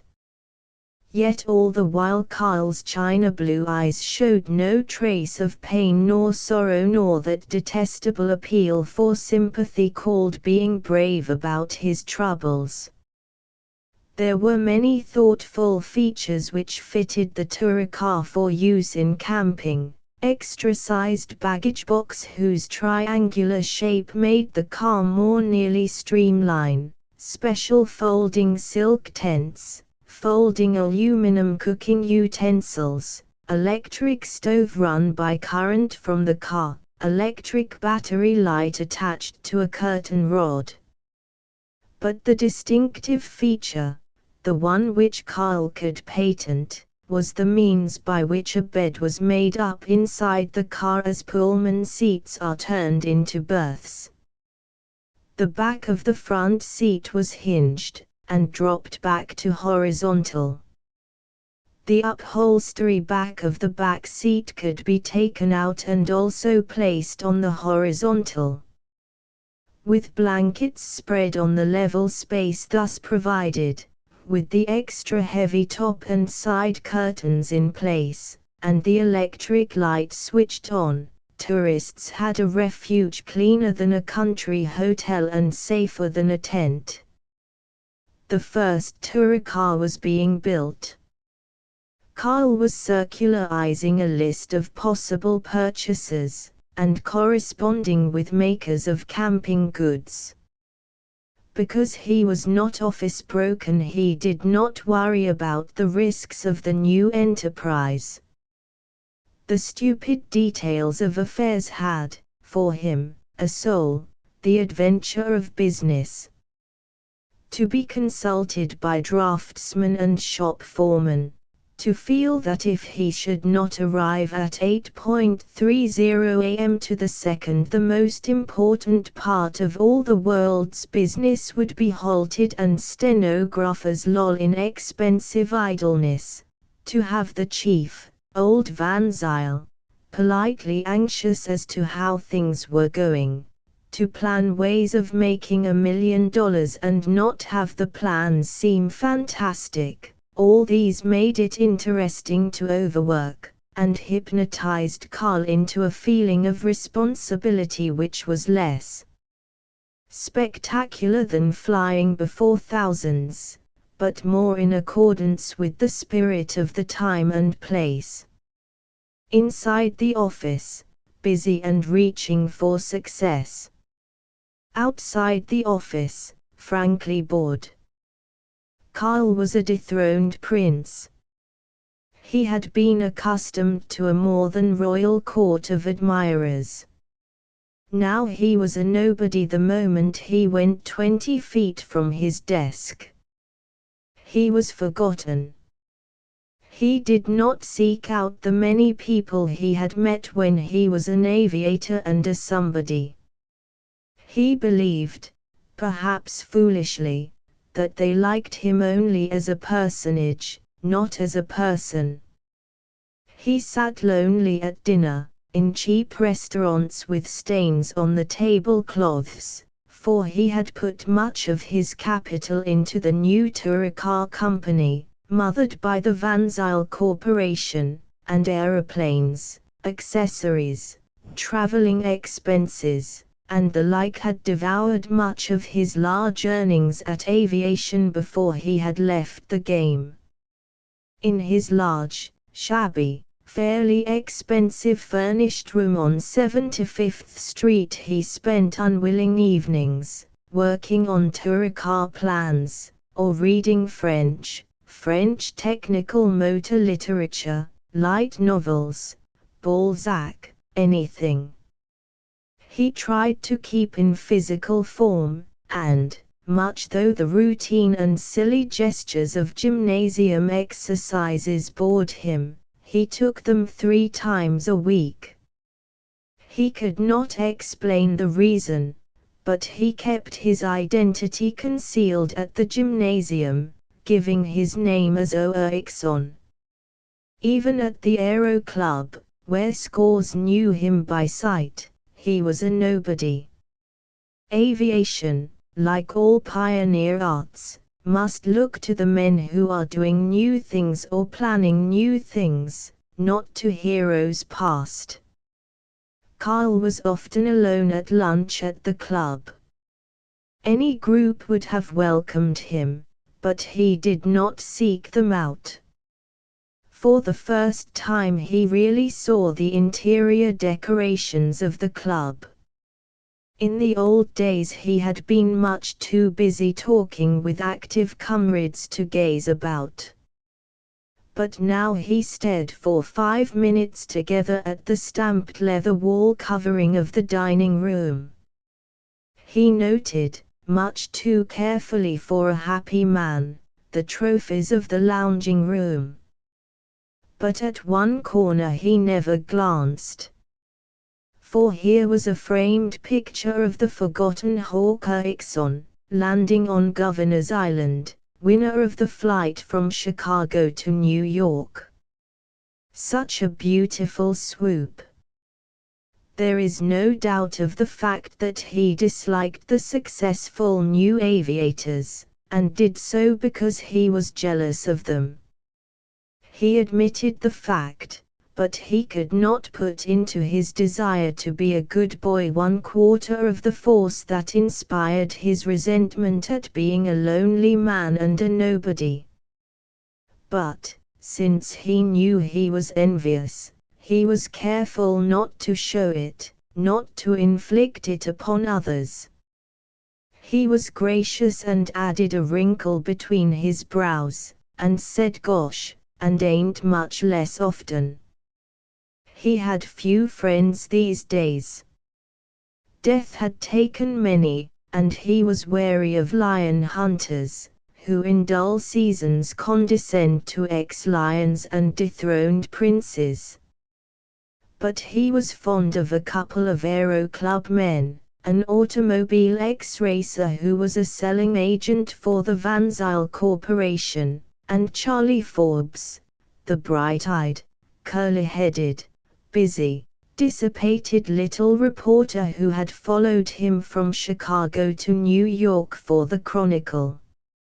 Occasionally one of the men with whom he had flown, Hank Odell or Walter McMonnies or Lieutenant Rutledge of the Navy, came to town, and Carl felt natural again. As for women, the only girl whom he had known well in years, Istra Nash, the painter, had gone to California to keep house for her father till she should have an excuse to escape to New York or Europe again. Inside the office, a hustling, optimistic young businessman. For the rest of the time, a dethroned prince. Such was Carl Eriksson in November 1912, when a letter from Gertrude Cowles, which had pursued him all over America and Europe, finally caught him, West 157th St. New York. Carl dear, oh such excitement, we have come to New York to live. Ray has such a good position with a big NY real estate co. And Mama and I are going to make a home for him even if it's only just a flat, but it's quite a big one and looks out on the duckiest old house that must have been adorning Harlem for heaven knows how long. And our house has all modern conveniences, elevator and all. Think, Carl, I'm going to study dancing at Madame Vashkowska's school. She was with the Russian ballet and really is almost as wonderful a dancer as Isadora Duncan or Pavlova. Perhaps I'll teach all these ducky new dances to children someday. I'm just terribly excited to be here, like the silliest gushiest little girl in the world. And I do hope so much you will be able to come to NY and honor us with your presence at dinner, famous aviator, our Carl, and we are so proud of you. If you will still remember simple people like us, do come any time. Wonder where you will be when this reaches you. I read in the papers that your accident isn't serious, but I am worried. Oh Carl, you must take care of yourself. Yours as ever, Gertie. P.S. Mama sends her best regards, so does Ray. He has a black mustache now, we tease him about it dreadfully. 1 minute after reading the letter, in his room, Carl was standing on the chaste black and white tiles of the highly respectable white arched hall downstairs, asking information for the telephone number of West 157th Street, while his landlord, a dry-bearded goat of a physician who had failed in the practice of medicine and was now failing in the practice of rooming houses, listened from the front of the hall. Glad to escape from the funereally genteel house, Carl hastily changed his collar and tie and, like the little boy Carl whom Gertie had known, dog-trotted to the subway, which was going to take him home. Chapter XXVBE for the 12-story Bendigo Apartments. Carl scanned the rows of windows which pierced the wall like bank swallows' nests in a bold cliff. One group of those windows was home, Joralemon and memories, Gertie's faith and understanding. It was she who had always understood him. In anticipation he loitered through the big, marble and stucco, rug and rubber tree, Negro hallboy and Jew tenant hallway. What would the Cowleses be like, now? Gertie met him in the coat-smelling private hall of the Cowles apartment, greeted him with both hands clasping his, and her voice catching in, "Oh, Carl, it's so good to see you."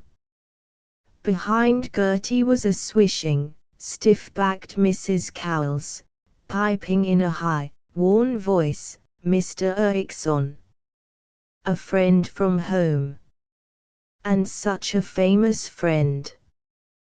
Gertie drew him into the living room. He looked at her. He found, not a girl, but a woman of 30, plump, solid, with the tiniest wrinkles of past unhappiness or ennui at the corners of her mouth, but her eyes radiant with sweetness, and her hair appealingly soft and brown above her wide, calm forehead. She was gowned in lavender crêpe de chine, with panniers of satin elaborately sprinkled with little bunches of futurist flowers, long jet earrings, a low-cut neck that hinted of a comfortable bosom. Eyes shining, hands firm on his arm, voice ringing, she was unaffectedly glad to see him, her childhood playmate, whom she had not beheld for 7 years. Mrs. Cowles was waiting for them to finish their greetings. Carl was startled to find Mrs. Cowles smaller than he had remembered, her hair nearly white and not perfectly matched, her face crisscrossed with wrinkles deeper than her age justified. But her old disapproval of Carl, son of a carpenter and cousin of a hired girl, was gone. She even laughed mildly, like a kitten sneezing. And from a room somewhere beyond Ray shouted, "Be right there in a second, old man. Crazy to have a look at you." Carl did not really see the living room, their background. Indeed, he never really saw it. There was nothing to see. Chairs and a table and pictures of meadows and roses. It was comfortable, however, and had conveniences, a folding card table, a cribbage board, score pads for whist and 500, a humidor of cigars, a large Morris chair and an ugly but well-padded couch of green tufted velveteen. They sat about in chairs, talking. Ray came in, slapped Carl on the back, roared, "Well, here's the stranger. Holy Mike. Have you got a mustache, too? Better shave it off before Gert starts kidding you about it. Have a cigar." Carl felt at home for the first time in a year, for the first time talked easily. "Say, Gertie, tell me about my folks, and Bone Stillman." "Why, I saw your father just before we left, Carl. You know he still does quite a little business. We got your mother to join the Nautilus Club. She doesn't go very often, but she had a nice paper about Java and its products, and she helps us a lot with the restroom. I haven't seen Mr. Stillman for a long, long time."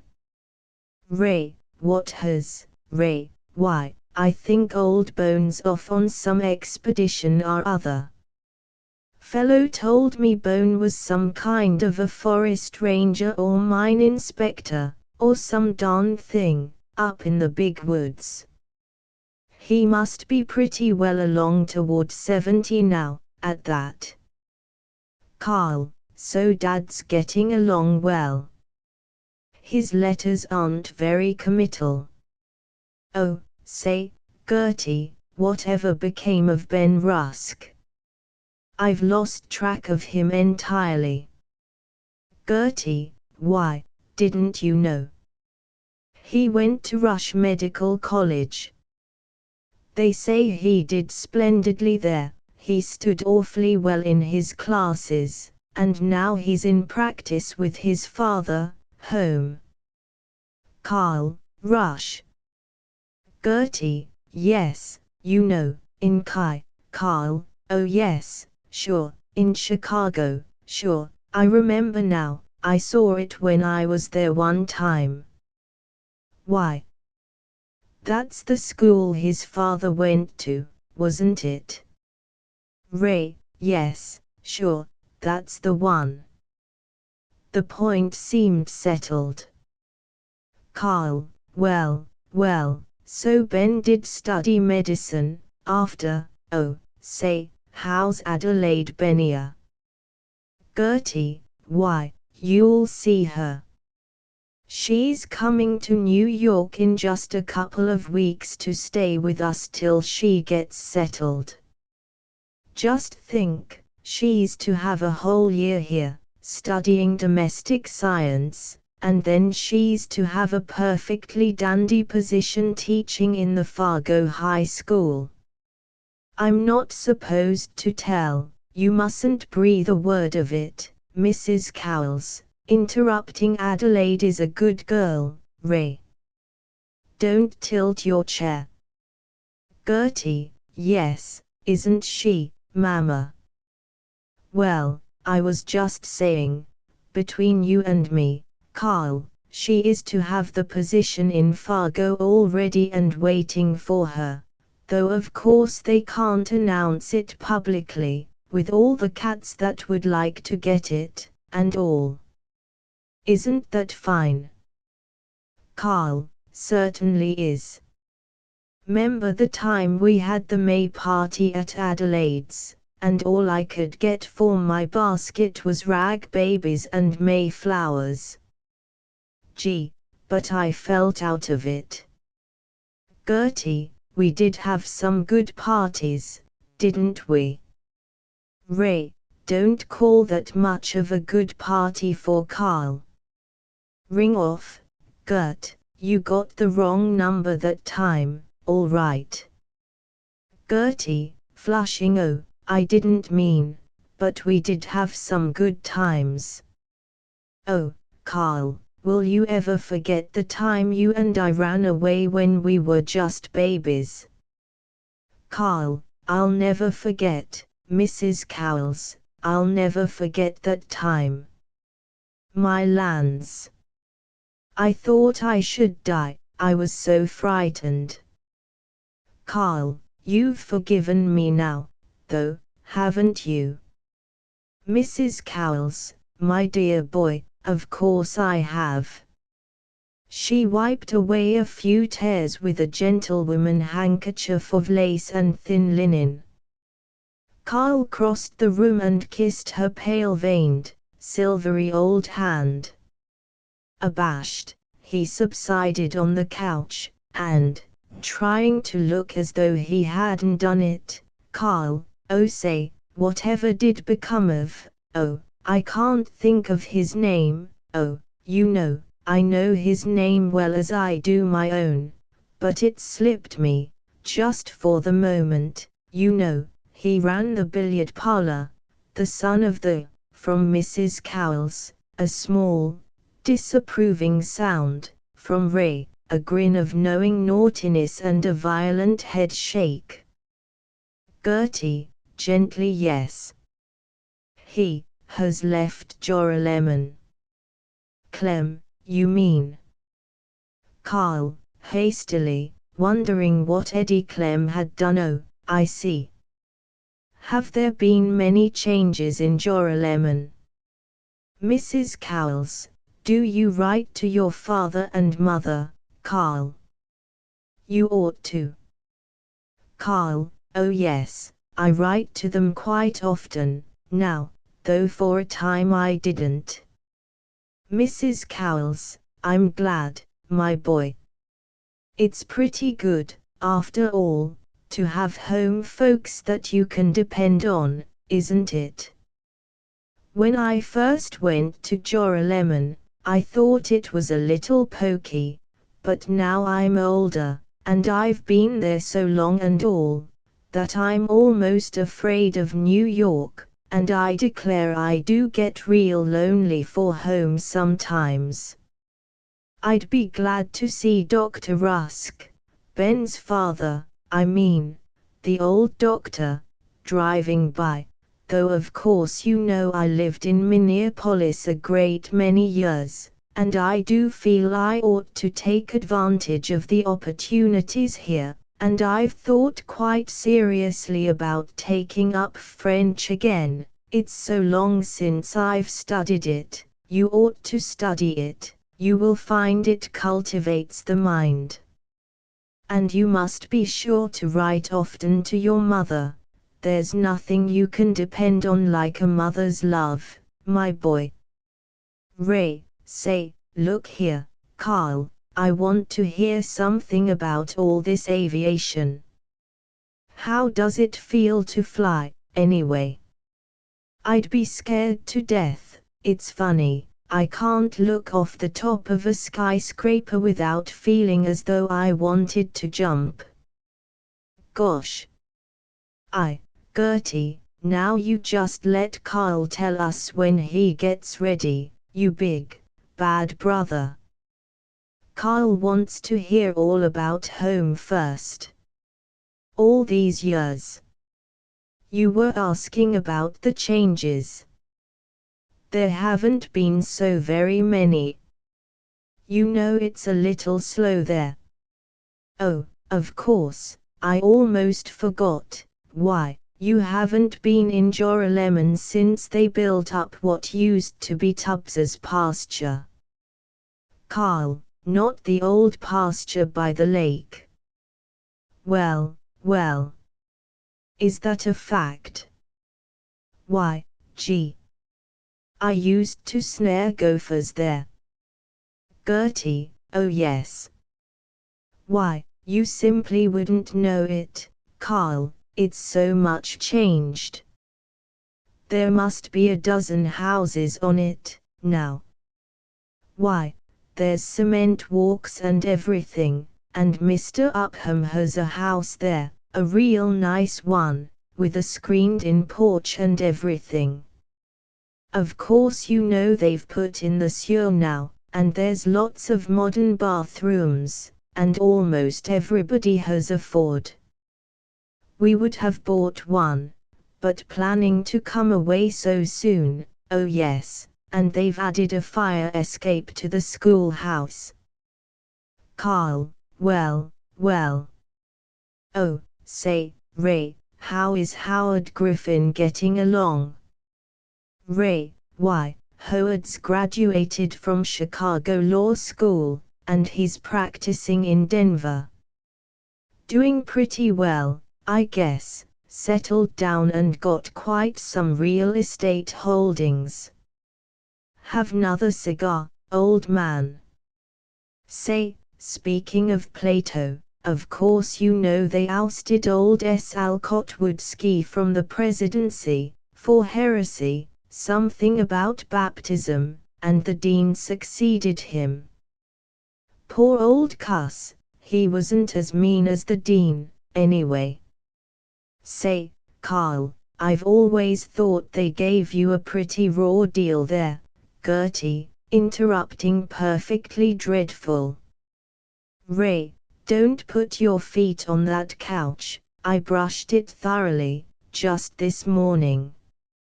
It was simply terrible, Carl. I've always said that if Plato couldn't appreciate her greatest son, Mrs. Cowles, sleepily outrageous.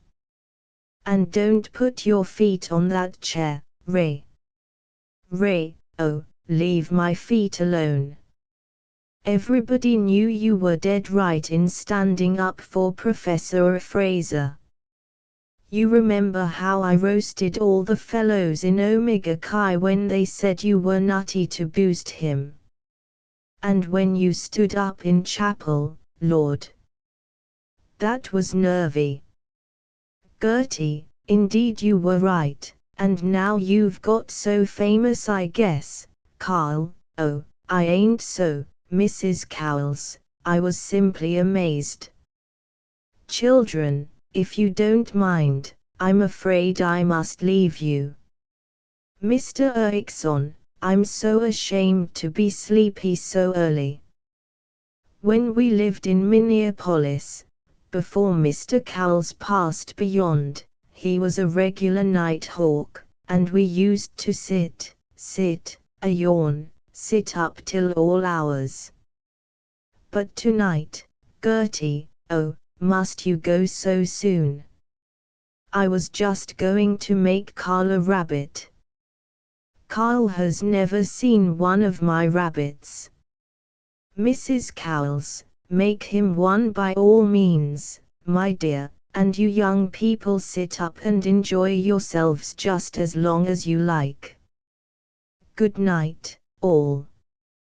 Ray, will you please be sure and see that that window is fastened before you go to bed?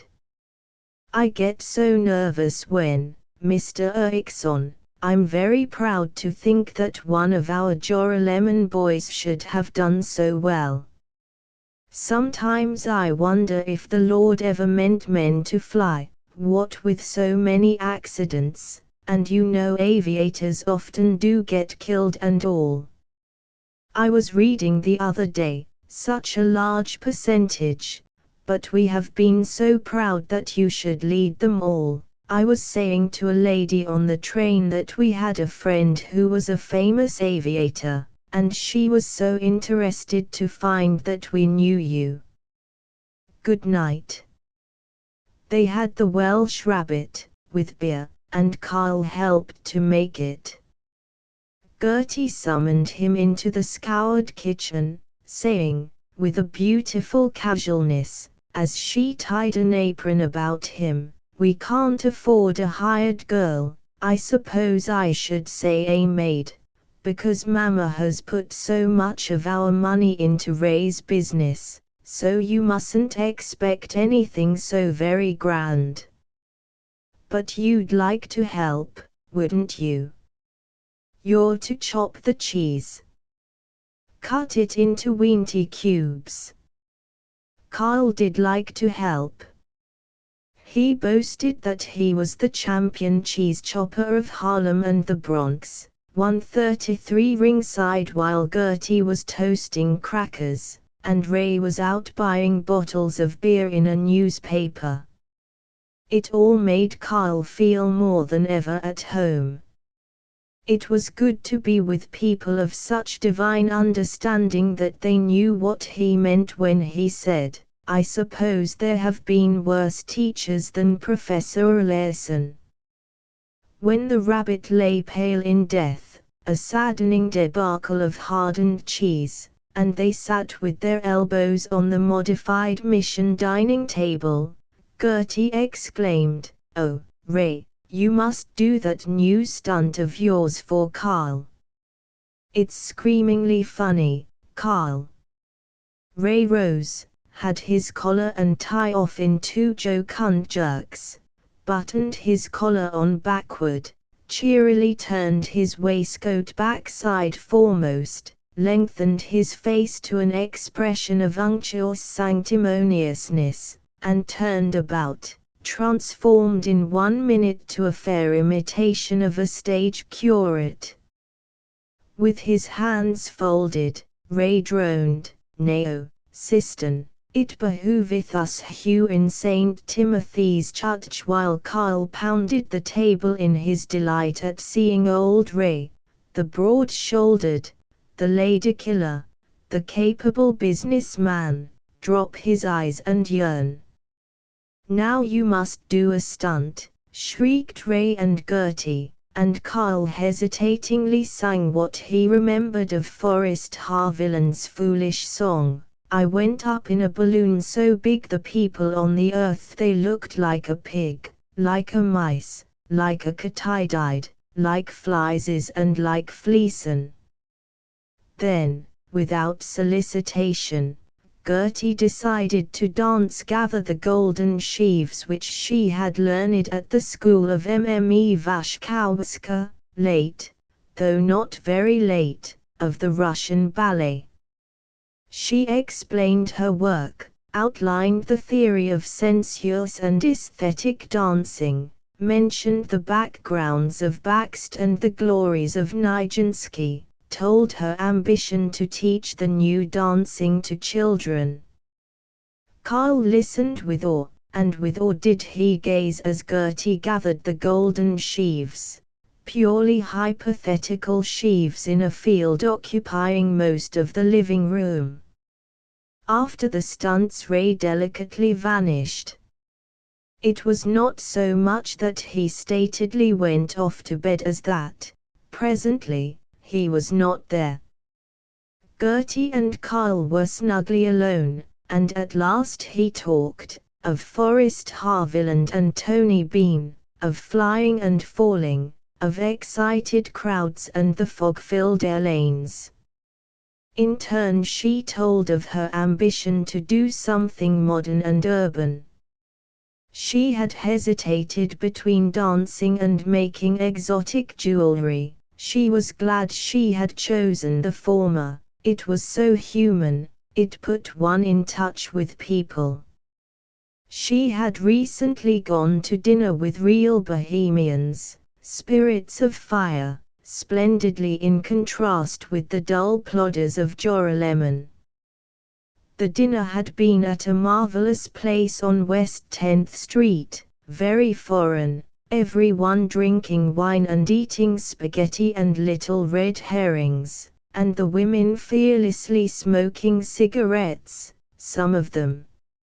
She had gone with a girl from Mme Vashkowska's school, a glorious creature from London, Nebraska, who lived with the most fascinating girls at the Three Arts Club. They had met an artist with black hair and languishing eyes, who had a Yankee name, but sang Italian songs divinely, upon the slightest pretext, so bubbling was he with joie de vivre. Carl was alarmed. "Gosh," he protested, "I hope you aren't going to have much to do with the long-haired bunch. I've invented a name for them, the Ho Bohemians." "Oh no. I don't take them seriously at all. I was just glad to go once.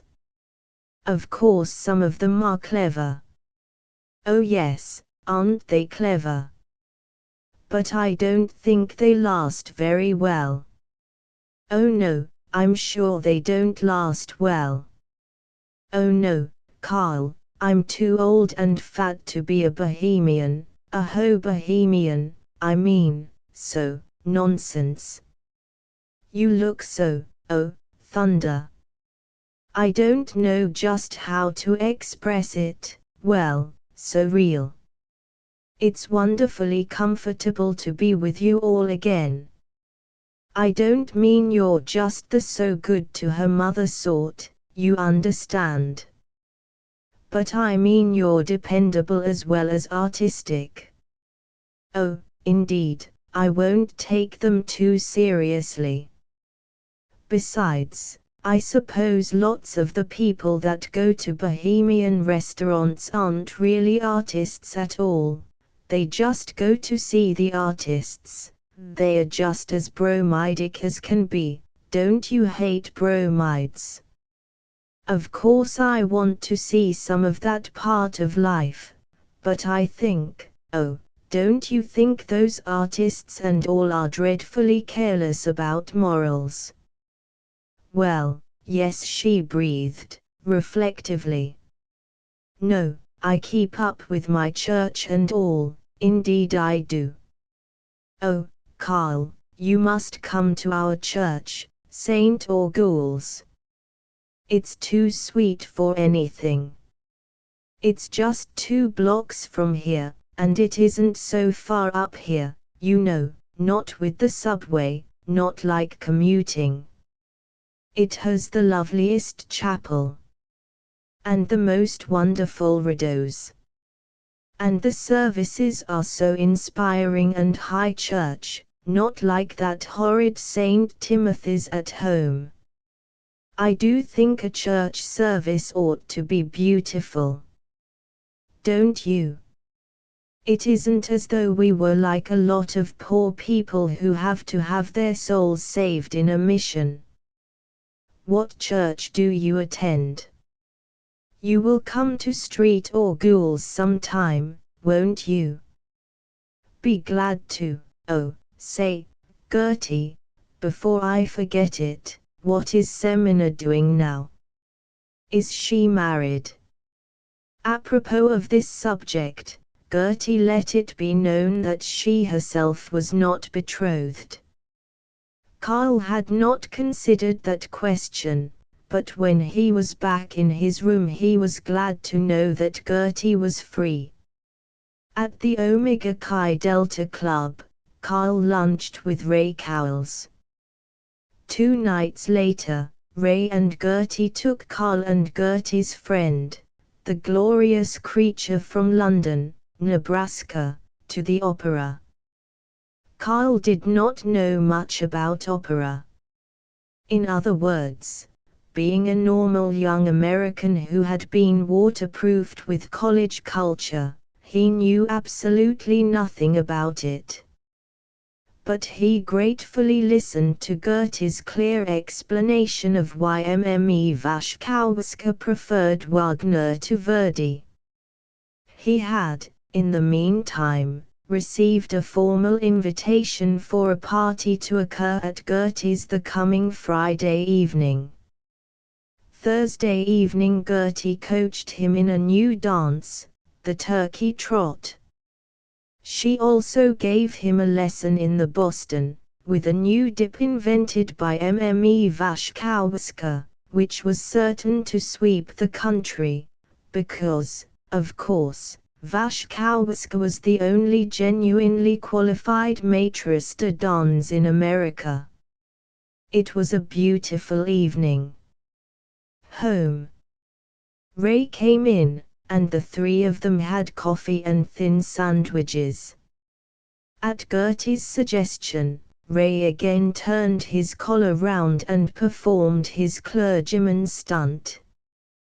While the impersonation did not, perhaps, seem so humorous as before, Carl was amused, and he consented to sing the "I Went Up in a Balloon So Big" song, so that Ray might learn it and sing it at the office. It was captivating to have Gertie say, quietly, as he left, "I hope you'll be able to come to the party a little early tomorrow, Carl. You know we count on you to help us." Chapter XXVIT party was on at the Cowles flat. People came. They all set to it, having a party, being lively and gay, whether they wanted to or not. They all talked at once, and had delicious shocks over the girl from London, Nebraska, who, having moved to Washington Place, just a block or 2 from ever so many artists, was now smoking a cigarette and wearing a gown that was black and clinging. It was no news to her that men had a tendency to become interested in her ankles. But she still went to church and was accepted by quite the nicest of the St. Orgules set, to whom Gertie had introduced her. She and Gertie were the only thoroughly qualified representatives of art, but beauty and gallantry and wit were common. The conspirators in holding a party were, on the male side, an insurance adjuster, who was a frat brother to Carl and Ray, though he came from Melanchthon College. A young lawyer, ever so jolly, with a banjo. A bantling clergyman, who was spoken of with masculine approval because he smoked a pipe and said charmingly naughty things. Johnson of the Holmes and Long Island Real Estate Company, and his brother, of the Martinhurst Development Company. 4 older men, ranging from thin-haired to very bald, who had come with their wives and secretly looked at their watches while they talked brightly with one another's wives. 5 young men whom Carl could not tell apart, as they all had smooth hair and eyeglasses and smart dress shirts and obliging smiles and complimentary references to his aviating. He gave up trying to remember which was which. It was equally hard to remember which of the women Gertie knew as a result of her girlhood visit to New York, which from their membership in St. Augul's Church, which from their relation to Minnesota. They all sat in rows on couches and chairs and called him "you wicked man," for reasons none too clear to him. He finally fled from them and joined the group of young men, who showed an ill-bred and disapproved tendency to sneak off into Ray's room for a smoke. He did not, however, escape one young woman who stood out from the melee, a young woman with a personality almost as remarkable as that of the glorious creature from London, Nebraska. This was the more or less married young woman named Dorothy, and affectionately called Totikins by all the St. Augul's group. She was of the kind who look at men appraisingly, and expect them to come up, be unduly familiar, and be crushed.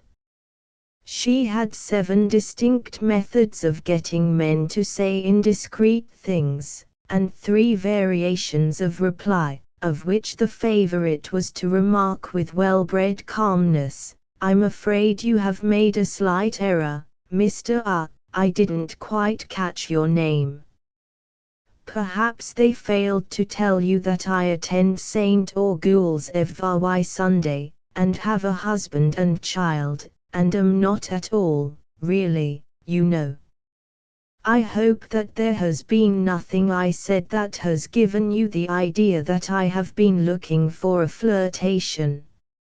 A thin, small female with bobbed hair was Totikins, who kept her large husband and her fat, white grub of an infant somewhere in the back blocks.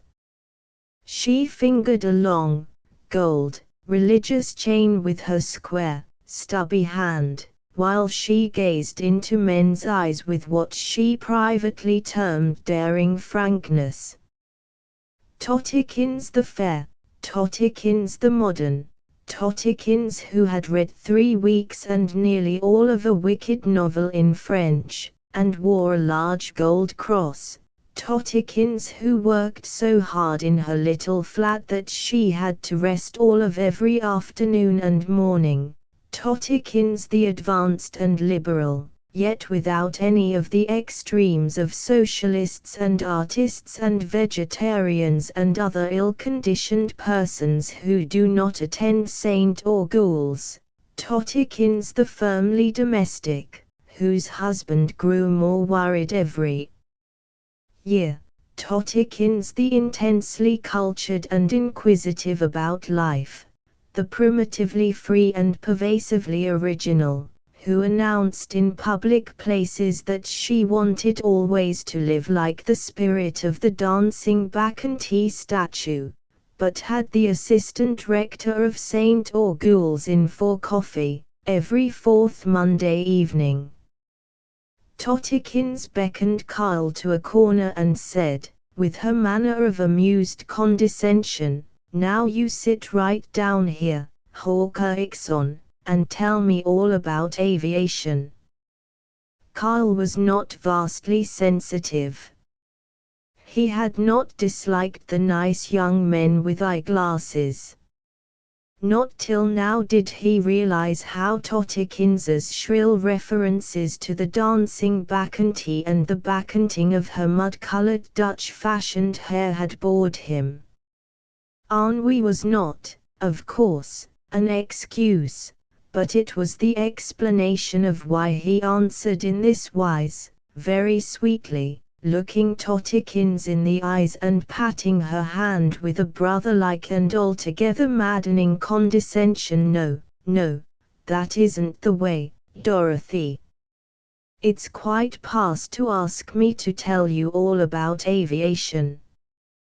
That isn't done, not in 1912. Oh do thy. Oh no, no. No oh. No. First you should ask me if I'm afraid when I'm flying. Oh, always begin that way. Then you say that there's a curious fact about you, when you're on a high building and just look down once, then you get so dizzy that you want to jump. Then, after you've said that, let's see. You're a church member, aren't you? Well then, next you'd say, just how does it feel to be up in an aeroplane? Or if you don't say that, then you've simply got to say, just how does it feel to fly, anyway? But if you're just terribly interested, Dorothy, you might ask about biplanes versus monoplanes, and do I think there'll ever be a flight across the Atlantic? But whatever you do, Dorothy, don't fail to ask me if I'll give you a free ride when I start flying again. And we'll fly, like birds. You know. Or like the dancing bacchante. That's the way to talk about aviation. And now you tell me all about babies. Really, I'm afraid babies is rather a big subject to tell all about. At a party. Really, you know, that was the only time Carl was not bored at the party. And even then he had spiritual indigestion from having been rude. For the rest of the time, everyone knew everybody else, and took Carl aside to tell him that everybody was the most conscientious man in our office, Ixon, why, the boss would trust him with anything. It saddened Carl to hear the insurance adjuster boom, "Oh you Totikins," across the room, at 10-minute intervals, like a human foghorn on the Sea of Ennui. They were all so uniformly polite, so neat-minded and church-going and dull. Nearly all the girls did their hair and coquetries one exactly like another. Carl is not to be pitied. He had the pleasure of martyrdom when he heard the younger Johnson tell of Martinhurst, the suburb beautiful. He believed that he had reached the nadir of boredom. But he was mistaken. After simple and pleasing refreshments of the wooden plate and paper napkin school, Gertie announced, "Now we're going to have some stunts, and you're each to give one. I know you all can, and if anybody tries to beg off, what will happen? My brother has a new one." For the third time that month, Carl saw Ray turn his collar round and become clerical, while everyone rustled with delight, including the jolly bantling clergyman. And for the fourth time he saw Gertie Dance gather the golden sheaves. She appeared, shy and serious, in bloomers and flat dancing shoes, which made her ample calves bulge the more. She started at sight of the harvest moon, and well she may have been astonished, if she did, indeed, see a harvest moon there, above the gilded buffalo horns on the unit bookcase, rose to her toes, flapped her arms, and began to gather the sheaves to her breast, with enough plump and panting energy to enable her to gather at least a quarter section of them before the whistle blew. It was not only aesthetic, but close to the soil. Then, to banjo accompaniment, the insurance adjuster sighed for his old Kentucky home, which Carl judged to have been located in Brooklyn. The whole crowd joined in the chorus and, suddenly, with a shock that made him despise himself for the cynical superiority which he had been enjoying, Carl remembered that Forrest Harviland, Tony Bean, Hank Odell, even Surly Jack Ryan and the Alien Cameo, had sung My Old Kentucky Home on their last night at the Bagby School. He felt their beloved presences in the room. He had to fight against tears as he too joined in the chorus. Then weep no more, my lady. He was beside a California poppy field. The blossoms slumbered beneath the moon, and on his shoulder was the hand of Forrest Harviland. He had repented. He became part of the group. He spoke kindly to Totikins. But presently Totikins postponed her well-advertised return to her husband and baby, and gave a 10-minute dramatic recital from Byron, and the younger Johnson sang a Swiss mountaineer song with yodels. Gertie looked speculatively at Carl twice during this offering. He knew that the gods were plotting an abominable thing. She was going to call upon him for the stunt which had been inescapably identified with him, the song, I Went Up in a Balloon So Big. He met the crisis heroically. He said loudly, as the shaky strains of the Swiss ballad died on the midnight mountain air of 157th Street, while the older men concealed yawns and applauded, and the family in the adjoining flat rapped on the radiator, I'm sorry my throat's so sore tonight. Otherwise I'd sing a song I learned from a fellow in California, Balloon Big. Gertie stared at him doubtfully, but passed to a kitten-faced girl from Minnesota, who was quite ready to give an imitation of a child whose doll has been broken. Her stunt was greeted with, "Oh, how cunning! Please do it again." She prepared to do it again. Carl made hasty motions of departure, pathetically holding his throat. He did not begin to get restless till he had reached 96th Street and had given up his seat in the subway to a woman who resembled Totikins. He wondered if he had not been at the old home long enough.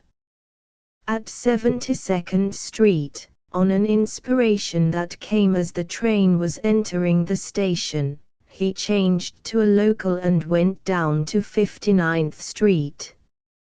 He found an all-night garage, hired a racing car, and at dawn he was driving furiously through Long Island, 100 miles from New York, on a roadway perilously slippery with falling snow.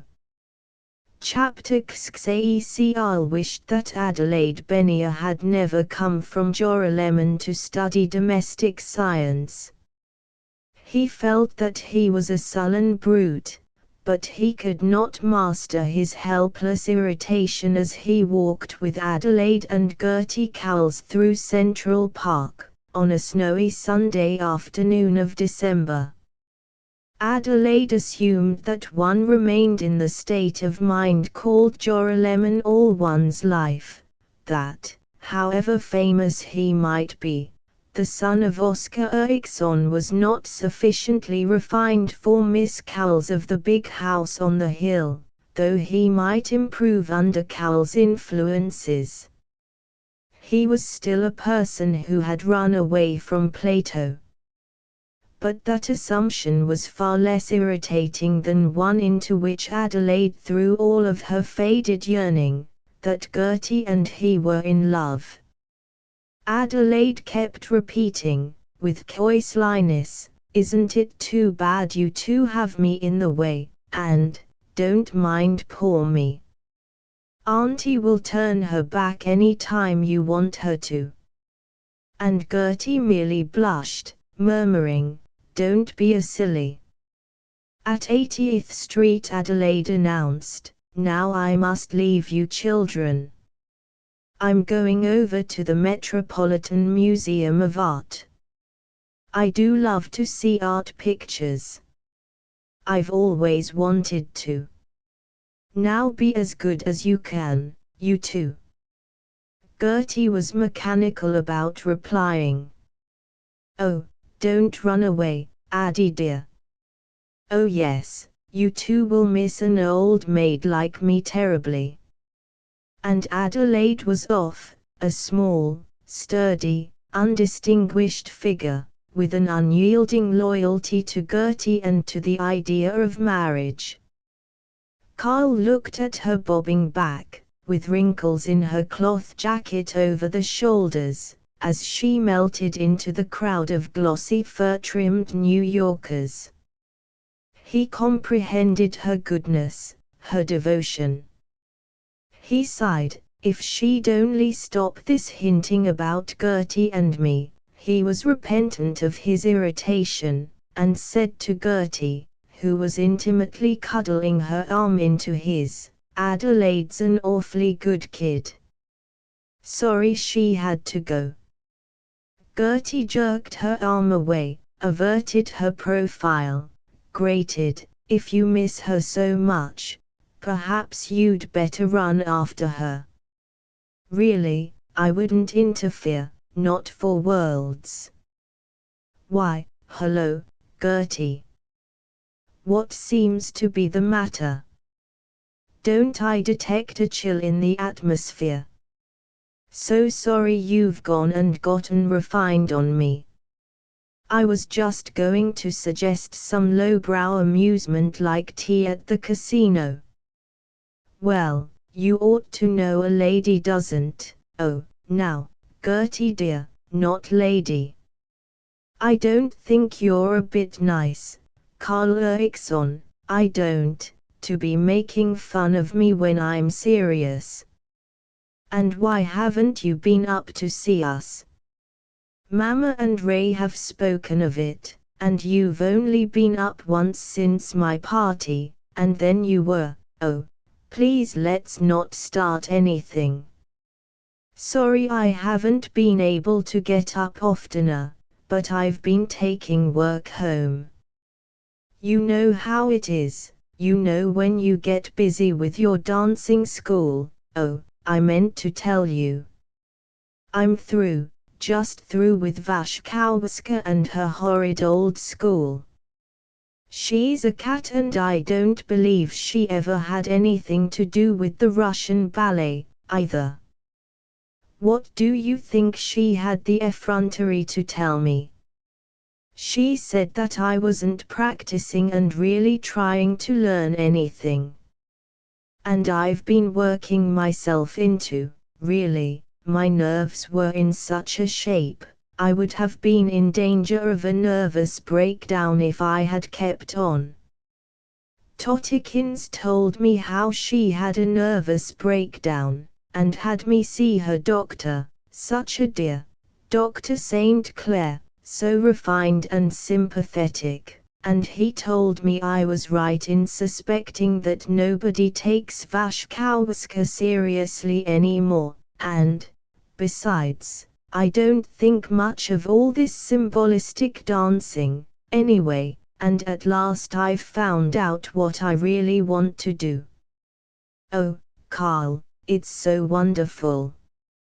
I'm studying ceramics with Miss Dietz. She's so wonderful and temperamental and she has the dearest studio on Gramercy Park.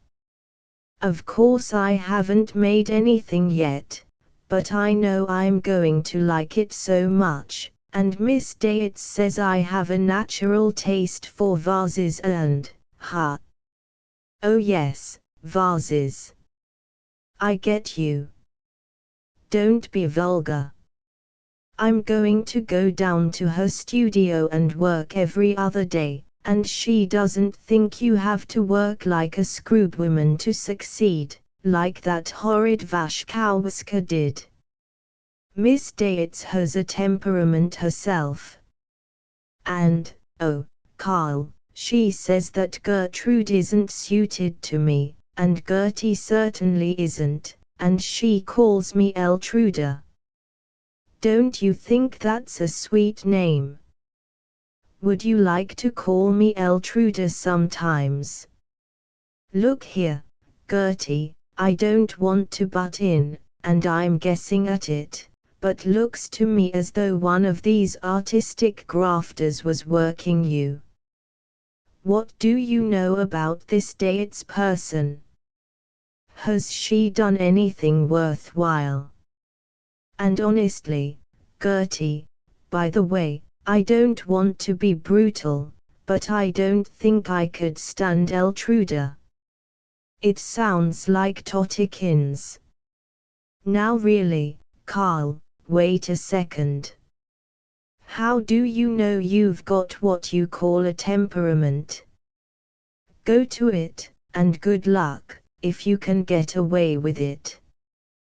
But how do you know it isn't simply living in a flat and not having any work to do except developing a temperament? Why don't you try working with Ray in his office? He's a mighty good businessman. This is just a suggest. Now really, this is, look here, Gertie, the thing I've always admired about you is your wholesomeness and, wholesome. Oh, that word. As Miss Dates was saying just the other day, it's as bad, but you are wholesome, Gertie. That is, if you don't let New York turn your head, and if you'd use your ability on a real job, like helping Ray, or teaching, yes, or really sticking to your ceramics or dancing, and leave the temperament business to those who can get away with it. No, wait. I know I'm butting in. I know that people won't go and change their natures because I ask them to. But you see, you, and Ray and Adelaide, you are the friends I depend on, and so I hate to see. Now, Carl dear, you might let me talk, said Gertie, in tones of maddening sweetness. As I think it over, I don't seem to recall that you've been an authority on temperament for so very long. I seem to remember that you weren't so terribly wonderful in Joralemon. I'm glad to be the first to honor what you've done in aviation, but I don't know that that gives you the right to. Never said it did. Carl insisted, with fictitious good humor. Assume that you are an authority on temperament and art. I'm afraid that your head has been just a little turned by, oh, hell. Oh, I'm sorry. That just slipped. It shouldn't have slipped, you know. I'm afraid it can't be passed over so easily. Gertie might have been a bustling Joralemon school teacher pleasantly bidding the dirty Erikson boy, now go and wash the little hands. Carl said nothing. He was bored. He wished that he had not become entangled in their vague discussion of temperament. Even more brightly Gertie announced, I'm afraid you're not in a very good humor this afternoon. I'm sorry that my plans don't interest you. Of course, I should be very temperamental if I expected you to apologize for cursing and swearing, so I think I'll just leave you here, and when you feel better. She was infuriatingly cheerful. I should be pleased to have you call me up. Goodbye, Carl, and I hope that your walk will do you good. She turned into a footpath, left him muttering in tones of youthful injury, Jiminy. I've done it now. He was in Joralemon. A Victoria drove by with a dowager who did not seem to be humbly courting the best set in Joralemon. A grin lightened Carl's face. He chuckled, by golly. Gertie handled it splendidly. I'm to call up and be humble, and then, bing, the least I can do is to propose and be led to the altar and teach a Sunday school class at St. Orgule's for the rest of my life. Come hither, Hawker-Ixon, let us hold counsel. Here's the way Gertie will dope it out, I guess. Eltruda. I'll dine in solitary regret for saying hell, no. First I'm to walk downtown, alone and busy repenting, and then I'll feed alone, and by 8 o'clock I'll be so tired of myself that I'll call up and beg pretty. Rats. It's rotten mean to dope it out like that, but just the same, me that have done what I've done, worried to death over one accidental hell. Hey there, you taxi. Grandly he rode through the park, and in an unrepentant manner bowed to every pretty woman he saw, to the disapproval of their silk-hatted escorts. He forgot the existence of Gertie Cowles and the old home folks. But he really could not afford a taxicab, and he had to make up for it by economy. At 7:30 he gloomily entered Miggleton's restaurant, on 42nd Street, the least unbearable of the popular prices, tables for ladies' dens, and slumped down at a table near the window. There were few diners. Carl was as much a stranger as on the morning when he had first invaded New York, to find work with an automobile company, and had passed this same restaurant. Still was he a segregated stranger, despite the fact that, 2 blocks away, in the Aero Club, 2 famous aviators were agreeing that there had never been a more consistently excellent flight in America than Hawker-Ixon's race from Chicago to New York. Carl considered the delights of the Cowles flat, Ray's stories about Plato and business, and the sentimental things Gertie played on the guitar. He suddenly determined to go off someplace and fly an aeroplane, as suddenly knew that he was not yet ready to return to the game. He read the Evening Telegram and cheerlessly peered out of the window at the grey snow veil which shrouded 42nd Street. As he finished his dessert and stirred his coffee, he stared into a streetcar stalled in a line of traffic outside. Within the car, seen through the snow mist, was a girl of 22 or 3, with satiny slim features and ash blonde hair. She was radiant in white fox furs. Carl craned to watch. He thought of the girl who, asking a direction before the Florida lunchroom in Chicago, had inspired him to become a chauffeur.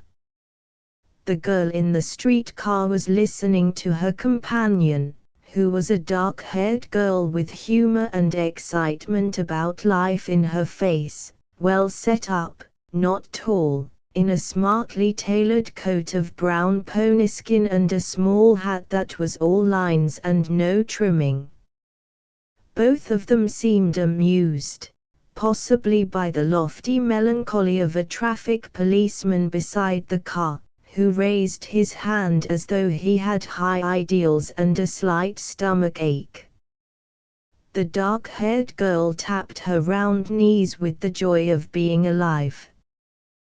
The streetcar started. Carl was already losing in the city jungle the 2 acquaintances whom he had just made. The car stopped again, still blocked.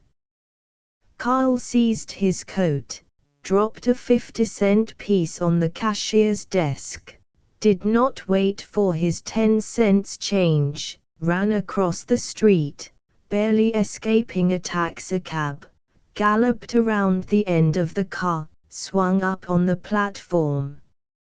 As he took a seat opposite the 2 girls, he asked himself just what he expected to do now. The girls were unaware of his existence. And why had he hurried? The car had not started again. but he studied his unconscious conquests from behind his newspaper, vastly content. In the unnatural quiet of the stalled car, the girls were irreverently discussing George. He heard enough to know that they were of the rather smart, rather cultured class known as New Yorkers. They might be Russian-American princesses or social workers or ill-paid governesses or actresses or merely persons with one motorcar and a useful papa in the family. But in any case they were not of the kind he could pick up. The tall girl of the ash-blonde hair seemed to be named Olive, being quite unalive in tint, while her livelier companion was apparently christened Ruth. Carl wearied of Olive's changeless beauty as quickly as he did of her silver-handled umbrella. She merely knew how to listen. But the less spectacular, less beautiful, less languorous, dark-haired Ruth was born a good comrade. Her laughter marked her as one of the women whom earthquake and flood and childbearing cannot rob of a sense of humor. She would have the inside view, the sophisticated understanding of everything. The car was at last free of the traffic. It turned a corner and started northward. Carl studied the girls. Ruth was 24, perhaps, or 25. Not tall, slight enough to nestle, but strong and self-reliant. She had quantities of dark brown hair, crisp and glinty, though not sleek, with eyebrows noticeably dark and heavy. Her smile was made irresistible by her splendidly shining teeth, fairly large but close-set and white, and not only the corners of her eyes joined in her smile, but even her nose, her delicate yet piquant nose, which could quiver like a deer's. When she laughed, Carl noted, Ruth had a trick of lifting her heavy lids quickly, and surprising one with a glint of blue eyes where brown were expected. Her smooth, healthy, cream-colored skin was rosy with winter, and looked as though in summer it would tan evenly, without freckles. Her chin was soft, but without a dimple, and her jaws had a clean, boyish leanness. Her smooth neck and delicious shoulders were curved, not fatly, but with youth and happiness. They were square, capable shoulders, with no mid-Victorian droop about them. Her waist was slender naturally, not from stays. Her short but not fat fingers were the ideal instruments for the piano. Slim were her crossed feet, and her unwrinkled pumps, foolish footgear for a snowy evening, seemed eager to dance. There was no hint of the coquette about her. Physical appeal this Ruth had, but it was the allure of sunlight and meadows, of tennis and a boat with bright, canted sails, not of boudoir or garden disscented with jasmine. She was young and clean, sweet without being sprinkled with pink sugar, too young to know much about the world's furious struggle, too happy to have realized its inevitable sordidness, yet born a woman who would not always wish to be protected and round whom all her circle of life would center. So Carl inarticulately mused, with the intentness which one gives to strangers in a quiet car, till he laughed. I feel as if I knew her like a book. The century's greatest problem was whether he would finally prefer her to Olive, if he knew them. If he could speak to them, but that was, in New York, more difficult than beating a policeman or getting acquainted with the mayor. He would lose them. Already they were rising, going out. He couldn't let them be lost.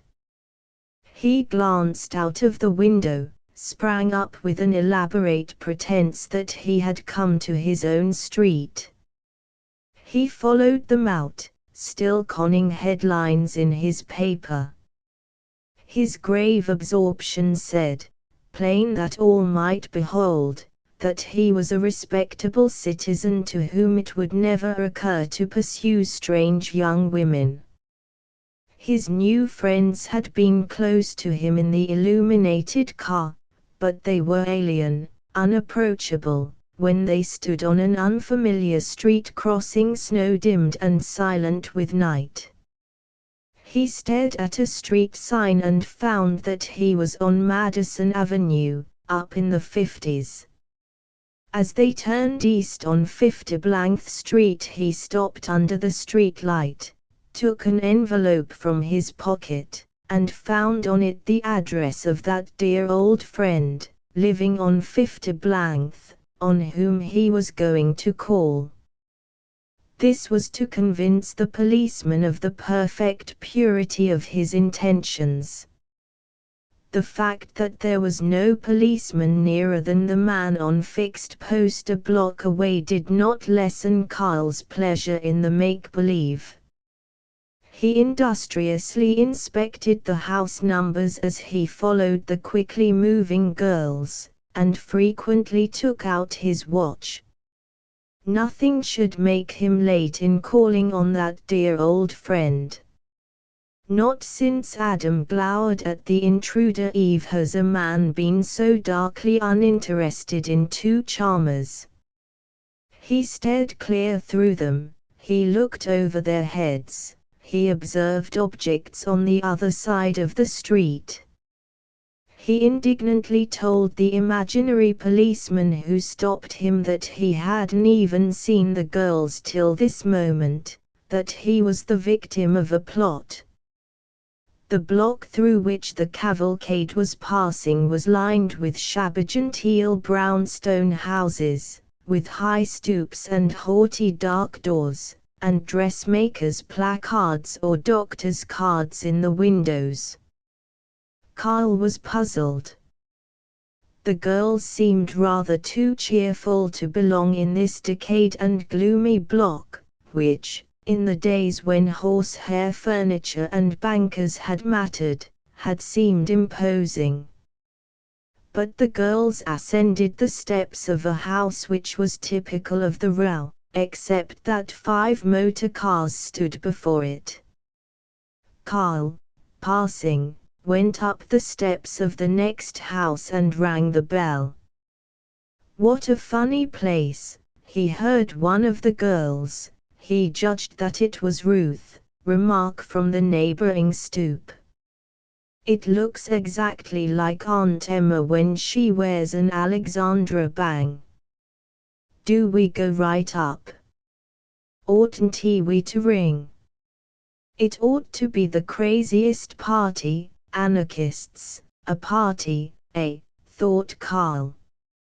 Ought to ring, I suppose, but, yes, there's sure to be all sorts of strange people at Mrs. Hawlett's, said the voice of the other girl, then the door closed upon both of them. And an abashed Carl realized that a maid had opened the door of the house at which he himself had rung, and was glaring at him as he craned over to view the next door stoop. "Where does Dr. Brown live here?" he stuttered. "No, he don't," the maid snapped, closing the door. Carl groaned, "He don't? Dear old Brown. Not live here? Ha! What shall I do?"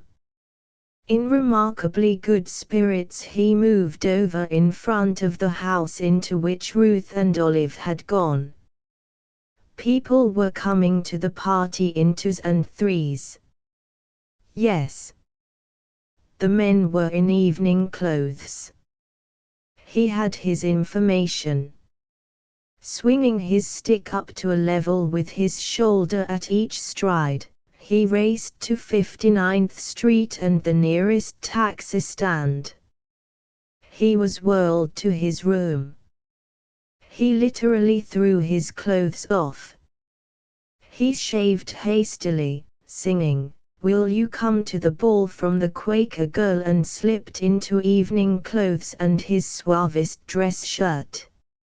Seizing things all at once, top hat, muffler, gloves, pocketbook, handkerchief, cigarette case, keys, and hanging them about him as he fled down the decorous stairs, he skipped to the taxicab and started again for 50th Street.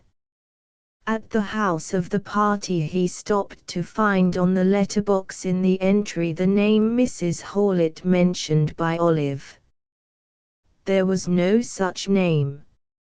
He tried the inner door. It opened. He cheerily began to mount steep stairs, which kept on for miles, climbing among slate-colored walls, past empty wall niches with toeless plaster statues. The hallways, dim and high and snobbish, and the dark old double doors, scowled at him. He boldly returned the scowl. He could hear the increasing din of a talk party coming from above. When he reached the top floor he found a door open on a big room crowded with shrilly chattering people in florid clothes. There was a hint of brassware and paintings and silken Turkish rugs. But no sight of Ruth or Olive. A maid was bobbing to him and breathing, "That way, please," at the end of the hall. He went meekly. He did not dare to search the clamorous crowd for the girls, as yet. He obediently added his hat and coat and stick to an uncomfortable-looking pile of wraps writhing on a bed in a small room that had a Copley print of Sargent's Prophets, a calendar, and an unimportant white rocker. It was time to go out and face the party, but he had stage fright. While climbing the stairs he had believed that he was in touch with the two girls, but now he was separated from them by a crowd, farther from them than when he had followed them down the unfriendly street. And not till now did he quite grasp the fact that the hostess might not welcome him. His glowing game was becoming very dull-toned. He lighted a cigarette and listened to the beating surf of the talk in the other room. Another man came in. Like all the rest, he gave up the brilliant idea of trying to find an unpreempted place for his precious newly ironed silk hat, and resignedly dumped it on the bed. He was a passable man, with a gentlemanly mustache and good pumps. Carl knew that fact because he was comparing his own clothes and deciding that he had none the worst of it. But he was relieved when the waxed mustache moved a couple of times, and its owner said, in a friendly way, "Beastly jam. May I trouble you for a match?" Carl followed him out to the hostess, a small, busy woman who made a business of being vivacious and letting the light catch the fringes of her gold hair as she nodded. Carl nonchalantly shook hands with her, bubbling, "So afraid couldn't get here. My play," but at last, he was in a panic. But the hostess, instead of calling for the police, gushed, "So glad you could come," combining a kittenish mechanical smile for him with a glance over his shoulder at the temporary butler.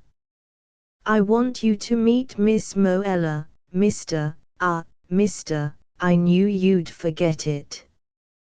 Carl was brotherly and protecting in his manner. Eriksson, Oscar Eriksson. Oh, of course. How stupid of me. Miss Moella, want you to meet Mr. Oscar Eriksson, you know. Happy meet you, Miss said Carl, tremendously well-bred in manner. Can we possibly go over and be clever in a corner, do you think? He had heard Colonel Harviland say that, but his manner gave it no quotation marks. Presumably he talked to Miss Moella about something usual, the snow or the party or Owen Johnson's novels. Presumably Miss Moella had eyes to look into and banalities to look away from. Presumably there was something in the room besides people and talk and rugs hung over the bookcases.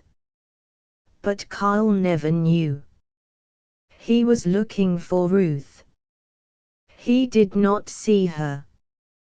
Within 10 minutes he had maneuvered himself free of Miss Moella and was searching for Ruth, his nerves quivering amazingly with the fear that she might already have gone.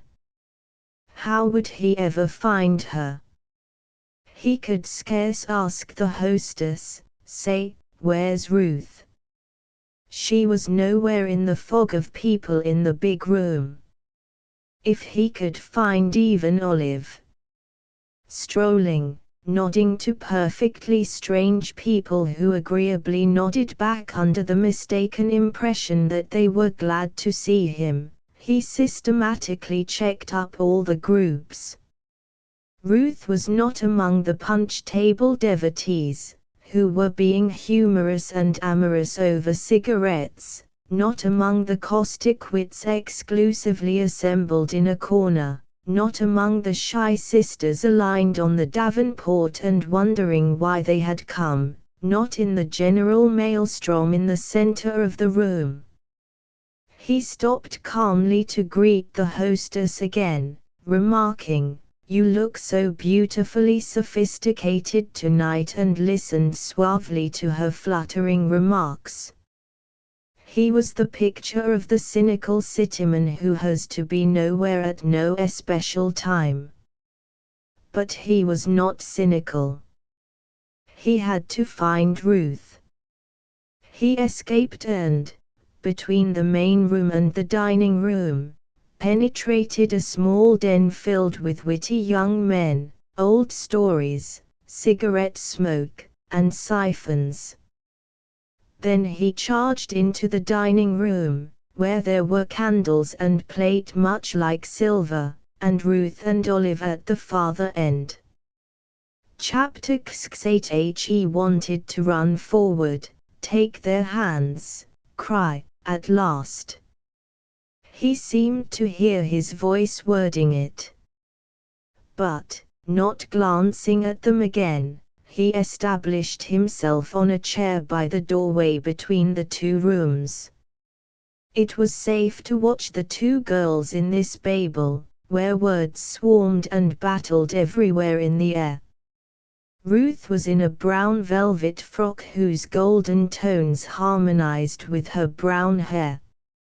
She was being enthusiastically talked at by a man to whom she listened with a courteously amused curiosity. Carl could fancy her nudging Olive, who sat beside her on the Jacobean settee and was attended by another talking man.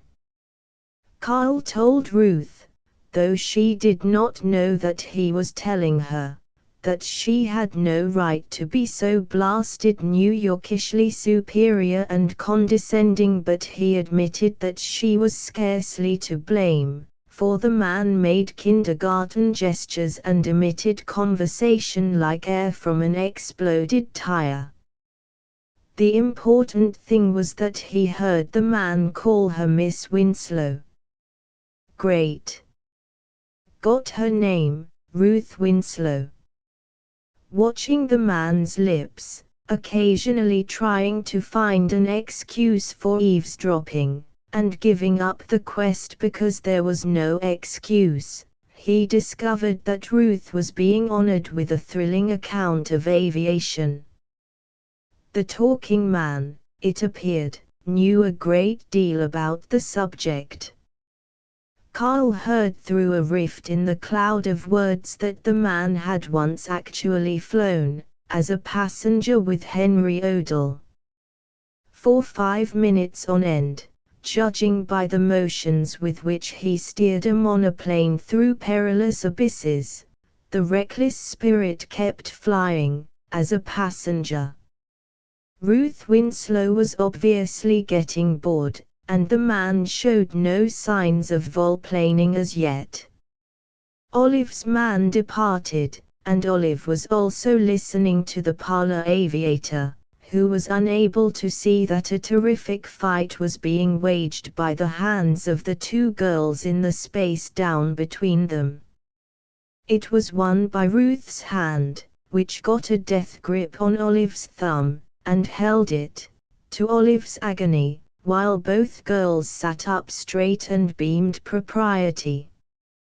Carl walked over and, smoothly ignoring the pocket entertainer, said, "So glad to see you, Miss Winslow. I think this is my dance." "Why yes," from Miss Winslow, while the entertainer drifted off into the flotsam of the party. Olive went to join a group about the hostess, who had just come in to stir up mirth and jocund merriment in the dining room, as it had settled down into a lower state of exhilaration than the canons of talk parties require. Said Carl to Ruth, "Not that there's any dancing, but I felt you'd get dizzy if you climbed any higher in that aeroplane." Ruth tried to look haughty, but her dark lashes went up and her unexpected blue eyes grinned at him boyishly. "Gee, she's clever," Carl was thinking. Since, to date, her only remark had been "Why yes, he may have been premature." "That was a bully stranglehold you got on Miss Olive's hand, Miss Winslow." "You saw our hands." "Perhaps." "Tell me a good way to express how superior you and I are to this fool party and its noise." "Isn't it a fool party?" "I'm afraid it really is." "What's the purpose of it, anyway? Do the people have to come here and breathe this air, I wonder?" "I asked several people that, and I'm afraid they think I'm crazy." "But you are here. Do you come to Mrs. Salisbury's often?" "Never been before. Never seen a person here in my life before, except you and Miss Olive." "Came on a bet." "Chap bet I wouldn't dare come without being invited." "I came. Bowed to the hostess and told her I was so sorry my play rehearsals made me late, and she was so glad I could come, after all, you know. She's never seen me in her life." "Oh. Are you a dramatist?" "I was, in the other room. But I was a doctor out in the hall and a sculptor on the stairs, so I'm getting sort of confused myself, as confused as you are, trying to remember who I am, Miss Winslow." "You really don't remember me at all?" Wasn't it at the Vanderbilt? Or the Plaza?" "Oh yes, that must have been." "I was trying to remember," Carl grinned. "The chap who introduced me to you called me Mr. because he didn't remember my name, either." "So you've never heard it?" "It happens to be a Ixon. I'm on a mission. Serious one. I'm planning to go out and buy a medium-sized bomb and blow up this bunch. I suspect there's poets around. I do too, sighed Ruth. I understand that Mrs. Salisbury always has 7 lawyers and 19 advertising men and a dentist and a poet and an explorer at her affairs. Are you the poet or the explorer? I'm the dentist. I think, you don't happen to have done any authoring, do you? Well, nothing except an epic poem on Jonah and the whale, which I wrote at the age of 7. Most of it consisted of a conversation between them, while Jonah was in the whale's stomach, which I think showed agility on the part of the whale. Then maybe it's safe to say what I think of authors, and more or less of poets and painters and so on. One time I was in charge of some mechanical investigations, and a lot of writers used to come around looking for what they called copy. That's where I first got my grouch on them, and I've never really got over it. And coming here tonight and hearing the literary talk, I've been thinking how these authors have a sort of an admiration trust. They make authors the heroes of their stories and so on, and so they make people think that writing is sacred. I'm so sick of reading novels about how young Bill, as had a pure white soul, came to New York and had an horrible time till his great novel was accepted. Authors seem to think they're the only ones that have ideals. Now I'm in the automobile business, and I help to make people get out into the country. Bet a lot more of them get out because of motoring than because of reading poetry about spring. But if I claimed a temperament because I introduced the motorist's soul to the daisy, everyone would die laughing. But don't you think that art is the object of civilization and that sort of thing?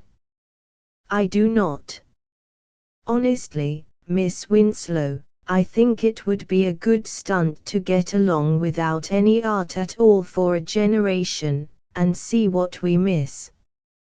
We probably need dance music, but I doubt if we need opera. Funny how the world always praises its opera singers so much and pays them so well and then starves its shoemakers, and yet it needs good shoes so much more than it needs opera, or war or fiction. I'd like to see all the shoemakers get together and refuse to make any more shoes till people promised to write reviews about them, like all these book reviews. Then just as soon as people's shoes began to wear out, they'd come right around, and you'd read about the new masterpieces of Mr. Regal and Mr. Walkover and Mr. Stetson. Yes. I can imagine it.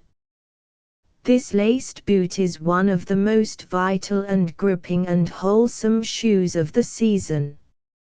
And probably all the young shoemakers would sit around cafes, looking quizzical and artistic. But don't you think your theory is dangerous, Mr. Erickson? You give me an excuse for being content with being a commonplace Upper West Sider. And aren't authors better than commonplaceness? You're so serious that I almost suspect you of having started to be an author yourself. Really not. As a matter of fact, I'm the kiddie in patched overalls you used to play with when you kept house in the Willows. Oh, of course. In the forest of Arden. And you had a toad that you traded for my hair ribbon. And we ate bread and milk out of blue bowls. Oh yes, she agreed, blue bowls with bunny rabbits painted on them. And giants and a 6-cylinder castle, with warders and a donjon keep. and Jack the Giant Killer. But certainly bunnies. Do you really like bunnies? Her voice caressed the word.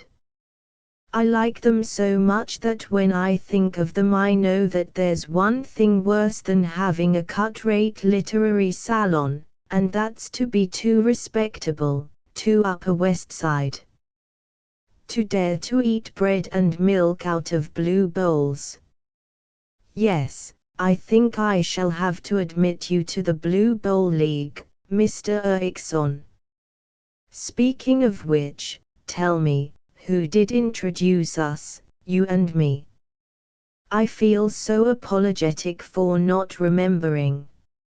Mayn't I be a mystery, Miss Winslow? At least as long as I have this new shirt, which you observed with some approval while I was drooling on about authors. It makes me look like a count, you must admit. Or maybe like a knight of the Order of the Bunny Rabbit. Please let me be a mystery still. Yes, you may. Life has no mysteries left except Olive's coiffure and your beautiful shirt. Does one talk about shirts at a second meeting? Apparently one does. Yes. Tonight, I must have a mystery. Do you swear, as a man of honor, that you are at this party dishonorably, uninvited? I do, Princess. Well, so am I. Olive was invited to come, with a man, but he was called away and she dragged me here, promising me I should see anarchists. Yes. And the only nice lovable crank I've found, except you, with your vulgar prejudice against the whole race of authors, is a dark-eyed female who sits on a couch out in the big room, like a Mrs. St. Simeon Stylites in a tight skirt, and drags you in by her glittering eye, looking as though she was going to speak about Theosophy, and then asks you if you think a highball would help her cold. I think I know the one you mean. When I saw her she was talking to a man whose beating whiskers dashed high on a stern and rock-bound face. Thank you, I like that fairly well, too, but unfortunately I stole it from a chap named Harviland.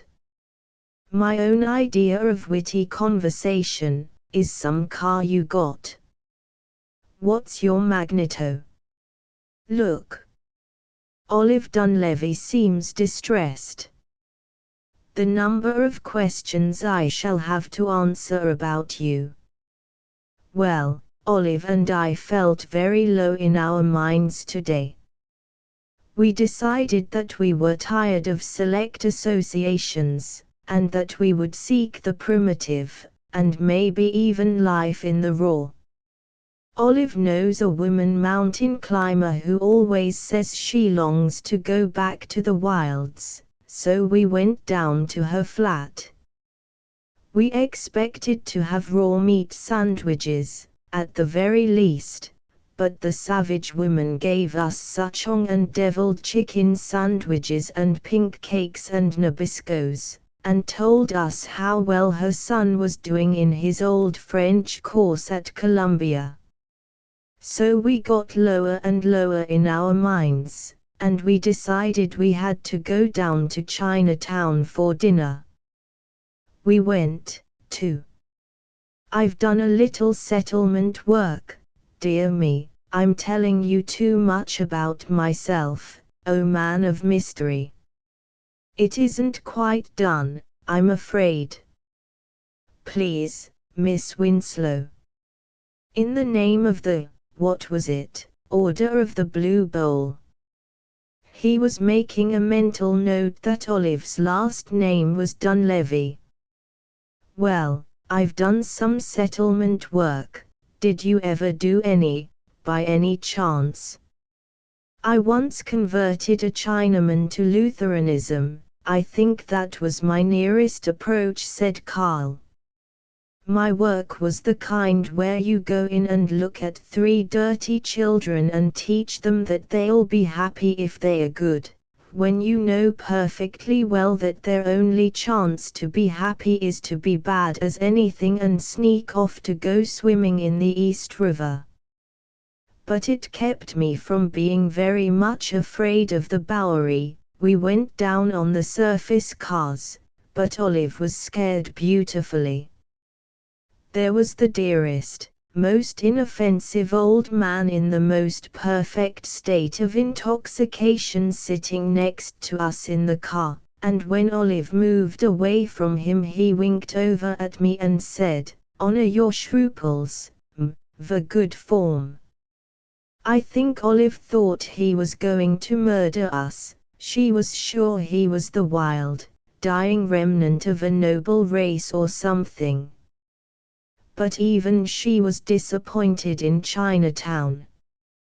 We had expected opium fiends, like the melodramas they used to have on 14th Street, before the movies came.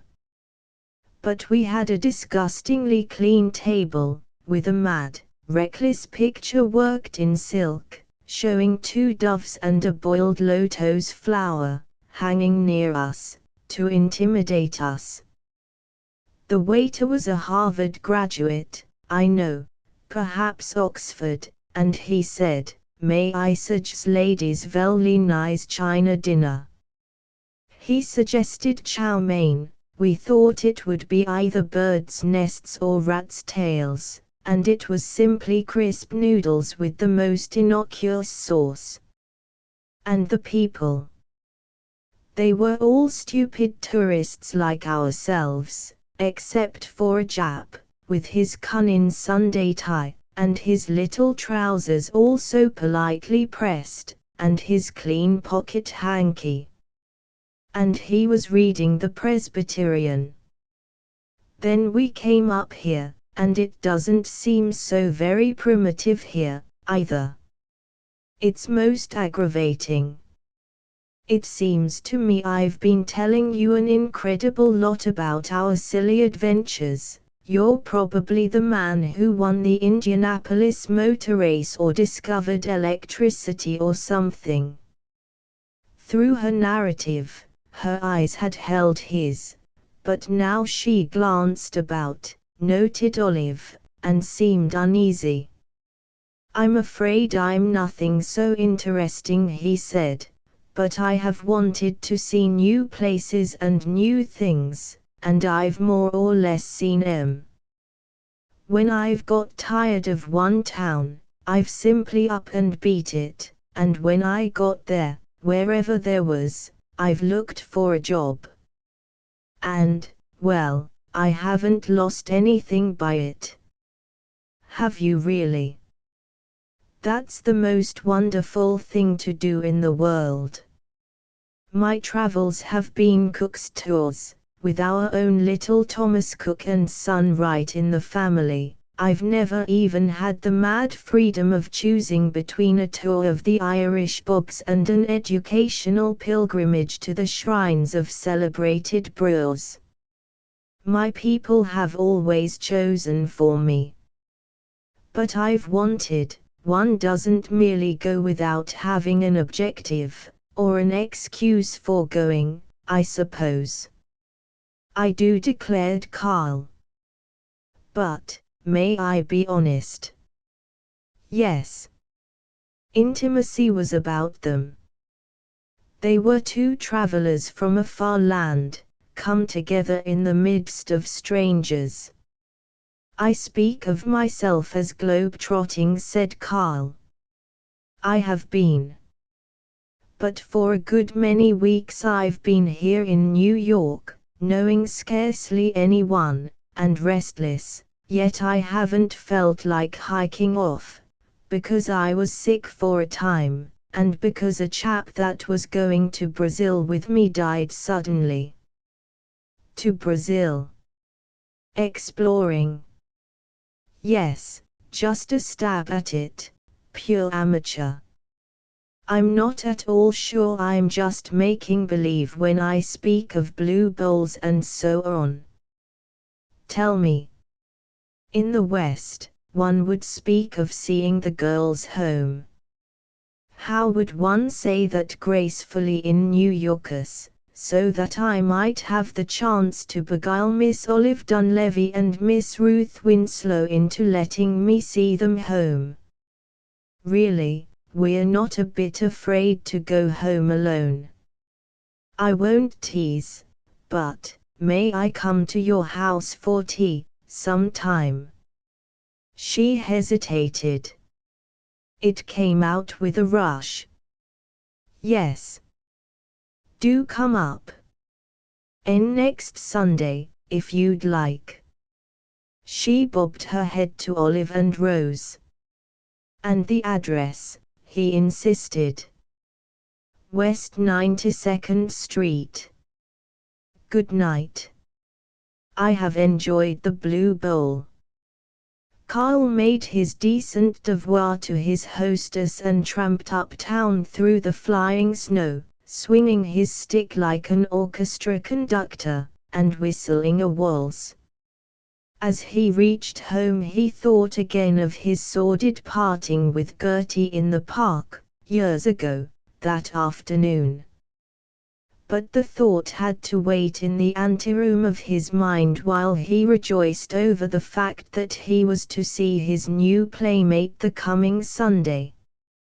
Chapter 6. Like a country small boy waiting for the coming of his city cousin, who will surely have new ways of playing Indians, Carl prepared to see Ruth Winslow and her background.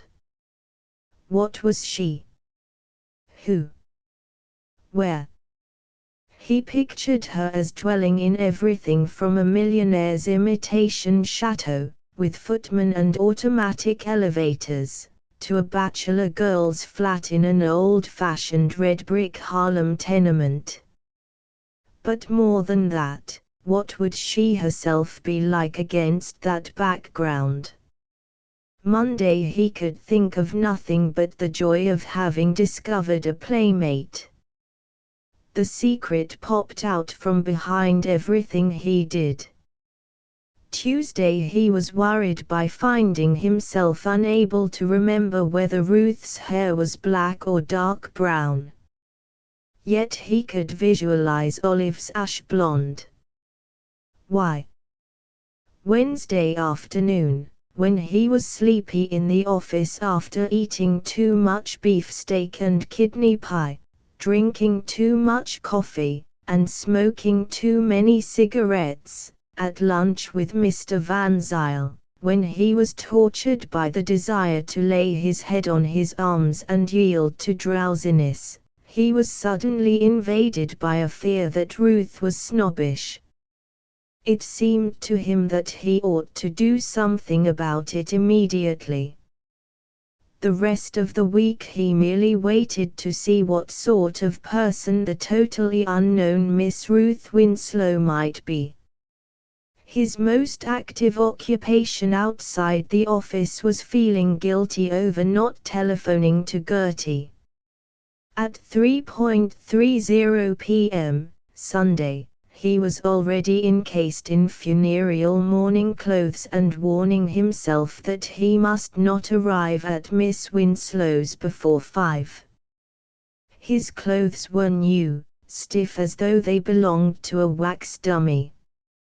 Their lines were straight and without individuality. He hitched his shoulders about and kept going to the mirror to inspect the fit of the collar. He repeatedly rebrushed his hair, regarding the unclean state of his military brushes with disgust. About 6 times he went to the window to see if it had started to snow. At 4:10 he sternly jerked on his coat and walked far north of 92nd Street, then back. He arrived at 4:45. But persuaded himself that this was a smarter hour of arrival than 5. Ruth Winslow's home proved to be a rather ordinary 3-story and basement grey stone dwelling, with heavy Russian net curtains at the broad, clear-glassed windows of the first floor, and an attempt to escape from the stern drabness of the older type of New York houses by introducing a box stoop and steps with a carved stone balustrade, at the top of which perched a meek old lion of 1890, with battered ears and a truly sensitive stone nose. A typical house of the very well-to-do yet not wealthy upper middle class, a house predicating 1 motor car, 3 not expensive maids, brief European tours, and the best preparatory schools and colleges for the sons. A maid answered the door and took his card, a maid in a frilly apron and black uniform, neither a butler nor a slatternly biddy. In the hall, as the maid disappeared upstairs, Carl had an impression of furnace heat and respectability. Rather shy, uncomfortable, anxious to be acceptable, warning himself that as a famous aviator he need not be in awe of anyone, but finding that the warning did not completely take, he drew off his coat and gloves and, after a swift inspection of his tie, gazed about with more curiosity than he had ever given to any other house. For all the stone lion in front, this was quite the old-line English basement house, with the inevitable front and back parlors, though here they were modified into drawing room and dining room. The walls of the hall were decked with elaborate, meaningless scrolls in plaster bas-relief, echoed by raised circles on the ceiling just above the hanging chandelier, which was expensive and hideous, a clutter of brass and knobby red and blue glass. The floor was of hardwood in squares, dark and richly polished, highly self-respecting, a floor that assumed civic responsibility from a Republican point of view, and a sound conservative business established since 1875 or 1880. By the door was a huge Japanese vase, convenient either for depositing umbrellas or falling over in the dark. Then, a long mirror in a dull red mahogany frame, and a table of mahogany so refined that no one would ever dream of using it for anything more useful than calling cards.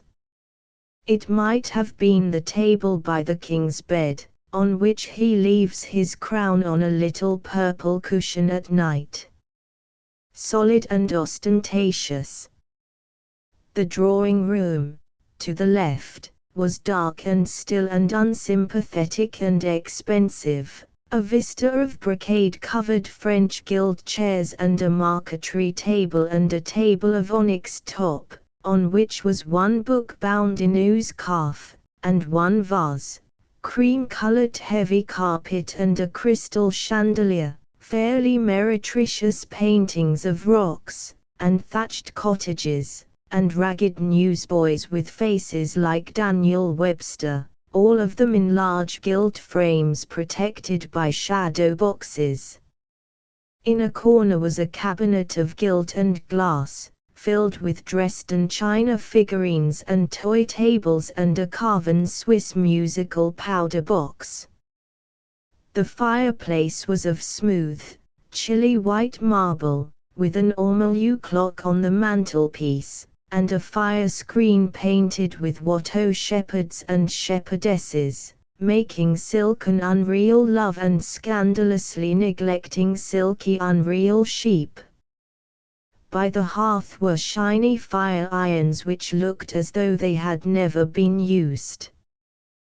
The whole room looked as though it had never been used, except during the formal calls of overdressed matrons with card cases and prejudices.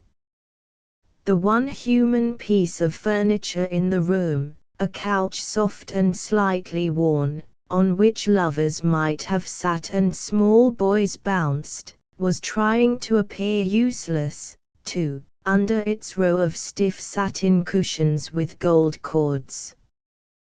Well-dusted chairs on which no one wished to sit, expensive fireplace that never shone, prized pictures with less imagination than the engravings on a bond. That drawing room had the soul of a banker with side whiskers. Carl by no means catalogued all the details, but he did get the effect of ingrowing propriety. It is not certain that he thought the room in bad taste. It is not certain that he had any artistic taste whatever, or that his attack upon the pretensions of authors had been based on anything more fundamental than a personal irritation due to having met blatant camp followers of the arts. And it is certain that one of his reactions as he surveyed the abject respectability of that room was a slight awe of the solidity of social position which it represented, and which he consciously lacked.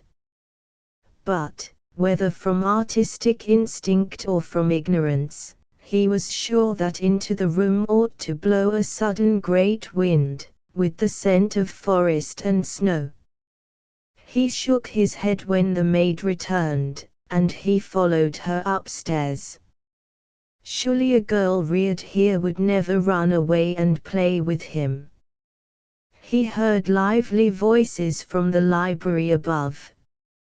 He entered a room to be lived in and be happy in, with a jolly fire on the hearth and friendly people on a big, brown Davenport.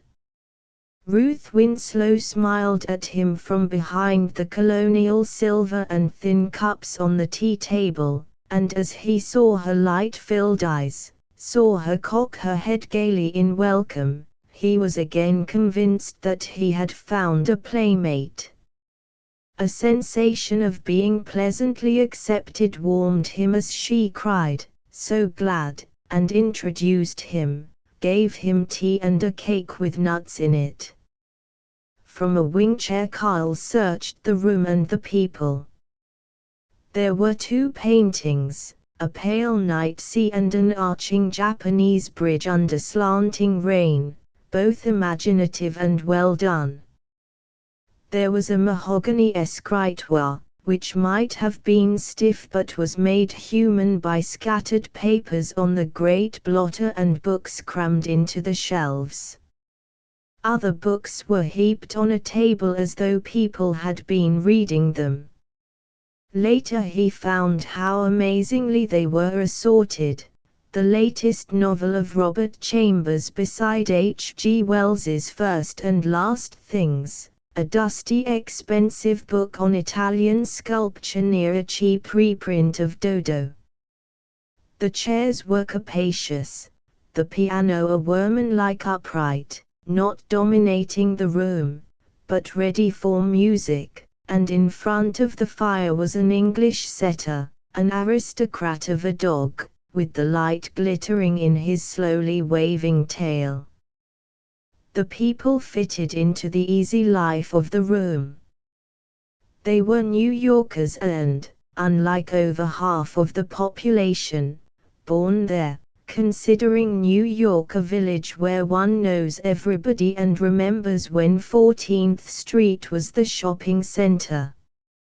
Olive Dunleavy was shinily present, her ash-blonde hair in a new coiffure.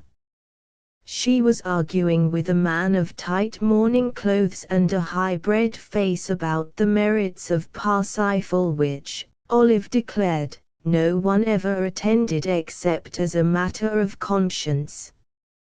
"Now, Georgie," she said, "is Sir Georgie, you shall have your opera, and you shall jolly well have it alone, too." Olive was vivid about it all.